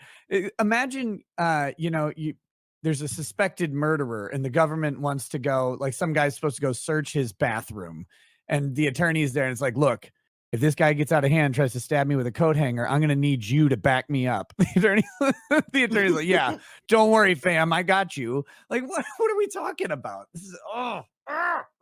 Sorry. I hate this show. I hate it. Well, hey, you're only gonna. We're getting all the bad stuff out of the way, right? It gets better in the. Oh yeah. Oh, yeah, the it's- last episode is It's so good. it's only uphill from here. Woohoo! I'm Mhm. excited. You're excited. He arrives at Emil Blonsky's place. do some Abomination wrangling, I guess. And hey, there's the Jolly Green Giant joke. That's something, right? Go. Yeah. Yeah, that's And that's something. Yeah, turns I out guess. Emil has not turned into quote unquote. I guess I should say apparently hasn't turned into the Abomination. It's just a glitch.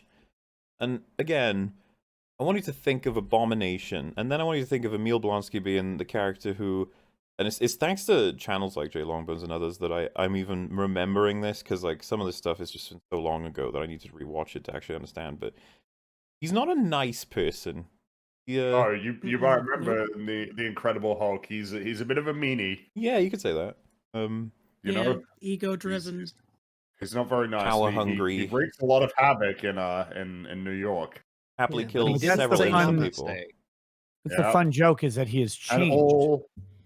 all right. He's changed from somebody who his pure motive was that he wanted to have a fight and to prove how strong he was, and he was willing to cause that much damage for absolutely no cause. Like, and now look at him. He's reformed. He's Yes. good now. I'm He's sure it's wearing not wrinkly a rude. ass- And Excellent. We're- I Wearing mean, wrinkly given ass, that, you given know, that he even hippie broke out clothes. of prison to go to a fight club, then but we pinned all that on Wong. Like that and was then Wong that was ran all away. Yeah, Wong. easy. And then Wong ran away, and he was never apprehended for that. Still fleeing justice. If you see this man, please dial local law enforcement.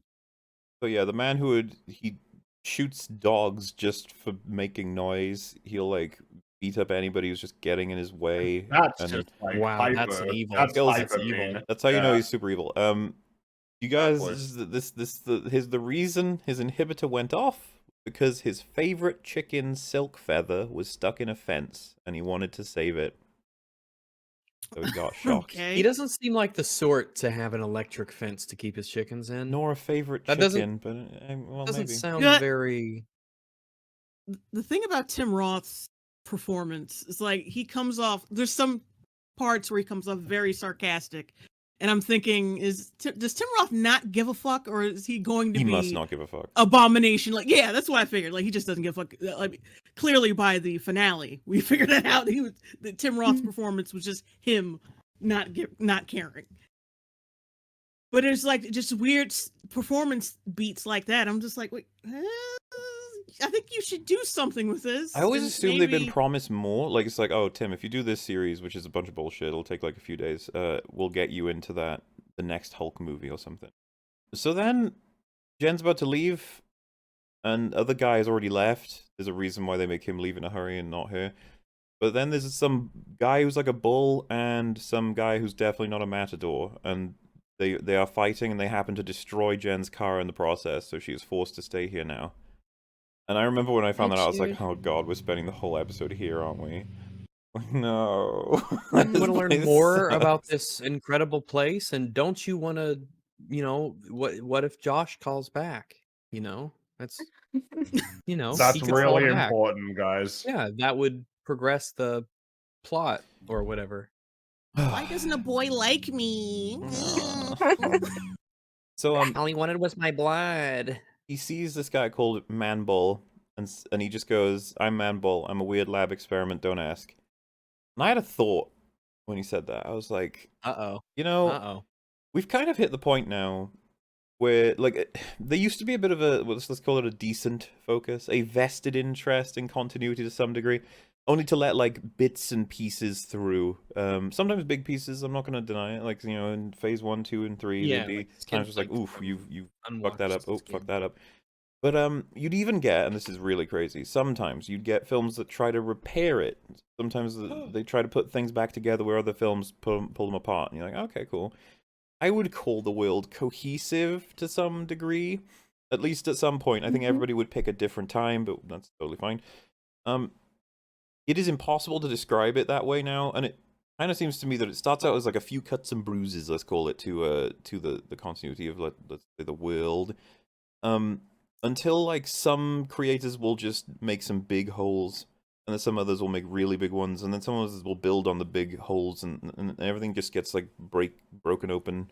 It's like It's like a Jenga tower being assembled with parts missing the further up it goes. Yeah, like think of, the super soldier stuff, time skips, people's ignorance of time skips, like always treated, and then like events like the blip, and obviously all the horrendous moral stuff that loads of people are doing that has huge implications on countries and that nobody ever cares about. It's just like no connections to anybody in any way anymore, or contact with other powers and stuff. And there's no more commentary of like how things are going with. I was about. Kind of funny to say, it's like with lore, in the lore show, I could say that. Like, there's no fucking clue. The show thinks it makes a couple of attempts at exploring interesting questions, but yeah, no. Who knows what's going on with like freedom and safety in the world, in terms of, or what policy. the average person thinks about anything. Like, what does the average person feel really and truly about the nature of superheroes? Not just as like a meme about how they're orphans or something. Like, what do they actually believe about the superheroes and the role they play in this world? Exactly. Yeah. And then put the multiverse on top of all that, and it's just like, yeah, everything's blown apart, shredded. So in the hands. Oh, sorry. So no wonder we're like, we can just look at some random guy called Manbull, and he just says, "I'm Manbull. I'm here now. Don't ask questions." Because that in Phase 2 would have been like, what? But nowadays, that's like, yeah, that's chill. Fine. You kidding me? We've blown up the universe of the multiverse. This guy's chill. Like, who cares if it's a Manbull? Oh, that looks bad. No. Wait, hold on, just wait. Oh god, the momentum's all wrong. It doesn't make. It's just not like it's not right.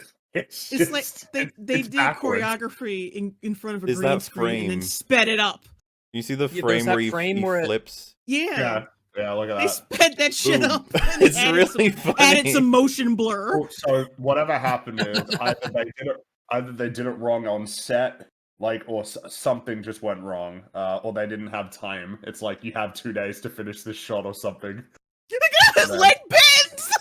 Yeah, it's just totally It's so rubbery. You see him like this. He's clear at a position, and then boom. Well, bulls have rubbery legs. It's a well-known. Oh wow! It's a well-known fact. Because the thing is he stops and he starts rolling. Like he's not. The momentum isn't carrying through. It changes. He changes directions. Like he changes. Like it's just all wrong. Like it's not right. It's not right. Well, and she looks awkward as well, but I think his badness is kind of overshadowing it. Well, I mean, but I guess that's the thing is like the visual effects for like She-Hulk are it's so remarkably inconsistent. Like I don't know what it is. Sometimes it's fine, and then other times it's really like awkward and noticeable. And I mean, we know it gets addressed kind of in episode 9, but I guess we'll get to that. There's plenty to be said. Yeah. So yeah, it's they've destroyed her car now, and so she's gonna have to hang out here while it gets fixed. And then in a rare moment, I guess I relate to Jen the most roundabout here when he goes, that other guy's like, "I'm not a matador. I know who I am. I'm a swashbuckler." And the other one's like, "You talk about it like it's a job, but it's not." And then the other, I think Tim Roth is like, "Manbull sees everyone who tries to stab him for being a front to nature in Not Matador Man, and there are many who want to stab him." Like, okay. This is the weirdest, like, pseudo-homo narrative I've ever seen. Pseudo-homo. Because, like, well, yeah, because these guys kind of like each other a lot, right? That's a payoff or something. A little bit, yeah, a little bit they're much. like codependent or something. Codependent, but he still doesn't want to be stabbed by the swarthy, possibly Latino man. So he wants to be stabbed by him. They think it's He's just looking hilarious for his- that we might think of him as a matador when he's not a matador. That's like the joke. Like, okay. I do think there's a latent gay joke in there too. Well, like Oh yeah, they're definitely. Like, I'm totally not gay sort of thing. It could be allegory. You never know. You know. And then you go. Jen says, "Wow, so much unnecessary backstory from two people who just destroyed my car," and I'm kind of like, yeah. Why don't we just deal with that? Fuck the backstories. I don't care. Pay for a car. You assholes. I mean, everybody's an asshole here, so I guess. Because he specifically did run into that car or throw him onto that car. Or... Yeah. We're now going to spend the episode getting Jen some signal because she's still trying to see if her guy has sent a message back. That's where we're at. Plotline, guys, just making sure you're up to date. This is such an excellent commentary on a woman. God, just so good.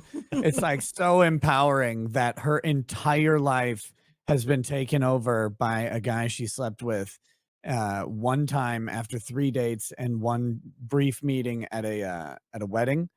That like now she's like, oh, I've let you into my world. This is so empowering. The wedding she only went to When show you- off herself. And you have Emil Yes.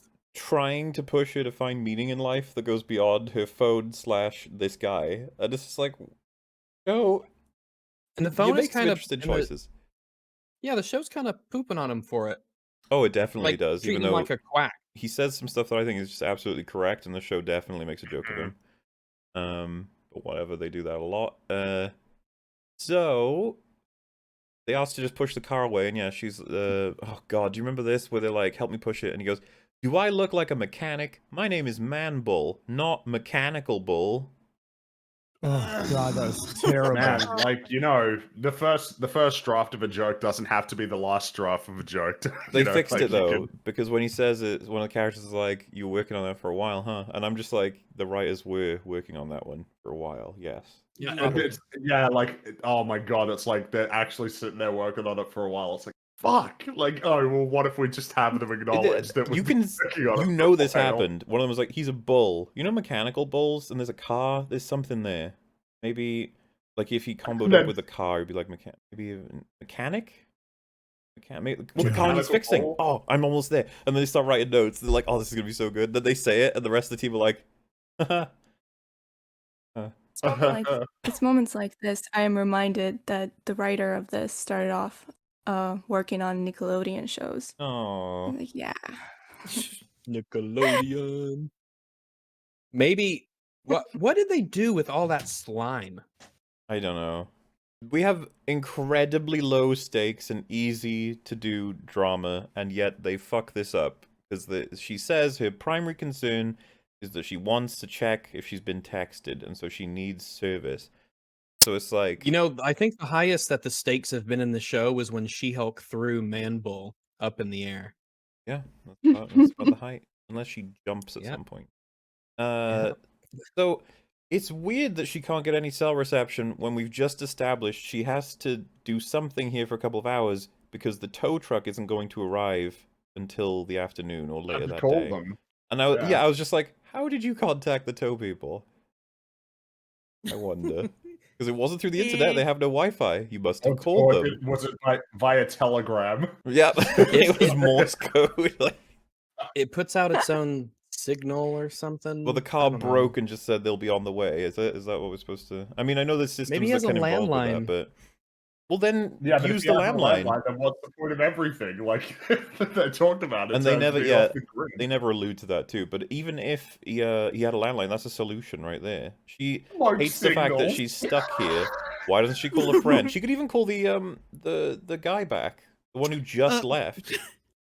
One thing I want to point out is when she loses the signal, like she's trying to get another one and she's walking around, there's this fucking obnoxious text right above her that says no Oh, signals. yes. Like, Oh, it's great. we motherfucker, we Oh, get it. We can Yeah. tell by the way she's holding her phone over her head like a fucking moron that there's no reception. Look, Stop that 2 feet will make a difference from space. Okay. I feel like She-Hulk could probably like just jump her way back home, right? Like, does Yes. she? What's her level of? Yeah. Like, Yeah, she could run what's her back home stamina easily. Who is level? that chick? Yeah. Who was that chick in The Boys? Hera? Matilda? What was her name? She could jump really far. Oh, mean, Maeve. we know- Minerva? Maeve. Just like Maeve. You could just zoink. You just fly. We know Yeah, that they- she can. Yeah, we know she can do this because one, Hulk can do it. Two, she trained with Hulk on doing this, on Yeah, jumping. so she these can long do it better, distances. almost certainly. Oh yeah, and you just gotta It aim dr- for it- like the grass. You know, don't fuck I was everyone sitting else's there. house or Oh, something. sorry. I was sitting there yelling at my wife, and I'm like, "Why aren't you just jumping? Just jump! Just jump!" Yeah, you know what would have been funny if she just jumped up in the air a few times and was like, okay, I can see the city from here. I'm gonna go. I'm gonna go this way in this direction. Yeah, Use the landline, call the government guy who's just with you, say like, motherfucker, they broke my car, come back, pick me up, and then the tow truck people will get your car to the wherever it's going to go, then you can go meet them later.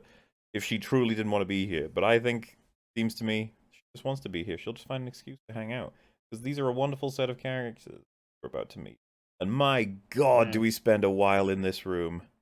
We really do. This is the It's episode. like a bottle This is episode. the episode. It's the bottle episode of She-Hulk, and you know, Because generally it I makes really you like want to bottle drink. episodes. Yes, it's the bottle episode. There was one line from Blodsky that was a little sus to me. Just in a culty way, you know. Not it's nothing else. Just a little bit of a culty way where he's like talking about the different things they offer here.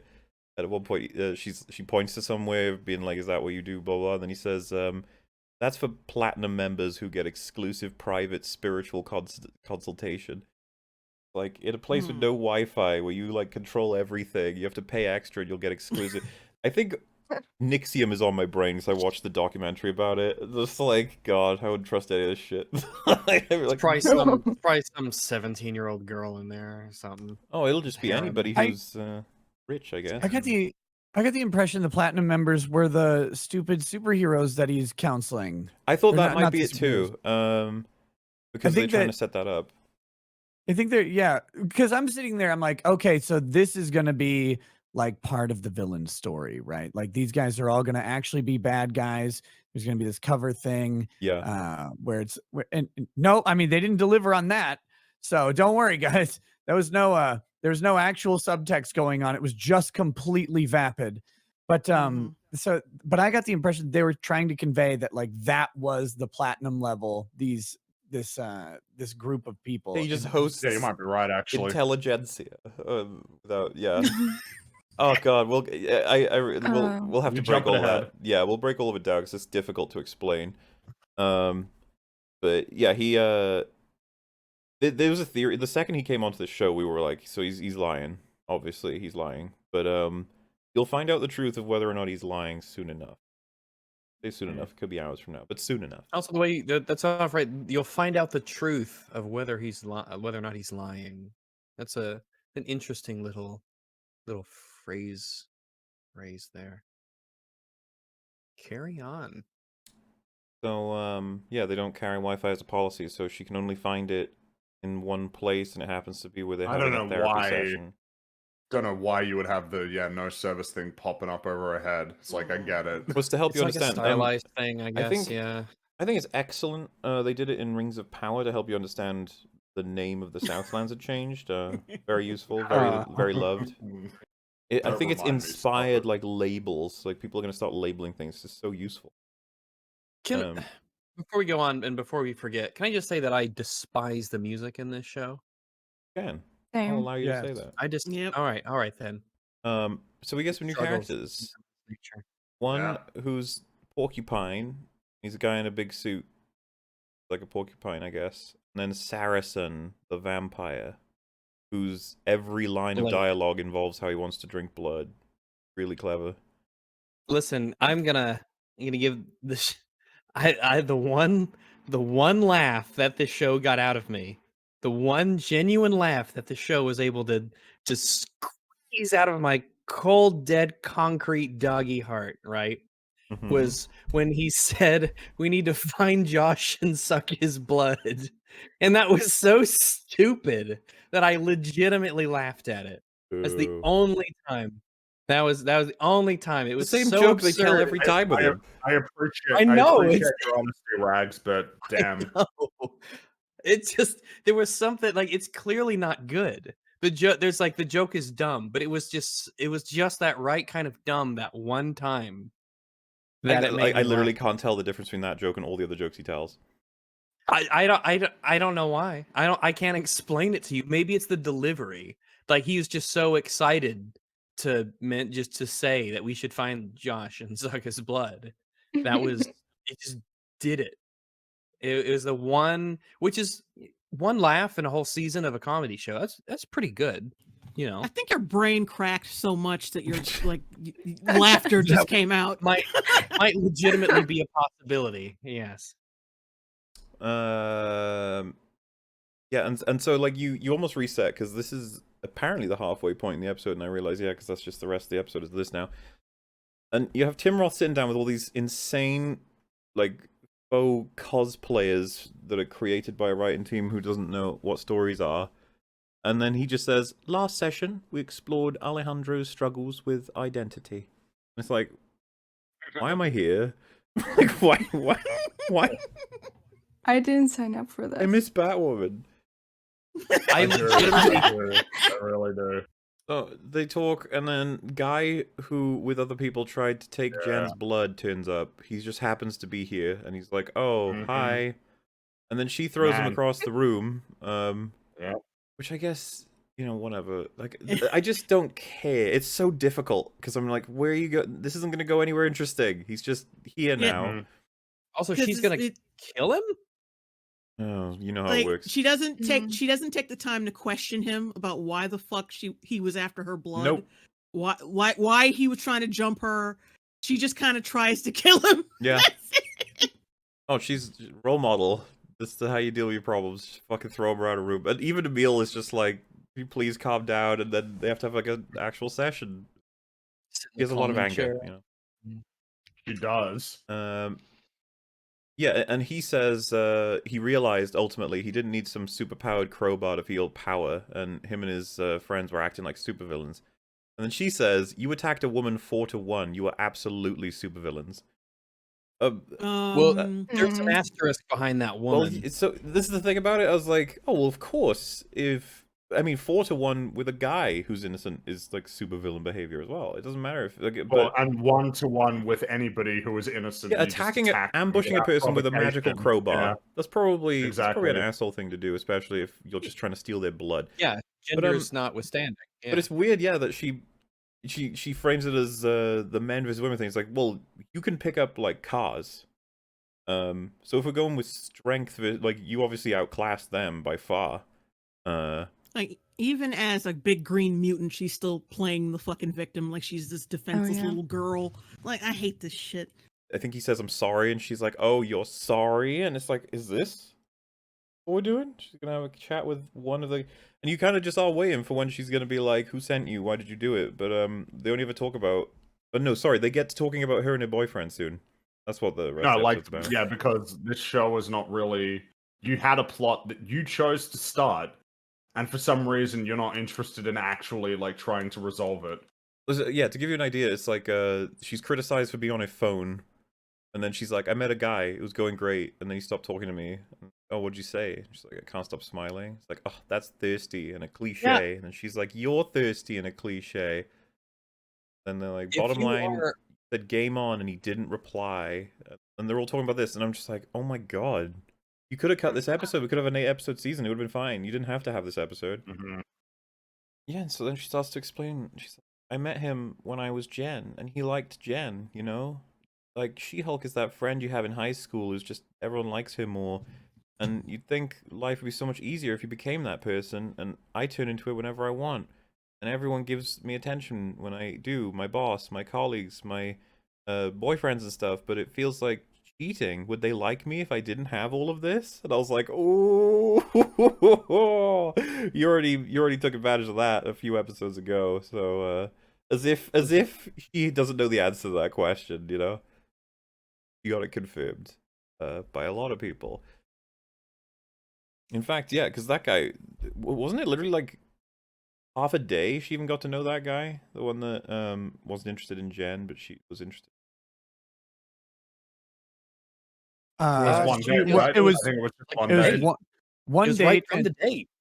Yeah, from the date to the apartment. Then she has to leave the apartment almost immediately to go save from the hell dimension demon bats. And then Yeah. when she comes back, it's pound time. Like it was dinner and then 20 minutes. Well, and that's what I'm saying. She entirety of the had relationship. direct confirmation from him twice that he was absolutely not interested in Jen. In fact, he considered it all a huge surprise. So it's interesting that she's now talking about how, like, I think some people wouldn't be as interested in me if not for She-Hulk. It's like, oh yeah? Do you remember how you were hired, love? Do you remember what they said? Well, and also there was that court case she had where she brought all those people in to basically affirm that, Yeah. like without a shadow of a doubt. Yeah, I don't know. I think it's just funny that she's playing coy about it. It's like we've had it confirmed legally at this point. Like, I think we should acknowledge it. Yeah.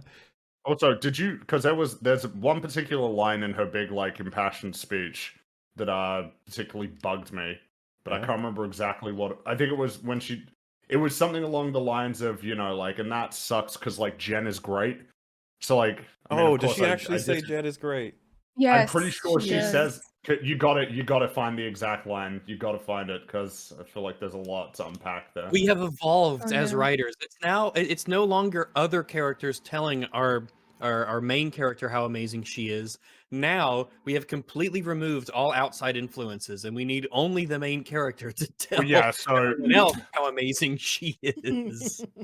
it's man, it's like kind of it's like a huge pet peeve of mine. Like There you go. in a I show. found it.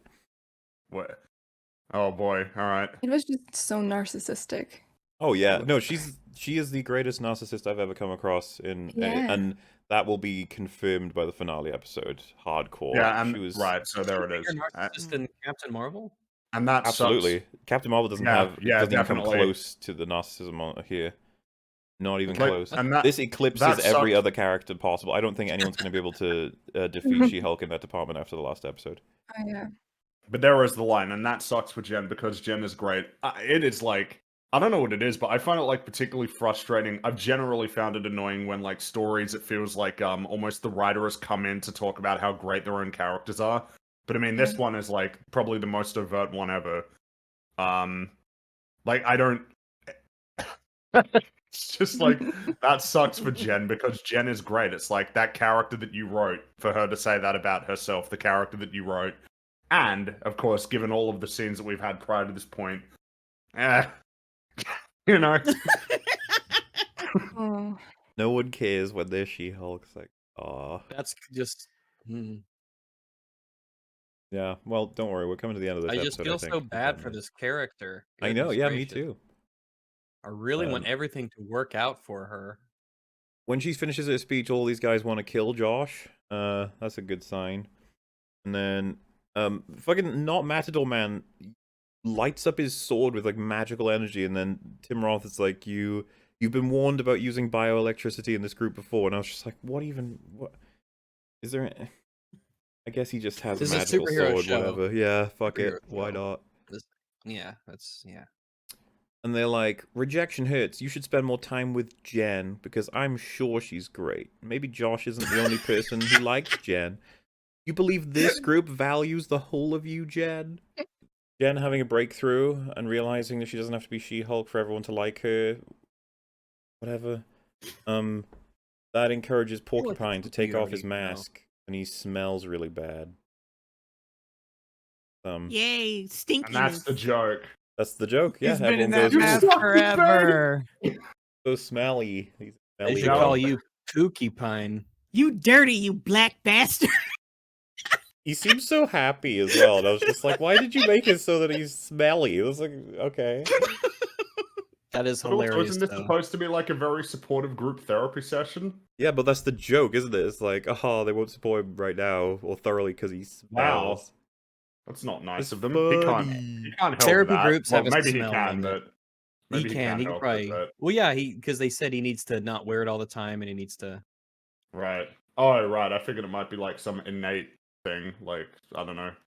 Or Like he's something relating to innately stinky. porcupines. Yeah, It like could the literally If be he was anything at this the, if point, he was yeah. the skunkinator, right?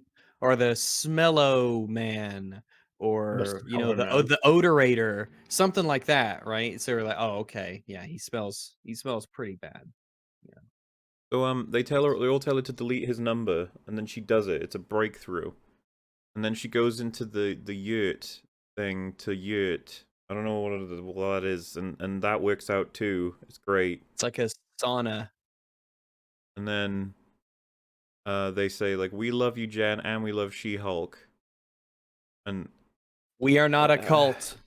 it's so you really like it's gonna take us much longer to get through the next two episodes. Trust me. This one is such an empty episode. It's like, okay, Yeah. The Still, thing is, like, what should this actually mean to Jen? Really, these people that you don't know, like, are saying that you're great to try and make you feel better at this Exactly. particular moment. Like, how is this a breakthrough in any way whatsoever?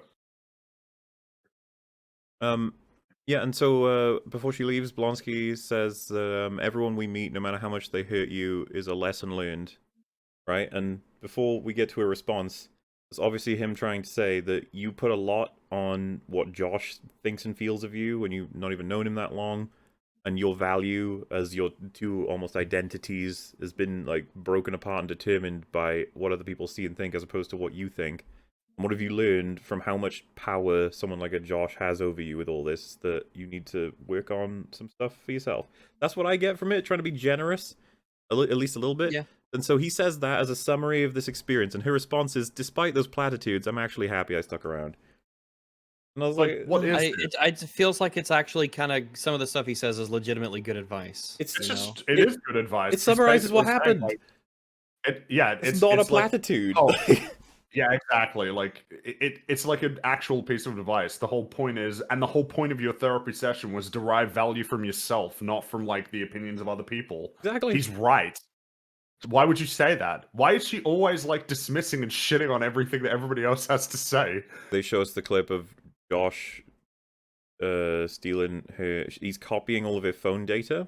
But the weird thing is, again, I don't understand how he got her blood, but whatever, he got her blood too. Here's the thing. I don't even know anymore like what to make of whether that even happened, but I guess we got to get to that. I think my theory was more plausible, was the most plausible one. Biologically, it was potentially so, but who knows? And that's it. That's episode 7. And then I knew as well going into the next one, I was like, so this next one, that's the Daredevil one, right? Do you know how they do the previously on this one? You have like Bruce saying, if you're not going to be a superhero, then what are you going to do? And then it cuts to her I'm gonna twerking. shake my ass. Yeah. Like the show is like, ain't we fun? And I'm just like, oh my god, that really does sum up the show, doesn't it? It's like, if you're not going to use your abilities for the betterment of the world, what are you going to do? And it's like, fuck around, baby. I'm gonna Like- be a fucking bum. All right then. just a bum ass superhero. So, yeah, and also the previously is described as, I think she does this more than once in the season, but she does it here. She goes, previously on my show. What are we doing? Who He's are very you talking secure. to, bitch? This is Yeah, my guys, show. Well, it's she did it in mine. episode before, right? She was like, I know there's That's not- cameos, but Yes, this yeah. is my show. And this is not even the last time that we're going to hear that either. Like, there's more of that later. The really odd thing about this is, again, for me, it's just this constant return to irony of a bunch of women writing a quote unquote pro woman show. Like, no, this is what women are type thing is the exploration of this character, and yet the lack of self-awareness to have, what are you going to do other than your career, your role, the thing you're supposed to do, the thing that would bring fulfillment to you, the thing that exploits your gifts and talents that make you uniquely you. What are you going to do with that? I'm going to twerk in an office. I'm just going to twerk. Like, I'm just going to have fun. It's like, what? Like, you're not going to exploit your talents for the betterment of yourself or society or humanity. You're not going to commercialize it. You're not going to do literally anything productive, because the woman thing to do is to sit around shaking your ass. Like, that's the message you really want to convey. And it repeatedly, time after time, they go back to this thing where it's like the whole point of these superhero stories is to allow us to hyper focus on some part of something. I guess with Hulk, it's like the id or ego. I don't know which. I'm not a psychologist or a brain person, but you know what I mean? Like, it's to focus on this aspect of what a person is, and then to twist it now to become this aspect of what a woman is and how that interplays with them. And it's like, oh, well, then they're going to shake their ass in an office building. Yeah, and they seem to be proud of that Just as a fucking statement. Christ. Yes. What the fuck? It drives me nuts. It's like, oh, why do you hate yourself so much? I mean, ugh. I mean, all the other male superheroes written by dudes have all had, even like the female ones written by dudes, and they've had purpose, stakes, and heroism. And this chick written by a fucking gaggle of soy idiots and fucking 35-year-old losers, and all she does is get drunk, shake her ass, and fuck. It's awful. Well, I was going to say, and look for Wi-Fi. And I was going to say, it's not my fault, Nick, that we've had no lore to speak of really at all yet in this stream, but we're getting there. We're going to get some lore this episode. God, is so bad. Because yeah, that's the other thing. She's a really shit lawyer. I don't know why they wanted to. She was nominated for an Lawyer of the award, Year. isn't she? Yeah. Oh, I can't wait to talk about that too. So much happens this episode. So yeah, we open with some guys robbing a TV, and then they are stopped by Leapfrog. He's a new vigilante. He's really awkward and terrible, and he doesn't quite get anything he wants. And then he activates his boots to get away. He's like little jet boots, and they stop working.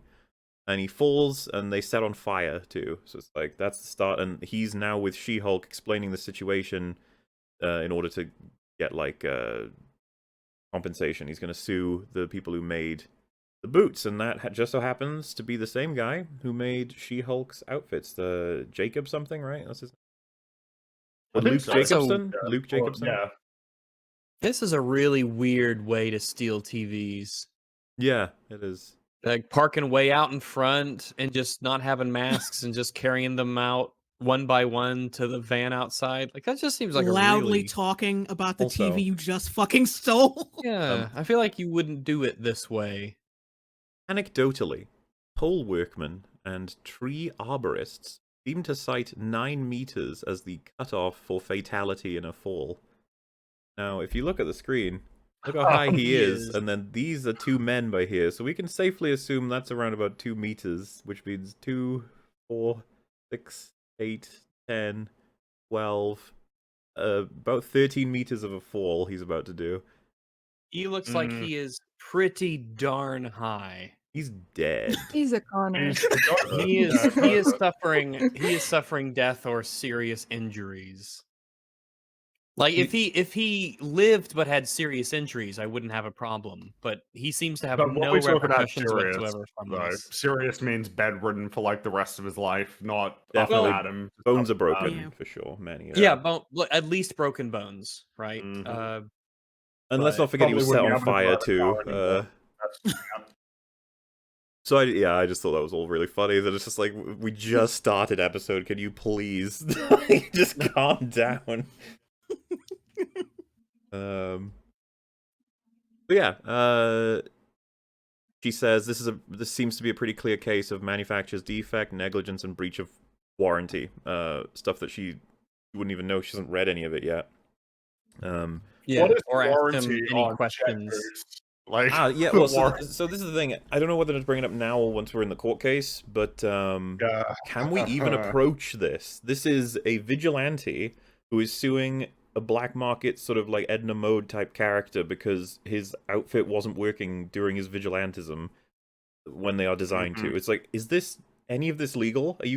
Is this like a drug dealer and the drug like guy who's just like, you didn't give me the full amount, police, can you help me out? It's like, I don't know, guys. I think maybe you should sort this between yourselves. But we'll never know how any of it works. But luckily, I know everyone's saying it. You're all thinking it. The Accords might be able to come into this in some way, and you know what? They do. They clear everything up. It's gonna be great. Yeah, all right, that's Yeah. good. the Accords that still exist. Definitely. Yeah. So she says, I believe you're owed compensatory damages, and this is the thing. It's like, when you consider all of the illegal shit that you think is happening, and you try and throw it out the window, I guess, for this, how wouldn't Luke Jacobson be like? He would have been like captured by now. Probably the government would have had many things to say to him. He's making people portions of Iron Man's suit for free. Well, not for free, as in for no. There's no Armor and tools to carry out vigilante work. Yeah, they just need money, and then they can do. Like, I don't think so. But should be yeah, a person of interest at the very least, instead of just being able to do all this. I want to say she says all of this is chill before finding out who the manufacturer even is. Like, I was gonna say, she hasn't read the warranties. Like, she doesn't even know anything about this. So one thing that is right. So there's 2 types of warranty, right? There's a warranty that you buy, some sort of warranty that comes with a product, but there's just a general warranty of an operable and serviceable product that you when you buy a book, you expect it to have pages that are printed on, right? Like, so that's that's the warranty that is a in sort of breach here. default, unspoken, doesn't have to be written kind of Right. built-in If warranty. you buy a bottle of Coke then you're going to open it up and drink something that tastes somewhere close to what you expect for Coca-Cola. If you buy a bottle of Coke and drink gasoline, then they've breached their warranty to provide you a Coke.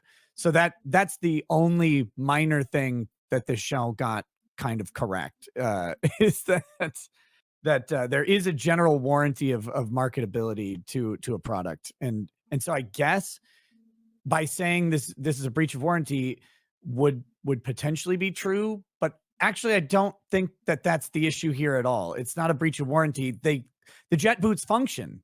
Like the suit does what it's supposed to do. But it's And not we fit ultimately for purpose. Right. We ultimately get down to this thing, which was he used the wrong fuel. Right. And the dumb thing is the show resolves this in the wrong way. You can't just provide instructions. You have to provide warnings of what would happen if the thing goes wrong, if it's a foreseeable event. So the show actually gets the product's liability wrong. And this guy would have a case, assuming you could bring a case against a black market manufacturer for a potentially illegal product. But the idea that so like if the warranty said you cannot use jet fuel and that's all that they said, then that's an issue. But if it said do not use jet fuel because it causes terrible, horrible burns and the suit is not rated for that heat and you'll hurt yourself, then that would put him in the clear. He didn't, so that if I remember right in the show, he didn't say don't use jet fuel. He said use this type of fuel. Yeah. Right. Well, so so- it's an even more vague instructions, like use only this type, use only unleaded gas. I guess. Well, okay, go ahead. Well, so here's the thing though. Did Jennifer Walters get to see like the actual like written instructions? No. Like, did she get any No. documentation or paperwork at No. all?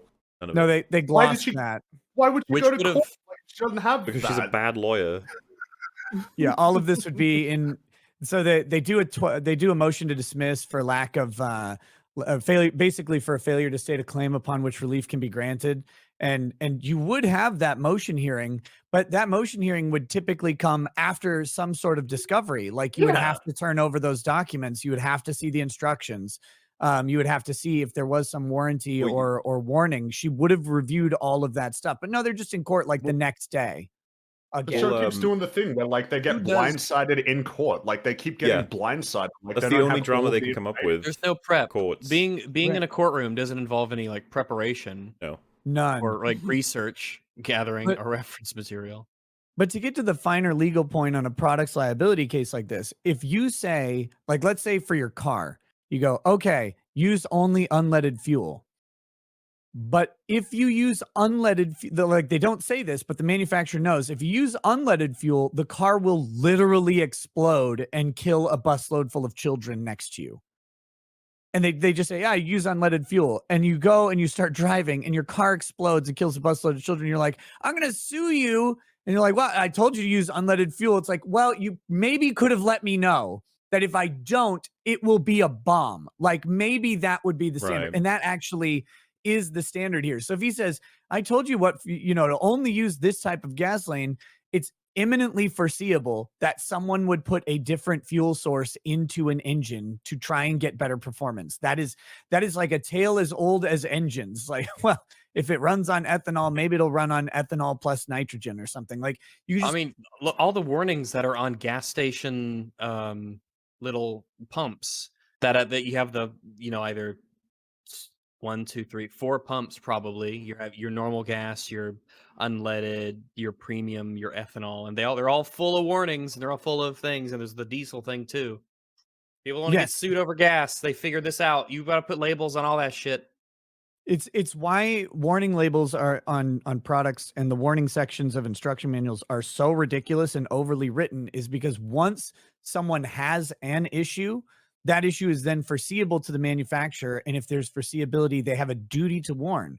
This one is just generally foreseeable that if you have some sort of engine that takes fuel, someone will put a different type of combustible material in it to provide higher performance.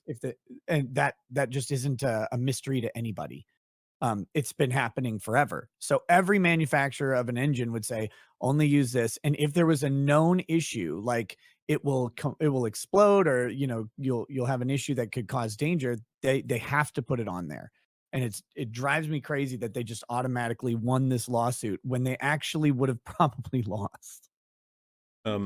Which is funny because there's some other things I think they fucked up in it, but we will get there because we got to get a little bit more of the setup, which is that She-Hulk says she can't be doing this one because of conflict of interest. The opposing client is her tailor, and she likes her clothing. There's obviously, she says, I would be ethically compromised. His response is, well, you did it when it was much more personal before.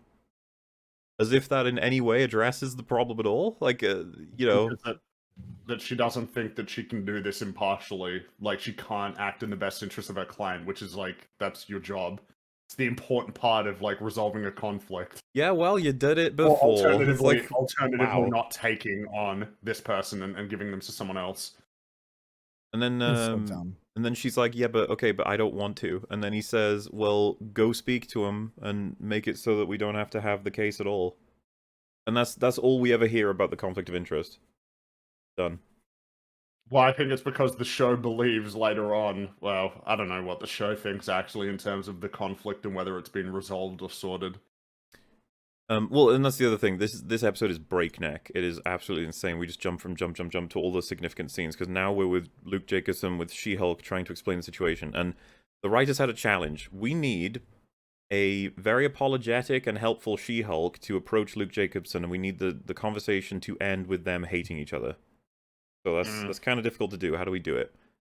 So she says someone's basically like someone's complaining about your work, but nothing has been filed yet. So legally you're in some trouble here, but you know, we're okay for now. We can solve this. And his response is, my work is impeccable. Like, okay. So she says, yeah, your stuff is great. Trust me. I do not want like to have to do this, and I know that. And then he says, how can I trust you when you stab me in the back? And it's immediately like, this is such a jilted conversation. It's so weird. Like neither character understands what's. It's just so bizarre. Like you can't just hand. And so yeah, and she says, well, there's no lawsuit yet. You just need to provide some level of responsibility for my client's injuries. And he just says, you're not getting anything from me ever again, and destroys the thing he's working on for her. And then she says, whoa, I paid for that. And then he says, well, you shouldn't have betrayed me. What is happening? So that's probably illegal. She's come to him with, like, a warning ahead of time and a way to solve this earlier rather than having to go to court. And he's like, you've backstabbed me. Also, I guess I'm going to steal money from you? Yeah, that too. Why not? And then he's like, you're blocked, blacklisted, and reported. And I was just like, I guess we just got to get him in court. That's all this is. Fuck this. They for this episode, they're gonna have a strained relationship because that's what we need to do. And it's like, okay, that was bizarre, and your intentions were incredibly clear. But I suppose when they're crunched down this hard for episode time, she may as well have walked in and said, I hate you, and he goes, I hate you too, in the next scene. Yeah. So yeah, I don't know, he's just a crazy asshole, basically, and he believes there's no way any of his work could ever be faulty. Sweet. And he doesn't even need, like, there's no proof that passes between either of them. This, if anything... Yeah, she doesn't show him pictures, she doesn't hand him, I guess, anything. Does he get any documents from her? I don't think because so. imagine if she had learned from this point that he had actually used it improperly. Because he says, my work is impeccable. What if she said, well, it exploded? And then he said, well, wait, what happened? Like, did he use the right fuel? And the whole thing changes. Like, if the conversation had played out a little more like it should have. Normally, yeah. Yeah. I don't think there is a document in this show. No, Hey, I remember forgets how much of like Not a legal single stuff one. is. It was just that- pages and pages and pages and pages of documentation. She had an iPad once that had 4 witness names on it, and she crossed them out as a scribble when they were done. So that's No document. questions or anything. No, like. I mean, like not a to- document. Not to dwell on the past, but like that time when they were resolving all of Mr. Immortal's settlements, it's like, okay, so you have differing settlements with different conditions for different relationships with 9 different people, and she solved it with 1 page of a legal pad.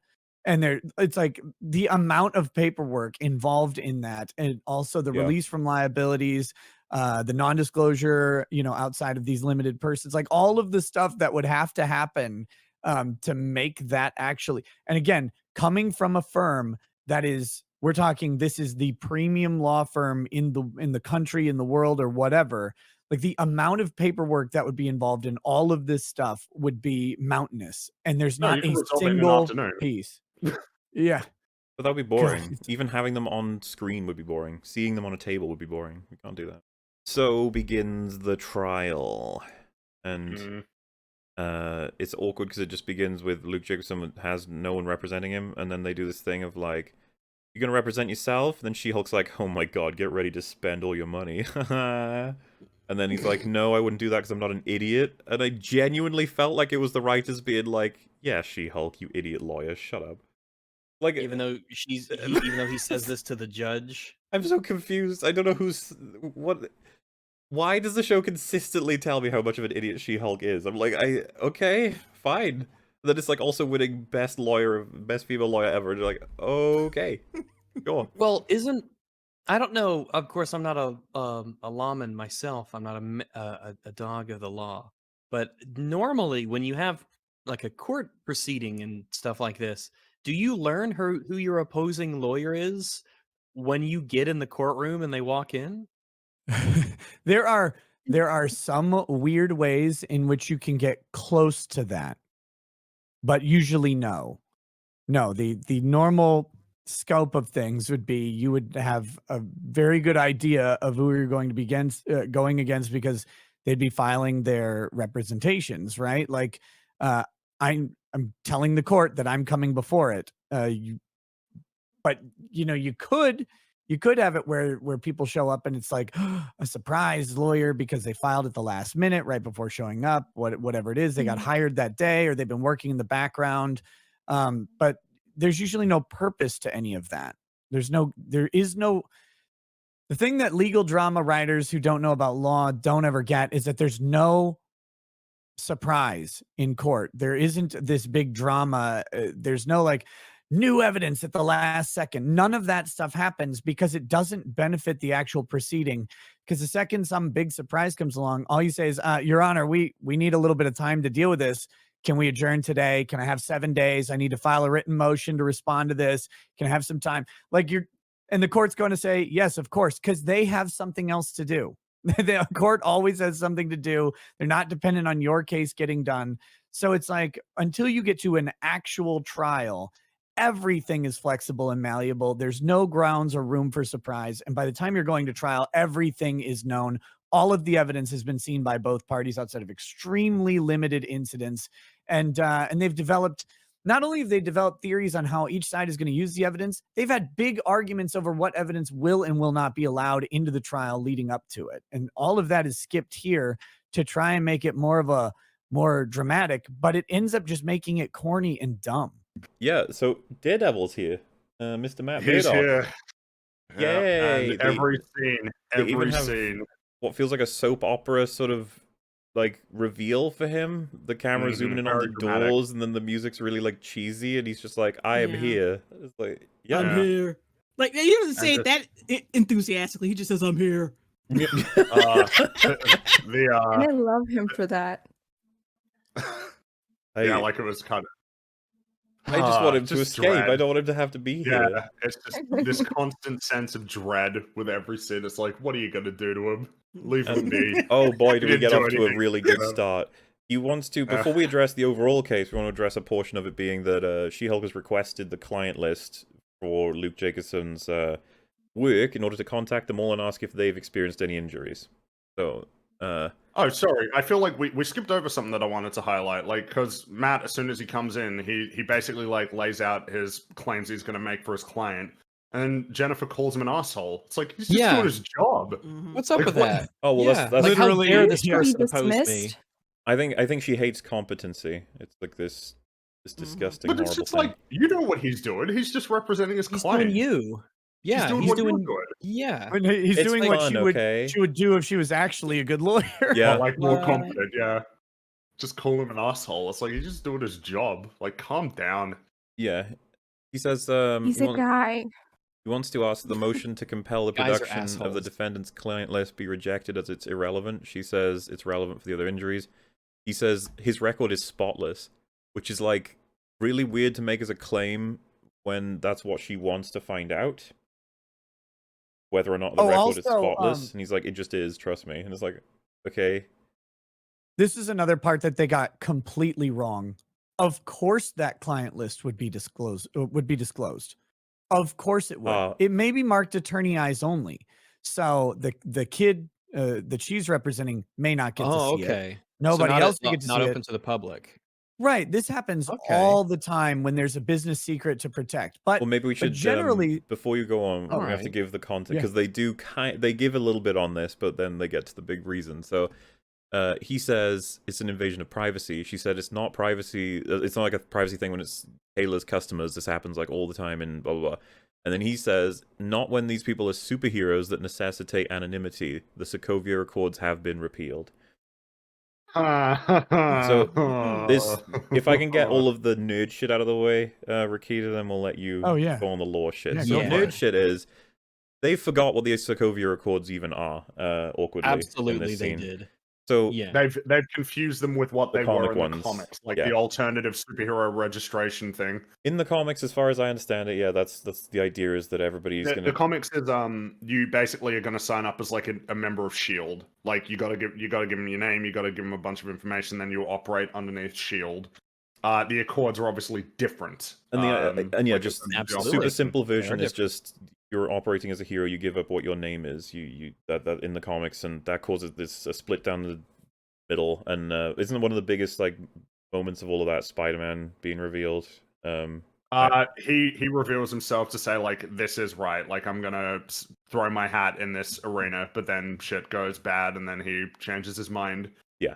Because of course, like a lot of comics, right? The big thing with the secret identity thing is, like the consequences for them and their loved ones. So like that's what's more relevant in the comic. In the movie adaptation, it wasn't going to work quite as well to do it that way. They clearly changed it because they're trying to find a way to better split the Avengers into two teams. And so what it is in the movies is of those who are known and operate very publicly and even with the assistance of the government, they now need to go once they're approved, or they need to wait until whatever they like their orders may be from a unified council that will be created via the UN. Yeah, a UN-like group. And the way that it's sold in the film is just that something's gotta give. We had to do something. It's really difficult to have any kind of system that can control this many superpowered and sometimes alien beings all over Earth who just decide whether or not they're going to save people.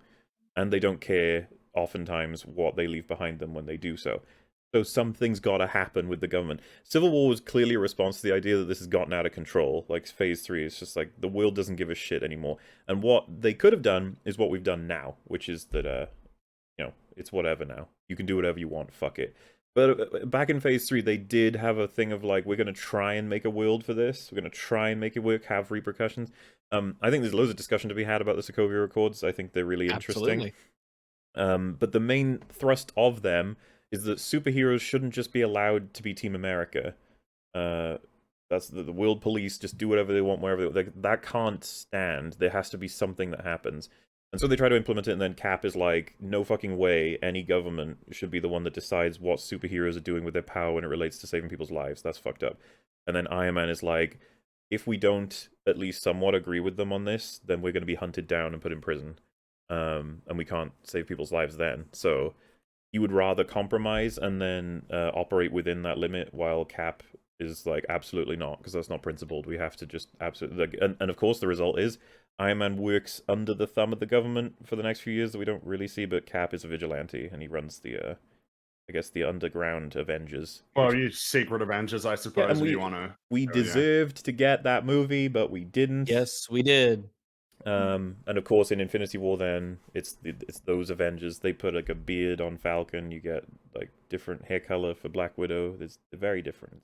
Great. But now the Sokovia Accords apparently been repealed because they've only ever gotten in the way. Which, correct me if I'm wrong, but they were referenced in WandaVision as being active, weren't they? I think they were, but I So- mean, it's like you pointed out. The problem was so this is worth expanding on. If you take them seriously as an element in the world of the story that you're trying to tell, the Sokovia Accords present a lot of opportunities narratively, like for a wide variety of different characters in terms of different power levels or like different stakes of the story. Like in the hands of a writer who recognizes the opportunity that exists in what you could call a restriction in a sense. There's a lot of material to be pulled from it, but in the hands of a less competent writer, the Accords would be seen as something that impedes the ability for you to do basically whatever you want. It was inevitable. It was only a matter of time. And like when you think about Phase 4 and how like absolutely ridiculously high stakes so many of these stories have been without any consideration for like the implications of that, it was a matter of time. And it was only a matter of time until it was like, they don't exist anymore. They're done. They're gone. Yeah. And it, you know, it's worth considering. The Accords were made in response to the events that had led up to Civil War, which, you know, there were some pretty high stakes things there, like with Ultron and whatnot.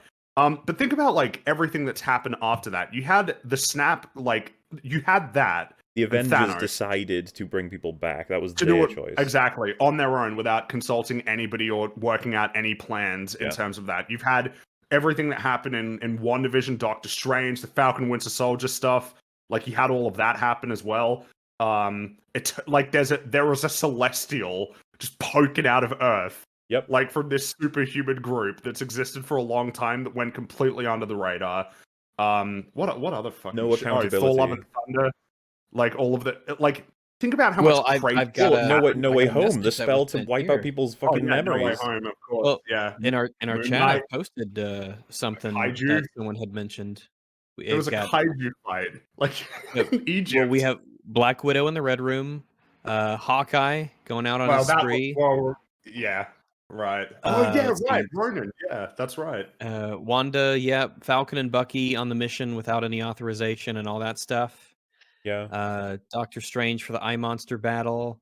Sophistic Autistic sent me this little list here. Wizards are a thing and no one cares. Nope. Yeah. All the shit that happens in Miss Marvel, which I just don't know anything about that show whatsoever. Kate Bishop blew up a building in Hawkeye. Thor gets his own country and can make an army like he did with the kids in Thor 4.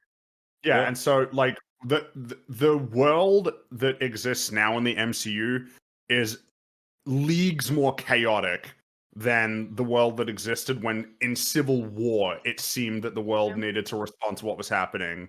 Oh, There's Moon no Knight. Yeah, the kaiju fight. And there was a Yeah. kaiju fight in Egypt.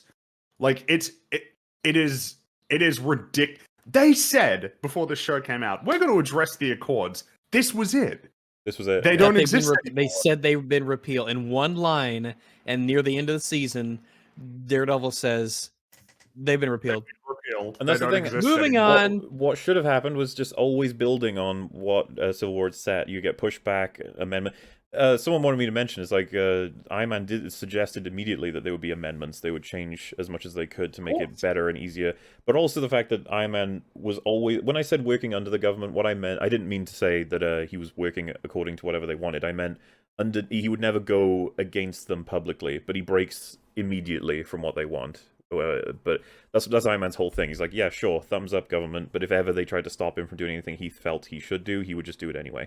Which to him is better. It's like, I don't have to be he's hunted by the definitely more government. pragmatic about it. Yeah, but Cap is like, no, I'm gonna be honest. There's Yeah. no, you're not controlling me. As simple And as you that. can understand why he has that principled position. Exactly. It's- I love. Civil War is really good. I don't. I've been critical of the movies that come before them, but both Age of Ultron, Iron Man 3, and Winter Soldier, I think all of them are really important for making Civil War as strong as it is.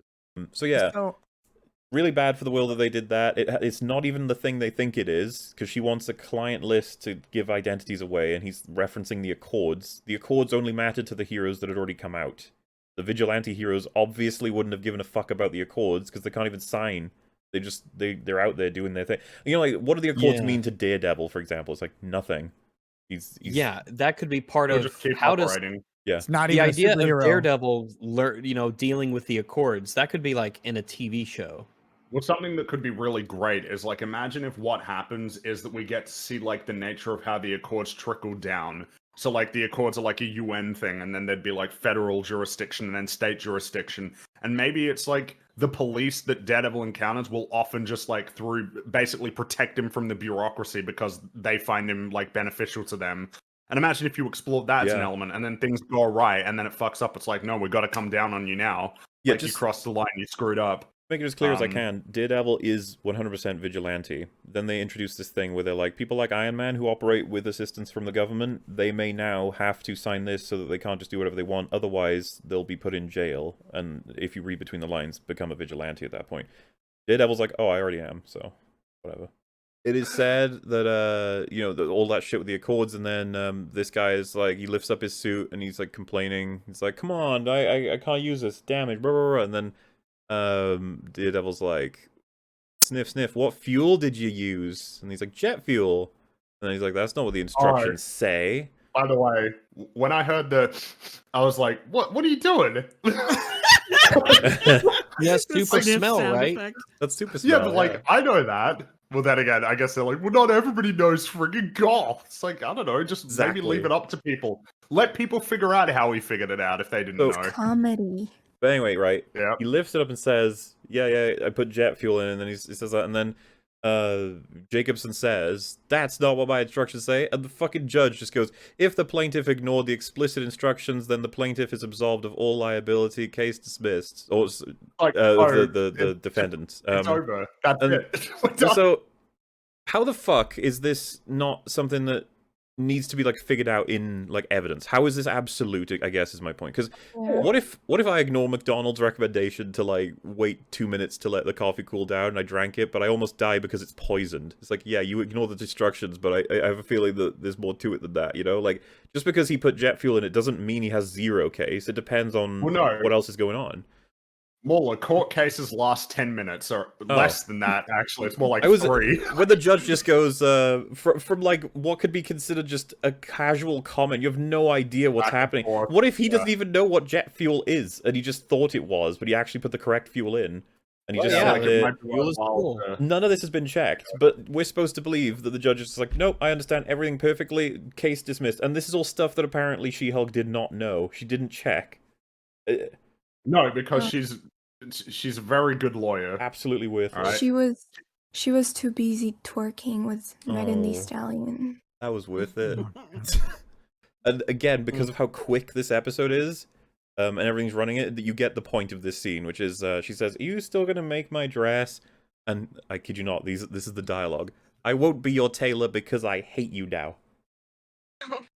And also, like, we're talking about priorities.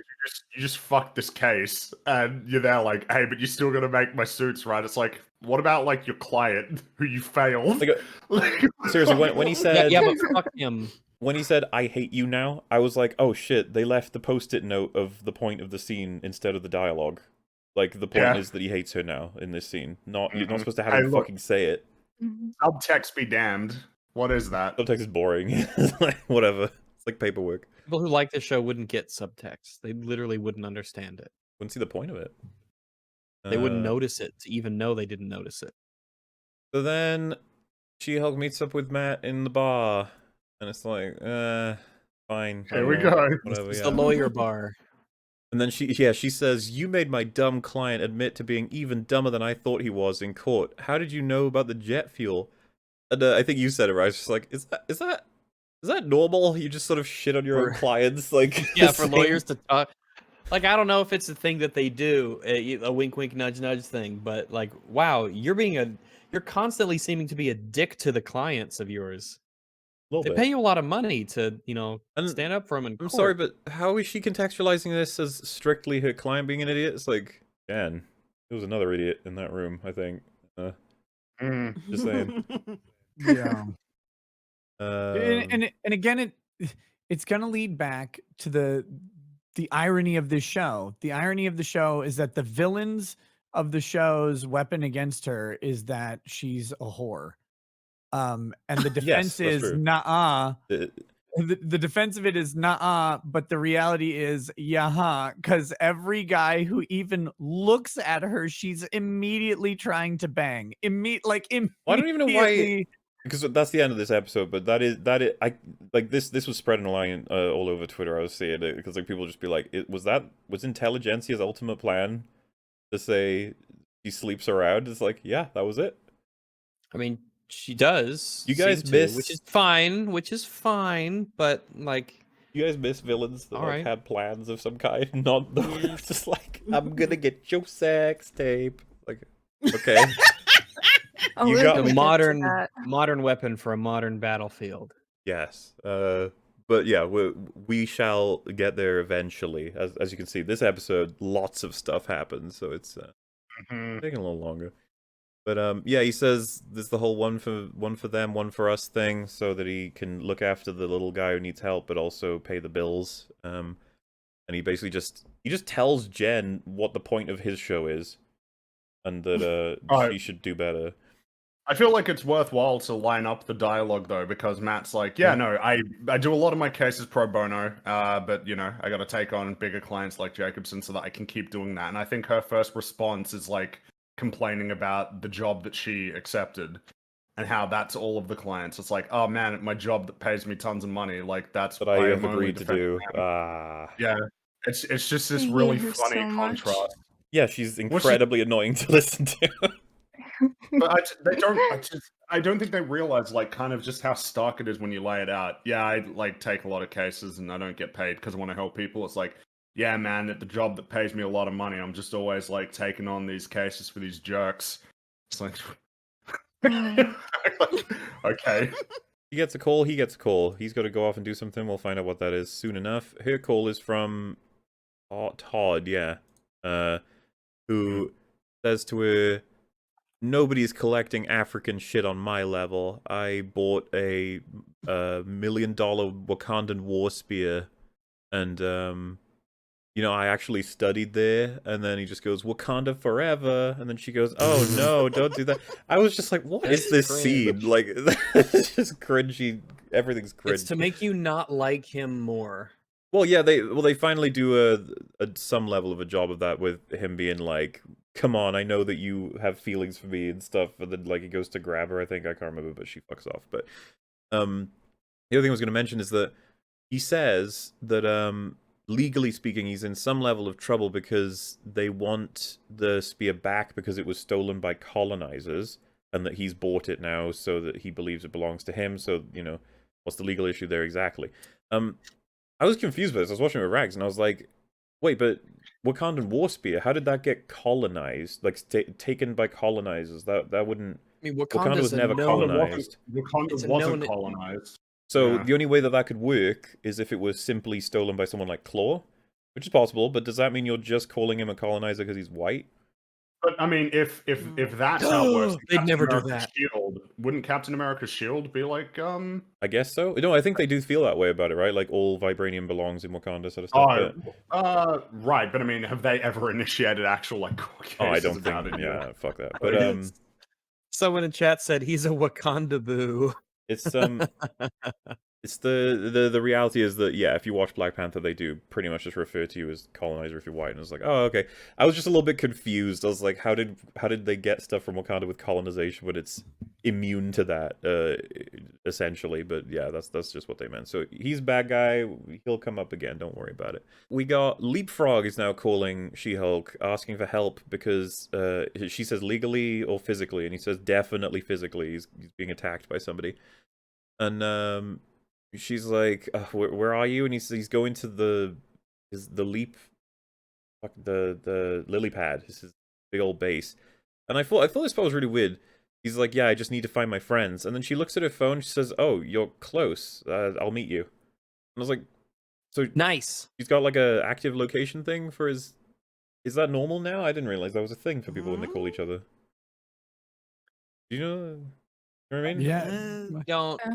Maybe it's part of the Well, that's again another interesting thing they could have done to explain this is that all of the clients, all of the super clients of this law firm consent to having their location tracked by their attorneys through proprietary software, which would help them, you know, discern issues or resolve problems without having to involve, maybe local authorities because it would reveal identity, et cetera, et cetera, et cetera. Like they could just build a very simple plot device. Like I'm going to log into the GLK tracking system and find my client. Oh, there you are. I'll be right there. Like you're really close. I can help you. Simple. Yeah, because the way this goes is she's like, "Where is the lily pad?" And he's like, she says, "Am I supposed to know where that is?" And then he goes, "I just need to find my friends." And she looks down at her phone as he says, like, "I'll try and lose him in this parking lot." And then she goes, "Oh, you're close to me. By the way, that's convenient." Lucky, don't they live yeah. in LA? Isn't LA like fucking enormous? Pretty big. And it's just funny to me that Yeah. like that's just something she can see. I guess that's just something they have set up because, of course, a vigilante who's doesn't want to, you know where I'm going with that. So anyway, she does a Batwoman. Finally, we have a strong connection. She knows this guy is in physical danger. She's about to go and save his life. She's on board with it, but she decides, wait, I need to put on my costume. Like, man, can that Like wait? Batwoman. Just like Batwoman. Yeah. Great. Yeah. You know, it was I think one of the things my dad had said once was that because everyone used to have landlines, so whenever you called someone, you knew you knew where they were. You never had to ask, "Where are you?" because everyone used landlines. And now, when you call with cell phones, when you call people, you know who it is, and you have to ask, "Where are you?" And he said that every once in a while, that just seems strange to him. Just one of those passage That's of time and interesting. technology things. Kind of interesting It's almost thought, isn't it? yeah, Mhm. it's almost a reverse where nowadays if someone calls you, you know who it is, but you don't know where they are, right? But Yeah. and when they Yeah. call you and it's a landline, you know where they are, but you know. But it is interesting. Yeah, she says she's gonna come help him, I guess. And this arrival, I think this is Batwoman-esque too. You don't see Batwoman do anything like this, but you could totally imagine she would if she had this kind of power. Think about it. This is like this car that's almost in a runaway state because it's got a guy who's trying to break into it. He's broken the glass. He's trying to attack this guy. Chat, here you go, just so you can understand. She lands in front of it directly, and she doesn't have Somehow a from someplace. yeah, somehow Not from sure where. someplace. That's a great point, actually. She just flies in. And this guy, like, emergency brakes. He's, like, surprised as Yeah. fuck. And look at his stance. She doesn't give a fuck. Man, good thing he's wearing a seatbelt. Otherwise, Good thing you know Right. exactly who this is, what you're doing, what the exactly. circumstances are around this. Imagine if there was Because- somebody else in the car, like, and you didn't know, or just Yeah. you know, like What if he wasn't wearing a seatbelt? exactly. Well, I just said that, but yeah. Oh, but you what did? if he I'm wasn't sorry. wearing it? I That's okay. It's fucking okay, promise you. Biden rags. That's okay. It's all right. I won't hold that one against you. But yeah, God damn it. look at that. And there he is. There's Daredevil. He looks funny. She does look Look funny. at him. But yeah, she could easily kill her client and Daredevil at this point. Yeah. And just why did you do this? Why did you do that? Exactly. What the hell? And to be honest with you, with the momentum of everything that's involved, that like there's worse things should have happened. But hey, it's fine. Don't worry about it. Yeah, but yeah, and there he is. Look at him in his classic. Look at that. Look at him go. Look at that big old jump. I don't know he's how I just feel about the like- colors. It's not. I like the suit So- design. I'm on the fence so about the colors. We can have a just in case anybody doesn't know, this is Daredevil when he first appeared had a red and yellow like color scheme that looked similar to Okay. this, except he had the double D thing like on his suit on the front. And then eventually he got his basically at this point iconic like full scarlet like red. Yeah, that's the one I'm familiar with.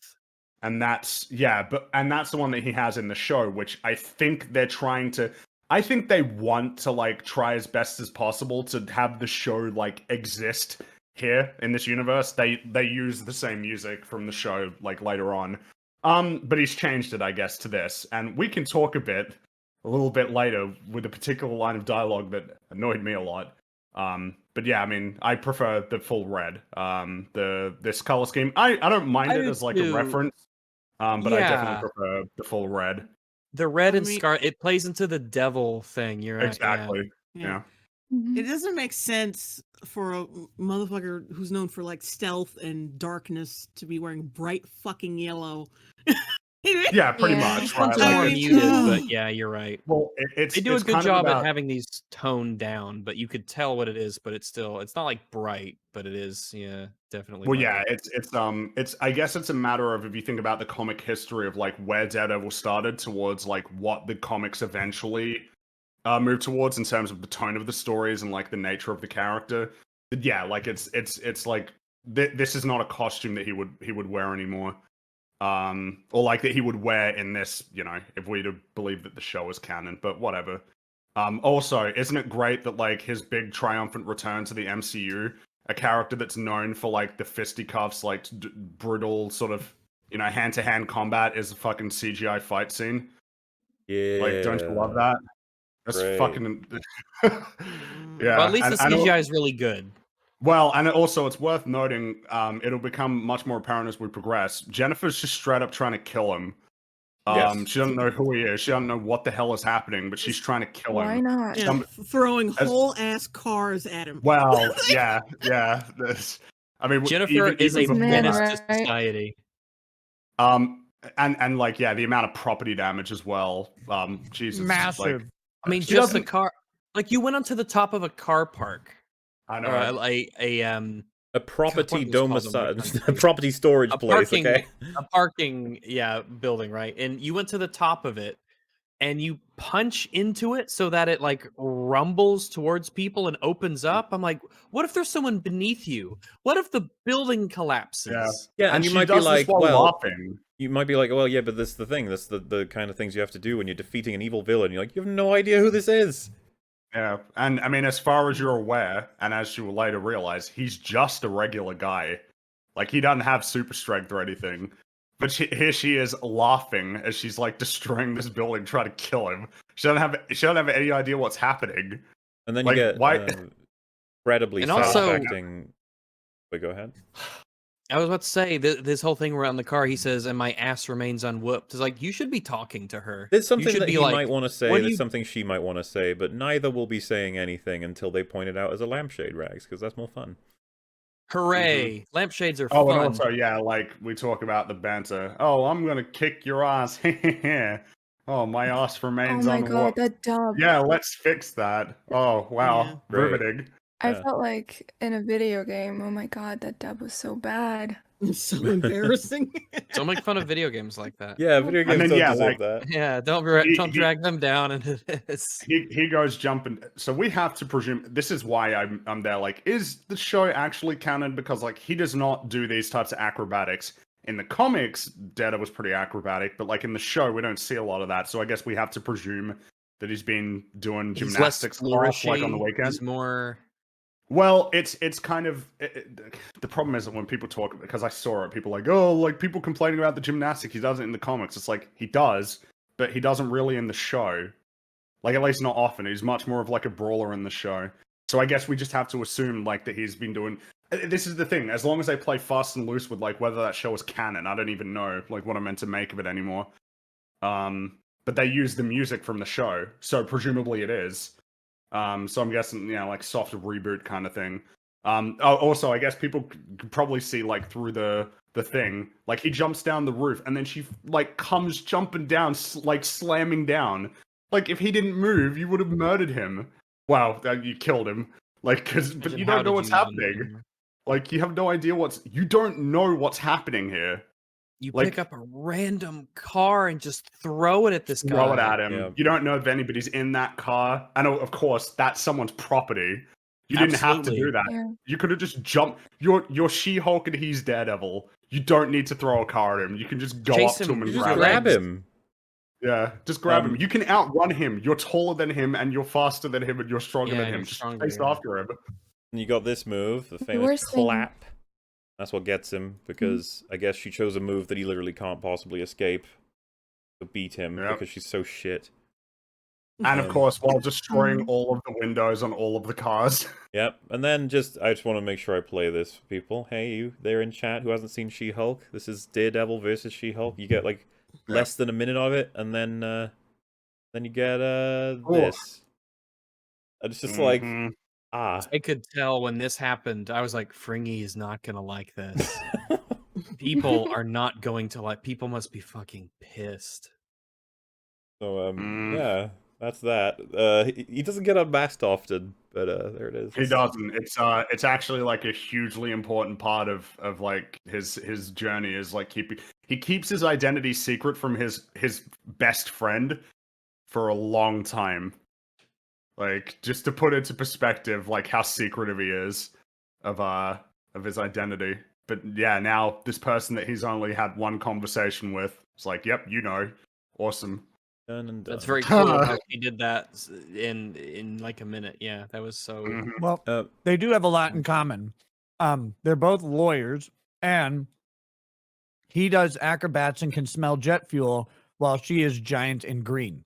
So I mean, it's pretty similar That's very true. thing. A lot of connections going on there. I was actually getting lost there. I couldn't tell who was describing it this time because it was so similar. I was like, oh, yeah, that's both of them. Yeah, I mean, and the best part is that she's been a lawyer for like a day, and he's been a lawyer for a long time, and she's been a superhero for like half a day, and he's had his condition for like since he was a little kid, and went through a lot of training and effort to get to where he is. So I mean, again, they have a lot to go with. He takes on like the burden of his abilities, and she just shirks all of that. Well, so I don't know how much you know about Matt, but he's another one of those characters with the tragic history that has informed a lot of what he does. Also, like, by the way, if you can do like a clap that produces a shockwave that sends somebody flying into a car, there's blood like poof, like flowing out of his ears. All that energy going through that person. Yeah, that's something. Well, I mean, he's dead. Is actually no, they made a joke about it. He said, I don't really see. I hear. Well, I used to.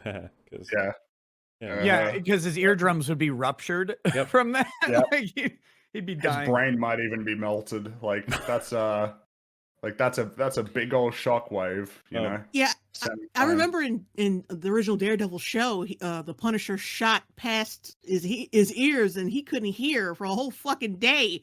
Well, yeah, that's exactly. I mean, if you're a regular person getting shot next to the ear, it's like, that is that's an you, buddy. experience.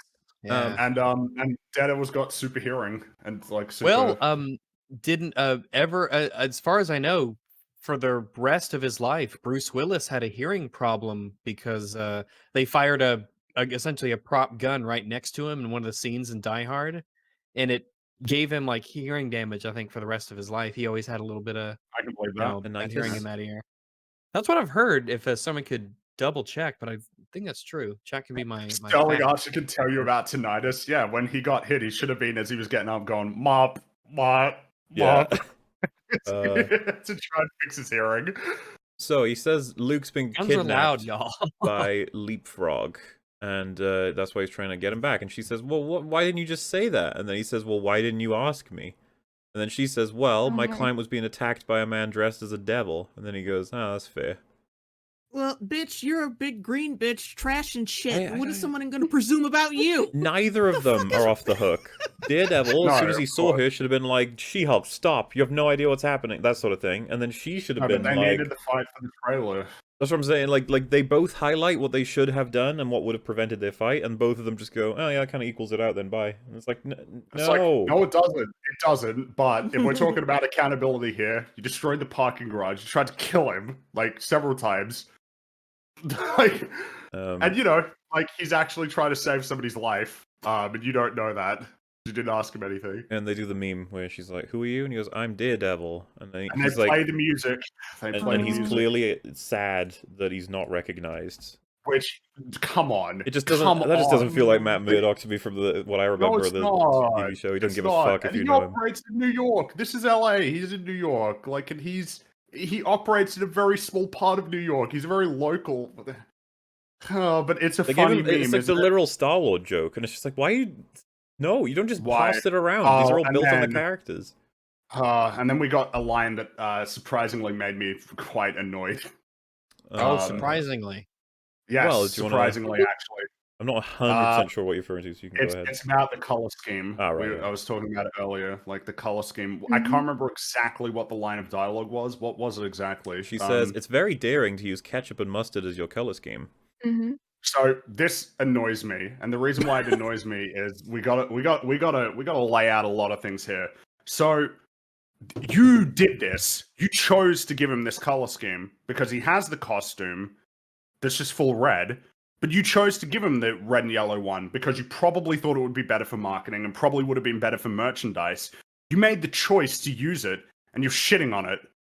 And then to add on to that, it's like, oh yeah, I'm sorry that like when they were like pumping out like 1 billion of these comics a week back in the 60s, that they didn't nail the design the first time around on like a character with this huge legacy among a bunch of other characters with this legacy, all of which had to exist in order for this show that you're writing to exist. Your show doesn't exist without any of this material, but you're like gleefully shitting on it. It is It just biting really the rubs hand me the that wrong feeds way. you. Yeah, pretty much. Like about as close to that as you can get. And then there's the elephant in the room that it's the first thing that I thought of when we were watching this before almost like being defensive on behalf of stuff like that. I was just baffled by the fact because I'm so familiar at this point with the MCU being built entirely as the movie franchise, not only on source material, but on one particular movie about a guy who basically puts himself in a big old suit. She says, like, she's pointing out, like, the absurdity of using colors like this, like these two. And it's like, the colors that your primary superhero in your world uses. That's right. Iron Man is red and yellow. So I don't know if she's forgotten that. And of course, Iron Man is yet another example, right? If your show doesn't exist without that, you know, that series, that character. Yeah. I don't know. It's I think I'm finding it especially frustrating more and more. Like the amount of shit that they hurl at the material that enables their terrible material to exist.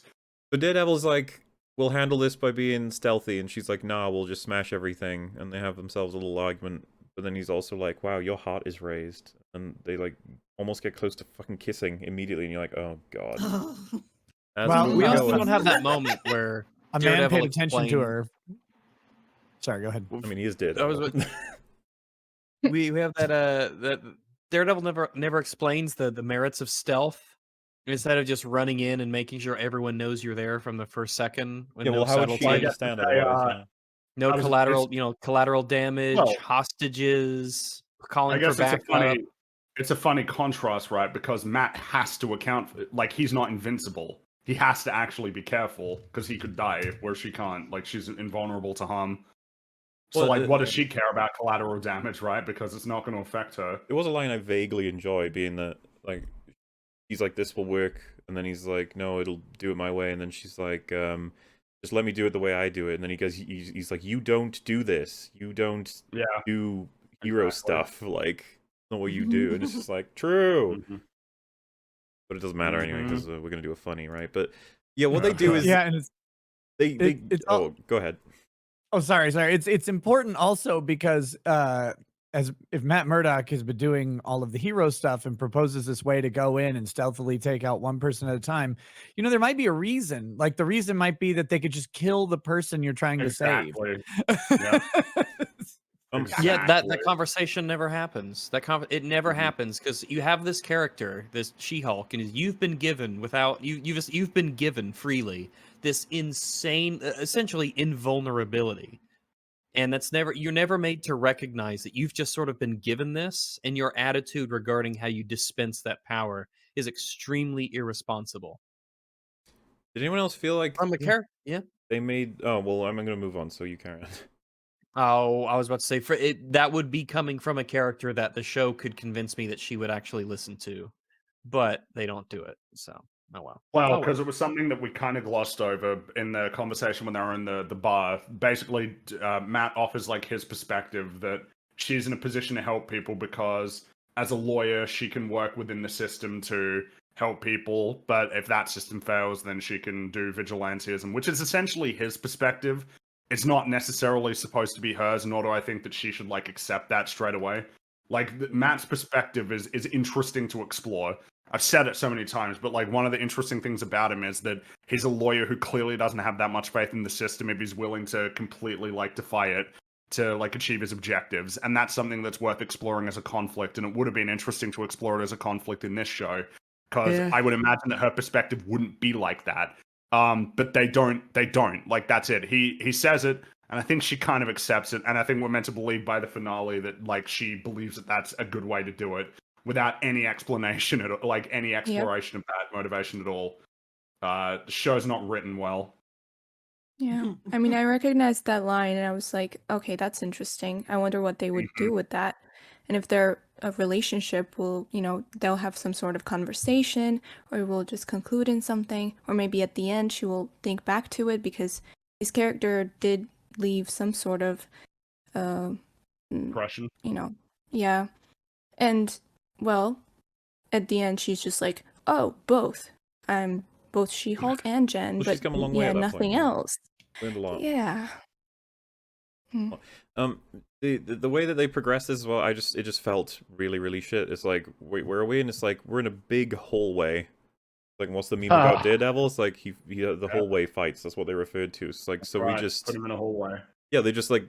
It feels like they rented out a literal just hallway. Like, a guy was selling a hallway somewhere, renting space. It looks so hallway-y. And they've all got crossbows.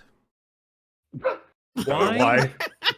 I thought I was missing a reference. Like, is that a frog thing to have a crossbow? Every frog has a crossbow. I've never heard It's of common that. knowledge. Not that I'm a frog, but I haven't heard of that as like a thing. Frogs have the crossbows in all of the media. It's a Vampire trope, hunters, maybe. really. Yeah, that could be it. I don't understand this. I was just like, that's strange. Because you can have Daredevil fight people who have guns, if you want to. Well, we've seen him fight people with guns. When he remember in season 2 when he was fighting in the hallway, and he had like a Punisher? big chain that he had to. Well, there was Punisher, of course, yeah. But in the hallway fight, he has. Oh man, because like I'm just thinking about because people are like Daredevil's always made jokes, and it's like you got to think about like the nature of the jokes. So, like a really good example is in that hallway fight in season 2. He's got like a gun like taped up, like duct taped to his arm because he's got like a chain in one arm and then the gun taped up in the other one. And he holds a guy hostage, like, "Hey, back off, or I'm going to shoot him."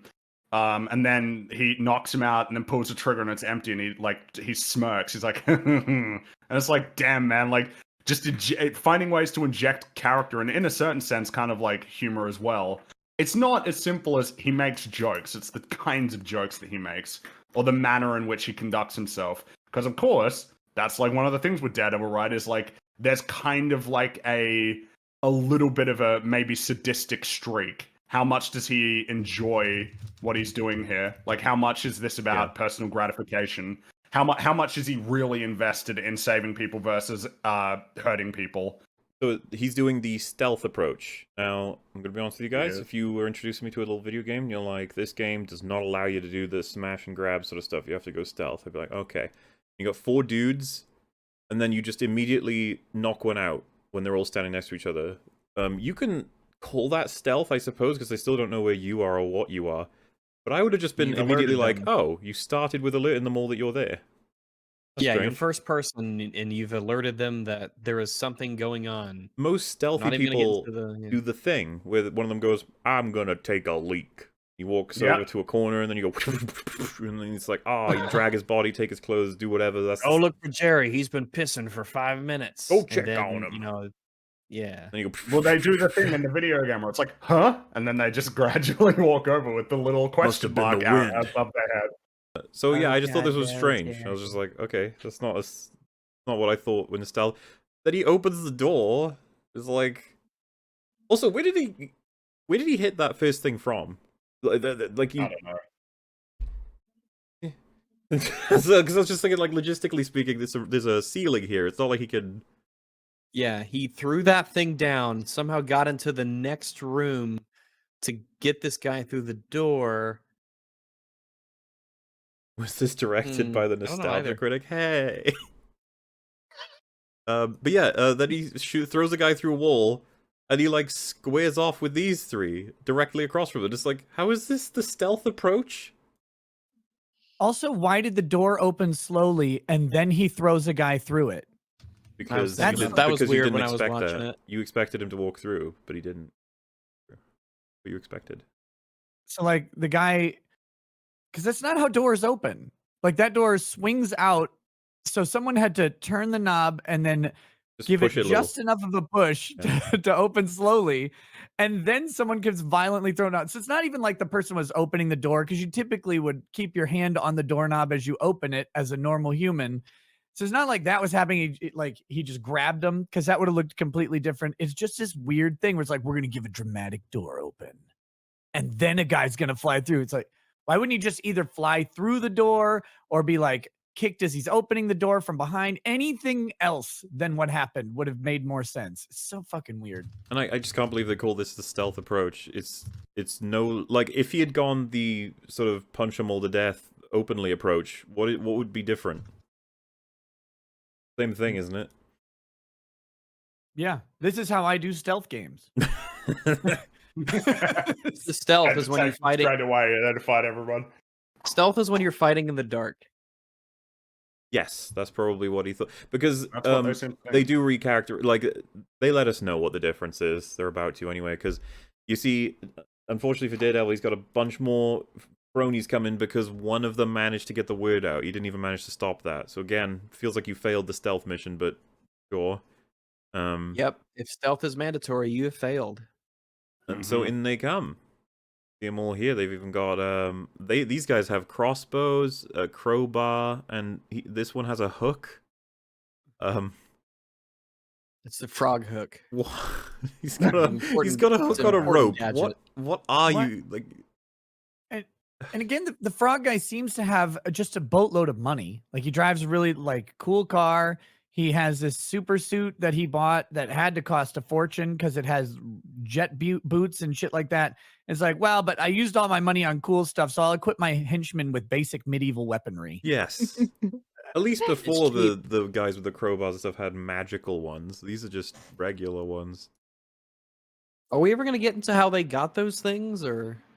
They said they took it. They actually did take it from an Asgardian, like construction worker. Yeah. Okay. Okay. That's okay. So anyway, Yep. the stealthy approach is what you just saw. go This ahead. is the non-stealth approach, where you actively just burst through the ceiling. Mm-hmm. See, makes sense. And probably kill them. Oh, probably. Yeah, Yeah, probably. Yeah, they're What a definitely sequence. But it was fun. dead. Dead. Yeah. How'd you know to do that? Also. Yeah, How She's did you listening. know to do She has that? keen hearing. Oh. Would She have been can funny if she hear just from her landed on vagina. Daredevil. Yeah, and then she says like She-Hulk smash, and it's like, hey, because I bet what happened was like, you know how like Daredevil like fights people in hallways? Wouldn't it be like clever if we subverted that by not having that happen, and like she ends the fight? It's like, yeah, so you just That's way more subvert it with rewarding like, and fun. well, it's just like the thing you did takes less work in terms of choreographing a fight scene, and it's lamer. So like, thanks. Yep. But it subverted your expectations. Right, which and is that makes really it worthwhile. awesome. You Yeah, that's subverted it really, with something really cool. worse. Yes, and you did. To be fair, I want, just in case people thought you were joking, she does say She-Hulk smash. Yeah, I'm not memeing. That's what she says. Yeah, It's incredibly lame. yeah. Mm. Because like it's a meme. Look, alright. I know we don't care that much about the Incredible Hulk from like 2008, but like when he says Hulk smashed at like the end of the movie, it's like, oh, cool. You kind of like waited a while before you had him say it, Well, this is and the then 80th it was episode accompanied by they've earned something it. really. It's Yeah. an homage to the comic book ism and the difference between the mediums, because in comic books, Hulk smash having that big giant like text of him screaming Hulk smash in the comics works because it's a comic book and it's delivering more than the actual dialogue. Like the dynamic of the writing on the page shows you just how much effort Hulk is putting into it. There's like a whole artistic influence to it. But when you get into a TV show or a movie and like he's going Hulk smash every time he hits something, it's cheesy and it's goofy. But they got to pay homage to the meme of the comic because that's the whole point, is that this is an adaptation. So in the movie, they do it at the very end. It's like, oh, this is this cool little clever payoff, a wink and a nod to the fans. But and they're like, look, we know we're fans too, but we can't do this all the time because it would sound stupid. But then they like take that here and they just go, yeah, actually, we're okay with it sounding stupid, and even worse, we'll make it She-Hulk smash. It's like the most ineffectual use of anything. Oh, God, they can't get anything right in making this show. No. I don't No. how is it constantly this bad? Also, And as I if, was like, just, I go for it. If Daredevil said it, or some other character said something like that, she would probably be so annoying about it, But well, yeah, it you would be know, like if it's he jumped in okay. and said, "I am Daredevil, the man without fear," like, and then it's just like, and also, yeah, like busted man. If somebody was standing like beyond that wall, you would have killed him. We'll get back to that later in the Oh episode. yes, there's a much worse one. Also, I'm confident at this point. Like something that I've started to realize is I'm pretty sure that one of the reasons why like the She-Hulk effect is so inconsistent is because like even though it's the same character in the same outfit, they're using different models. Because like in the fight earlier, definitely looked better than here. I don't know how that happens, other than like some bizarre compartmentalization of like visual effects work. But like I don't get it. It's so inconsistent. Like sometimes she looks like a completely different person. And all I Yeah, can I imagine is it's like different teams. You had different visual effects houses that had to create all their assets from scratch and try to make them look Yeah, they were consistent because doing they it didn't share simultaneously. resources. Yeah, Well, they I didn't. think Yeah, it they has must to not have shared do. resources. I think it has to do with different rigs because like Hulk looks so much better. It's so He obvious that does. they Yeah. used one Yeah, from the absolutely. end game, and she looks so much worse. And probably they had a multiple sort of It was. character It's rigs that they inconsistent. used. It definitely. That's got to be it because it's like I don't know what it Yeah. is because like earlier in the fight, just it's still not great, but like it looks better than here. It's a crunch reshoots. Like it's just I can't imagine like what the actual story was in terms of production, especially like the visual effects part for this show Oh my and how gosh. painful it must have been. How much didn't I get feel accounted for so on bad set. for people who Well, worked on we'll this. talk about that again in episode 9 when they do a fun little meme that they think is really fun and cute. That is kind of like One of the henchmen Ooh. have a I net. love fun Yeah. memes. He has a little handheld net thing. What? What the fuck is you about to fry some fries? You I don't motherfucker? know. Yeah, someone said it's like a bug net. It's like, yeah, I don't know. I don't know. This is his weapon. He's Netman. So He catches all the butterflies that the frog eats. Like what? I actually thought they were gonna subvert, and we didn't get the fight because she sees all the hench goons, as she calls them, and then goes, "Okay, how about we don't?" And she starts picking up an arcade machine, and I was like, "Oh, so she's gonna say like, everyone drop your weapons, you bunch of idiots, or I'll destroy this arcade case." But no, she just destroys it and then starts attacking them anyway. Why would you do that? Why would you destroy the arcade I machine? just don't. Yeah, like that's So she did that just because she wanted to annoy them. Then I Oh, guess. it's just petty. Yeah. Oh my god. But Because like I said, I was about you to know- compliment her, but like, oh yeah, threaten something that they probably want and like, and to stop fighting. But then what it is in truth, she just does here is, I just want to annoy the fuck out of you. Like, I just want okay. to break your stuff that has nothing to They're do with just- rescuing someone. Just They're a too reminder that nerdy. all of this is an extreme ethical violation of her duty to her client. Well, well. we talked about all that. It's like she's literally doesn't give a working. As she says, she's stopping him from getting in more trouble. There's already enough charges against him. She's trying Oh, to and help also him. it's worth pointing out that this scene, what happens is basically our boy Matt, just regular human, is left to fight all of these people while she just has a conversation with her client, and he's got to deal with all of these people trying to kill him, just left on his own. Yeah, well, She's what are you literally doing? working with known opposing counsel at this point against the interests of her client. Like it's phenomenal. I'll tell you what Do she's we have a busy duty doing. to tell the Springy. police, or We're something shown like that? Jacobson is tied up, and this is so hard to ignore when you see it happen fast. Gonna help him out, okay? I'm gonna nice and slow. Look at that. It looks like tubing, I guess, that he's been tied up with. Look what she does. Oh yeah. It's like it's It's an silly extension string. cord, maybe. It magically comes apart on It the looks back. like a candy. Yeah, it looks like candy. She just You could see for the little brief few Right. frames where the back just breaks open. it's like The it was back never of the attached. And strings. yeah, if anything, it should have just yanked him forward to her. Yeah, because she's No, very Oh, that because- would smart. be hilarious. She's strong, so physics don't apply. Like No, physics ceases to exist in her You know what's Yeah, funny? presence. If if they you wanted She-Hulk. Oh, sorry. Go I ahead. was just gonna be quick. If this is extension cord, which is what a lot of people at CB think it is, it would actually be tough Yeah, even could for be. She-Hulk if you wrap that up several times, and then you've just got to pull it apart. Like I don't Yeah, even know if any of us it in the would cast be. could do that with one rotation rather than. No, No, we no couldn't way. Pull, you couldn't pull that apart. No way. It's pretty tough. It But if probably they- would have hurt him more than the cable. Yeah.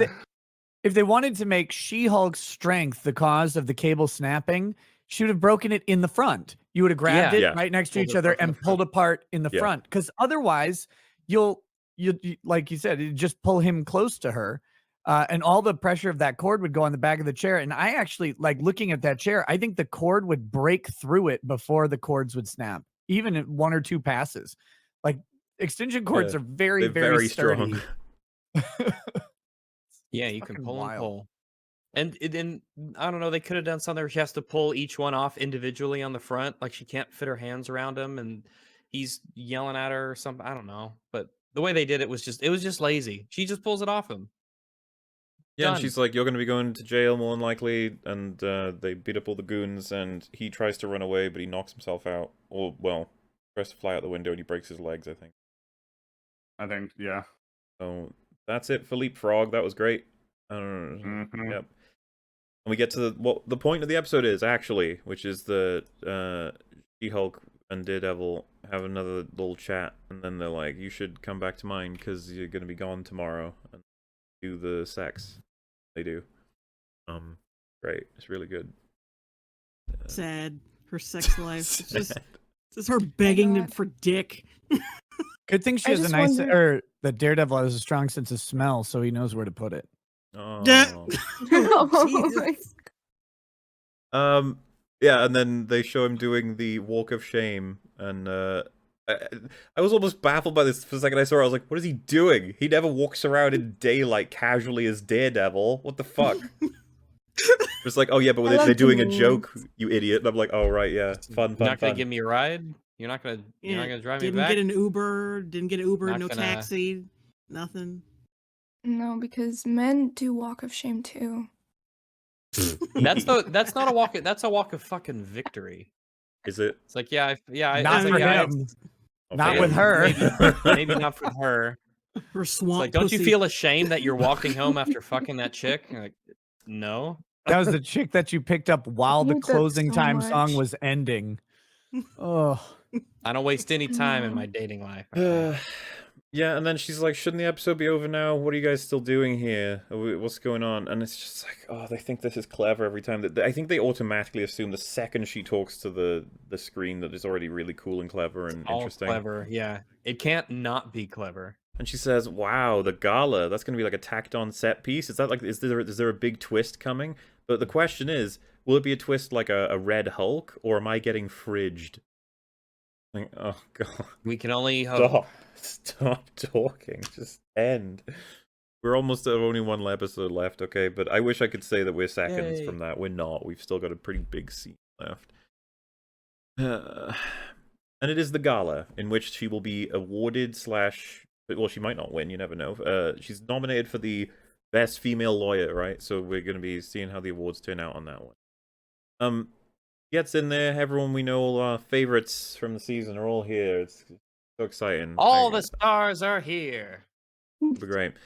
And they start introducing the whole thing. And there's this guy who's organizing it, I guess. Or maybe he's just the host, whatever. He says, educated, accomplished, beautiful, and doing everything regular lawyers do, except in high heels and backwards, I think is what he says. It comes off very beauty pageant-ish. Fringe. Regular lawyers. Not like those regular lawyers. Like, Yeah, what? not like normal lawyers. Yeah. These are Um, women, am I right? Ugh.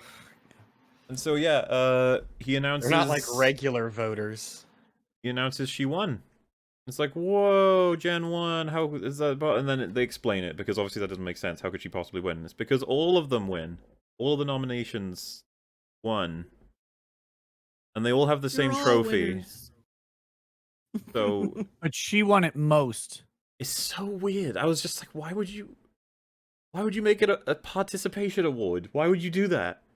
'Cause That's it's so supposed to be funny to make condescending fun of to her women. and all of the exactly. And so, who's writing this? Is it like you guys like women, right? And they're like, yeah, of course. And you're like, okay. Sometimes I get Also, confused. Who put this on? Like, okay, so you get these like super lawyer. Well, okay, super lawyer status is typically actually an advertising thing that you buy.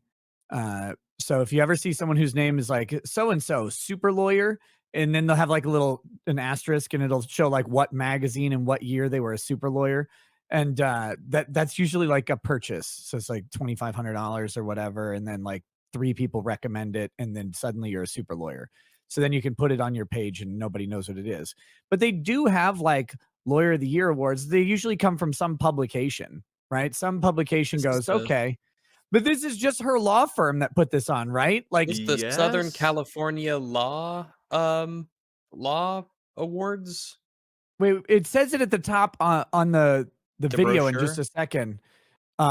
When she goes in and it's above the like list of attributes. So we'll see, but I'm pretty But sure it's yeah. just like it's either her law firm or a publication. But the way these typically work is they pick you for an award and then they just do like an interview. There, Southern California Law Awards.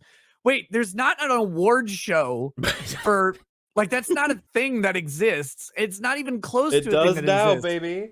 This is indistinguishable from parody, right? Because I feel like this is how we would It write is. it if we were making a joke show where they all get up on stage and then the guy is like, "What's it like being a female lawyer?" And if someone asked me, "Why did you write it that way?" and I'd be like, "Well, because being a female lawyer isn't it's being a lawyer. Like, it shouldn't be highlighting that you're a female lawyer." So the joke obviously is that they're being celebrated just for existing. Like, it's not about their talents at that point. And that they're being asked a very fucking annoying question. It would be like, "What's it like being a male YouTuber?" I'd just be like, why are you asking me that? That's a weird, like, what? And of course, then you get so special and empowering. I love it. It's like, again, I would have written it that way. I would have. Yeah, like this is parody or Like, isn't? it's funny if you are doing this on purpose, but like this show, surely you're not doing that on purpose. Like, and then Mallory Book says, "Twice the work, half the recognition." It's As like, she stands ugh. on a platform in front of people at an awards ceremony. There isn't a for- male one, I assume, or is it regular lawyer awards? Like, that's what they yeah, call it. that's what they call it. Yeah, this is the award ceremony for the normal lawyers out there, the real lawyers. Fucking weird. And then she says, "Yeah, and you're constantly being asked what it's like to be a female lawyer." It's like, you guys wrote this, okay? Mm-hmm. So is it? Yeah. What are you trying to tell me? She's such an awful lawyer. We're all awful lawyers in this. And so before She-Hulk can talk about how awesome she is, Intelligentsia hack the place. Thank oh my God. goodness. Dun dun dun. And they're like, "You think you know She-Hulk? She does not deserve your praise. She does not deserve the power." She's not a good female lawyer. She isn't virginal and celibate. They're You haven't met female lawyers, clearly. they start throwing a bunch of bullshit on screen, including but not limited to what looks like a notepad document with First Bank of LA checking nearly 4,000 and saving 8,000, and then foreign account XXXXX. It's like, what? Are you trying to show that she has like a She has to bank? pay an internet bill. Like, I don't even. Ha, she broke. It's like, it's so weird. It's like, what is this? Is this informing her slutness? That seems to be your goal. Like, so you got cable bill, hydro bill, internet bill. What the fuck are you doing? And I guess it's just Wait, like, wait. Hydro bill? That's what it says. I guess water. Yes, I but Where it- on suppose. earth calls it a hydro who bill? calls it a hydro Really? bill? Have these Cool. women ever? And you might be wondering, like, what is the plan here? Intelligentsia? This is the ultimate payoff? And then they start playing a sex tape that Josh recorded, I guess, and they copied from her phone, or I guess he would have been from his phone, whatever. And this is quite infuriating for her. And I was like, yeah, that'd be annoying for anybody to get their sex tape released, I think. That's pretty fucking annoying. But It's very cruel. It's definitely a Um, cruel thing to do to someone. But, like, obviously what I was aiming for is, like, this, just remember the context. Intelligentsia are doing this to destroy her, when it would just be like I think most people would just be like, what the fuck are you doing, man? Well, Well, Like, everybody will look yeah, at that and go, because- like, wow, that's like Yeah. a gross invasion She's- of her privacy. Like, what are you doing? Exactly. That's what. That's what everyone's gonna say. Everyone's gonna be like, "You've invaded her privacy," and like, so she has sex. Okay. This is what I'm saying, like, a lot of us, a Mhm. lot of us do. That's normal. yeah, just not everybody has assholes recording it and releasing it on the internet and stuff. So it's just like that. Yeah, basically the point we're trying to make is Intelligentsia. This isn't a great plan. This is not gonna. No, it's terrible. No one would actually be mad at her for having. No, sex everybody with would someone. hate you. It's like this was her night when she got this big award, and you were doing this like to her. Like, wow. However, intelligentsia are smarter than you think. They knew Well, exactly how because- she would react to this. I guess. Well, I mean, if you understand, like, Oh. the human mind, you leave nothing to chance. Yes. Like, and in this case, they managed to figure out exactly how she would react to this, which is not great. Not great, no. Before I explain that, was you going to say something, Nata? No, nothing. I don't believe you. Really, no. No. I'm just trying not to fall asleep. Oh no, slumber fairy. Oh, no, People no. started to call you. Okay. Mm. Hey, well, we'll be going. You're allowed to fall in and out of sleep here and there. We used to have people who did that on No. EFAP. You must wake up. No, So I'm pretty awake actually. I'm pretty All good. right, that's good. he wants it to be cut off, of course. Nothing's really getting done, but I wouldn't expect too much to be done within the first few seconds. Of course, you need to. You probably know at least someone. There's got to be some server or someone who can help with something. But you could maybe even look for some plugs, maybe. But ultimately, yeah, that's pretty awful. Hopefully, it goes off screen. She decides. Well, you can see from this expression what she's about to decide. I guess I'm just going to play it in segments because we'll be fine with like. Oh, and funnily enough, Mallory Book says don't do it. Which Don't do it, Jen. We all know that you're gonna No. Hulk out. We didn't want to talk about it, but we knew that this could be a thing that you do. No, he punches the screens. They're really trying to ham up like that we're all supposed to get that the town is still traumatized from the Hulk destroying a different town years ago. Like that's what we're supposed to get out of this, because the reaction that comes from her destroying the screen that has got her sex tape playing on it is that everybody thinks that the world is going to end by Well, her right now. The thing about it is, it's weird. She punches a hole in a TV and drags the TV down, which then apparently Yeah. crumbles the roof. You see this? Well, look, all the chandeliers are shaking and everything. Well, look Yeah. at that shot where the roof is coming, and it's like, Yeah. what? Why? Yeah. And I gotta be fair. And to it She-Hulk, lands on a he- table. Thank goodness it didn't land on someone at the table. Just to clarify, like where she punches and how she punches, they get us a decent shot of the wide of it. Like that shouldn't have happened. It should be that it gets dragged on whatever this, system is, but it starts to just dip the whole ceiling down as if someone from above is crushing it down, But as a result of that, yeah, the whole building starts to fall apart. So, And like, It's so- the load. And so Yeah. as much the as load-bearing wall. load-bearing TV, as much as I would, television screen. as much as I'd want to go as far as saying all she did was rip down some TVs, like that's not quite the same as the end of the world. For some reason, the show makes it so that it's the end of the world, and that everybody does need to actually Yeah. exit the building before they get hurt by the falling debris of the entire building. Like that's the result of her actions. The only thing I guess I could say in favor of this happening is that she does like slam the ground or slam things sometimes, and then she has like it quakes and then destroys things away from Yeah, like she could punch the ground and it has this very directed forward shockwave somehow. Just go with it, Mhm. kind of thing. Same thing with when you're clapping. It's like I feel like you'd get a little bit more a backdraft on that, so to speak. But oh well. And yeah, she's furious as fuck. Everyone's screaming and running away, and then she spots several dudes who are recording it on their phones with masks on, being like, meh. So she's like, evildoers, I shall get you because you're probably behind this. And most of them leave except for one, and then she decides to chase him. And this is where it was already really bad, but this is where it gets really bad. He's managed to get outside, and she bursts through the wall.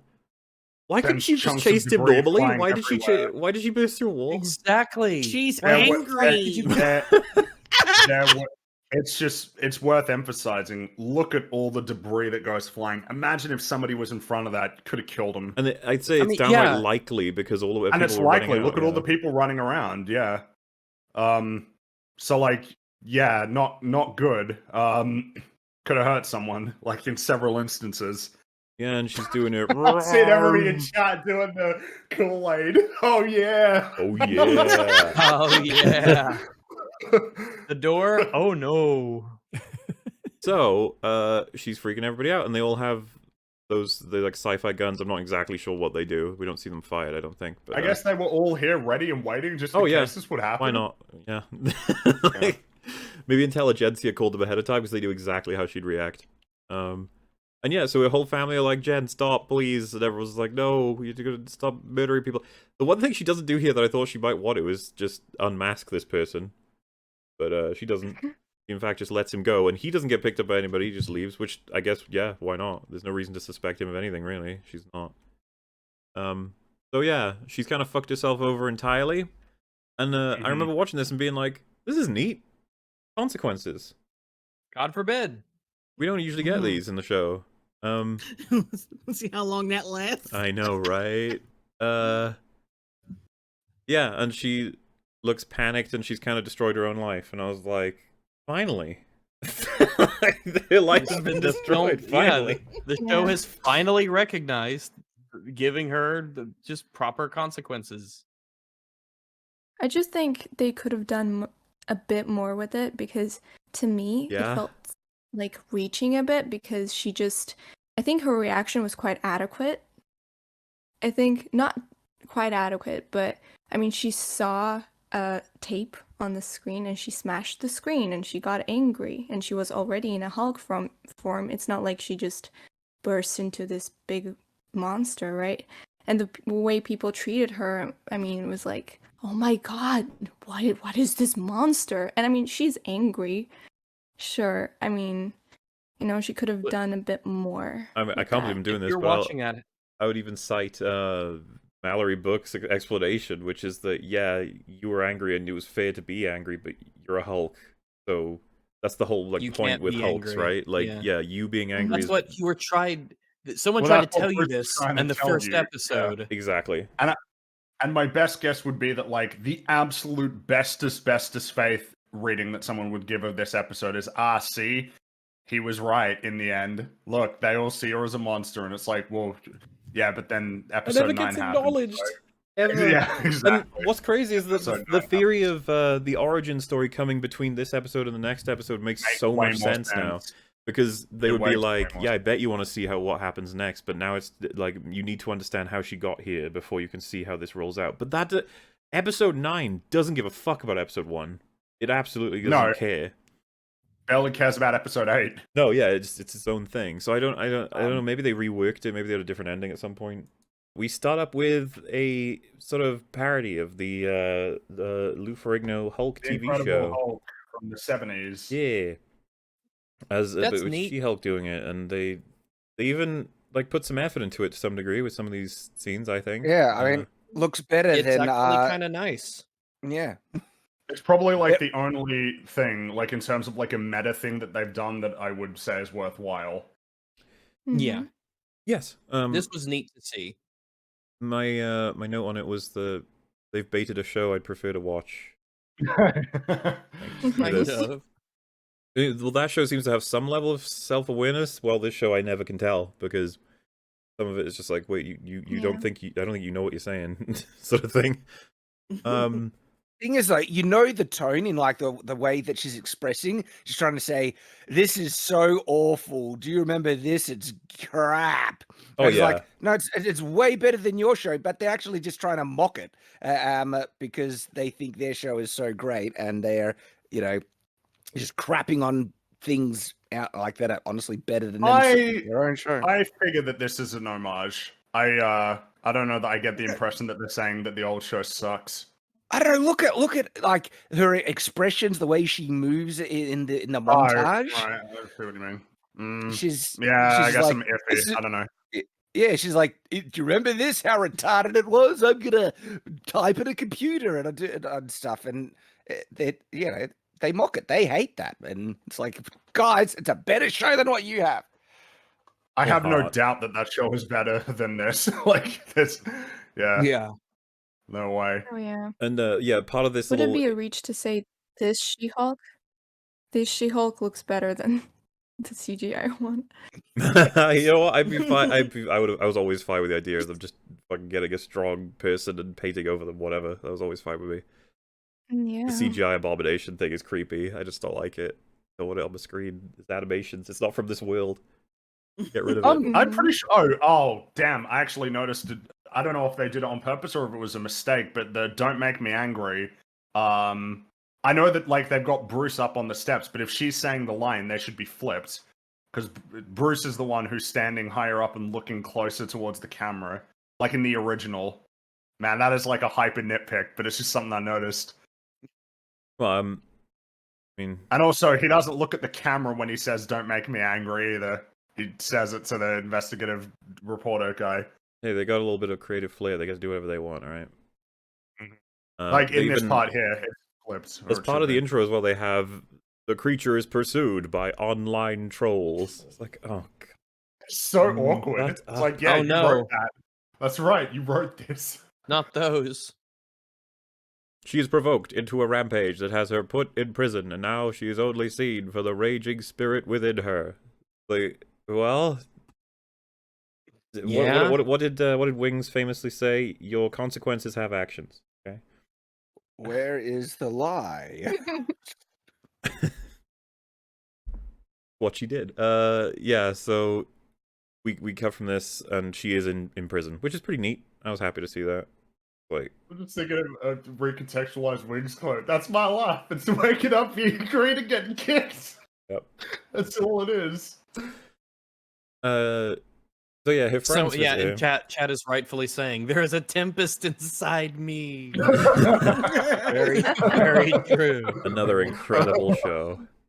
If you didn't know, we finished up our coverage of that too last week. Yeah, we did. It's been a crazy set of months. Enough Rings of Power for 2 years unless we cover people talking about it. So who knows? Who knows? Oh, you know people are going to talk about it. I've already been. I don't know. Yeah, I was going to say, Chad, how much do you think their passions There'll be will remain? articles, I guess. Yeah, but yeah, definitely. I don't know about many videos. Yeah, well, I don't think there's going to be as much defense for it as The Last Jedi, so... No, I don't think so. I do not think so, yeah. But I've been linked to a couple articles here. I guess one is actually quite topical to our immediate discussion. Let me grab it real quick. Boop, boo. There's that one, and then there's this one here. Rings of Power She-Hulk controversy. How does that work? They runaway successes? Well, she just broke out of her. She broke out of her Disney app and went over to Amazon. Isn't like a season 2 for She-Hulk in doubt at this stage? Like they're not sure if they're going to do it. Why the fuck? Yes. I just... God, if I was on the board, I'd just be like, guys, that was a disaster. Can we please not do that again? Make an actual television show? Like I would point to Matt Wood and be like, look, it was funny the first time. It was. But like we need to stop actually and stop, you know. We have to make money. Yeah, like don't do it like they did. There's no way they're happy with the response. She-Hulk is a runaway success in that success is running the fuck away from it. That makes sense. Oh, yeah. So, lawyers are here, and they're going to let her know what the result is, and she immediately is like, this was a targeted attack. We need to get the names of the people who hacked my phone. They need to be prosecuted. And then Book is like, you took the bait. Which, I don't know, man. That justifies any crime right there. Well, no, you took the bait, though. I was kind of with her on the sense that she's not. I don't think she's talking about that. She's talking about the fact that it's like what you've done is now going to have to be dealt with. Like whether or not they did actually hack into your phone, you kind of, like if someone releases the bigger issue, steals your info and releases it online, it's like yeah, definitely there should be repercussions for that. But then when you destroy like a building and threaten people's lives as a result of it, it's like oh well, now we got to talk about that because that's kind of bigger. Yeah, like these are two separate matters. Like sure, you can do that, but that's got like no bearing on this current issue that we're dealing with.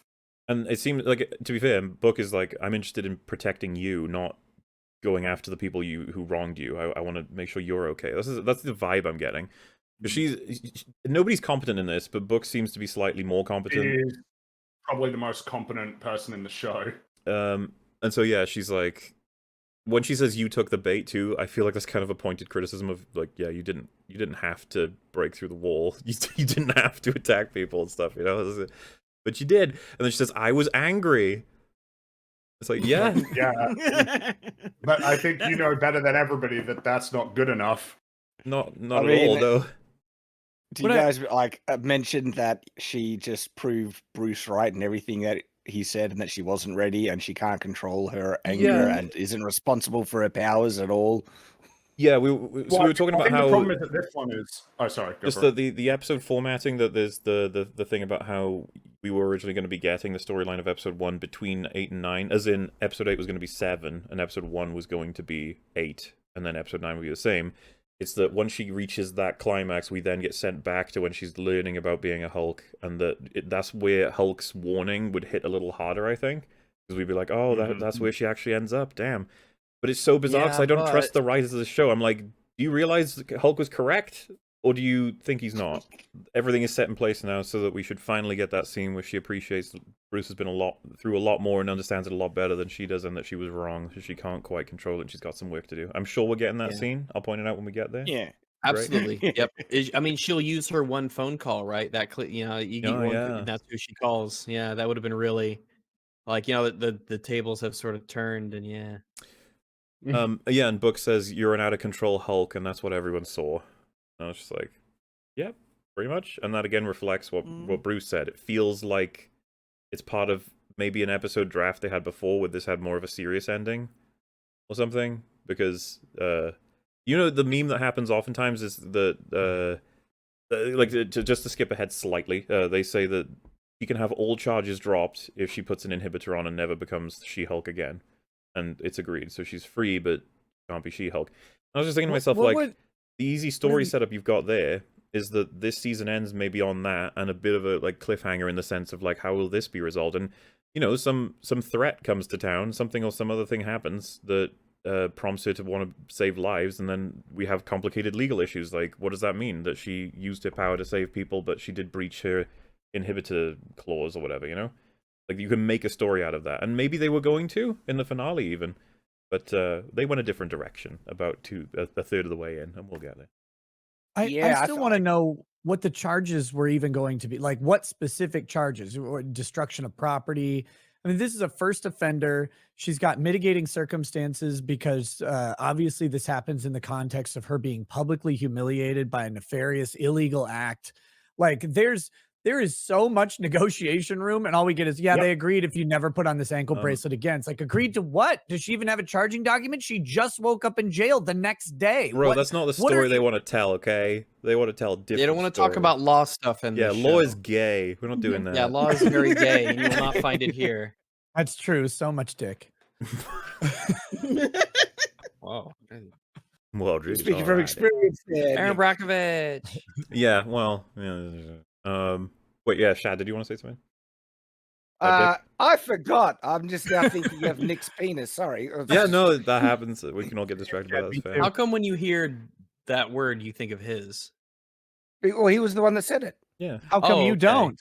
Yeah. I can't. I don't want to play favorites. So, I want it known that if someone said, all the characters suck and there's no one that's likable in the show, I'd be like, hey, I like the dad. Your dad is the only person I think in the whole show that I kind of find fine throughout. I agree. Think you're right. Yeah, I legitimately think you're right. Yeah. And I actually thought his line when he picks her up from prison is quite funny. He says, "Don't worry, honey. People go to prison every day." But it doesn't make any sense at all. But it sounds like an attempt at a dad just trying to comfort somebody. This don't worry, it's perfectly normal. She loses her apartment here, and so you guys, I caught a little brief bit at the tail end of the last one that it shows her bank account, and it's bizarre because she should be earning way more money, and so what that implies that she's been blowing huge paychecks on what looks to be booze and clothes, which is so irresponsible and unlikable. Well, they just can't help themselves. No, I agree. Yeah, it's bizarre, and they leave us because this is the thing about storytelling. A lot of the time, it's like, well, why don't you just assume it's a plot hole and the money's been disappeared? And it's like, well, I'd rather assume the thing that makes more sense, which she's been spending it all. That's something that makes the story more coherent. And what is the? It's the writers inserting themselves again because they're probably struggling writers and they don't have a lot of money, and they'll be thinking, well, if I lost my job, I'd lose my apartment, because they're too dumb to realize that, hey, lawyers earn a lot more. Well, not only that, but they've bought apartments in California, which is probably one room costs $10 billion a month. Yeah, because they have to and live it only there. flashed. And they decided to put it in specifically with those numbers just to have it flash down the screen for just a moment. So you wonder, were they trying to tell us something? Is that just what they think a lawyer so has in terms of money? my theory would just be that when they were putting it up, they were like, put pictures of Captain America's ass to show that they got into the photos, because they even have a photo, like a selfie in there. Show some of her conversations on Matcha, which they do, and it's like, and then we'll get to the sex tape. What else can we throw in there? It's like, bills? Bills, yeah, they hack her phone and they have her bills. It's like, sure. What else? Isn't that enough? It's like, is there anything else? Like bank details. What do bank details even look like? Like, get a notepad open and type, How much checking money account, you have in your this account? much. Yeah. What's a lot of money? I don't know. For a lawyer, Should we $5,000. go to our bank, get one of those like receipts, and then like copy that essentially, and just of course change all the information so you know what it looks like? Also, the implication here is that she got out and cut perfectly a picture of Hulk King's icon from the internet.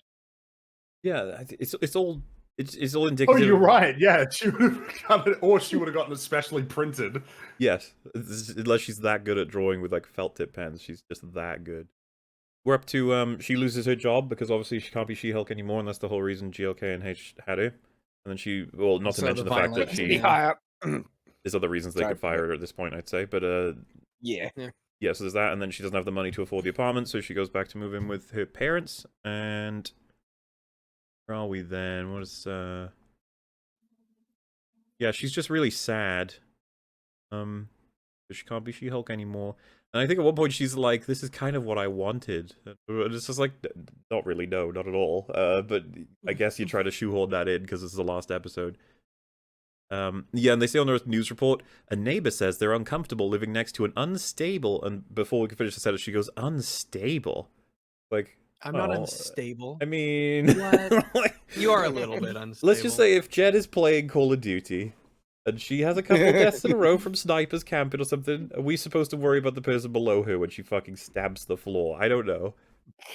I don't know. Throws I the hope that's not controller me into down there. orbit, knocks over the Yeah. building, kills two Knocks people. down in the a process. satellite. Yeah, it's a little bit unstable, yeah. Like, holy crap, I wouldn't even want to play Monopoly with this crazy No. woman. It's like, oh. Oh yeah, and I thought it was funny when the dad sprayed the reporters off with his little hose. I love Yeah. that. He seems to be the only. Yeah, he's like the actually only good character. Yeah, I haven't forgotten He's that looking out when for his daughter. when she was attacked by the stupid whatever people, that he was like, he wants to install things to help her with security, and she's like, I don't need it, I'm a Hulk, and he's like, I don't, hey, you're my daughter, sort of thing, and it's like, oh, that's cute. Yeah. Yeah, how and do when you she's raise at dinner, such a he takes her cunt? to a private room. Yeah. I'm sorry, what are you doing in this show, kind person? Like, why are you here? And he's a guy too. Ooh, Hmm. maybe Oh, yeah, writers they are not fucked up. sexist after all. I don't know, maybe he'll turn out to be Dr. Doom later or something. Yeah, so she set up a thing to see if she can trace, you know, the intelligentsia people. And she's like, this platform is operated by shell companies outside of America. One of them is going to slip up at some point and we'll destroy them legally. Like, okay. I guess that's the new plot thrust then. She's going after the people who released her information. It's like, fine, okay. Hang on, like some person that just set up like a random website needed shell companies and stuff to do it.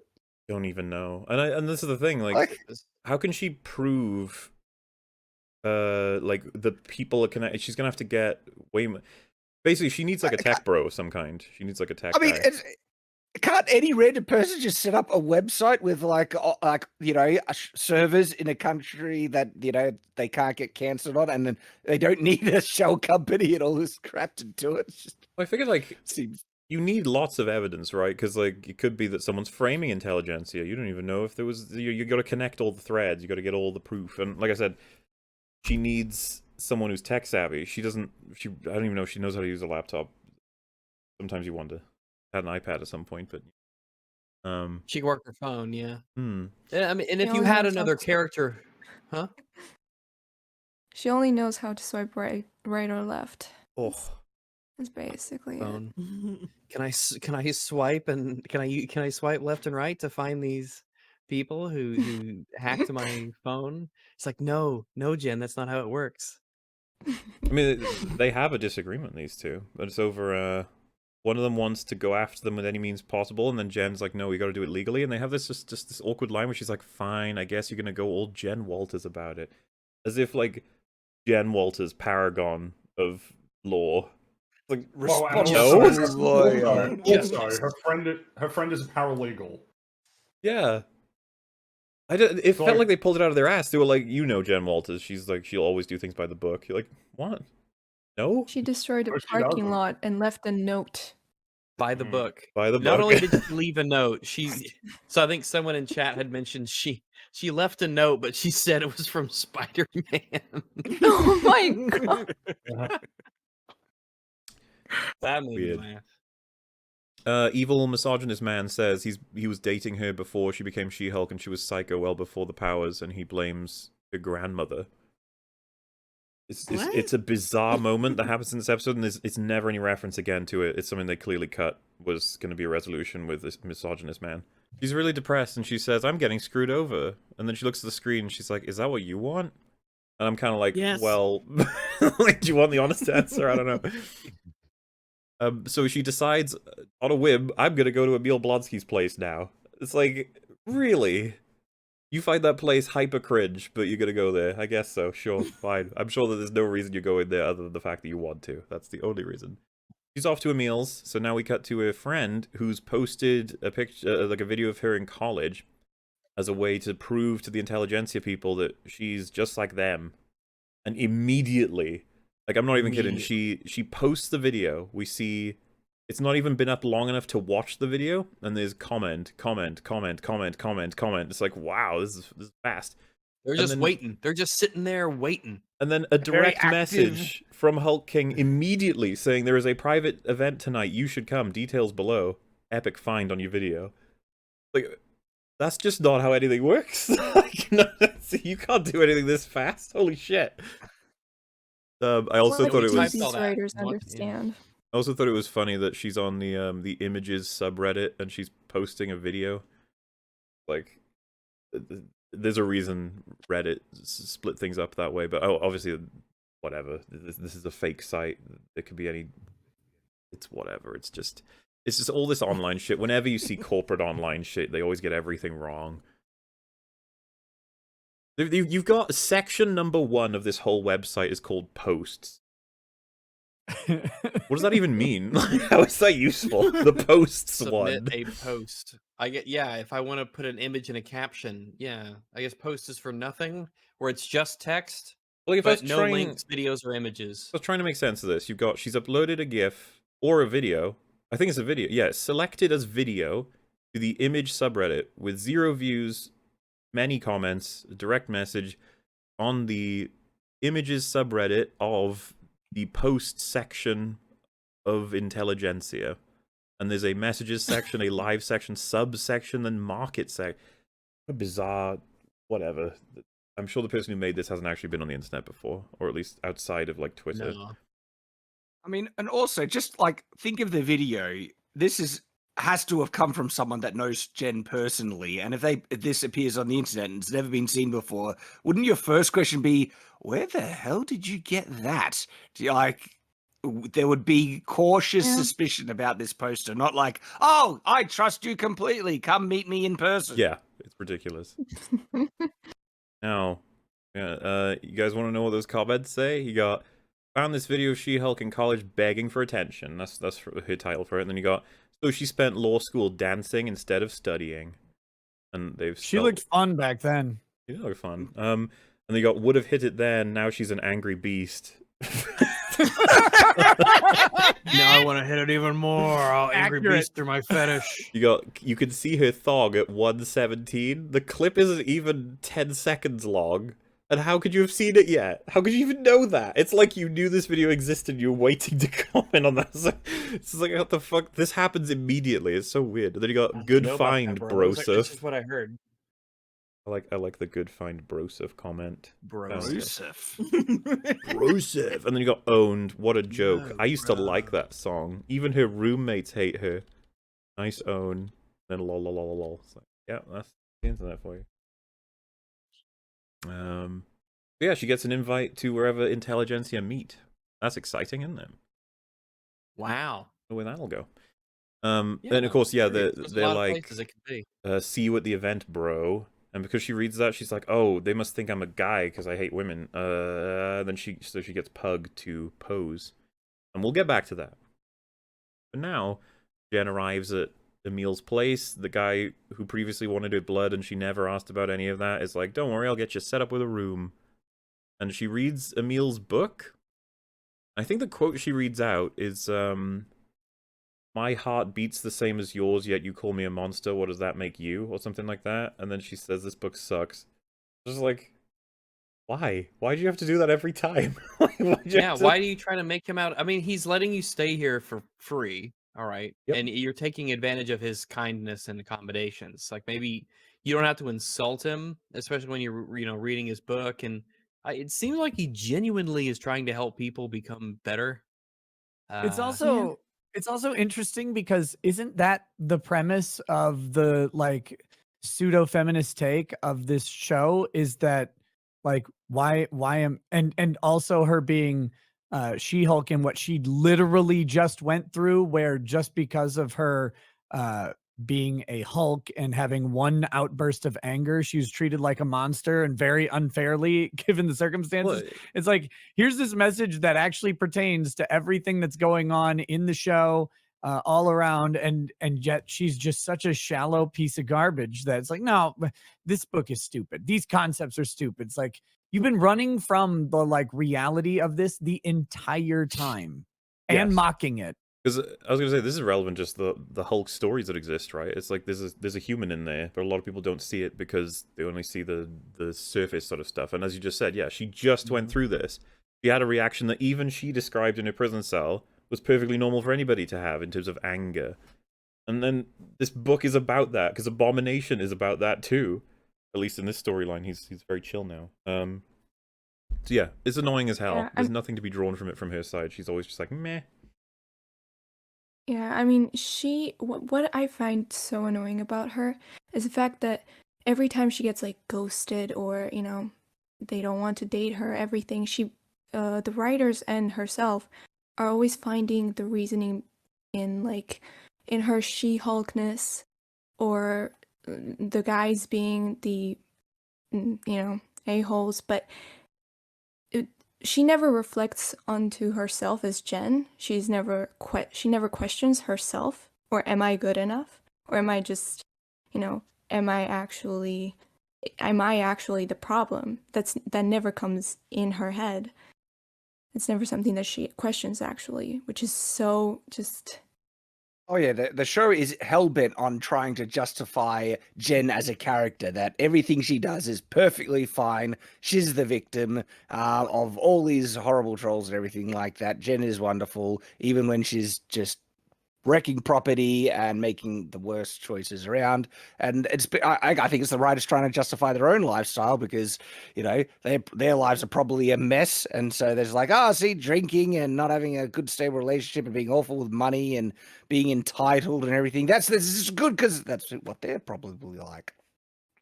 There's never that. Yeah, this show does not seem like it was written by people who have a lot of those silent introspective moments, think about, what's within them, and they're not into that self-betterment sort of thing. I mean, they seem to mock the self-betterment, character whenever they can. Yeah. What was the other thing they've been doing that? It was mocking mindfulness and stuff. It was She-Hulk again, wasn't it?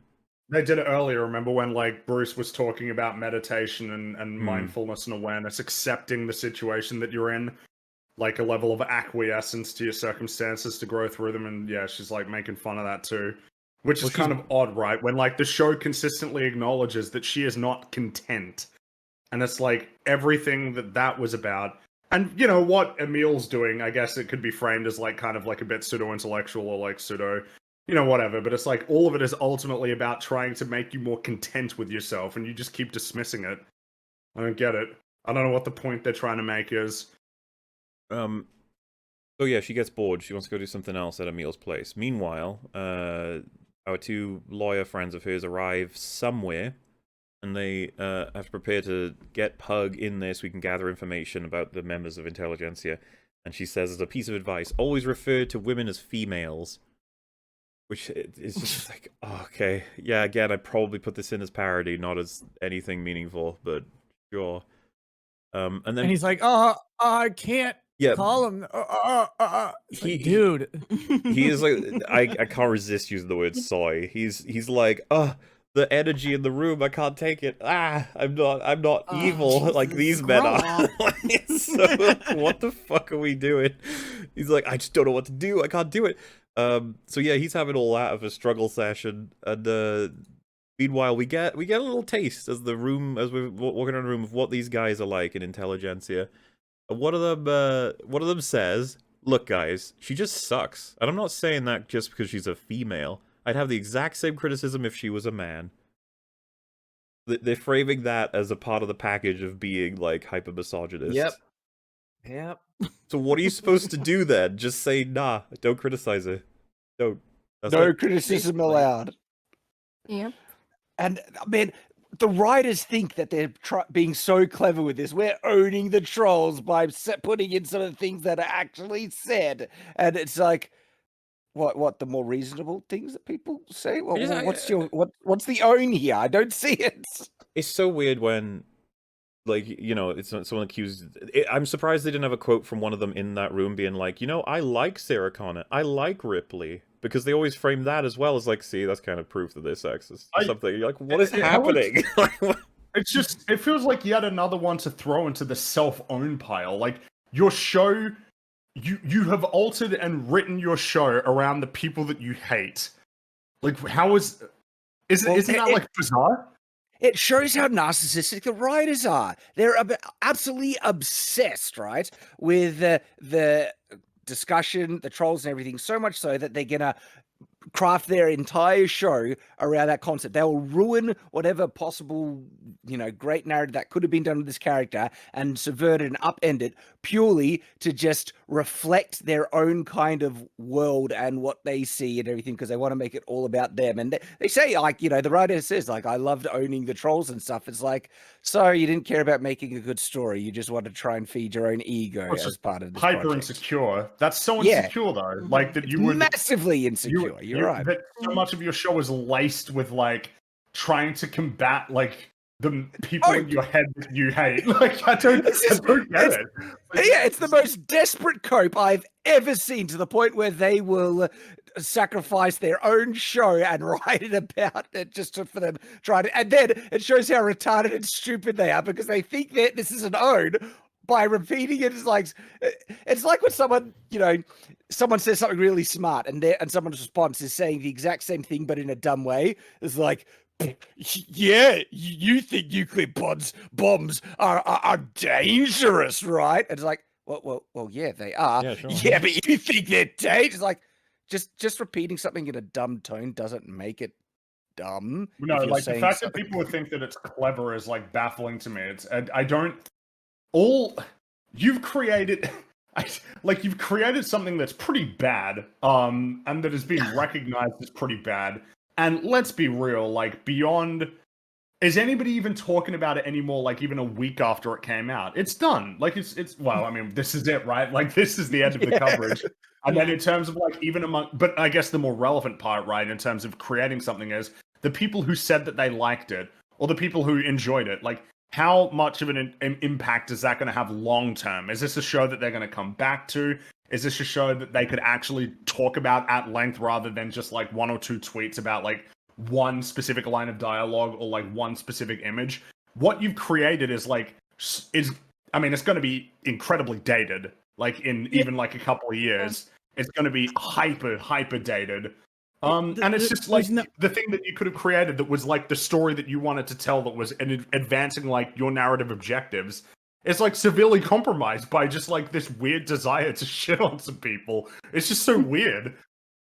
This has no rewatch quality. I still can't see anybody just, like, one day, like, man, you know what? Turn She-Hulk on. Turn that shit up. Yeah, like, what would motivate like somebody She-Hulk. Yeah, you know, I really feel like rewatching She-Hulk Attorney at Law. I loved how, like, I love that scene where I love that part where like, you know, I love the like, part where she got her hole filled. That was nice. Yeah, I think the only thing that this show will do, not in the long run, but I feel like it will do is just give more give more ability to people to say, well, women cannot write great characters or great female characters, or female characters cannot be great, because I already see that narrative of, oh, females written by males, and, well, She-Hulk is written by a woman. And yeah, it's just, it's so annoying. It's so Yeah, annoying to see. they're shooting themselves in the foot. They want to, like, Yeah. represent, and this is how you represent. Also, yeah, just to, and in case there was any confusion, because I found it so odd as well to make fun of that line specifically. The whole I'm not saying she just sucks because she's a girl. I say the same if she was a man. Recently, we have annihilated many main characters that are men in loads of different fictions. Like, trust me, we don't only go after the women. That's not a thing. Oh yeah. There are a lot of really, really bad male characters that get written, and we there's several in your own show, so don't you worry about it. But well, just on top of that, quickly, it's just like if it were a common thing that's said like that, but it was just 2 + 2 = 4, like you were saying about the nuke example. It's like, why throw that in there? Like, it just makes you look so awful. Like, you haven't even presented a counter. You're just saying that's a thing they say. It's like, well, okay. It's good that they say that. It's good that they don't specifically go after women, is it not? Like, what is happening? It's that when they say that, we don't believe them. We writers, we don't believe them when they say that. So Well, when the they say proof's that, in the it's a pudding, is lie. it not? I'm assuming if Intelligentsia is a site solely about the badness that is She-Hulk, it's like, well, yeah, I guess that's true then. But if they have whole sections of the internet that are all about other heroes, then I guess they do for everybody. Well, this is the thing. The guy that's saying it, he literally says, Lady Thor, she sucks. And I'm not saying this because she's a woman. I'd have the same criticism if she was the man. But I was like, but why does she suck? Because if he says, like, Lady Thor, she sucks because what was one of the crappy things that Jane Foster did in the Thor movie? I'm trying to remember. I cannot remember. Oh, this imagine so watching much. that movie. It's just Don't recommend my it. brain. To be fair, I think she came out a little better than a lot of the characters did for, like, immoral She did. actions. I can't remember. She must. Well, I mean, she sacrificed her life to save a bunch of people, which is nice, right? Like, that's just a I mean, heroic because thing. I'm not even going to get into the mechanics. Go on. Well, yeah, yeah. But I guess it's one of the problems, right, of like the way that they've written this, I don't know, like satire or social commentary, is that you're trying to map conversations that people have about fictional characters and the role that they play in a story directly into a world where they are actual people who exist.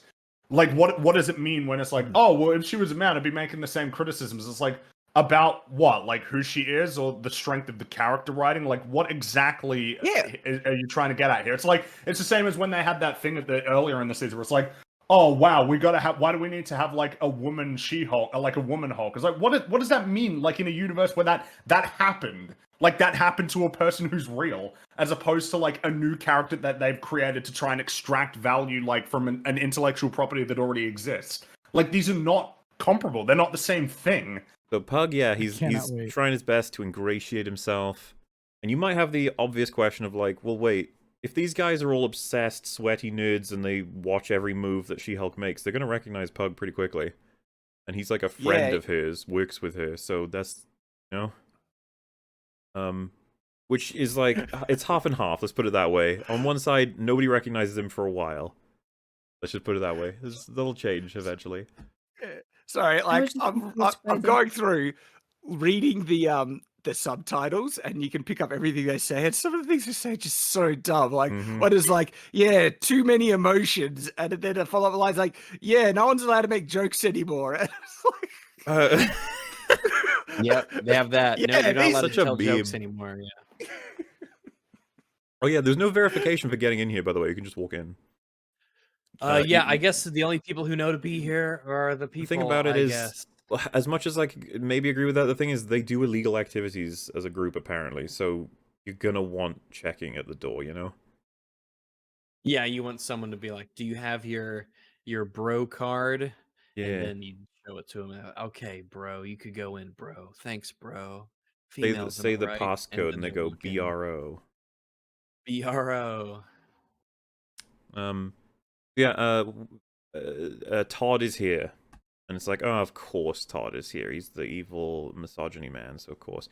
And he says Pug, and we're like, oh no, the stakes have been raised because we like Pug. We wouldn't want Pug to be exposed. And he recognizes him because he knows him from the law firm. He's like, oh, no, no, no, no. And then he goes, this guy rules. I knew he'd be one of us. And, like, hates women sort of thing. And it's like, okay, Yes. all right. I knew he was a fellow misogynist. I could smell it. My fellow incel. That was constantly My making a fellow not reaction. sex haver. Was what he says, like, this guy rules to, like, give him, you know, some clout for everyone else. He says, and he's hot. And then all the other guys are like, wait, what? And then even Pug is like, wait, what? And what's I think it's the. what are we doing? I think they're trying did to it. say that a lot of us are repressing our homosexuality. And that's why we hate Yes. women, right? 100%. It's Which is- it's an element of all It's a these full guys. I bet a lot of package. them are actually gay. I can What's speak that? for all of us when I say it's true. 100%. Oh, well, I don't repress my gayness. I let it blossom. No, this is what it looks like when you have repressed it, Rags. That's how powerful it is. But hang on. Oh wow! Oh These yeah. writers- I haven't turned it up to 10 yet. I thought these writers were supposed to be like allies and LGBT positive and all that What's the stuff, reason? and now they're trying to say that there's something bad about Imagine- being gay from their perspective. What? Imagine I being the think gay I'm saying guy. It's bad that they hide it. It's bad that they repress that. No, part yeah, of course, but themselves. interpret Really it a little less, like generously. And if you were the gay guy in the boardroom and all the women are talking and writing this scene, and they're like, I mean, the most common reason a guy is gonna hate a woman just because he's fucking gay and he doesn't like accept that. I imagine the gay guy would be like, wow. Like, and she's like, no, not you because you're open. I'm talking about like repressed gay men. It's like, still, Yeah, repressed gay wow, people are- still wow. Those fuckers Those gays haven't with even their come out of the women closet yet. Join the fight, coward. And so, yeah, I I don't think know. I think the message here was that they're either repressing their homosexuality or that everyone else in the group doesn't like homosexuals because he like instantly takes it back and tries to. Well, yeah, because skirt they're back all down like, from it. wait, what the fuck? Take your Alright. shirt off. Yeah. let me Take your clothes off. Show us how gay you are. Wouldn't that be gay? if you Wouldn't that be did? so gay? Bro job. So, Balls don't touch, bro. The So then he- dialogue and lines just continually cringe because yes. oh yeah, I was just saying. He goes on like, she sucks. Is she as strong as the Hulk? Is she as smart as the Hulk? And it's like, all they're saying is that she's not as strong or smart, but they're not necessarily pointing out all the actual things that make her awful, like destroying Yeah. property and other things like that. Like, They completely missed all of the references for why she's an awful human being. Instead, they're She's just like, also- she's not cool, guys. She's cool. She's also definitely demonstrably less smart. Oh, yeah.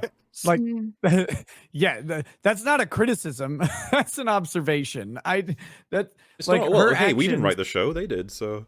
Exactly. That's the funny thing about it is all of the failings of the character belong to you writers, and you're recognizing them constantly and pointing them all out. of the people who say it. Everyone in that barn who's like, yeah, she's not as strong or smart as the Hulk, and everyone's like, yeah, we And- are not also though. and it was bizarre. Did they really feel that people would have like this desire and necessity to say these things with other people in person when usually like just trolling criticism it's online and has no real manifestation in like where I You need go to to meet with misogy- people who think But you don't go to misogyny meetups? no, they don't. Oh, I need to send Yeah, you the okay. I contact didn't details see of you the at the that last Mahler one, and I go Shan. to. I was going to say, I'm Yeah, pretty sure I saw you there, but... You know, Yeah, the one we go to, there's there's plenty of room, man. We're always looking to add new members. We're Hell meeting yeah. up in Alright. a barn. We're meeting up in a barn somewhere. Also, just the guy in the Sell chainmail print t-shirts. hoodie that was in the corner in the last one, that wasn't me either. Uh-huh. Yeah, just- Powering up Oh, your, you're- recharging your misogyny cells. Don't want anyone to know. the So- armor of madness. Yeah, one of them says she didn't even earn her powers, and then she recommends him say she got everything through nepotism, and then he says it, and then they all go yeah, and it's like, oh, good job, nice one, bro. It's like, well, so I'm pretty sure that comment, the underlying thing is just that everything's been handed to her. And why? It's like, well, she happened to be related to Hulk. That's the only reason, really. It's just a fact. I was gonna say, like, they wrote the show. I didn't. I don't know why you blaming me. Yeah, I mean that is correct. Yeah. the Yeah, she would have. But- Go ahead. I haven't heard that as an actual like troll criticism. that's Like, the- where are they repeating that from? I was like, there's lots of superheroes that get their powers through circumstantial things where it's just given to them. Sometimes they're just friggin' born with it.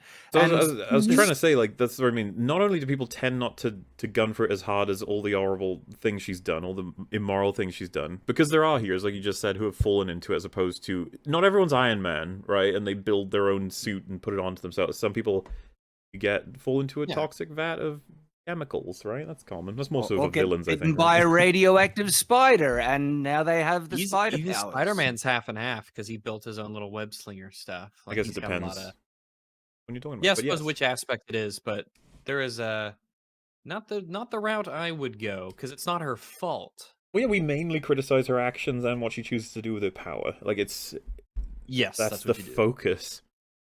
But this is what I mean. They want to have the cake and eat it too, right? They want to be like, whatever, criticize away, whatever you want. We're having fun. We're doing it. And then their show is filled with caricatures of their critics.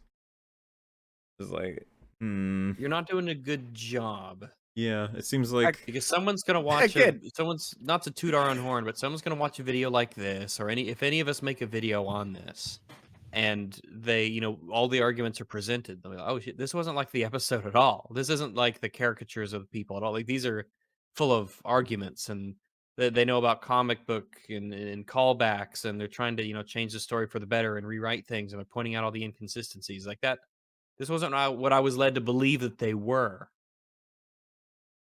It's once again they think this is such a funny own where they're like, we love trolling the trolls, and all it does is make them and reveal them to be astronomical morons. This just makes you look stupid if you think this is an own. Like, really, it's Well, the fact that- laughably dumb. The fact that you made the main villains of your show trolls is the best thing you could do for trolls. The fact that you put them in their show so prominently. It's like, we clearly bother you so much. I'm saying we as if we're trolls. We bother them so much. They think about us so much that they have to spend all of this time and effort and money to make a show where we are the main villains. We've done such a good job. We know that it works. They just This is handed confirmation those that it trolls. works. I know that, like, the biggest win ever. They are so insecure. They made a whole show's like they went that. Oh wow. I think we can all speak from personal experience that if you give any amount of attention to a troll or someone, it's gonna backfire always. Like, Absolutely, you ignore them. Of course, it's like one of the first rules of the internet. It's Cardinal like rule, yeah. literally just Wait, ignore wait. them. You guys need to stop. Are you serious? You're going to sit here right now and suggest that people with like a, $50 million show budget should ignore people who are on Twitter? Like that they shouldn't.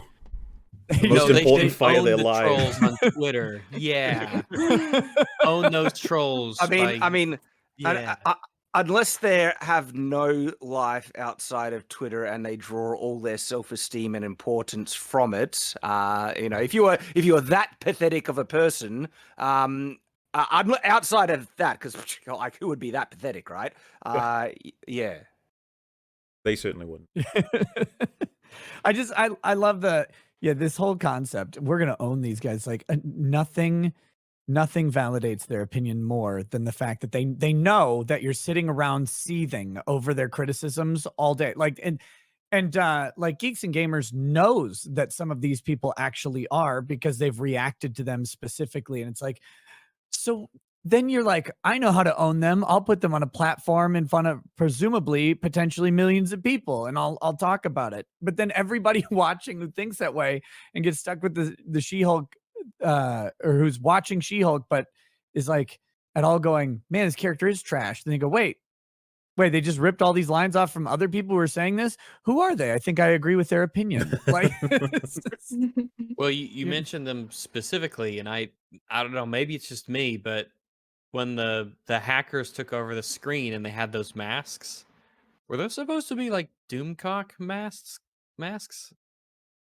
I don't know. Is that because it looked kind of like it could be. It's that, but I had heard one possible explanation that it could be kind of like, I call it conversion evolution, where there are these type of masks that you can get have a similar profile. So But it's either one or the other. I would literally, if they were like, this is a fucking guy who talks about it looks kind of like this, let's make fun of it. Like, I could believe that. Nothing would surprise me anymore like, about how they made this fucking thing. So yeah, at one point he's like, someone says, "Did she sleep with her boss?" And then Pug goes, "Yeah," and it pisses me off. And they all go, "Yeah, wow, we're vibing." Yeah. And I was just like, hang on. He's like a huge font of information. They should be clamoring for every last detail he would have. He would have all You of the worked details. with her, bro. He just confirmed that she got the job by sleeping with the boss. Like, that's huge. That's actually something. They haven't got anything, really. Yeah.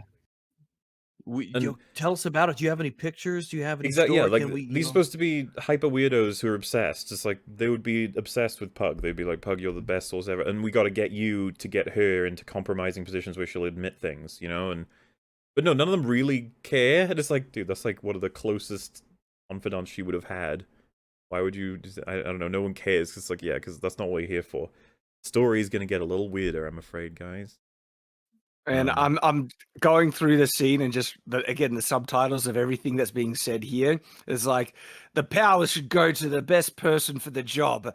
And it's so stupid. That's what we these always say. writers. You've said that so many times. Every time I know, on EFAP. right? It's like one of the whole concepts of the superhero genre is that oftentimes powers come to the unworthy and they need to learn how to learn the response. That the Spider-Man, he was unworthy for his powers, misused them, didn't use them responsibly, and as a result, inadvertently let the bad guy got away who killed his uncle, and he had a massive it's the reverse. right, The yeah. nerds actually understand that oftentimes powers come to the unworthy, and it's the arc of the story. And so this line is clearly like they're trying to validate diversity hiring.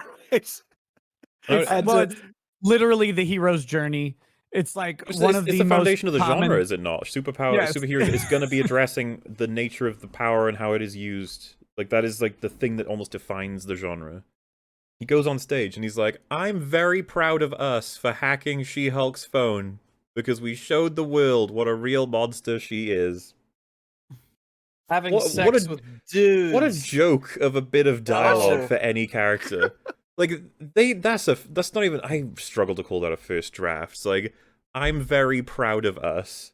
Like, Jesus. And then for hacking She-Hulk's phone because we show the world what a monster she is by that she has sex. You're like, why do you couldn't even try? Couldn't even try. Nothing. It feels like didn't even try. Yeah. Because like I guess that's what is it supposed to be, that she's like all of these guys are just I don't even know. It's tough to say. Then Abomination trying to portray all these guys as incels when they're actually all really well dressed and well presented and stuff. It's like, I don't know. They should make them all they slimy and didn't sweaty. loserify him. Yeah, they didn't. There was nothing about how Pug was like, "Man, it smells. Why does no one wear deodorant?" They all just seem to be normal people. Because that's the truth Shield's trying to expose. The normal man is a misogynist. They could be your neighbors. Anywhere. They could be anywhere. Yeah, we had the same thought. Underneath the floor. I'm being a misogynist from inside the house. But yeah, then it's revealed that they've got a guest speaker, and it is Abomination, which is immediately... It's so funny how brains work. You're like, wait, but what about the inhibitor? And I could honestly see the writers being like, inhibitor? We're not doing that anymore. Like, no, we had that one scene where she had it, and that's it. No, I'm talking about Abomination. Oh, okay, I got you. So the fact that he's Abomination means that it should trigger the inhibitor, right? And it should, yes, which means he knows, especially as of 2 episodes ago, if that thing, even gets malfunctions a little bit, people are going to come out and check. Yep. So, and also he can't get big without breaking it. You'd think so. You would think so. It would be designed in the case of if he turns into Abomination, it will break, and that will automatically send a signal. Is the implication that he'll do the speaking arrangement, then he'll go back to normal Emil, and then they'll come and check, and he'll be like, "Oh, I was rescuing my chicken from the fence." That's what that triggering was. So it was supposed to be a lie the whole time? So I guess that he has been... Yeah, well, he does pretty much say he does this for money, which is okay, right? there's more to talk about on that in a sec. But yeah, he just and so what a shit inhibitor and what a shit service to prevent him from becoming, because he can just do whatever he wants and then say he was hit by something shocking. Gotcha. I suppose, yeah. Even though Because he any must of not these do this guys, often.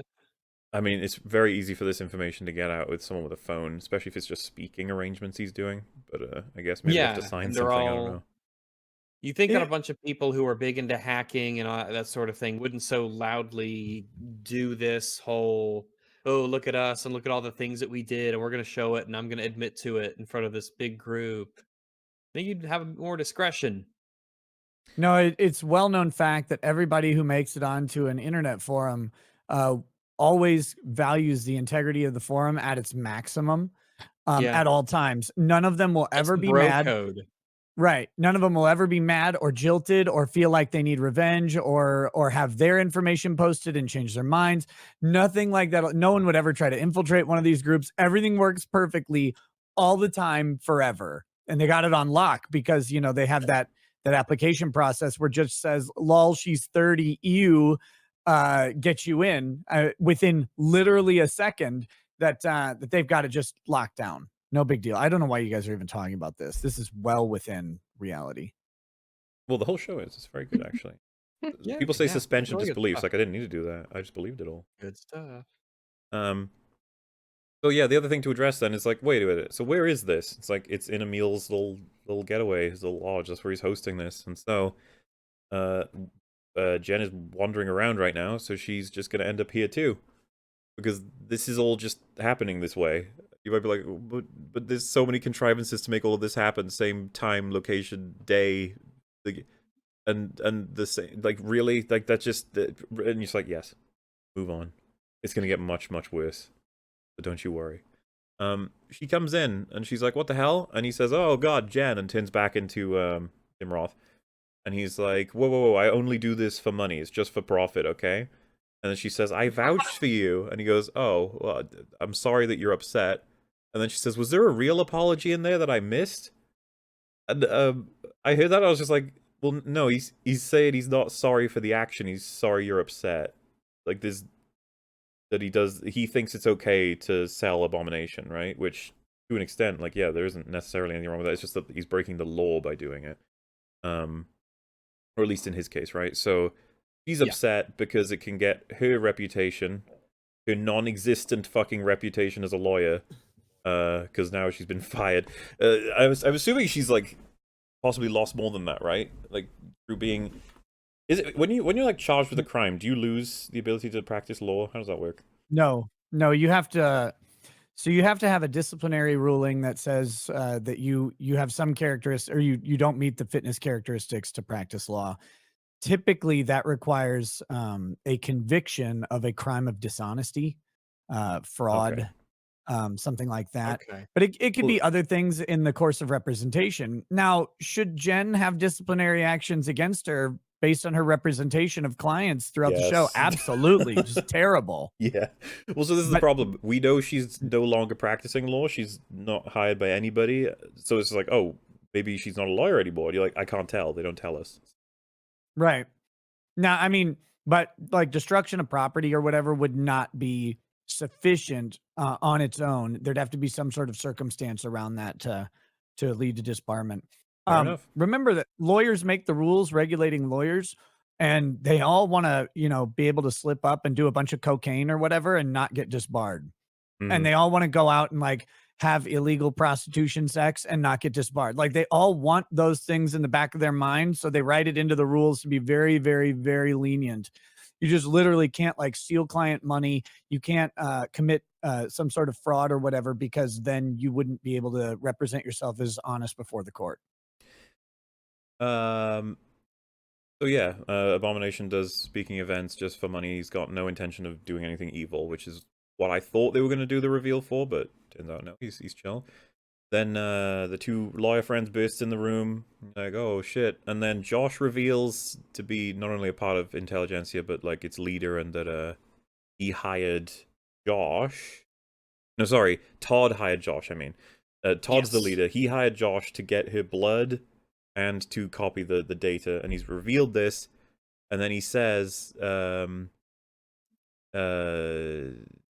I didn't get handed superpowers. I had to earn them, as he is handed the superpowers, because they're very funny and very clever when they made this show. The only thing about that I wonder is, like, okay, being handed superheroes does not make you a bad superhero. That's not the crux of it. She was pretty much handed them too. So if you're trying to say, like, see, he was handed them, he's actually the one that was wrong, it's like, well, so was she, but... Well, he worked harder to get him because he made this whole site and he organized all this together and he started this plan. He started the plan to get with Josh and everything. It's like, if anything, he did, I mean, not earn, but, you know, work towards getting those powers so that he could get that vial. I just want to be clear that I understand what the show's trying to do here, right? It's just trying to be like, he's a hypocrite. And I'd be like, okay, yeah, fine. But I don't agree with his position anyway. Like, the nature of you acquiring your powers doesn't necessarily say anything about you. Oftentimes we wait until to see what they do with them. The fact is, like, this doesn't change the fact that she was basically thrust into having powers. That's, like, a big part of this story, was how she's dealing with that. So, I don't know. But anyway, he's got her blood. He injects it. And he becomes the cringiest Hulk that you've ever seen in your entire life. And also, people might try and say, yes, people might try and say, oh, no, you can't criticize this because they knowingly abandoned this plot thread. It's like, no, wait. They actually spent several episodes building this plot line up. And the fact that they abandoned it later just actually destroys the reality of what happened. The guy was there. He did steal her blood. Now, where is that gone? Nowhere. It's literally ripped from reality. It doesn't exist anymore. But the thing is, no, because they did build it up, I feel this was unintentionally where they were intending for the show to go, and when it goes off the rail, was all part of the rewrite because it was so crap and cringe. Oh, like, we have tons of examples, right? They have the evidence. They have the blood thing in with Hulk. He's like, I can't get it, and then of course the fact that they had the blood stuff with those guys earlier in the season, like it was a consistent thing.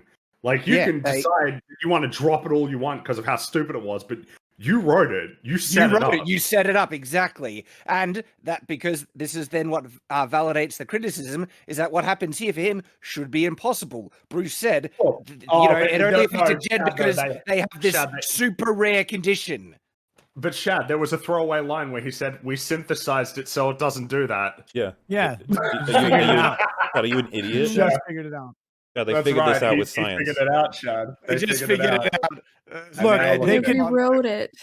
They could make an internet forum. They could definitely do this. I can't believe it. And then what does he say? He says, come at me, bro, doesn't he?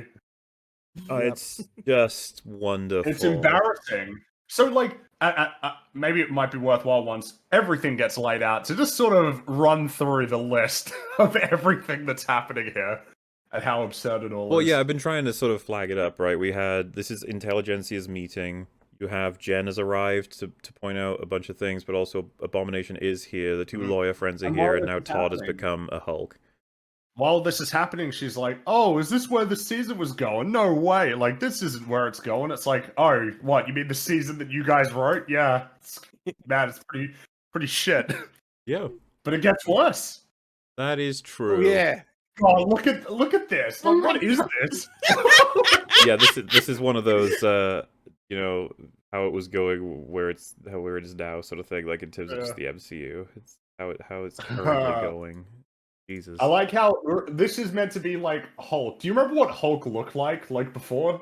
What Hulk actually looked? And I guess this is the nature of being a Hulk now, right? Is that you always have? There's no alternate personality. You're always just yourself now. You've lost one of like the biggest facets of the character. And of course, the insanity of this. If it was so easy to synthesize Hulk serum from just Hulk blood, the U.S. Army would have like an army of Hulks. Isn't that what the Incredible Hulk is about? In the MCU, the Ross is trying to crack that shit.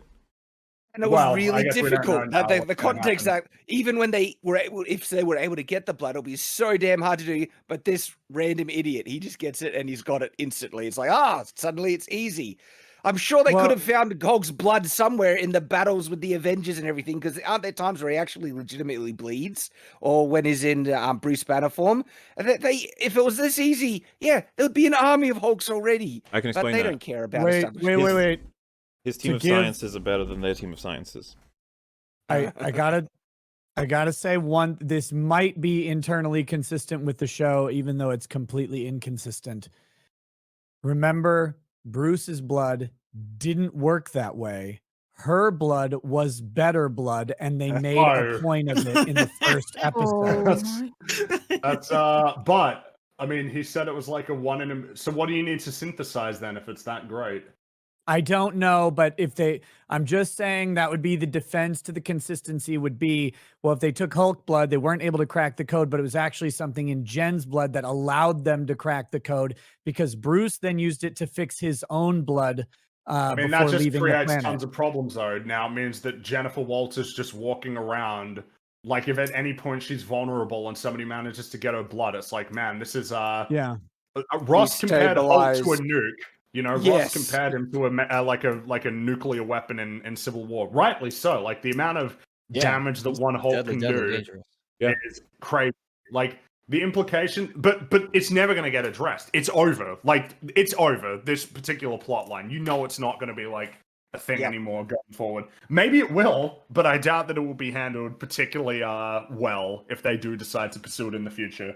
I don't think they will. Then It's not the purpose I have. Yep. Titania shows up.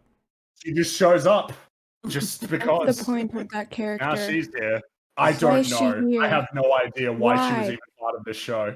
I think that's part of the meme, I guess. Is it? That there's like now. Is it the Titania's meme? I here, thought lol. isn't like Titania like She-Hulk's arch nemesis? Oh, obviously in the comics maybe, but in this show has been pain. She's a jerk. She's a And the score retarded that joke. plays. Yeah, I mean her whole And thing the is I'm really music that strong plays. for some reason. Also, I'm an idiot. That's it. Yeah. Like, oh, that's great. Now she's Another here. idiot character. We need more of them. Remember, Yeah. because Jennifer acknowledges that it's stupid, that's okay. Well, they're trying to lean into it because this is where Jen starts to say, "Oh, what are we really doing this?" And then they're like, "Oh, let's try and make the joke to pretend to build up to a Marvel stupid kind of spectacle ending." Wow. And so they throw in her, they'll throw in Bruce, they'll throw in Abomination. Hey, there's people in chat who haven't seen this. Okay, so Okay. this is important, Probably right? all of Todd them. tries to attack Jen. Abomination pulls her out of the way to protect her. And then it gets really weird. Abomination starts just like fighting the guys in the room because Todd commands them to attack She-Hulk. I'm sorry, Like, but what is their universe plan, guys? does a Yeah. random sweaty 4chan nerd physically attack Abomination and She-Hulk? What? Yeah. Let's Get us! Your first reaction to any of this would be like, "I'm Running out, away. I'm done." It would, imagine how much funnier it would be if they all ran away. Like as soon as this happens. Yeah, like, that would like be this, funnier. I'm out.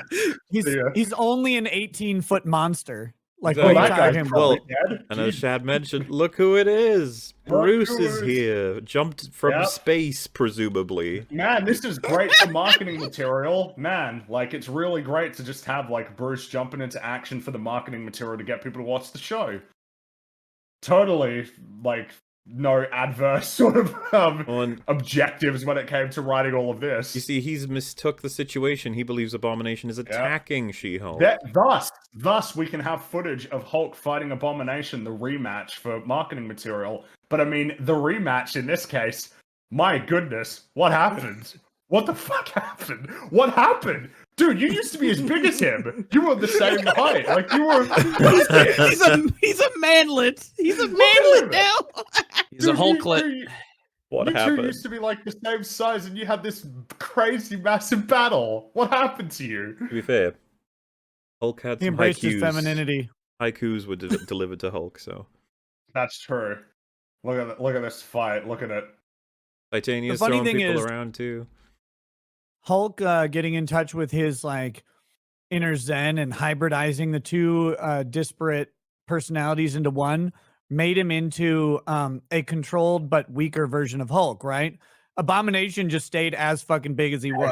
Exactly. Yeah, this is Exact what I same mean. journey, all but the he's bigger. stakes are fucking dead. Bruce is just like, man, you managed to do that? That's amazing. When I did it, I had drawbacks. You seem not to. And he's just like, nope. And he's like, how did you do it? I don't know, Zen. Yoga. Look, all right. I know. Yeah, The Incredible Hulk. It's not a great movie at all. But like, man, the fight is so cool. It's so intense and violent, like, and raw. It feels like it's two basically unstoppable forces going at each other. Look at this. Look at this. What This is is Abomination lame. wearing? It's just lame. Yeah, the fact that he's wearing like a hoodie, and then Abomination's wearing just like a t-shirt, fighting each other. It's just lame. It's lame. All right. And sometimes someone might convince you like the MCU's always been like this. Like it hasn't.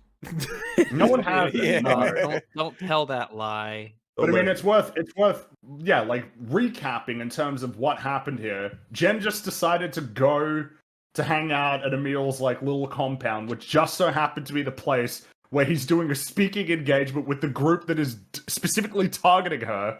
That just so happens to be run by the dude that she was like that she went on that awkward date with. And also her friends are there scoping all of this out, and then all of this stuff happens. But, well, what has it all led to? Where does this bring us? Can I just say this screenshot's pretty great with that subtitle as well. Is this necessary? It's her breaking out to go to the real world, to go talk to the writers of the show. Yes, and it's such a like it gets way worse once we understand the full nature of what happens here. But like some people will be like, so you can never do a fourth wall break. And it's like there are so many ways to break the fourth wall. I mean, I think of the Deadpool video game. He gets to a part in the thing where suddenly the quality drops, and there's the just whole like, game is like, shit. Like they've run out of money. It's got in place, assets and stuff that are there. He's like, what the hell? And he calls up his agent and he says, all right, this is not good enough. Wire them some money and tell them to fix this crap. And then suddenly the game repairs itself. But the thing why that works, it puts the game back on track in the storyline, and you can pretend that was just this funny little side thing, but the stakes are still in place. The story where it was going is still in place. This literally uses this fourth wall break to destroy everything. Okay? Yep. It's like integral to the plot, right? And once you do that, you're starting to walk a fine line. Because nothing matters now. Because I don't know if the She-Hulk fourth wall breaks where she jumps out of the panel, she literally rewrites reality, because if it happened in the comic book, I would criticize that as well, okay? Because she just literally, she could have jumped out of her reality and removed Thanos because she didn't like it. It's like, this is insane. Nothing matters now. Like you thought you could have topped Loki with removing free will from the universe, but this is just insane. Well, This we're removes the universe almost. from itself. I was gonna wait until we get to the Kevin scene, right? And we're almost there. A little bit more time, Yeah, but that's we got some more cringe to go through. yeah. before There's we a get couple to little that. bits before that. So, he walks in on the writers for She-Hulk, and one of them is saying like, "What if the entirety of season 2 is just a dream sequence?" And it's almost like I'm just sitting here like, so you're writing it as though you guys are airheaded idiots that come up with really bad ideas, huh? And Right, but in reality, you think what you've written is actually like brilliant. But so they're this real is kind clever, of trust like, yeah. I found this really bizarre because when she comes in, they don't seem that shocked. They're kind of like, oh, there she is. And then She-Hulk's like, what's going on? Why is this the finale?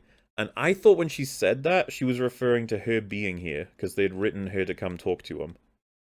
Because they don't seem surprised. This makes I guess sense it depends because on what they're layer all we're at. very, very high. Hmm. They're so high and drunk. Also, this is fiction because I'm pretty sure there's no men in this writer's room.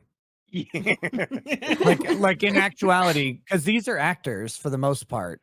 Yeah. But you see, isn't Gal there? She's there. Yeah, they're that narcissistic and insecure that they had to What did you validate write on themselves those and inject them notes? into the story. We can't see what those notes say, really. What did they write on those notes? Like, what did you actually write down? Like when you were mapping out this story? All I can read is totally do it. That's the only one I can make out. Right. I guess it's just like this is more fiction than reality. It feels like planning out the story from beginning to end. Just to clarify, right? Because someone might say, "What do you mean they're not shocked? They're clearly shocked." I'm like, right. So maybe I should contextualize this a little bit better. If my fictional character walked into my room, you can goddamn fucking tee that my reaction is going to be, huh. It feels like you missed an opportunity for a joke where like one of them scrambles for like a shotgun or something. Like seriously, People have actually asked me what I would do if I met my character. I wrote Dalen, and I'd crap my Dax because I think he'd want to kill me for the crap I put him through. I'd run for the hills. I'll be This is terrifying in so many ways, but they all get over it really quickly. They're just like, well, because it's funny. We got jokes, some really high caliber. So that's why I was confused. I thought for a moment that they were talking about how they'd written her into this room. But no, they are. So this is, she has, the second she broke out of the show was the second that she went off their rails, correct? Yeah, I think so. Okay. At least that's what we're meant to believe. So they say. I also want to point out. Oh, yeah. I was just going to say, I want to point out the hilarity that in the entire show, every man who looks at her for 1 second, she immediately has sex with. There's no danger of sex with either of the men in this room. They It's pretty fucking I don't embarrassing. even know if these people are real.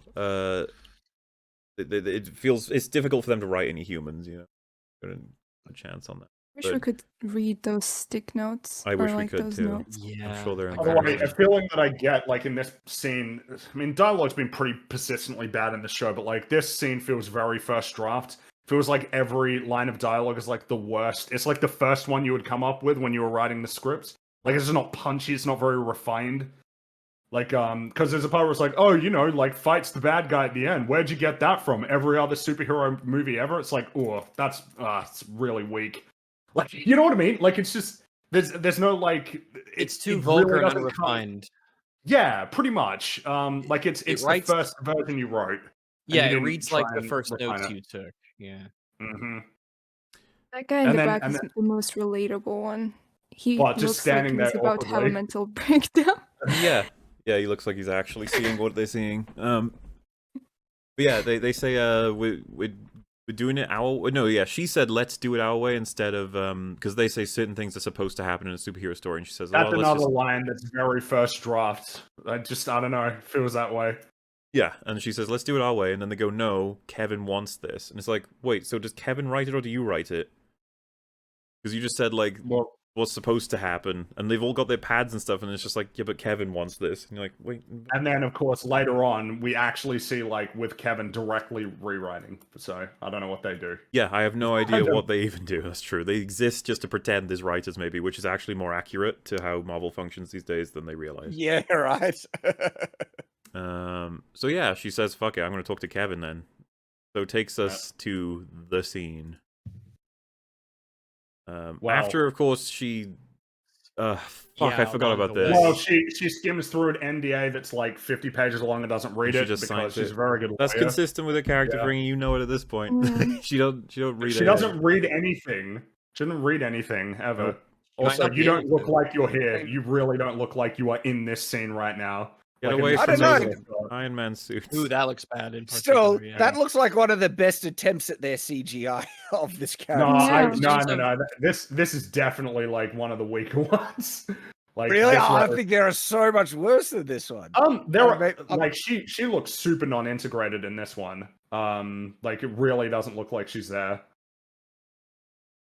Oh, look, it's the first legal documents in the entire show, and she doesn't read a single word of them. She's done this before. She missed the before, like in when she went to the prison, she didn't read anything. The one about like liability for her own injuries / death, and she didn't read it. This is unreal, but that's where we're at. Yeah. Anyway, she says, "Why'd you make me sign this if you were just gonna like raise the alarm?" And then he's like, "Everybody has to sign the NDA." It's funny to me because it'd be like, well, he distracted you with it, right? That's the point. And it's like, no, it's just a joke about how everyone has to sign an NDA. It's like, oh, okay. But anyway, yeah, she beats the piss out of everybody. Which, what does it look? If you are Hulk strong, how do you like have fights with regular people that are anything? With Disney like, how is it that she can even attempt to restrain you? Well, especially if you kick him in the chest and send him flying, you killed him. You're a Hulk-powered individual. Try to remember what's happening here. What are the motivations here? We got people here who are doing their job as security guards versus a person because who you want to wants rewrite your story. Yeah. Well, she wants to escape the responsibility that she's come across, which we've seen this before in other characters in Phase 4 who also happen to be a female. That keeps happening. Running away from your fucking response. Stop writing them this way. And you're like, oh, well, This it's not so made bad. It's me- like she's killing people to do it now. She's just like Wanda. Look at that. You threw She's a guy killing so Disney hard into the wall employees. that, like, destroyed They're the like wall. humans. He's got a brain hemorrhage now, or something like that. God. Why did you They can do this barely stand up. again? Yeah. Didn't This have was to. this was one of the most right. offensive scenes in the show for all the reasons you guys are saying. Like this is You see this that? is not like, he in the dropped- show anymore. This is reality. Like that's the joke, is that she's in real life destroying real people physically. Might like her because- show. Yeah. Look These at are, them and not- again, these there are on the these are ground. all Let's- Disney employees. Yeah. She Yeah. just straight up near then- kills them because, well, I don't like the way my story is going in the show that you have. Which, by the I way, don't I'm wanna pretty handle sure the she would have consequences defended. of my actions. It's not, and I want to be specific. Some people might be like, it's not the consequences. They wrote everything right, and it's like, no. She feels her reaction was on the level for who she is and what had happened to her. It's the consequences she hates. It's the fact that she's being stopped from being She-Hulk. It's the fact that she has any punishments at all. That's what she wants to change. She doesn't feel she's a person that made a mistake. This is important. No. This No, she doesn't feel that. That's Mm. the whole show. I mean, the entire character, and this is what makes the show even worse. She's a static character. She learned nothing and changed nothing from the very first moments when she becomes She-Hulk. She's like, no, I don't have any separate voices. I'm a woman. I did it better. I did all this stuff, and I deserve all of this, and I don't have to worry about the responsibility. I'll just walk away from it. And she's like, yeah, no, all the responsibility comes crashing down. No, I'm going to run away from it. And it's like, so what about this character is interesting? Empowering. Why did this story happen? Stories are what, stories are how someone changes, typically speaking, if you have any sort of character driven narrative. And there's none. Her character's a fucking prop. It's Well, not even a good prop. And I would say the closer you can get to fully having a coherent character, it's an awful person. But hey, I think that's most actually shown in this scene. So this scene, she sees her whole room filled with TVs showing Marvel movies, and there's a couple of stands for the comic books, I think. And then this robot Things I get greets for her. later, yeah. Hello, I'm Osmo 4000. Like, it's Osmo. It actually is. The Kevin stands for Knowledge Enhanced Visual Interconnectivity Nexus. Stole the joke from Interconnectivity. South Park. Yeah. And Look, he's got a little hat too, like a little robot hat. how He's cute got his is little that? Kevin Feige wears a cap like all the time, always. So look, he's got a little Lame. robot hat. Yeah. Okay. Hey, look, all right. I saw that there was like concept art where he had like an actual cap on. I will commend him a little bit for trying to integrate the cap as like a robotic part. All Yeah, right. yeah. That, fine with a that's, little I, robot find, wearing a I cap. find that I find that mildly amusing. I don't know. I'm wondering. All right, who's laughing at this supposed joke? It's like he's really a robot. Isn't it fun? It's like, but Well, I feel which the writers think this is hilarious. They're like, Well- we're making our boss into a robot, and they're laughing their heads off. And the reality is, most people are just like, is this it? Well, Okay. I guess the thing that's amusing is like your stuff basically is made by algorithm at this Yeah, point. that's been the Like, criticism for a the few years formula, now. the formula is so apparent in everything that you made, and it exists in this show too, as much as it believes that it doesn't, which makes a lot of the subsequent conversation really feel hollow. Yeah. So, first thing that I think is highlightable to talk about is Kevin says, "Do you mind turning back into Jen?" And she's like, "Why?" It's like, "You're expensive." Now, She that on doesn't its look own, expensive. I think that on its own would be probably okay, but then he says, "Wait, don't do it until the camera turns away from you, because our special effects team is currently working on something else," which is And it plays the like sort of drum like motif from Black Panther. yes, Of and then course, that's and next then the only movie. thing in the room that they can turn to that's not her is still special effects, It's specifically still a massive CGI. special effect. So Yeah. nice, but also just, man, you could have cut that.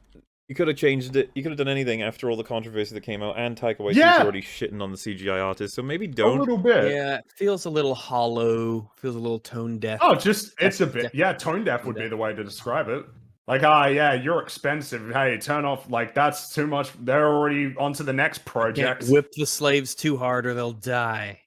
Pretty much. And also, Imagine- just like sort of pointing out something that is actually persistent in this show is so many attempts that they make to like reduce as much as possible, like even as much as they can, like the amount of money that they have to spend on these effects, or like it's just because you had to get it done like at a certain time, and it didn't matter how long it actually would have needed to take to like fully And- execute all of this. This is the criticism people have had since the trailers. Is like there's so many cheaper ways that would have looked better by using a body double and just deep fake the face or something like that. It's they wasted so much money to make it look so worse, and then they're going to try and make it jerk. It's like no, you don't get Well, away with it. It's lame, right? You're lampshading the show that you made as beyond the scope that was even achievable, while also recognizing that part of what that means for it to be beyond the scope of what was achievable is that there were people who had to work really hard in a short amount of time with not enough money to like create this. As like, well, yeah, but they're moving on to the next project. Lol. Yeah, Get because they outta did here. it. What is that? They've done it like I would want to say 60% of the time. Something maybe higher. At least that form of it goes, and then like maybe see a shade of green or something, and then the camera turns away and you hear, and then it cuts back. Yeah, and it's like, yeah, persistent, like persistent in the show. And all of us are old enough to know it's like because yeah, it's cheap. Yep. Yeah. That's that's cheaper that way. And so it's just pointing it out is not cool, because it's your fault that your guys don't have enough time to make this shit. Mm-hmm. You didn't, yeah. So yeah, and now she's in this very real place. Her suit changes color when she transforms. Does it? I think Yeah, it does, 'cause it's right? not It's a lot more It's not pink. purple anymore. Or purple. It's black and it's black and white now. There's no purple anymore. Oh, that's a cool thing My that Jacobson put goodness. in there. I'm sure it's not a continuity error. It's just a real cool nature of the thing. You stretch it. and Oh it wow, changes color. Yeah. he has a lot of talent. That guy. It's really important that is a thing that the suit does. Yes. Well, when the suit changes color, that's what lets you know whether it's Jen or She-Hulk. You could tell by the Yeah. colors on the outfit. Yeah, I'm glad they And did. they'll I tell wouldn't have you. been able to Yeah. tell otherwise. Yeah. Yeah, Um, hard to keep the two, separated. The Kevin robot then says, "I have the perfect algorithm." And he says, "I have the algorithm for perfect entertainment" or something. And I just remember being like, "Fuck, I hate Marvel." Like what they've become, because it's not even a lie. And obviously, perfect in this case meaning we keep making money. It's like you do, don't you? Eyeballs, yeah. I'm sure more is on the way, but he also says some are better than others, but I leave that to the internet. Like, yeah, this one is just, it'll be tough to figure out if this is the best one you've made. I'm not sure. And then Jen says, like, the MCU is known for high stakes and... Oh, sorry, the way she introduces this is a law show, so it's time I make my closing argument. And then he's like, oh, nice. It's just like, Oh my god, will you shut the fuck up? You know what is doubly bad? So there's this idea in writing called bookending. And if you remember, the show started with a closing argument. That she was rehearsing. They So ignored, the writers this was their clever thing to bookend the whole season is, oh, we started with her rehearsing a closing argument. Now she's finally delivering one. and to the ultimate authority. And she's going to convince him. Like I took about 9 different writers workshops in college because I was a literature creative writing major. And those are the easiest classes on the planet. And this is the most bargain basement tactics of everybody who didn't write, like me mostly, who didn't have take the time to actually write critically. So they're just like, oh shit, I have class in 2 hours. Let me hammer out a short story. All the stuff is wrapped up in this series. It's so fucking bad. Oh, I agree. He says, the MCU is known for high stakes, but it's often said Marvel movies end the same way and all have to have loads of plot and blood and plot lines and stuff at the end. And it's super close to the super soldier serum, by the way. And it's just kind of like, yeah. Yeah, and you're not going to stop, though, are you? You're You're not gonna going to keep doing stop. So, what's that worth? And also, you wrote it. Again. And then she says, because he's, remember, algorithmically come up with it, this is the perfect ending. She says, I propose we don't have to do that. It distracts from the story of me realizing what it means to live as both She-Hulk and Jen. And he's like, Hang on. Distract from the story of her realizing that. Actually needing to use her powers as a superhero would be the thing that would make her realize she needs to live as She-Hulk and Jen, and taking that away defeats that very purpose. So she's contradicting herself in her own argument. I don't know, it just comments on how shitty the writers are, that they can't actually have a plot line that involves Bruce at the end, the stupid guy with the blood, blah, blah, blah, but also having this subtextual storyline running through that allows her to integrate both sides of her life together. Like, if that was what your goal was, you could still do it. The implication almost being like that you can't write a plot-heavy story that leads to like a dramatic conclusion that's satisfying. The other part of this is them just completely ignoring the fact that they are the ones who've been writing the show, and the entire show she's been running away from that and has never taken a single step towards developing that aspect of her character. She has the exact same energy in this scene and every other scene that she had in the very beginning when Bruce's like, you need to balance these two parts of yourself. Nope, they're the same part. It's all the same. Everything's the same. I'm just me, blah, blah, blah, blah. And then it's constantly, well, I'm not two parts. I'm just me. Well, but you are two parts, and you never learn that. And the story doesn't even hint at going that way. If they had pre-done 5 seasons of this show and I watched this first season, I would be under no illusion that in season 5 she would be no closer to that goal than she is now. I hate it. Because the show just isn't about that. It might say it here. Never was. Yeah. But it's never been about that.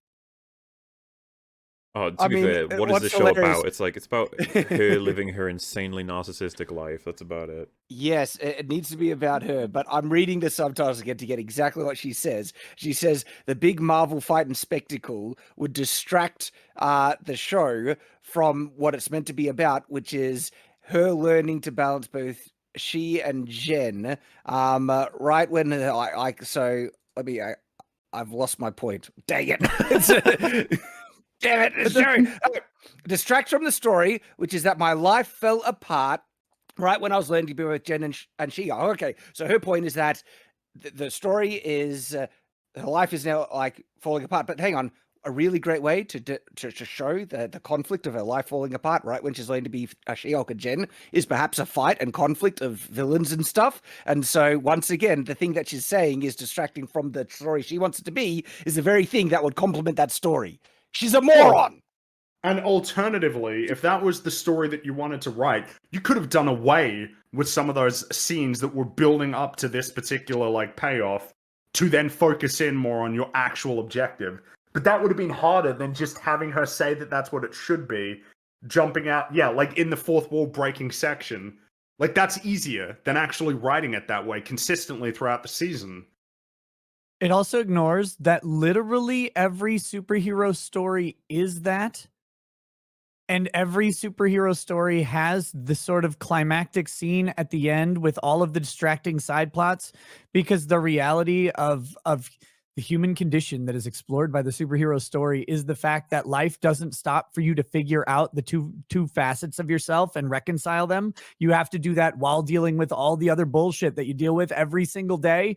Yet she again is demanding special treatment from from the tropes of the show, and also from the tropes of the show that mirror real life that they're trying to explore through the genre.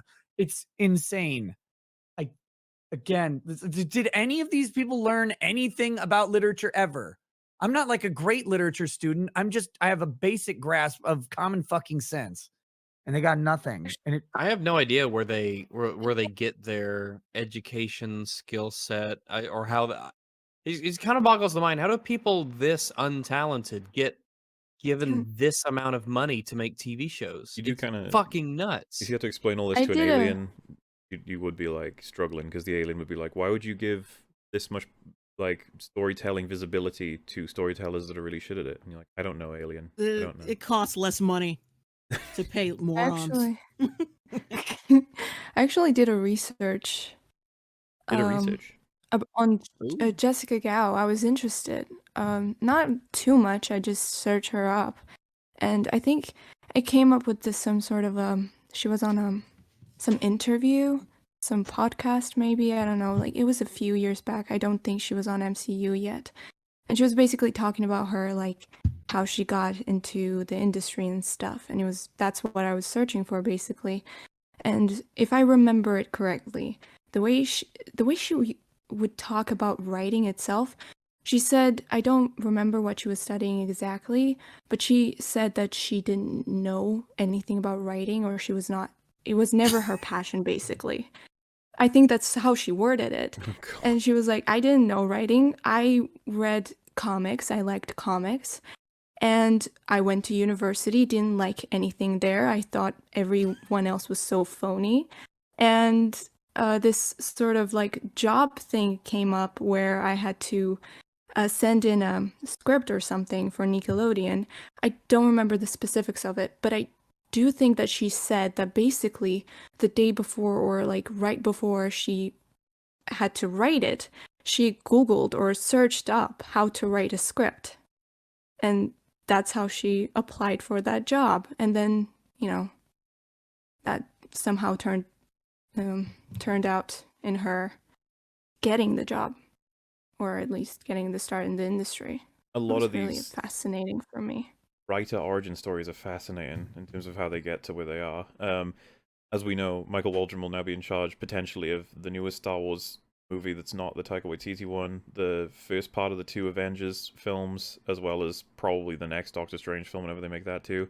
Why? Well, because he was successful with Doctor Strange. Why was he given that? Well, because he was successful with Loki. Why was he given that? Rick and Morty episode? You're like, oh, I see. I feel like there's a leap there that happened. Did anyone else see it? I don't know. What happens? Yeah, what happens behind closed doors? And to be fair, it's like, how would Loki earn you another slot in something? It's like, because it made money, apparently. I'll never know the actual view counts, obviously. Or I don't think we'll ever know the actual view counts, but they seem to be celebratory of Loki's success, and they've already done a season 2, so. Yep. That's going to be great, by the way. Looking forward to that. Definitely. So, like I said, that was as far as the convincing of Kevin goes. He just says, the story should be about me. And he's like, yeah. So she just says, Todd shouldn't have Hulk powers. Like, okay, but the whole season has been leading through to something like that. No, we're just going to get rid of him? No, Okay. screw it all. Breaks the reality of the previous episodes completely, but now that plot line goes nowhere. It's just...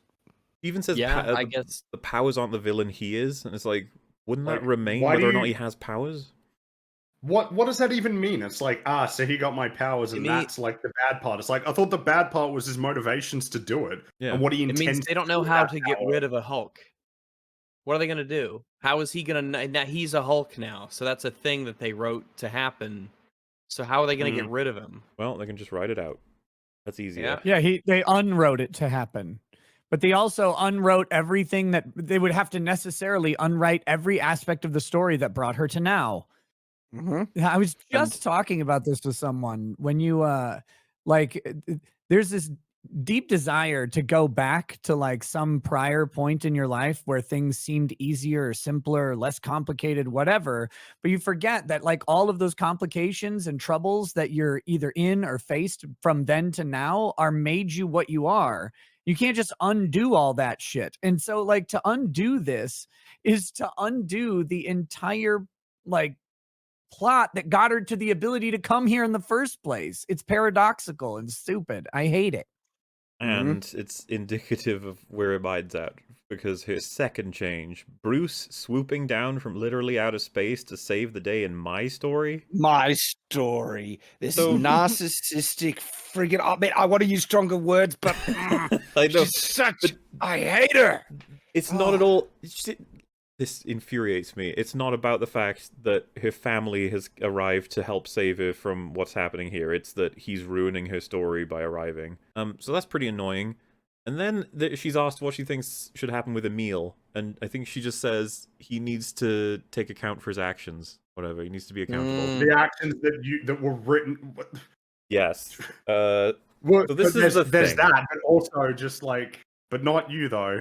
If you can, well, we'll get there too. I think the best time to highlight that will be literally the last moment of the season. Yeah. It's so perfect. When you say Emil needs to take like responsibility for his actions or accountability, it's like you've just discovered, seemingly without giving a shit, that all of these people are at the whim of Kevin, including yourself, except for right now, where you can control it too. Nobody is now accountable for anything they've done. They're all forced to do it by Kevin.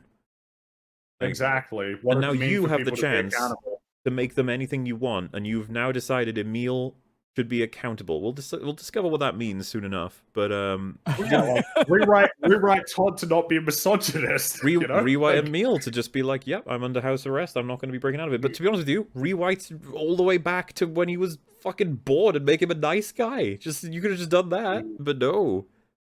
Her scope is minuscule. She's only going to do it as far as it benefits her right now. Mm-hmm.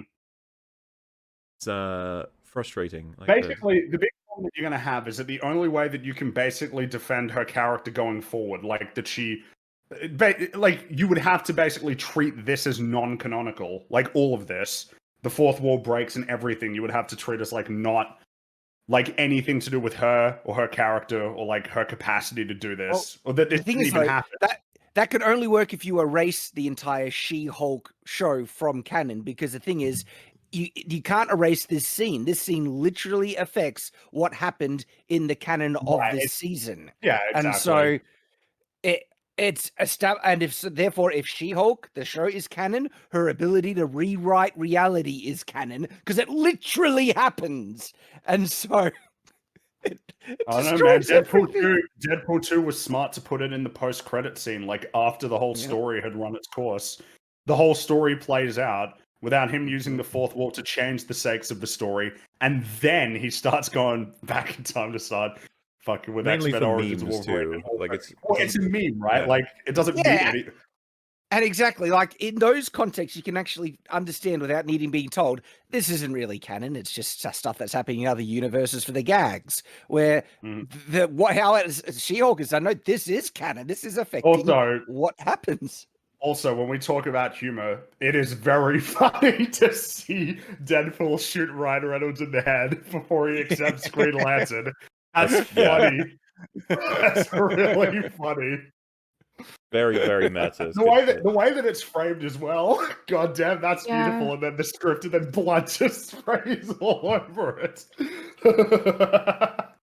I had to You're step welcome, out for Canada. a moment. So maybe we covered this, but there is an element here of if we have her doing all these things and being aware of all these things, imagine you were in Jennifer's position and you go back to your story.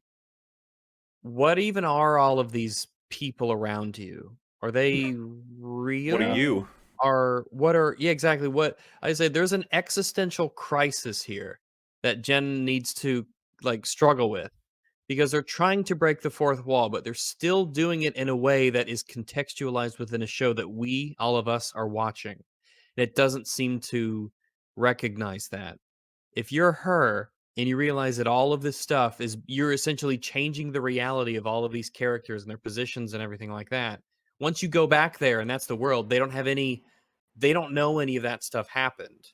They don't know that you've essentially taken away what, if they didn't even have agency none of them have agency, because we've contextualized them as characters in a story, not as characters in a world that's supposed to be, a real one. This is interesting because they're not gonna fucking touch that. Jen effectively realizes in this moment that she's God. Yeah. Right? You can do whatever you want. and all of her narcissistic fantasies become true. Yes. Dude, this is the primary criticism. All the changes. Well, is this? I wonder if you're going to say the same thing. This is the Kang. This is Kang version 2. This actually, is Kang, the completion. Sorry, I was going to say primary in the context of criticizing her character. When she's given this level of power, all she does is change everything to benefit her. It's all about her. This is Bruce Almighty. If anyone hasn't seen the movie, this is the first half or first 2/3 where he does everything to benefit himself. Except the lesson of the story is that when you have that kind of power, it's difficult to be fair and balanced and just and look after people. and that you definitely shouldn't be using it just to benefit your fucking self. But that's all she does, and she's rewarded for it. The funny thing is also like how pathetic her character is that yeah, it's all to benefit herself, but it's literally all to benefit herself within the next hour. Like Yeah. she could make so many changes that would be wildly beneficial for her entire life, for all of humanity, sure. But even if we're just going with the selfish thing, just a modicum of foresight and self-reflection would go, oh, okay, I could make it so I have my job back. I could make it so that there aren't these complications here. I can make it so all sorts of these things work out for a positive for me. But she's like, no, I'm really just stressed out about this situation right now, and I need to get out of it. And I have the power of God for 1 second, and I'm going to stop now and worry about nothing else. It's like, oh my, come on. And you just opened up Kevin, as well. could you get rid of cancer? Yes, I know, right? And she's got nothing to ask of the robot god of why he's made any of these choices, but simultaneously she's too stupid to realize that he could just be placating her until they get her back in the system, and then he can change it all back. She doesn't even know. Yeah, which She don't he care. can do, I suppose. I can't see Soon what as she she'll leaves, erase. she's like, Like everything can be "That's rewound back to what bullshit." Kevin wanted, and he's just trying to Yeah. get her to shut the fuck up because they're trying to fix a glitch or whatever. But she doesn't even think about that for a second. She's like, well, no, all the changes I've made are permanent, just like the changes you made earlier, which Well, are like- totally not permanent. Molly, you're taking You can it too undo with a snap seriously, of your okay? fingers. I'm doing You're what? just taking it I too hate this seriously. scene. Oh, I'm taking it too seriously. I hate this scene. I'm sorry. like, Yeah, I know. I'm right? sorry. Like, I'm sorry for caring. I'm sorry I took your show seriously. Would you prefer it if I didn't? Like, if I just treated it yeah, like it tell was me what complete bullshit? matters, so that when I finally get some kind of emotional payoff, I can know whether or Well, not I'm yeah, supposed to care. Did it matter when, like, Jen's life was falling apart because she helped save people? Like, she lost a job? Presumably everybody was supposed to care then. Or like in episode 8 when she got, all of that stuff happened when she was at her award thing. Like, selectively asking people to care about, like, your story just seems a bit weird, you know? So, presumably it's all meant to be taken somewhat seriously. So yeah, and I guess when I say primary criticism, as I think Shad's alluded to it a little bit earlier and again, but Loki destroyed it in universe. This has destroyed it now out of universe too. Like there's an implication of where this exists, and it's like you found another way to annihilate everything. So good job. I didn't see that coming. And she's an awful person as well as your protagonist. So you know, people were like, "Oh, She-Hulk really going to be one of the worst of the Phase 4 things?" It's like, yes. Seems to be Not even that difficult. way. It's just like, yes, again. I can't believe they did it. They found another format in which to destroy everything. Like I said, none of this fucking matters. Everything is built by some robot on an algorithm. Which is almost as bad as Kang, but at least he was a person. I don't know if that counts At least for he was anything. in. At least he was in the universe he was ruining. Yeah. There's something, I guess, about that compared to this. Whatever the hell this is. But yeah, I don't know, was that close to what you were thinking about, Shad, or was it something else? There was that. There was another thing that I was going to talk about. Yeah, that it's all serving herself and it's all selfish and things. But I also realized that the context of what she's trying to achieve here, it's another selfish thing and it doesn't fully answer it, is that her goal here is to make a better ending for her show, not to make her life better or to, like, her goal is to make the show better and more popular, which doesn't achieve that. This ruins the show so much. And also doesn't undermine the fact that she actually does have the power to affect anything that she wants by just convincing Kevin to do anything. And so the fact that her goal is, I want my show to be best as ever, and not, it makes her look bad as a character. It ruins things on so many levels and layers. You can just keep unpacking layers about how awful this is. Speaking of which, because I'll try and get us to the end of the scene in a summary, but it's hard not to stop every time you read a sentence. When she says, "Oh, and I wouldn't mind seeing Daredevil again. A woman has needs." I have problems Oh with my this. god. Wow. Fucking creepy. Just Imagine. reverse the gender, okay? I mean, you wouldn't even necessarily. You could just go as far as saying, "Man, Daredevil's not a sex toy, okay? He's like a person." Yeah, like you escape the confines of your show to wield him around like a prop. Say for it, it's your a own sex benefit. toy. It's exactly what like the idea is here. She wants to fuck him again, and she can do that because she's God now, and she can move a person wherever she wants. A little bit Creep. weird, and I think, yeah, just to Like- add it back on. If this was, wouldn't mind seeing Black Widow again. A man has needs. Holy shit. That's like, how creepy is that? It's like Yeah. she is full on rape, like, take away person's freedom just to pleasure myself. I'm like, holy crap! I thought Wonder Woman was bad. This is insane. But hear me out on the Black Widow thing. Just stop. Here we go. Black Widow Defense Squad all along. So yeah, I think he then says, "Oh well, no." Now she starts just ranting about random meta shit, like while you're here, why is it that you have so many daddy issue characters like Tony, Loki, Thor, Star-Lord? And it's like you've Out named of all the questions she could have asked, that's what she chose. Yeah, am I real? Am I real would have been a starter one, yeah, but she just says they got daddy. I was just surprised that, like, is there any others? It's just 4. Out of all the characters, you got 4. I don't think that's very true either. Like, Tony was more inspired by his dad, and he had a more complex relationship. But I wouldn't really go full on daddy issues with Tony Stark. If we're broad enough to characterize that as daddy issues, then I think there's a reasonable amount of characters with what she's calling daddy issues, considering how many there are. Like, yeah, okay. Because she says Thor, Loki, same dad, same issues. Like, that's not true. Like, there's a lot of complicated remember things going on with Thor's, yeah, especially with how, Thor sort of closed things with his dad before his dad became a star or died or whatever they're saying that was. It's as someone who's supposed to be taking over a kingdom that his dad led, there's of course going to be things going on. I don't know. It's just weird. It's as if to point out like they've got a shitty formula for that when it's like, well, got so many characters that don't have anything like their drama isn't to do with their parents necessarily. Like, this is just a weird also, comment. Having a conflicted relationship with your parents, it can be a very satisfying plot line. It's just trying to say, she's crapping on far better shows and characters than her own, saying, oh, those shows are awful. Why are you doing it? It's like, no, if you were even half as good as those shows, you would be tremendously better than what you got. You got nothing to try. Like, again, Stone's Glass Houses and all that crap. Makes it look like so awful. They were relatively estranged and they didn't necessarily want to be. That was like Tony and his dad. Star-Lord and his dad is, you left me and you killed my mum. Like, he's like, yeah, well, I wanted power and now you can join me in that. It's like, that's a very different thing going on there. Yeah. It's like, what about Loki and Thor? It's like, well, it's about the transition of power from the previous king and then whether or not they deserve it. And one of them goes fucking crazy villain mode. Like, these are all very different things. Whatever, it's fine. And there's satisfying elements to those storylines. It's like trying to dismiss the whole plot between Luke and Darth Vader as daddy issues when it's one of the more fundamental, important, and uplifting parts of the story. It's like, why are we doing all these daddy issues? Because maybe it friggin' works and it could be good storytelling, you stupid cow. Oh my god. Well, she's pointing out that it happens too much, Chad, even though, what was the last daddy issue character thing that even happened? I guess Ragnarok would be like the closest thing, because... Yeah. Yeah, or Guardians 2. It's one of those two, I guess, whichever one counts. Because in Moon Knight, it was issues with his mum.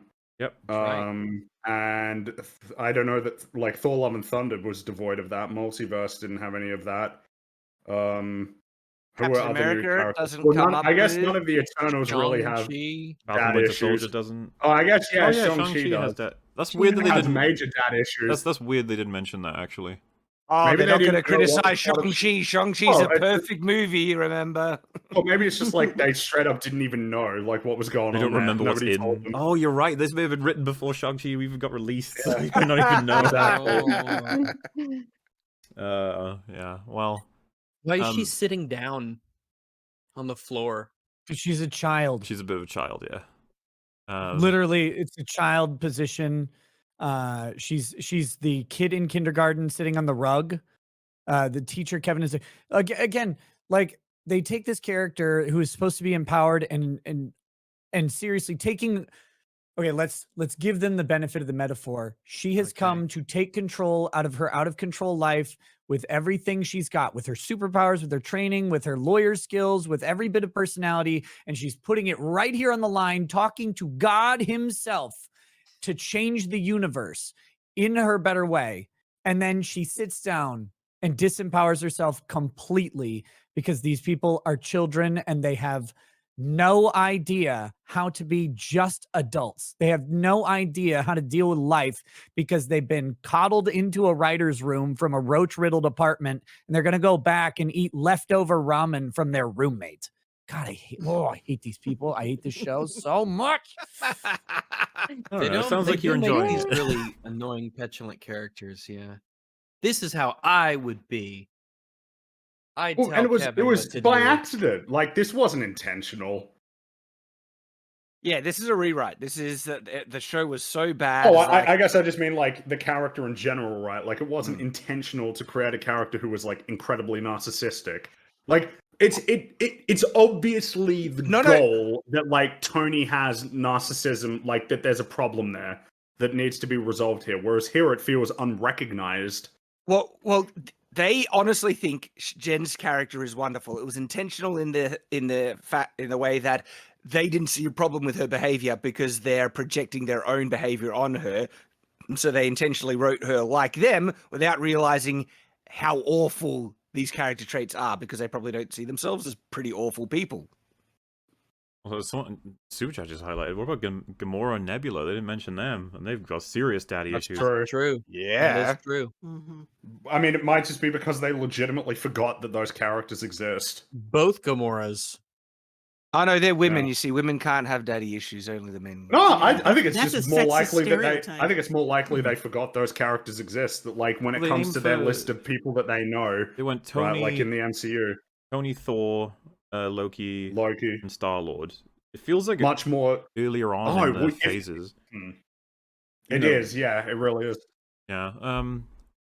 Also, she asks about X-Men, and he's like, "I can't tell you about that." And it's like, ugh. See, it's clever. She acknowledges that there's rights and legal and everything and acquisitions and stuff. It is self-referential, therefore it is clever. If I refer to myself, yeah. So as she's leaving, she's like, Bruce smashes buildings. I smash the well, fourth wall and bad endings. Before we get there, they tried to salvage the implications of this by the Kevin saying, "You will not be able to access the Kevin again. That flaw in our programming has done." And so they try to say, "Oh yeah, this is a one-off thing." Bull crap. It doesn't mean it. Just They'll do it means again that if you they don't want take to, anything seriously. Yeah, and yeah. you can just screw anything dude, in the universe. I wouldn't be surprised if he pulls her out of the show himself and asks her for help writing something else. Yeah. Be like, you did such an Only amazing you. job with She-Hulk that I need your help writing the new Avengers. God, it would be really gay if they had this if they had a scene where they had to pull her out to deal with someone else who had figured out how to escape the MCU into the real world, and they did this stupid meta like thing that, you know, Arnold did with Last Action Hero, but like stupider and not self-referential and self-deprecating. God, that would be terrible. If they make a season 2 of this, I won't even make a joke about what should happen. Never mind. Well, he says the famous line that sounds like that everybody's on board with. Bruce smashes buildings, I smash the fourth wall and bad endings, and sometimes Matt Murdock. Oh. I don't know why anyone goes near your sourdough gooch. Fucking bitch.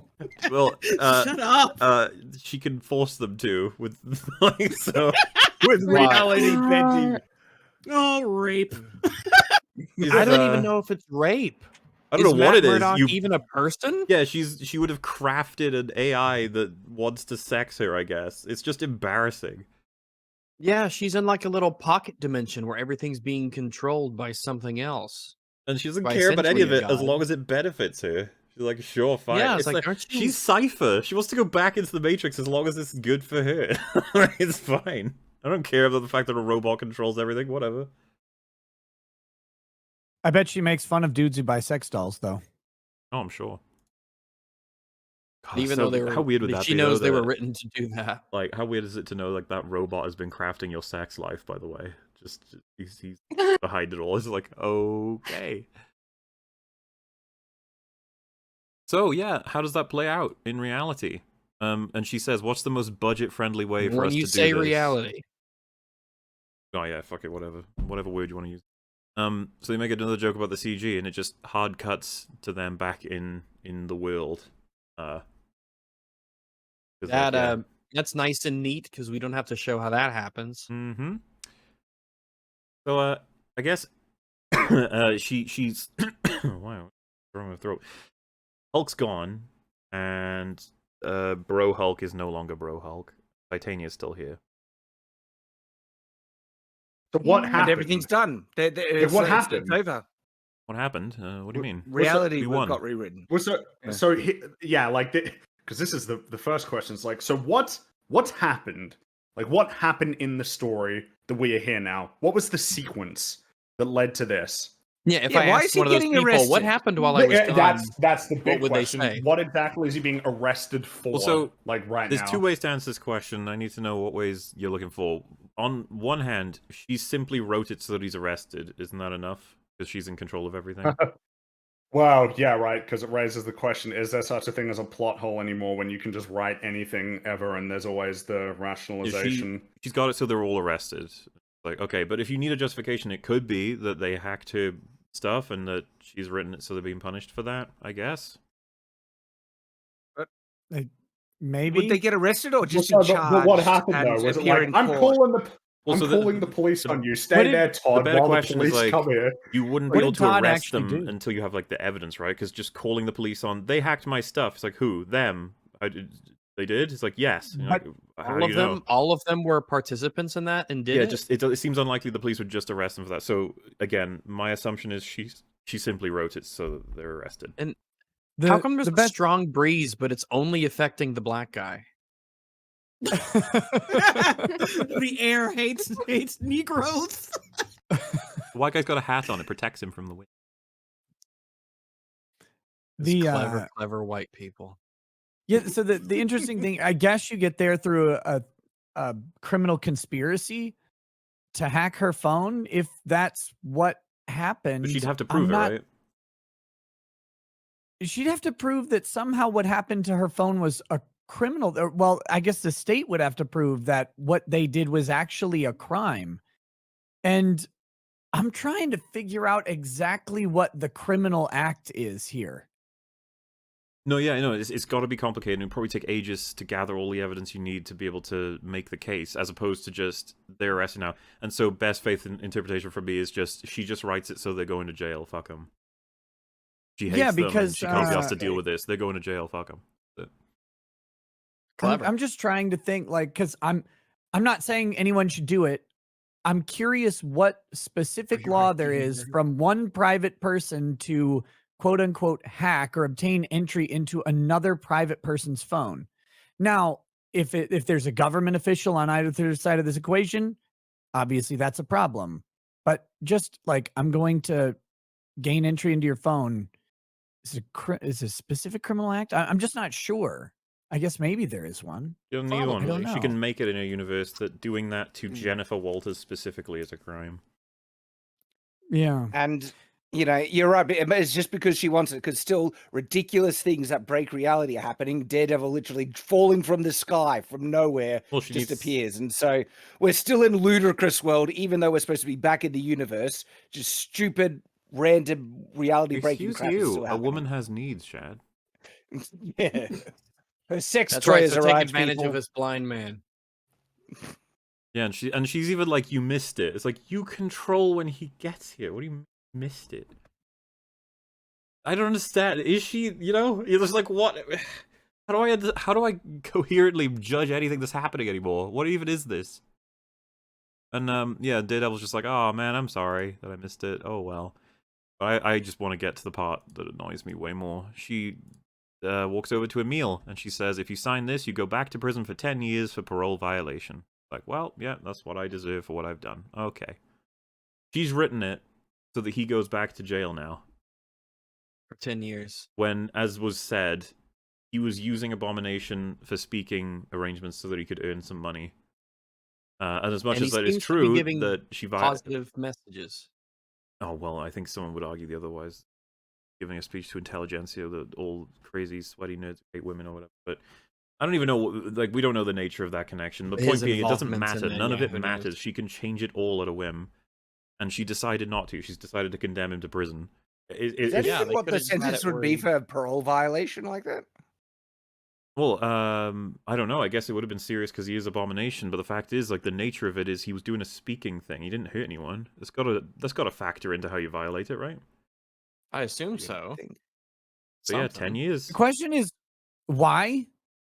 Why was he I guess going he's- as Abomination to speak anyway? Like, what is the character's motivation Money. for turning into Abomination to do the speaking event? But I know, but like, he's speaking as Emil as Abomination. So like, the only effect is this visual enhancement. That's honestly, I can that's agree all with he that. gets out of this. But I could also see the people organizing the events to be like, if you don't speak as Abomination, we're going to pay you less. I could see them being like, if you do it as Abomination, we'll pay you more. Yeah, I could see it too. But it didn't seem like he was in need of any money. No, I don't know. This is something they totally tacked on. I imagine they were originally going to write it so that he was evil. And they were like, I don't fucking know anymore. I have a He theory. doesn't seem to be evil. This at all. happens so abruptly that I can believe the original story. This is probably how it started out. It was like, can we use Abomination in She-Hulk? And then they were like, yes, but you need to get him back to where he was once you're done with him. They're like, what, in prison? It's like, yeah, whatever. Just as long as you get him back in there. However you want to use him between the time, that's fine. And then they may have thought, like, well, have him being nice, you'll get on the parole, and then he'll turn out to be evil, he'll fight She-Hulk, Hulk, whatever, and then he'll go back in prison. That sounds good enough, cool. And then they were like, we're busy with the blood plot, though, I don't know how to get Emil into that. It's like, oh, we're going to break the fourth wall and talk to Kevin as well. It's like, so how does Emil fit into all this? It's like,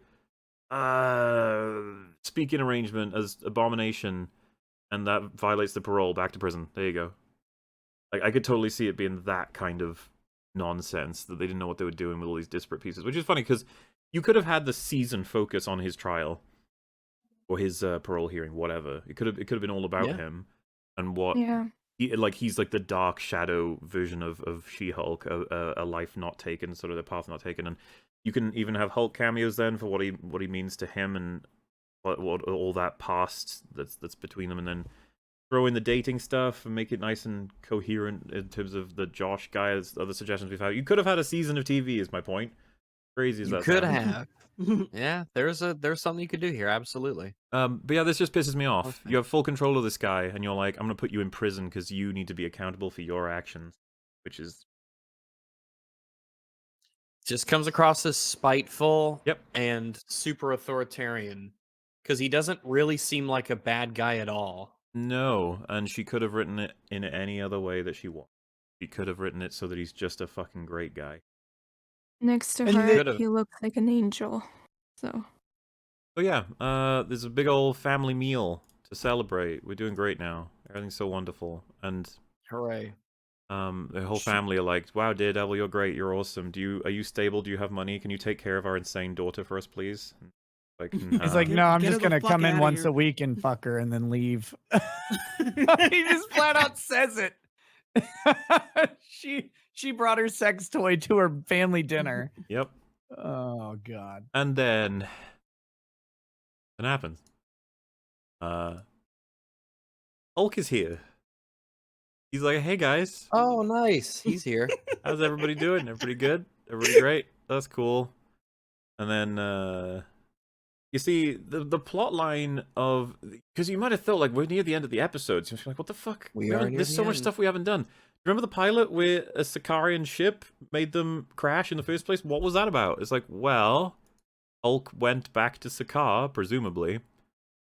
I guess. This, because I'm not familiar enough with the comics to know, but is it World War Hulk people were expecting to come from this storyline? Yeah. Pretty much. So we didn't see anything. We just saw that portion of a phone call. And he apparently went there, and he's come back, and Kevin actually says, like, we need Hulk in that finale. You can't blip him out because he's got to introduce a new character. Like, okay, that character. And again, I'm not I'm not as familiar with the comics, so some of the stuff is new. But for those who are Hulk fans, he has a son in the comics, correct? If anyone here Yeah. can verify. I don't know. I got no clue. I don't read comics. No, there is a comic book version that his son, and this is they're introducing him. He does not look this bad in the comic books, and I think it's part of the World War Hulk storyline. This is Scar. This is This Scar. right here. And this is not what people aren't happy about this. No.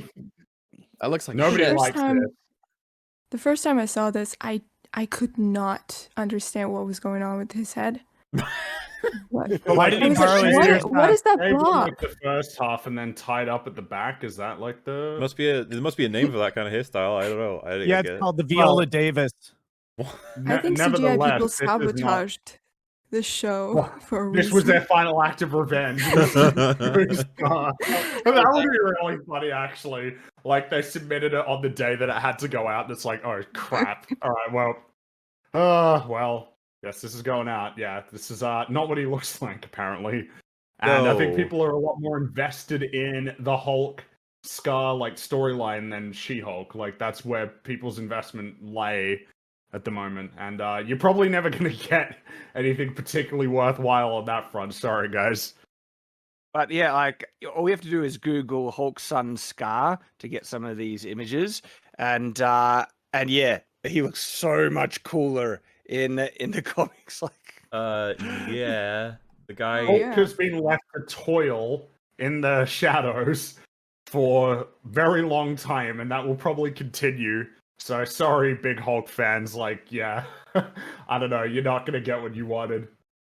Not anytime soon, no. Because yeah, I saw him holding like an axe and a sword in kind of like desert landscape, and I was like, oh, he's probably like a full-on champion warrior type.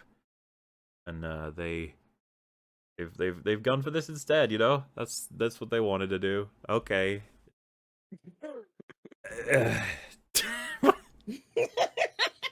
What do you do with this? You're just like, okay.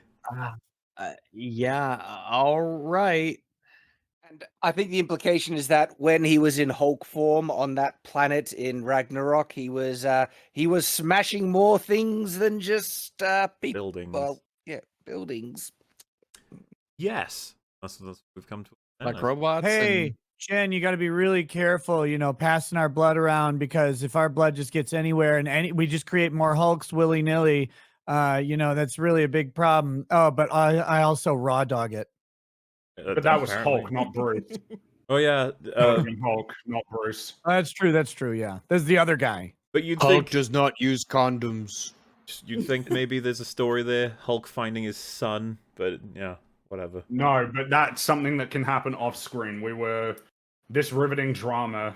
Yeah. That what are priorities? Like, wow. Now you might be thinking, all right, this is a great story that's wrapped up all those threads. That is beautiful. But the one question I have is, wasn't she like they put an inhibitor on her and she had charges against her from the state about all the things she's done? Yeah, It's they're like, gonna so what have happened to- with that. Yeah, that was a big Well, deal. Absolutely. We got this friendly reporter here who's delivering a little segment, and he says She-Hulk has been cleared of her previous convictions. Oh, it's just like Titania. It's just that happened just off Oh. screen. It's done. That's it. Yeah. That's all good. And so the only thing that makes sense is she wrote it so that she gets to escape any convictions she had. Done. This is the most blatant example of someone fucking up and then avoiding the repercussions. This is worse than Wanda because she wrote it so the universe no longer cares, so she can just do whatever the fuck she wants. At least Wanda actually had to run, like she had to go somewhere else. That's But, right. No, She-Hulk was like, no, fuck you. I should be able to do whatever I want. Now, Yeah, whatever I want. with that in mind, he asks her, like, what are you going to be doing? She-Hulk superhero stuff or Jen lawyer stuff? And she says, well, both, because you need to be...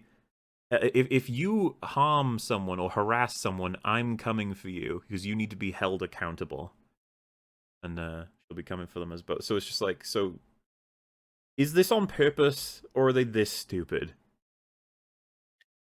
I think at this point, I think they're just in fuck it territory. They didn't even care. I Can't believe Sam Hyde said the same thing and got in trouble for it. Well, either they're stupid or... No, I'm coming for Oh, you. Where right. in real life? That shit was hilarious. No, no, in real life. Oh, You gotta go no, to real life. in LA. You gotta wear then his she- skin like a suit. She just basically said that's like, wait, you're gonna go after them in court, or is She-Hulk? It's like, yes. Oh, one of them will put them in jail, and the other one will cripple or murder them. Perfect. This is fine. Just in real life. And also harassment. She said, if you do that, but if you just even harass people, I will come after you as a superhero. It's like, wow. Yeah. Oh my So, god. It's funny because there's that, but I just cannot get over that they have the main character explain that she's written herself out of any responsibility for any of her actions to then say that my primary goal is to make sure people are accountable for the reactions they take. I cannot, like, that. It's the most destructive thing you could have her say for the entire show. It's not on purpose. This was a mistake. They don't realize. That's it. They don't realize what they've written. That's it. There's no way that was on purpose. Gotta be, yeah. That there's Well, yeah. I know, but I just want people to know that's the benefit of, like, you know, hopefully you're ignorant of that, because if you wrote that on purpose, I don't even know what to say at that point. Like, Well, isn't it unless this great was that our all a character meme. doesn't have to follow the same principles that she's invested in? It's like, oh. Okay, that's an interesting direction to take a superhero story. Rules for thee and not for me. That's and the then- theme of She-Hulk, And just, Attorney at Law. as if this hasn't been made clear, everything's fucked. Again. How the hell is yes, anything supposed to make any again. sense? How are we supposed to care about anything? It's- She could just, it is- whatever. The Phase 4 of the MCU has, like, been remarkable in the consistency with which everything has been destroyed. Yeah. It's kind of incredible. No, it's not even kind of. It is. It's like every time that you think that they can't screw it up, there's like they find a new and creative way to dismantle everything. I can't believe it. Like, I think it's from complete like now. from the TVA controlling absolutely everything in existence in terms of a timeline, that there was no free will and every single choice was determinant on Kang until that ended. And then when you go into like Multiverse of Madness with all of the incredible like implications that stem from the way that the multiverse works, or like how like characters are connected in the multiverse, how to travel the multiverse, like all of the stakes and consequences of that. So in Thor Love and Thunder, it was what? Like, in the center of the universe, there's like this entity that people are aware of that they've just ignored that you can use to make any wish that you want. Moon Knight, like, reversing the stars, like, reversing all of space and time in order to use, like, a star chart to find, like, a temple. It's insane. Remarkable. It's remarkable. And now there's this, right? Breaking out of the confines of like the universe that you're even in to rewrite it to your whims. What more? Oh, and of course, like, Eternals, like, completely changed all of the rules for, like, how space formation works of, like, stars and planets. And there's a giant celestial poking out of Earth, like, in the middle of the ocean. Every time there's, like, a new way that they find it. Oh, man. The destruction is complete, isn't it? Yeah. What will they do We've next? gone out of the universe now. Everything's either in or out of the universe. You know, we finally have done it. I don't know where else they could go. Everywhere is covered now. Mm-hmm. Well, yeah. What more can you do? We've done time, we've done space, and this is beyond that as well. Yeah. Who'd have thought it that She-Hulk, Attorney at Law, would be like She-Hulk as an entity is the most powerful like agent in the Marvel Cinematic Universe. More powerful than is going to be more powerful than Kang could be, or Galactus, or any of those guys. She can escape the universe and rewrite the story so that she wins. That's going to be my question. Any conflict that goes in the future that has any mild connection to She-Hulk, but I guess it's in the universe, She-Hulk exists. My answer would be, well, why doesn't She-Hulk just jump out of the universe and erase the bad thing now? She could tell us. And the real difficult part as well is that the moral implications will always hang over each of those times. Like, why didn't you escape the confines of the universe and rewrite things to be better for these people? Like, in every possible turn. And every answer they give is either going to screw themselves over, be arbitrary, because the answer will be, oh, she could only do it once. That's just you saying it. Like she could do So, whatever she wants as the character. The I would say- context is that she can break reality and literally affect real things in the universe. And it's like, well, no, we wouldn't do that for this story because that would be silly. Well, guess what? It was retarded when you did it the first time. Well, it's funny, Shad, that you assume that it will just be ignored. That's Yeah, I like, know, but- I mean, we saw what happened, right? With the like every time that the Accords would have been awkward, they were ignored until they didn't exist anymore. And it will probably be the same for this, right? It will be ignored. It won't be recognized. Is like the most important part. It won't be recognized that there is a problem here. That there's this looming question. Yeah, there was a throwaway line in She-Hulk. I think it was Matt Murdock that said in the thing. Yeah, he said like yeah. the Sokovia Accords are now discontinued. Have been repealed. Like, yeah, they've that's been repealed. the only reference we've had to them, really. And it's like, oh, they just disappeared. I remember, Okay. Chad, before it came out, the writers said that the show was going to address them. That was the addressing of it. That was a meme. Addressing was they don't exist. It's they do a little man, it's trolling. not it's actually not fair. Like if you get given this much money and like all of this resources and seemingly like the ability to pull characters, some of whom, well, in fact, like many of whom have existed in better stories that weren't created by you, and you get all the opportunities to like leverage these things, and this is what it was for. That's not fair. Oh gosh. No justice in this world. Oh yeah, right. And then you got to show Wong breaking him out of prison again, Emil. Yeah. I was gonna say it was funny listening to you say they broke space and time, that they went beyond that. I just feel like anybody who is unfamiliar with this stuff would be like, "What do you mean they went beyond breaking it for space and time?" You're like, "They found a way, dude. What else do you want me to say?" They did. Yeah. Yeah. And so that's She-Hulk.